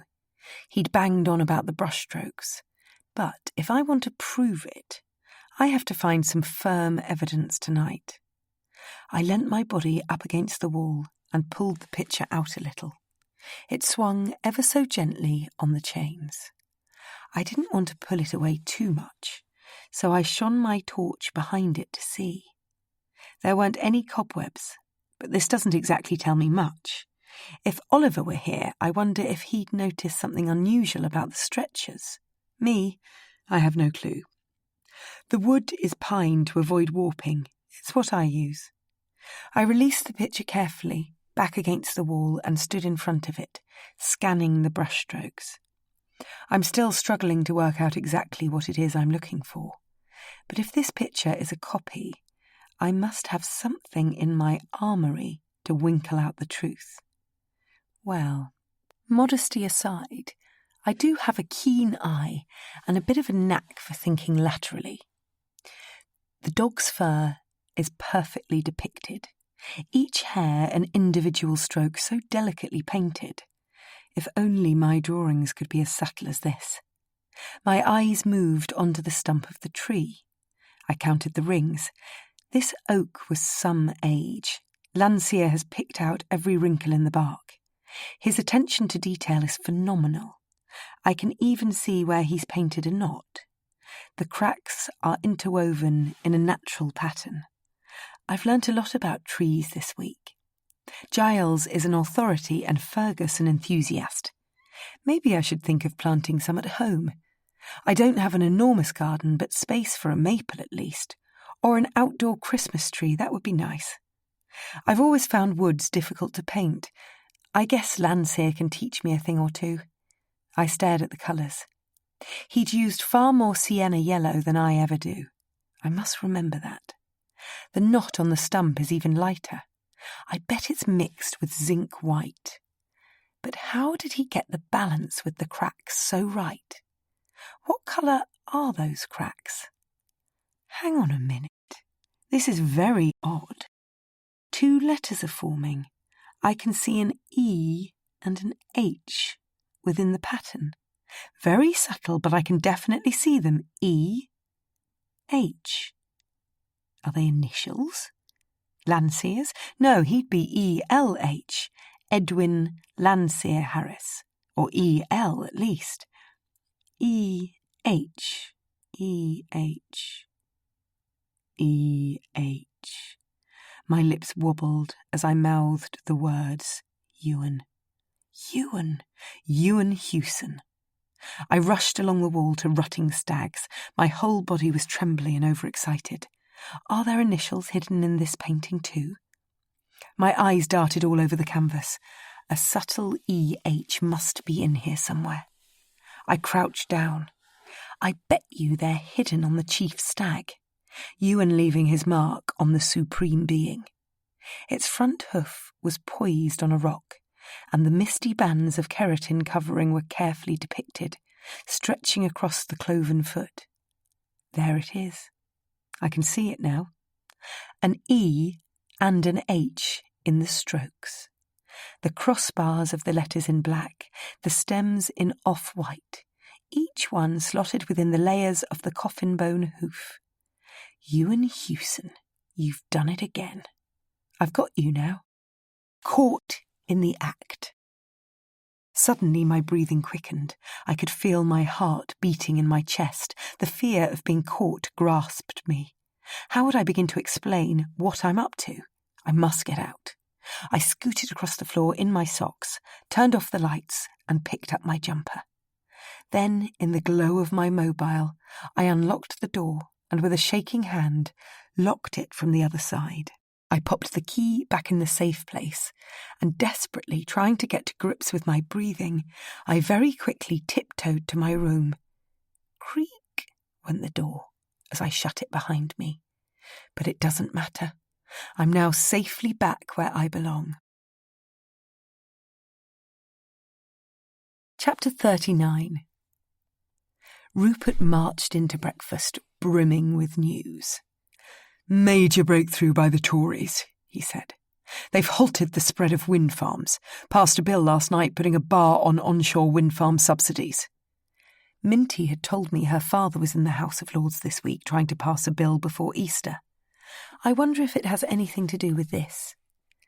"Angel," said Zoe sharply down the table, "had you heard that?" "No, I hadn't. On the news this morning, I suppose." "Yes, just caught it on the box. I've been rather interested in the build-up, and I had an inkling this would be the result." "You knew it was happening?" said Felicity. "Why didn't you mention it the other day?" "Wind energy's a controversial subject, and you never know. A debate on the matter could have divided us." "How sensitive of you." Felicity missed the sarcasm in Rupert's voice, and when Giles asked, "What's your opinion of them, Fergus?" she visibly cowered in her seat. "I'm not against wind farms per se. They have a place, both in the landscape and in our changing energy needs. However, where they are placed has to be chosen with the greatest possible care." "I was right, wasn't I?" said Giles. "You have an application masked up, don't you?" "How do you know that?" Fergus's eyes twitched. "Told you so." Giles searched the table. "Hey, Minty. Where's Minty?" "She's left," said Zoe. "Her mother turned up just after 6 to collect her. If it wasn't for Haggis's barking, I would never have known." 6 o'clock this morning?" said Giles. He's very surprised, and so am I. "Thereabouts. Didn't hang around. It was a last-minute decision due to the weather." "All the way from Cumbria?" I said. "No, she spent last night with friends nearby." "Quite nearby," I said to myself. "These estates are enormous." "Minty wanted me to pass on her goodbyes to you all," smiled Zoe. "Doubt I'll see Araminta Froglinhume my bridge again," said Shane, with flawless timing, and all of us began to laugh. "Froglinhume my bridge?" Rupert was astounded. How could I have forgotten? It was her relation I saw on the telly. This morning? Snapped Zoe. Yes. It was an old clip of him banging on about wind farms blighting the landscape, damaging property prices and harming the local economy. Really? Yes. He's a Tory peer and it was footage from a previous moratorium on wind farm developments. Minty's father, said Fergus, not quite getting it. I should hope not. The man I saw is now under arrest. Under arrest, I said, and Felicity tut-tutted. Quite unbelievable. Whoever it was up to all sorts of shenanigans. Minty's relative? Asked Leanne. On second thoughts, I doubt it was. I really hoped it wasn't, for Minty's sake. But it's hard to believe there'd be multiple people in the House of Lords with that name. What was he accused of? Said Zoe, staring fearfully at Fergus. Capturing water voles without a licence, Rupert hooted, and a crumb of toast shot straight out his mouth. I don't understand, said Felicity. They're protected, gloated Giles. Who cares? Grunted Shane. Wind farm surveys do. An application can fail based on an otter and water vole survey. Was he releasing them then? Said Felicity, catching on. Giles nodded at Fergus. Bad luck for you. Whoa, hang on a minute, said Rupert. You're jumping the gun. The clip I saw said he was breeding them, not releasing them. Maybe it is Minty's dad, said Leanne, terribly overexcited by the notion. Very clever to choose a water vole, said Giles. All sorts of birds of prey feed off them. If released, the application would fail the ornithological survey too. Angel, said Zoe, I think you should give Stuart a call. Fergus took the order and marched out of the room. The ravens, I whispered in Louis's ear. What about them? He hadn't made the connection. These birds feed off voles. Nothing, I shook my head. No point telling him my theory. Water voles had been released here. They'd attracted the ravens, and it's all happened at about the same time the art residency began. Mari's husband, Donald, saw a light down by the river the night we arrived, the very evening Minty's father dropped her off. Rupert changed the subject. That was a two-dog night, if ever I've had one. Such a marvellous saying, giggled Felicity. What does it mean? It means it was so cold you need a dog either side of you to keep warm. I am sorry, said Zoe. Not at all, I was exaggerating. Haggis rushed into the room. Fergus was back. Poor doggy, said Felicity, stroking him at her feet. He's got icicles clinging to his fur. Yes, it's a very, very cold morning. Donald's outside with the bus, so chop chop, everyone. It's time to get moving. 15 minutes and you'll be off. There was a rush for the door. Jane, Felicity, said Fergus, if you're all packed, I'll get Donald to come in and carry your bags down. Thank you, yes, said Felicity, nodding, and Jane, without breaking her morning silence, nodded too. Rupert began to stack the plates. Don't bother to clear, said Zoe. Mari's here and you must get going. Well, I'll just nip into the kitchen and say a big thank you. Rupert rustled his right hand in his right trouser pocket and pushed open the swing door. I knew he was off to tip the cook. A sterling note stuck to his palm, all ready to transfer over to Mari with a firm handshake. It made me smile to think how happy she'll be, and rather surprised. This isn't a standard move made by a paying guest. Rupert.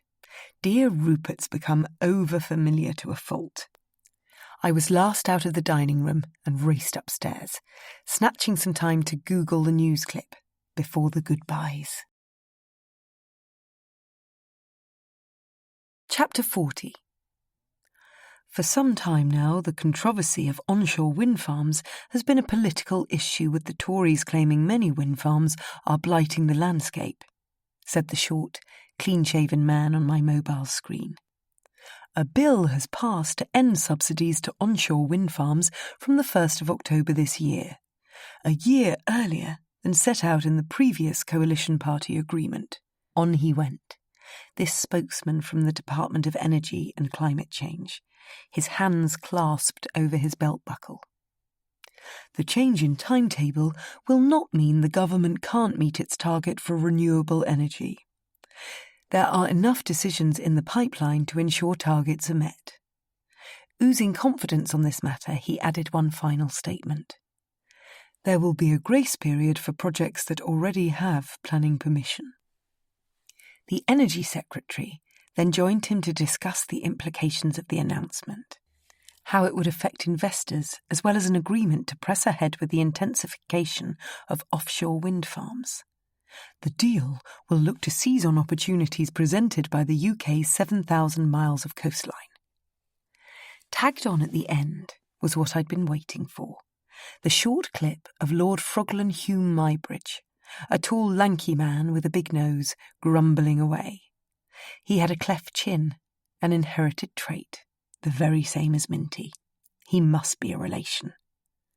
The broadcast was preceded by a repeat of News at 10's coverage of his arrest. Not only had this man bred water voles, they were careful to mention there's no proof of releasing them, but he had paid Alec Ronaldsay, under the counter so to speak, a substantial amount of money to release several of his captive ravens into the wild. Quote from a fellow peer. My associate and friend is not a malicious person. His actions were solely driven by his concern for the future of our beautiful island and the creatures that inhabit it. The excessive lengths he was willing to go to were driven by his commitment to the cause, not a means to target specific individuals. He was standing up for his principles. Only in doing so was he breaking the law. A formal apology from the Conservative Party on behalf of their colleague was then read out, with the add-on, "It is thought Lord Froglen Hume Mybridge's good work as a member of the Lords will considerably reduce his sentence when the court makes its decision." Caw, what a story. So many things made sense now from beginning to end. The shrill in the dark sky when I first arrived, Stuart wanting to talk to Zoe urgently, the lights down by the river. I bet it was a captive bird flying into the kitchen window. Zoe's stolen bracelet, the explosion of ravens, Stuart's gruff manner when I met him in the wood. All from one man's conspiracy to stop the Auchenlagan Moor wind farm. Or was Zoe behind it too?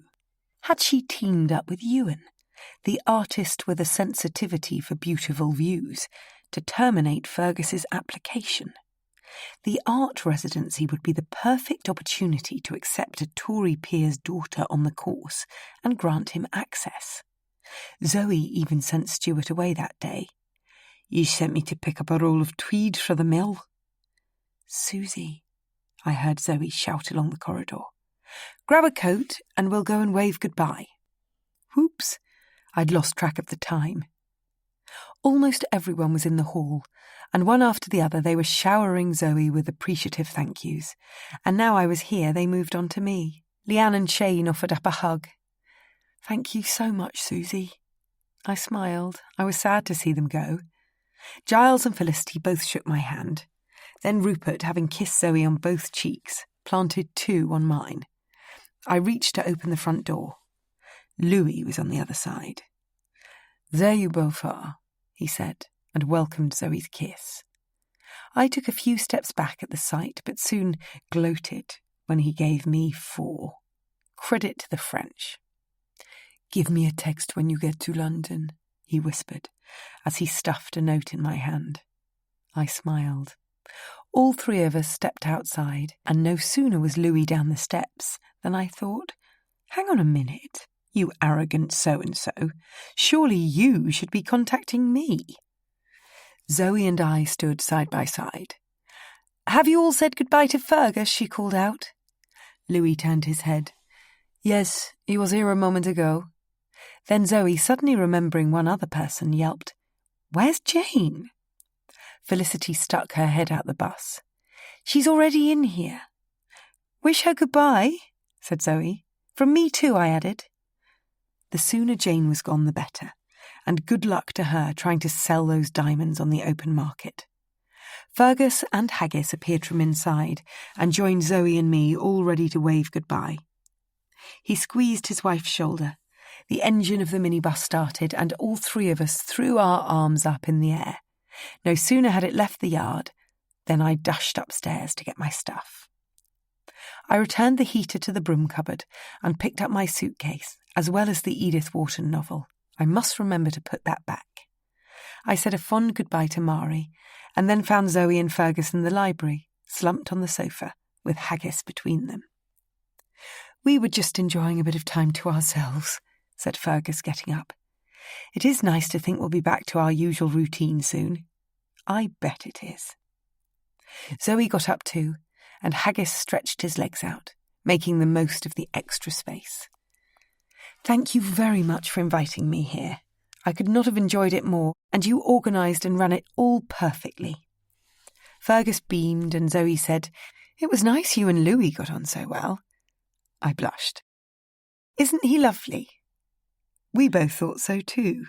Zoe smiled at Fergus. Now, he said, "let's not talk about people behind their backs. Susie, I'll take your bag." He stretched out an arm. "If you're going all the way to Sussex, you must get on the road." "Haggis," said Zoe. "Time to say goodbye to Susie." She kissed me in the hall. "Thank you so much, Susie. Safe journey." "Thank you for having me. I'll be in touch about the drawing." I bent down to give Haggis a cuddle. "Oh yes, I can't wait to see it." Fergus opened the front door, and out we went. "I do hope you'll make it home okay in this weather, Susie," he said as he put my suitcase in the car. "I'll go slow. It'll be fine." I kissed him on both cheeks. "Thank you." I waved goodbye as I left the yard and headed off down the long bumpy drive. Over a humpback bridge I went, saying a little prayer. "O Lord, give the Whottons strength to bear the bad news, and help me please work it out. You never know. I might just crack it before Jamie Tumbleton-Smith visits. Easter weekend's in my favour, national holidays and all that." Chapter 41. "England!" I shouted out loud in my car. I'd crossed the border. It was time for a break. At last the outside temperature has risen above 0. The roads are motorways from here on in, and yes, I'm definitely going to make it home tonight. My most recently downloaded music has been on a loop, me singing and dancing in the driving seat, celebrating my first tutoring job. Will I do something like that again? Probably. The money's good, and although I'm jolly glad it's over, I did love spending time living with strangers. A sign for a service station popped up, and I took the next exit. The massive billboard in the car park boasted, "First farm shop in the UK." So, with my handbag over my shoulder, I rushed in to find what goodies they had inside. "What can I get for you, Duck?" "One of those sausage rolls, please. They look amazing." "Don't they just? Anything else for yourself? Slice of cake? Bit of flapjack? Double chocolate brownie? We have all sorts of beautiful things for yourself to choose from." "A bottle of fizzy water and that's all, thanks." "Right you are then. Enjoy. Me Shell will take your payment at the till over there." I smiled. Why is it northern service stations have such friendly customer service? Perhaps it's because there are fewer people in these parts, and therefore those in services can keep up a fresh and friendly hello all day. I paid Michelle and found a window seat. It looked out over a very muddy pond, and on the vacant next-door table I spotted a coffee-stained business paper. I reached across and helped myself, hoping I'd find the Froglen-Hume-Mybridge report. I flicked the sheets. Here we go. Lord Froglen-Hume-Mybridge, husband of Patricia and father to Jonathan, Araminta and Harry. He was Minty's father. It was too much of a coincidence not to be true. I thought as much, but looking at it here, reading like a death notice, filled me with shock. My stomach plummeted. I'd read enough. Poor Minty. I dug my mobile out of my bag. I'm not the most communicative of people when it comes to modern means, but 2 days without reception, and I was excited to see who might have been in touch. 1. Vodafone with an offer. 2. Friend Sam, saying my mum's invited him for Easter and will I please answer him. He'd left a voicemail and 2 texts. You'd think he would have twigged I was out of reception. I'm sure I told him I was going to Scotland, but then again, we haven't spoken for a while. I'd better send him a text. Hey Sam, I've been away, heading home now. You must come for Easter lunch. It's not like you haven't been for the last 4 years. Speak soon, Susie. Kiss. 3. An excellent message from Jenny, a really great, high-flying friend who's been working abroad for the last 8 years. Susie, I'm home, in London, for good. Let's meet up VVVVVVV soon. So much to tell. Hugs and kisses, Jay. Jenny and I go back years, all the way to junior school, and ever since then she's had her head down. I cannot wait to see her. Ooh, I wonder if her on-off boyfriend is coming over too. I'll be so happy if they finally made it work. 4. A text from Toby. My sausage roll was more tempting than reading this right now, so I turned my phone over and took a big, greedy bite. Oh, the friggin' thing was absolutely piping hot. I spat into my napkin and looked around. Luckily, no one else was watching. Bzz, bzz, my mobile vibrated. 1 new message, Sam. Just thought you might not want me this year. I'll say yes then. Please call soon. It'd be good to have a chat before. Kiss. Oh, Sam. Why do you have to make it complicated? I knew exactly what he was getting at. Our drunken kiss before Christmas, standing on the pavement as I was waiting for a bus. It wasn't a long, drawn-out, passionate number, just a sort of whoopsie we shouldn't be doing this affair. It's never happened before, and why then, who knows? But surely we don't have to discuss it. NB, call him tomorrow. The sausage roll was delicious, but I'd finished it. Time to get going. I weaved my way through the stationary cars and jumped back into the driving seat with a rush of energy for the next leg. I slipped my mobile into what used to be called the ashtray, and just before the engine started, I had a reconsidered thought. Toby's message was playing on my mind. It would be safer to read it now than resist it while driving. I picked up my phone.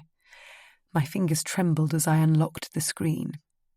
Susie, I know you'll be on the road south when you get this, but I'd really like it if you called. We need to talk. Toby, kiss. I chucked the mobile back and started the car. Oh, heck. The engine let out an unpleasant roar as I missed the gear. Grrr. Toby, it's all your fault. Your unbelievably manipulative text has got under my skin. I looked at the dashboard. It's just after 2. If, in a moment of clear thinking, he was going to call me, it would have happened in his lunch break, which is over now. Phew. I really don't want to talk to him, and for at least the next 3 to 4 hours, he'll be too busy working for anything else. Radio 4 played for a change. 2 theologians were discussing the meaning of Good Friday. Blast! I'd completely forgotten it's a public holiday. Toby won't be in the mortuary today. But a split second of thought, and I concluded he was never going to call me. His text was a fine way of turning the tables. The ball was in my court. He'd made darn sure if we never speak again, then it's all my fault. I give up. Stuff him. I don't need you in my life, Toby. Chapter 42. I turned the radio off. Debating Good Friday isn't my kind of thing, and as I drove in silence, munching up the miles in the fast lane, I pinpointed everyone's reason for being at Auchinleck Tosh. I have to make sure no one else was acting with Ewan. I can't just assume he was in it alone. I remember a similar case of art fraud I'd heard of before. It happened in Ireland years ago, when a chauffeur faked a canaletto under his employer's noses, selling the original and hanging the copy. Not that I think Mari, Donald or Stuart are involved. Employee teaming up with family member. No, I don't think so. Very quickly names began to fall off the suspects list. Jane's mission was to steal the necklace. Felicity her veil. They cancel each other out. Minty was a pawn in her father's plan, and Giles, not the sharpest tool in the box, was sent by his mother to practice his art, in the hopes he'd get at least one A at A-level. We can set them both to one side. Shane and Leanne were awarded scholarships, so couldn't possibly have orchestrated their place, and had Rupert been involved, I have absolutely no doubt he would have accidentally let it slip. So we can put him to bed too. Fergus has far too much pride in his art collection, and surely wouldn't have risked exhibiting the copies. He's not a part of it. Louis, I fancied, but now I know he has a girlfriend. Toby's words, "I don't think you should trust that man, he'll hurt you," couldn't be more on message. We are a good team, but I bet you he'd never see it like that. Did Louis really pay over the asking price to get his place? Or had Ewan whispered he was a friend in Zoe's ear, and she accepted him to keep the peace? Bring, bring, bring, bring. My mobile rang through the loudspeaker. A Sussex number flashed up. I better answer. I was just passing Birmingham on the M6 toll, making good progress, well over halfway, and predicting I'd be home just before 7. Hello? Susie, is that you? Yes, it's Lavender Bell.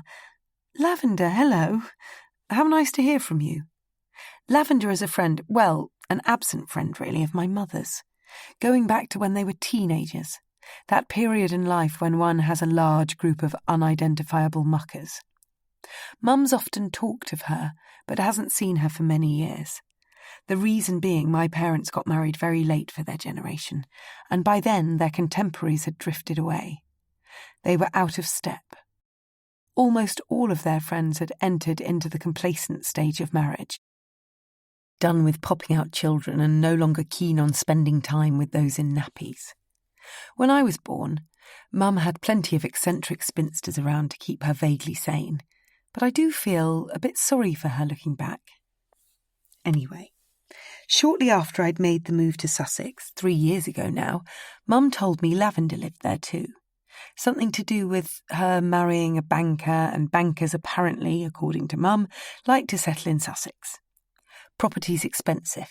This boosts their image, and there's nothing like a national park to make them feel they own the land. Mum passed on my number to Lavender, and ever since she's invited me for dinner twice annually. Full points to her for trying, and 0 points to me for genuinely never being able to go. "Susie," she squawked, "I left a message about dinner on your landline. I'm sure you've put the date in your diary and just forgotten to let me know." 1, I don't have an answering machine, but there was no point going into that right now, and 2, I couldn't possibly refuse again. "I'm sorry," I said out loud in the car. "I've been away, but I'm heading home now." "Oh, jolly good. That means you'll be able to come."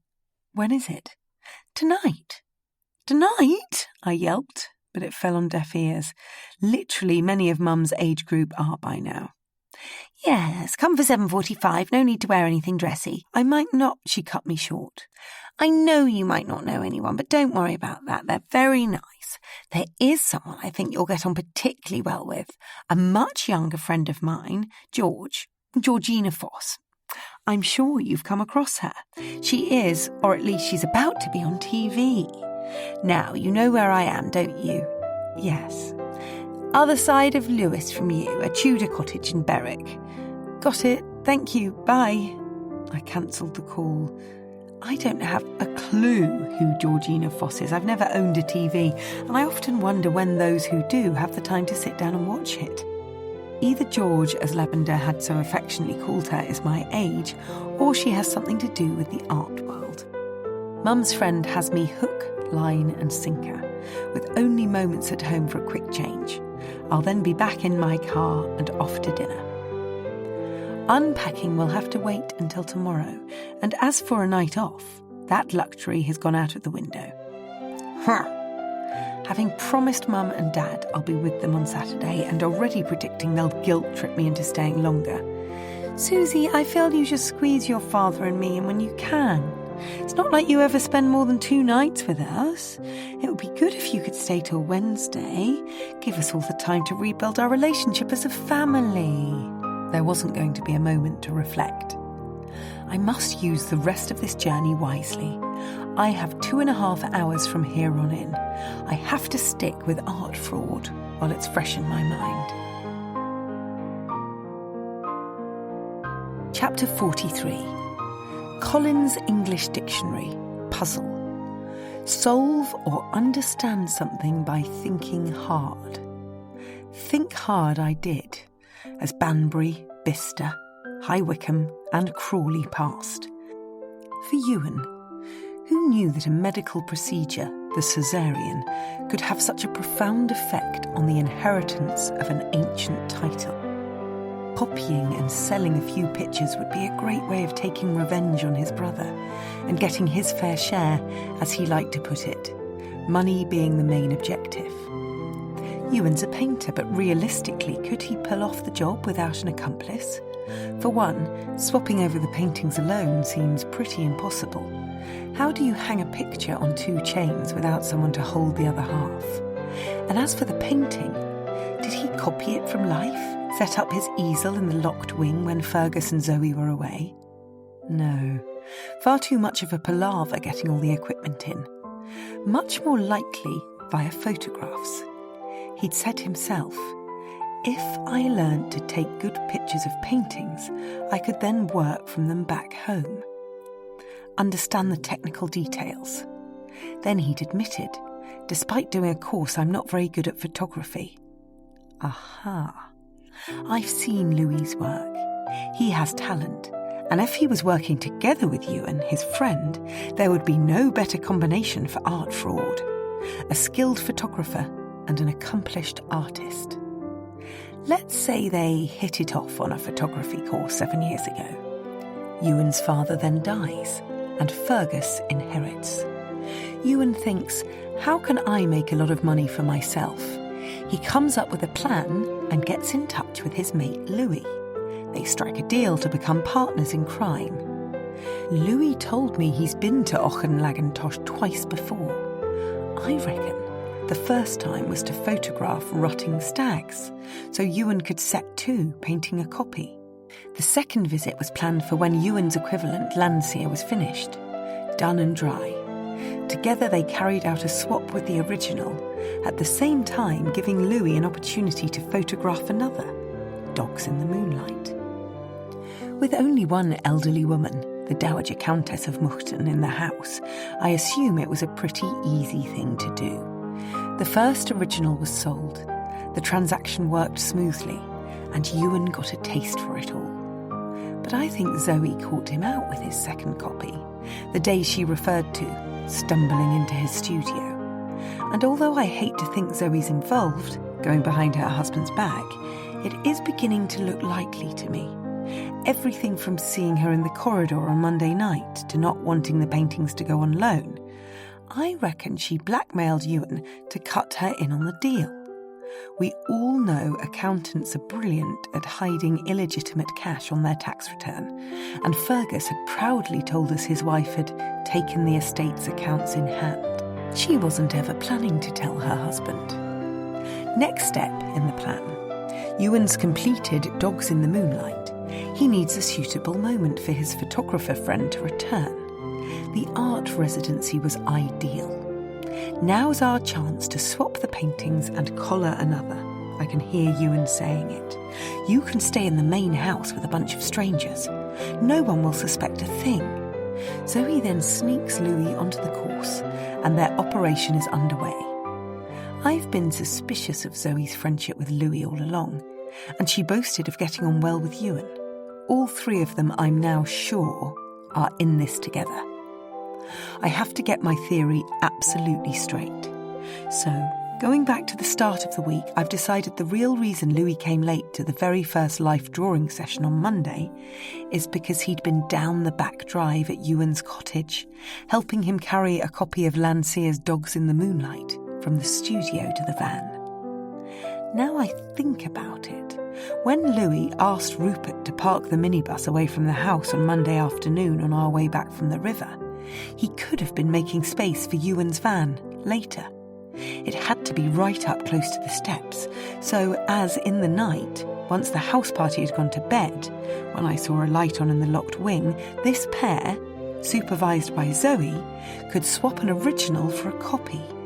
Dogs in the Moonlight, the painting with very little dust on its frame. Maybe Louis had pulled a muscle in his arm during the hanging. What's more, they'd need a spirit level to get it straight. The one I'd found under the hall table. One of them must have dropped it by mistake. I can practically hear Ewan reassuring his accomplice. I'll send Fergus to sleep with a Puritan. He'll never hear a thing. Ewan must have crushed up a tablet when I'd caught him filling the water glasses before dinner. He'd even made a point later of confirming the drugs were Zoe's. She's involved. I know it. She'd even covered up the fact Fergus had overslept the next morning. With everything going on in the night, no wonder Haggis was shut away downstairs. On Ewan would have gone, the leader of the two. When we're in the ballroom, you must photograph our next project, early morning stags on the moor. Yes, yes, said Louis, beaming with excitement. Result, the photograph of Heather on Louis's camera wasn't actually from real life. It was a detail by Landseer. No surprise I'd been shut down when I suggested putting it on Zoe's website. If Ewan was in a bit of a fuss on the way home, heart beating rapidly with suppressed guilt, he could have easily accidentally hit a deer down the back drive, then dragged it into the wood in a hopeless attempt to cover it up. The huge file I saw downloading on Ewan's computer when Rupert and I paid him a surprise visit were Louis's photographs, details of early morning stags on the moor. They'd used up most of the bandwidth allowance. Mention of an art valuer visiting had given Zoe the heebie-jeebies. She'd kicked up a fuss about the Landseers going on loan, but she'd underestimated her husband's persistence. He was mad keen they should be shown. Ugh, I felt so embarrassed, remembering how smug I felt when I heard Ewan had gone away. I really believed he'd taken my advice and gone to start his own life. But no, he must have fled, maybe before or maybe at the same time as the woman driving the silver van, the very one Davy bumped into. Odd at the time, but now I think she must have been transporting an original painting. Davy had said she was all alone. So, where is Ewan? Chapter 44. I rang the doorbell on the old-fashioned chain of Downsview Berwick. 30 seconds later, and no answer, I let myself in. There was chattering in the room to my left, but as I've caught a view of the dining room, I'm going to put my box of chocolates in there. It gives me an excuse to count up the places. 10 people are coming to dinner, and as I creak open the small door to the sitting room, it appears everyone has arrived. You must be Susie. How marvellous to meet you. Lavender's eyeshadow matched her purple lipstick, and the baubles of her necklace and the studs in her ears. She gasped towards me across the small room, and the lightness of the pomegranate print chiffon dress over her plump figure shimmered. You look just like your mother, she said, as she embraced me in her bosom. Up until now, I've always been told I'm the spitting image of my father's mother, not my mother. But this kind of thing is what people say to make you feel like you belong. Lavender was welcoming my looks as an old friend, and I told her how pleased I was to finally have been able to come. I nearly gave up asking you. She rolled her eyes for comic effect. I said to myself, well, we'll give her one more try. Damned lucky I did, eh? I nodded and smiled, giving off all the right impressions despite the truth. I'd so much rather be at home in bed. Even Mum, when I'd rung to say I'd made it home, thought me going out for dinner would be an ordeal. They'll all be strangers, double your age, Poppet. No nice young men to keep you awake. You really should have said no. My parents will never tire of telling me what I should and shouldn't do. They just love to be the ones in charge, respecting my decisions if they're in accordance with theirs, and kicking up a fuss if I go my own way. They've got it in their heads family mistakes are genetic. They're convinced I, their only child, will get a double dosage of theirs and their relations. They're constantly trying to save me tripping up. The problem is, they leap in with opinions before I've even taken a step. But I'm soldiering on, living alone, being an artist and no doubt proving them wrong. "Would you like some wine, Susie?" said Lavender. "Or something stronger? Your mother was always fond of a tipple." "A glass of white wine would be lovely, thank you," I grinned. Mum would not like me being told this. "I'll do it, love," came the dulcet tone of a dapper man next to the drinks cupboard. "Do take your coat off, Suze, and when you're done, just lay it on the sofa." As soon as I turned around, Lavender thrust a glass into my hand and introduced me to Georgina Foss. Rubbish. I'd meant to Google her. "Hello, I'm Susie Marl." Lavender left us. "Do call me George. It's so much easier when one is amongst friends." "Okay. I'm told you're an artist. Are you a painter, a writer, a sculptor, a dancer?" "I'm a painter, or at least trying to be." I gave a self-depreciating giggle. "You must stick at it. I'd love to hear more about your work. That's if you don't mind." I went hot at the thought and moved a step away from the fire. "I paint in oil, still lives and landscapes mostly." "From life?" "Yes, to begin with at least." "Good girl. I can't stand pictures from photographs. You can always tell. What's your style?" "Well, my paintings are, always figurative, but if you look at a corner of one, you might think it was abstract. I love colour." "They sound wacky." I'd failed. They're not. George had the wrong end of the stick. "Not exactly. I'm too unrelaxed to be wacky." She laughed as if trying to put me at ease. "Boy, I'd love to see some one day." "Thank you," I said, returning her smile. "It's kind of Lavender to have told you what I do." It's only because she knows I can be such a bore about art. I guess she wanted to palm me off on you. Bad luck. You won't bore me. I could talk about it forever. Slight exaggeration, but I was throwing myself in. If I want to leave early, I must make an impression. "What do you do?" I asked. "I used to work for an antique dealer." "And now?" "Now?" It was as if I should recognise her by name. "Now I'm a presenter." "Sorry, I should have known." "Not at all. You will know. It isn't out yet." "When is it?" I said, implying I had a TV. "A documentary on antiques. It's not as if I'd be missing much." 11th of May, BBC 2, 9 p.m. Not the first time I've said that. It's been in a very long broadcast queue. Made it a year ago, but apparently that's how these things go. I suppose the editing takes a bit of time, and then there's the consents. Just so many rules these days, she huffed. "Is that for the owners?" "What?" "Is it consent from the people who own the antiques?" George flung her head back, and as her hand shook with amusement, she miraculously managed not to spill any wine out of her glass. "How hilarious you are. It's got absolutely nothing to do with antiques." I giggled as if it was the right thing to do. "I'm the face of a documentary on art fraud."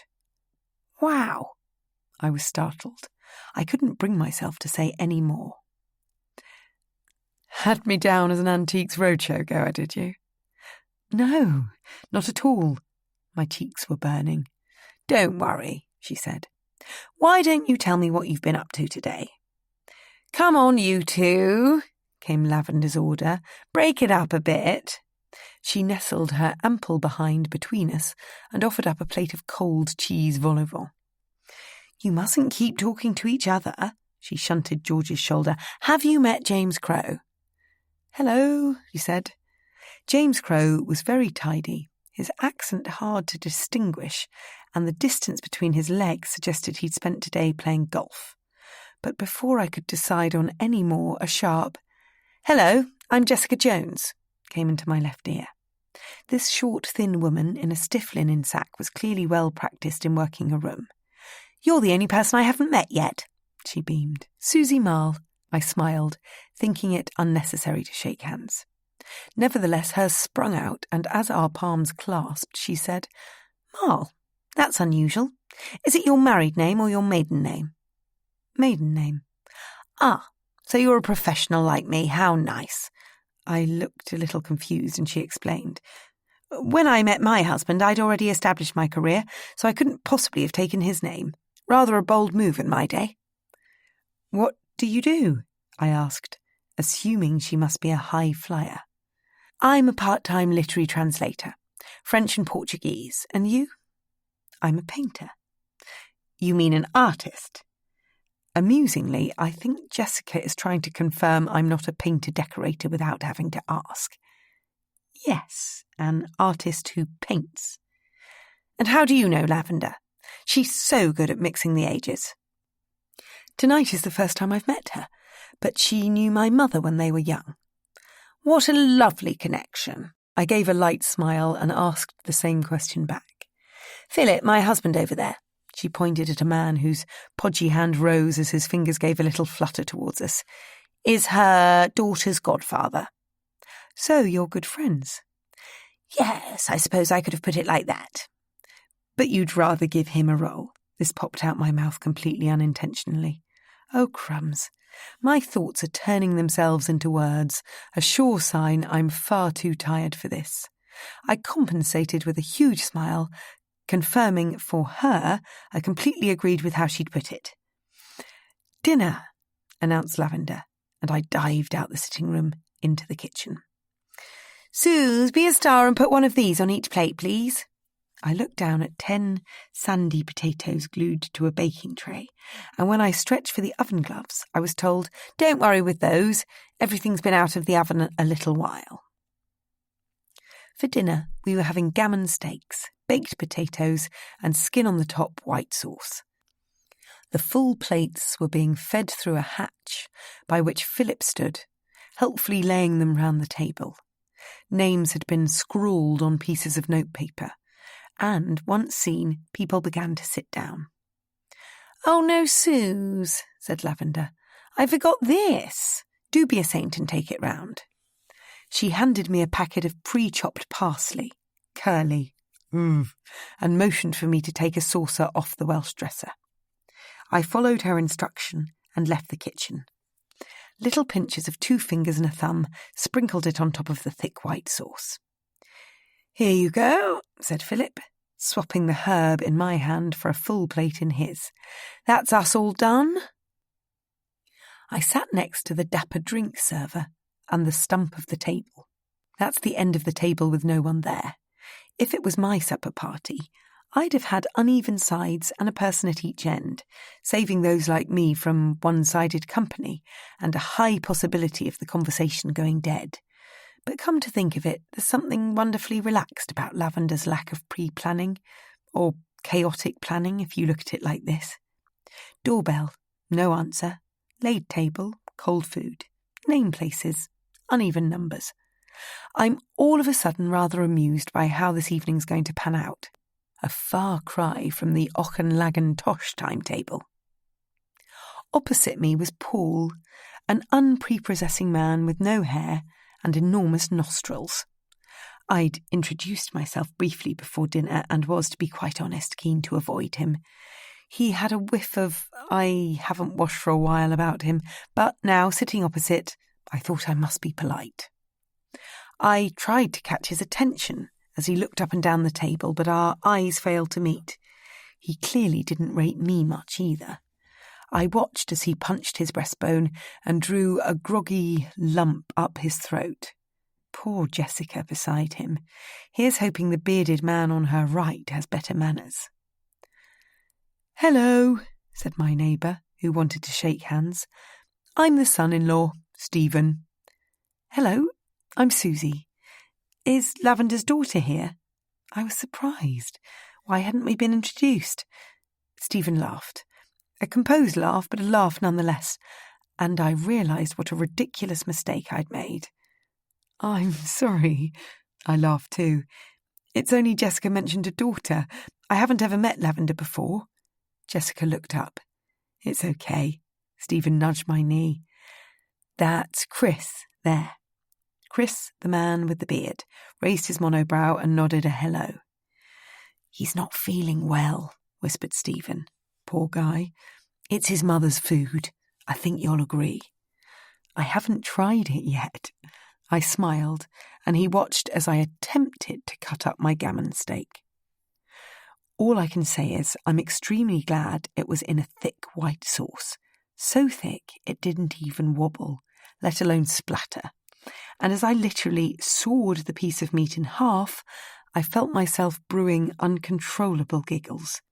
Church giggles, those ones I just cannot stop. But Stephen's words set me straight.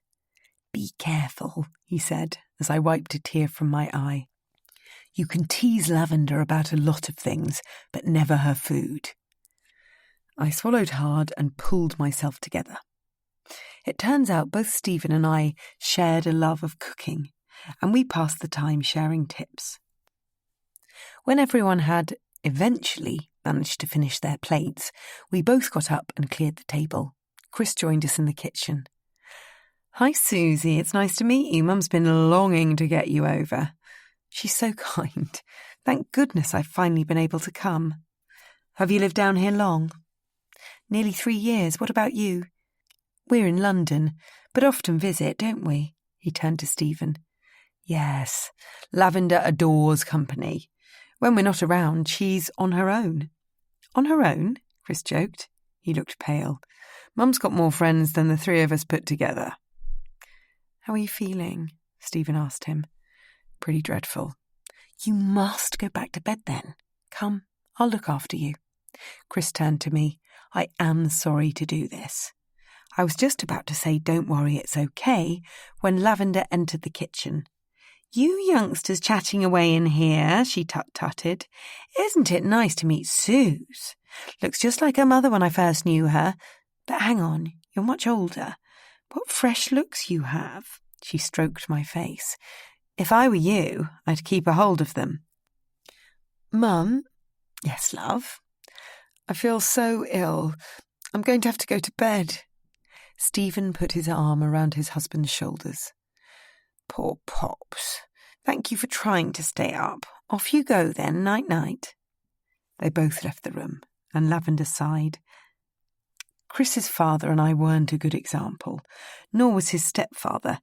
But those two, you can't separate them. It's almost worse, don't you think? I shrugged. Single?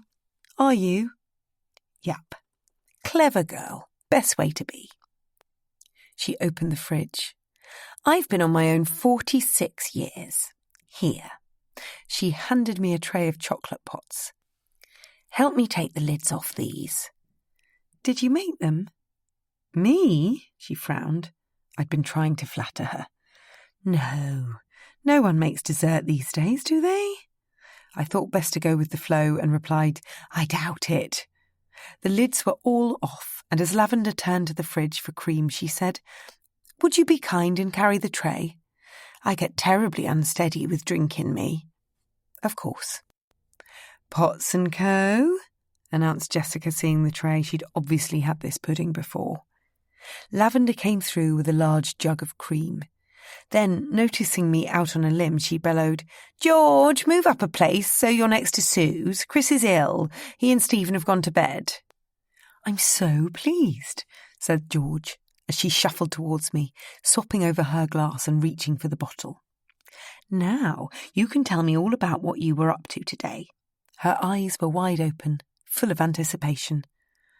I don't believe in fate, but I do believe in grasping opportunities when they present themselves. And here I was, with a stranger who'd been the face of an art fraud documentary. I had so many questions up my sleeve. I did not want to waste my time discussing my day. It's difficult to know where to begin today. There's not much to tell. Just launch straight in. I don't need to know what you ate for breakfast. George found herself slightly more amusing than I did. Not that I didn't laugh, just that I wasn't the one swinging back on my chair with my mouth wide open. I spent a lot of today in my car. It was dull. I'd so much rather talk about art fraud. Great, let's do that then. Do you know anything about it? Not a lot, but I've always wanted to know more. Well, I'm afraid I was only the presenter, but fire away with your questions and you never know. I might have the answers.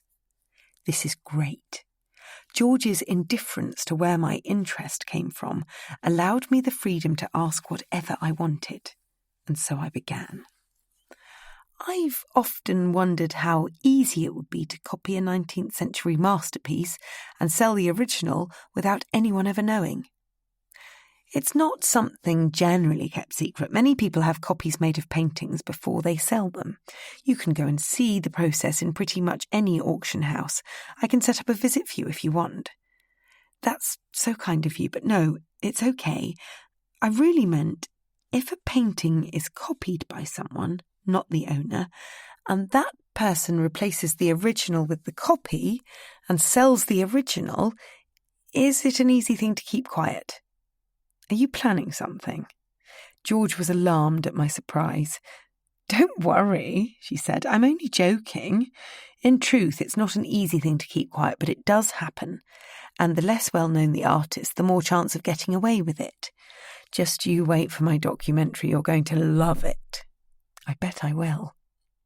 George took a glug of wine, and I realised I'd forgotten to eat pudding. I put a teaspoonful in my mouth. It's good, isn't it? She said. Sure is. I glanced up the table. Lavender gave me the happiest grin, as if to say, I'm so pleased you and George are getting on. Right, said George, as I finished my last mouthful. Try me with another. How easy is it to locate a painting sold on the black market? As in find it? Yes.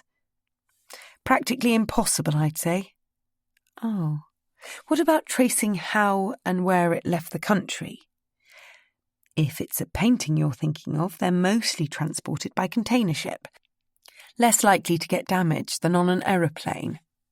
Various UK ports serve different countries, but you'd have to know where the buyer comes from first. What a muddle. Is your documentary about a painting? No. The first episode, I hope there will be more, follows a vast sculpture of a horse. Harder to hide, easier to find. The producers had to give themselves the best chance at an ending. It does teach one an awful lot about the trade, though, which is the point. Of course. Now, Susie, I'm terribly sorry, but I'm gasping for a cigarette. Would you like one? A large part of me wanted to say yes. But it's been several months since I last smoked, and I mustn't cave in again, just yet. No, thank you. I think I might head home now. It was so great to meet you. You too. George kissed me on both cheeks. I hope one day we'll meet again. Yes, I hope so too. I said goodbye to the table, and Lavender saw me to the door. Toodle pip, Suze, she said, steadying herself against the frame. Let's get together again. Give me a tinkle any time. Thank you so much. That was great fun. I waved back at her as I crossed the gravel turning circle and got into my car. Chapter 45. Yawn. It's Saturday morning, just gone 9 o'clock. Last night I slept like a log, straight through my alarm, and I don't know what woke me, but something did. I've been downstairs and made a pot of tea, and I'm now upright in bed, basking in spring sunshine, waiting for an answer to my call. I've Googled 2 things this morning. 1. Where do containers from the UK to Canada depart? Answer, Portsmouth. 2. Who do I call to report an art fraud? Answer, the local constabulary. Highlands and Islands Police Headquarters, how may I direct your call? Came the voice of a particularly cheery soul. Hello. Yes, missy. What's your name? Susie Marl. How may I help? Last night I'd worked out exactly what I was going to say, and so without hesitation I launched straight in. Officer, there's something I'd like to report. He interrupted. You's to England? Yes, I am, and I'd like to... Right you are, he cut me off again. I can see from the code showing on the phone. It ain't a local number, and with you's accent I put 2 and 2 together. That's so clever of you. I had to get rid of this buffoon. Can I speak to your supervisor, please? You'll have to tell me what it's about. I can't just pass yous on willy-nilly, yous can. I'd like to report a fraud. Right yous are then. Pitching you through now. Hello? Hello, officer. It's Constable Mackenzie, if you must. Constable Mackenzie. Name, please? Susie. No other names? Mal. A what? M-A-H-L. Right. Why don't you tell me why yous are calling, and then I'll assess if we need yous details. Seriously? I think this station has scraped the barrel for fill-in holiday staff. OK, sure. Before I could add any more, he said, Pressing issue or emergency? I'd like to report some art fraud. Oh, looks like you're in luck. My boss has just arrived. I'll pass yous over. Inspector Gordon, how may I help you? My name's Susie Marl. I'm calling to report an art fraud. Right, OK. Give me a second. I've been caught up this morning and I've only just got to the station. I heard the sound of a chair scraping across a wooden floor, a desk drawer opening, and a tin of pens rattling. A huge sigh came down the line. Right, you still there? Yes. Susie Marl, Norland Lane, East Sussex, correct? Correct. How come you have my details? Traced your phone number. I see. This is the Highlands and Islands Police HQ. Do you think you've got the wrong number? No, this is right. I was wondering if you've had a call about a local art fraud. No comment. So you have. Let's hypothetically speaking say we have. OK, it's to do with the Earl and Countess of Whodunit at Auchinleck. Yes, I know that. This man was easy to crack. I spent the last week tutoring on an art residency up there. Aye, I heard about that. I was there when the art valuer suggested 2 Landseers were copies. Supposedly identified, he corrected. According to Lord Mushton, the art dealership rang on Wednesday morning to tell him the news. We don't have confirmation yet. There's a meeting in the diary for Tuesday with an art specialist, but other than that, there isn't a huge amount we can do. Well, I'm observant by nature, and over the last week, I noticed quite a few things tied up with the copies. If they are copies, he reminded me again, you're going to have to explain yourself. The fraud was reported yesterday. If it turns out to be true, we have no idea which generation is to blame. This case is going to take months, if not years. A long breath came huffing down the line. As the station is awfully quiet today, why don't you tell me a bit more about what you know? If you can aid our investigation, it's a red-letter day for me. The family aren't too happy. I've decided it would only complicate matters if I took Inspector Gordon through every step of my theory. I assume he's further ahead than he's let on. But I reached my conclusion behind the Muhton's back, and I don't want to ruin my reputation. So I said, Inspector, I'd really appreciate it if I could remain anonymous going forward. He put me in my place.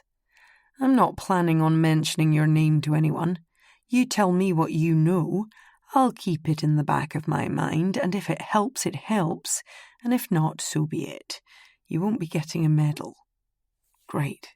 Thanks. Quick now. Coffee time is approaching. Give me what you've got. Lord Muhton has a twin brother. Aye, Ewan Hewson. Yes, Ewan's an artist. He's the one who's been copying the paintings. I found his initials E.H. hidden in the pictures. Did you now? This man doesn't believe me. I can guide the expert to the very spot. Anyone could miss them. But in the meantime, if you search Ewan's house, you'll find a projector, an array of specific painting equipment, as well as a history of photograph downloads on his computer. I'm putting myself on the line, but hey-ho, I have to nudge this man into action, and to do so I must be bold. I wasn't even going to mention Louis. If he's involved, he'll be found out in the end. And as for Zoe, she may never be caught. I doubt there's enough evidence to prove her guilty. But a guilty conscience is hard to live with. Her comeuppance will be served. So I said, I think an original Landseer is on its way to Canada. No. Yes, in a silver Ford Transit on its way to, if it hasn't already arrived at, Portsmouth. This was a guess, but I didn't think Ewan would use his van, so it was all I had to go on. It left Auchinleck on Wednesday night. Mike's Motors, a local garage, will give you the registration. I didn't mention the female driver. I hadn't seen her, so I couldn't be sure. Never mind that, Coffee. Inspector Gordon had clicked into action. I'm going to hang up, Miss Marl, and get on to this right away. One more thing. Do you know about the email from Ethan and Chloe Hewson? Aye, Lord Muckton's told us everything. The email might be a hoax, but it was our main lead. Inspector Gordon ended the call. Chapter 46. Mum, as predicted, persuaded me to stay on a few days after Easter. It's now Wednesday and I've only just left. Sam went down unsurprisingly well at lunch and thankfully forgave me for not calling him before. It wasn't intentional. I'd selfishly completely forgotten. He is forgiving like that, and I do feel lucky to have him as a friend. Louis Bouchon was a different matter. I had not forgotten to text him, and however tempting a night at the opera sounded, I wanted him to contact me first. Of course, there was the whole art fraud issue, but until he's locked up, it wouldn't have put me off. Needless to say, he didn't get in touch. But guess who did? Yes, Toby. He called on Easter Monday morning, and I was in such a good mood, I answered before checking to see who it was. He'd been sweet, refusing to hang up until we'd agreed on a date to meet. He wanted to see me in person to talk things through. With a very full diary, the mortuary was busy, we settled on a place for lunch, halfway between us both. That's how I've ended up here on a Wednesday morning at Basingstoke railway station. Not really halfway from Sussex, but I've come from London, so it seems fair. I'm sitting on a low-level wall of the car park, basking in the spring sunshine. Toby's train has just pulled in, and I must say I'm a little nervous. There's a 9-to-5 shop outside the station. Almost all the newspapers in the rack have a picture of Auchinleck plastered across the front page. The headline, Insincere Landseer Tears Twins Apart, is jumping out at me in bold.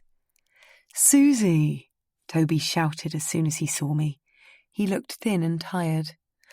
I got up, and his arms enveloped me in a huge hug. His shoulder felt bony under my chin. I thought I might cry. I didn't want to be here unless we have a future together, and the thought there might not be made my bottom lip wobble. Thanks for coming all this way, he said, as he pulled himself upright and slung his satchel onto his back. Are you okay? I realised I'd forgotten to speak. Yes, I said, trying hard to smile. I'm so pleased we could make this work. Have you ever been to Basingstoke before? Nope. I clenched my fists and filled myself with strength to get through the next hour or so. Neither have I, but I've done a bit of Googling and there are plenty of green spaces. Toby tapped his bag. You bought lunch? Of course. If I was forcing you all the way here, I had to make your journey worth it. I smiled and waited for him to speak. Surely he'd seen the papers this morning. He must have joined the dots about Auchinleck, But I wasn't going to be the one to bring it up just in case we never talked about anything else. When he began, I didn't like how we left it in Scotland. I practically tripped up on my own 2 feet. It was so out of character for him to address the issue that I suspected he'd been having relationship coaching. He went on. I shouldn't have interrupted your teaching post, and it was wrong of me to accept the invitation to that evening without asking you first. It's not completely wrong of you, I said, as usual dropping my guard. I didn't behave very well. Toby's brow creased slightly. He was surprised at my reaction, but I knew I wasn't going to be able to hold up being sullen around him. Mainly because I think it's terribly bad practice to be cruel to someone you one day might love. Again, Toby was that someone for me. When I accepted the job in Scotland, I sighed. I felt it would be a breath of fresh air, a change of scene. Then you turned up and it upset me a lot. This was brutally honest, but it's how I am, and I didn't want to pretend to be someone I'm not.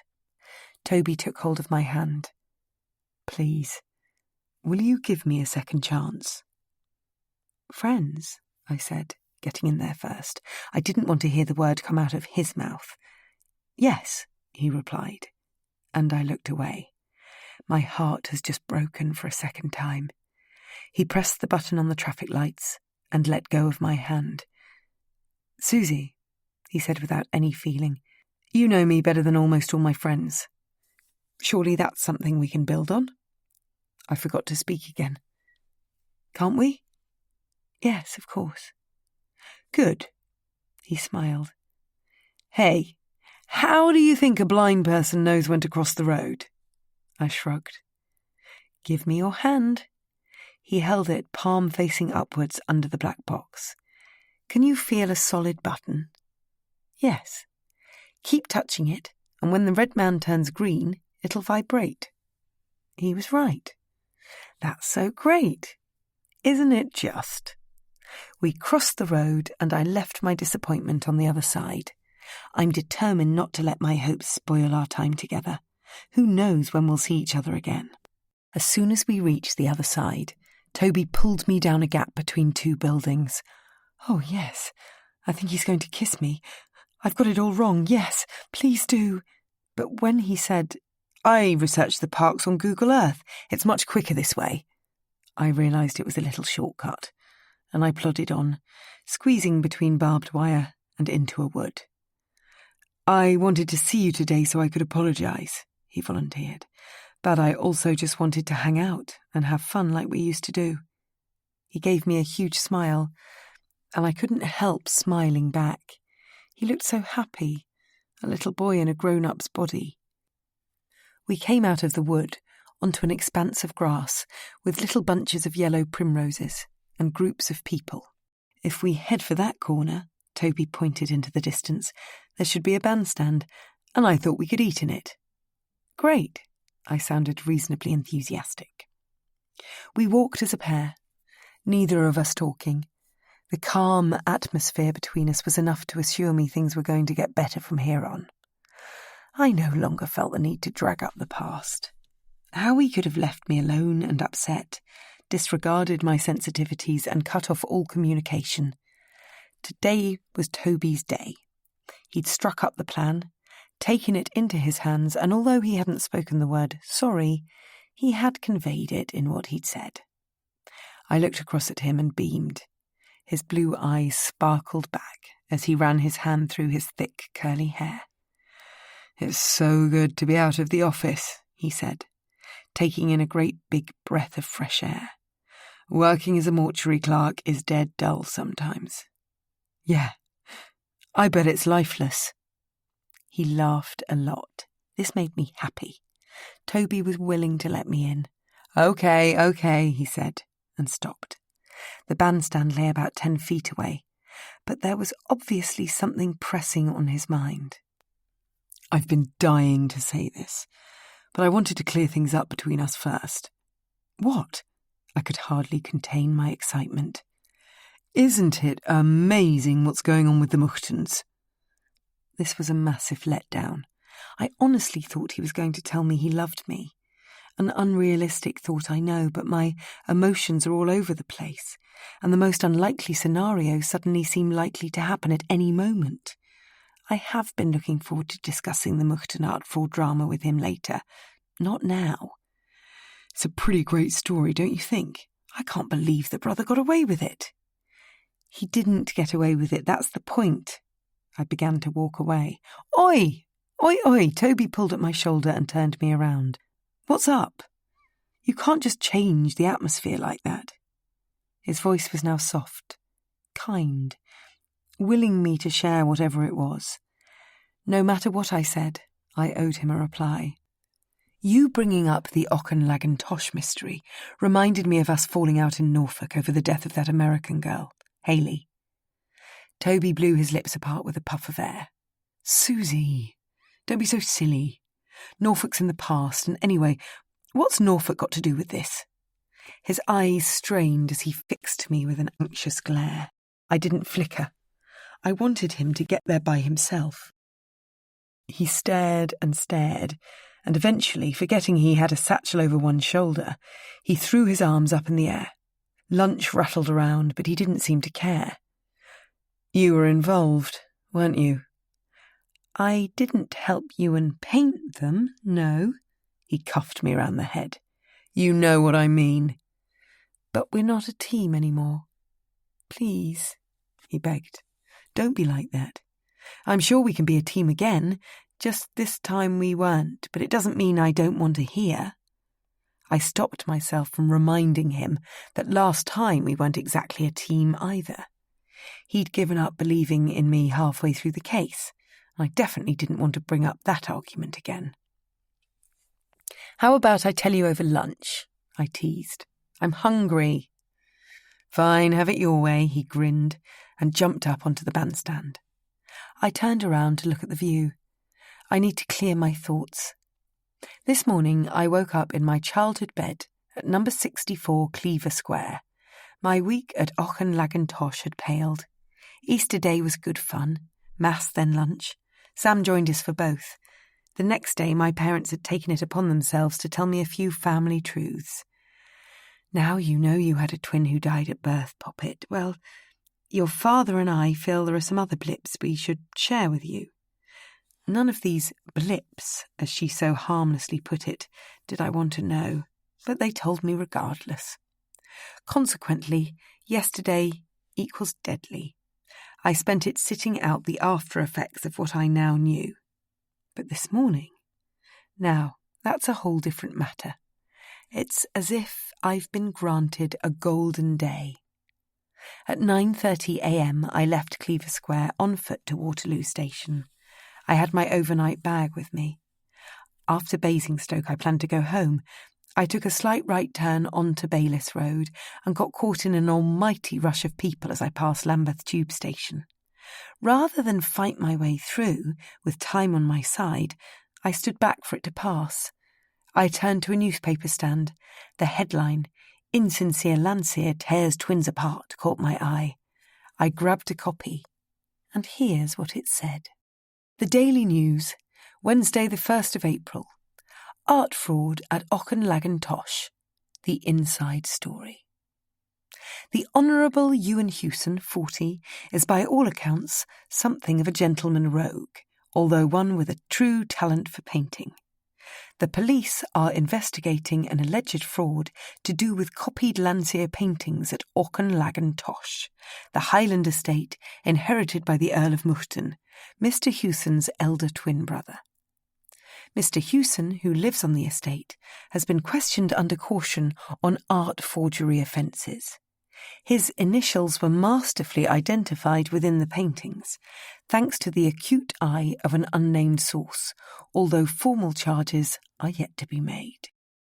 We understand that a Landseer expert had raised doubts over the authenticity of two of the Landseers hanging in the main house.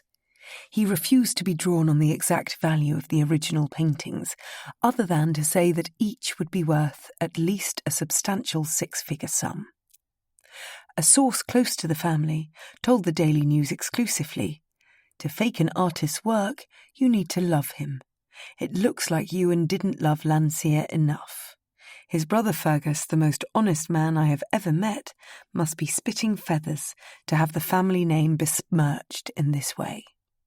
It is believed that the police are yet to uncover firm evidence of black market involvement or money laundering, and it seems that the original works of art were sold unframed and for an honest price, although it is also claimed that neither sale was sanctioned or known about by the Earl of Muckton. The police say they have leads to the buyers of the 2 original pictures, rutting stags and dogs in the moonlight, who are thought to be both resident in Canada. Mr. Hewson was apprehended at Portsmouth in possession of one of the original paintings, Dogs in the Moonlight. When stopped, witnesses say that Mr. Hewson was dressed as a young blonde woman under the alias Rose Flowers, and he was placing the work of art on a container ship set for the port of Halifax in Nova Scotia. Mr. Hewson and another man thought to be his friend, photographer Louis Bouchon, are currently in police custody in Inverness. The Daily News has approached the Earl of Muckton for a comment. Auchenlagan-Tosh is one of the largest privately owned estates in the Highlands. Meanwhile, the Highlands and Islands Police Headquarters have expressed enormous thanks to their unnamed caller for vital information received prior to the arrests of Mr. Hewson and Mr. Bouchon. That is the end of A Trick of the Light. It was written by Ali Carter and read by Joanna Bending. This has been an ISIS audio presentation. Previous titles by this author, A Brush with Death and The Colours of Murder, are also available from ISIS. For further details of our extensive catalogue of unabridged audiobooks, please call 0116 236 4325 or visit our website www.ulverscroft.com.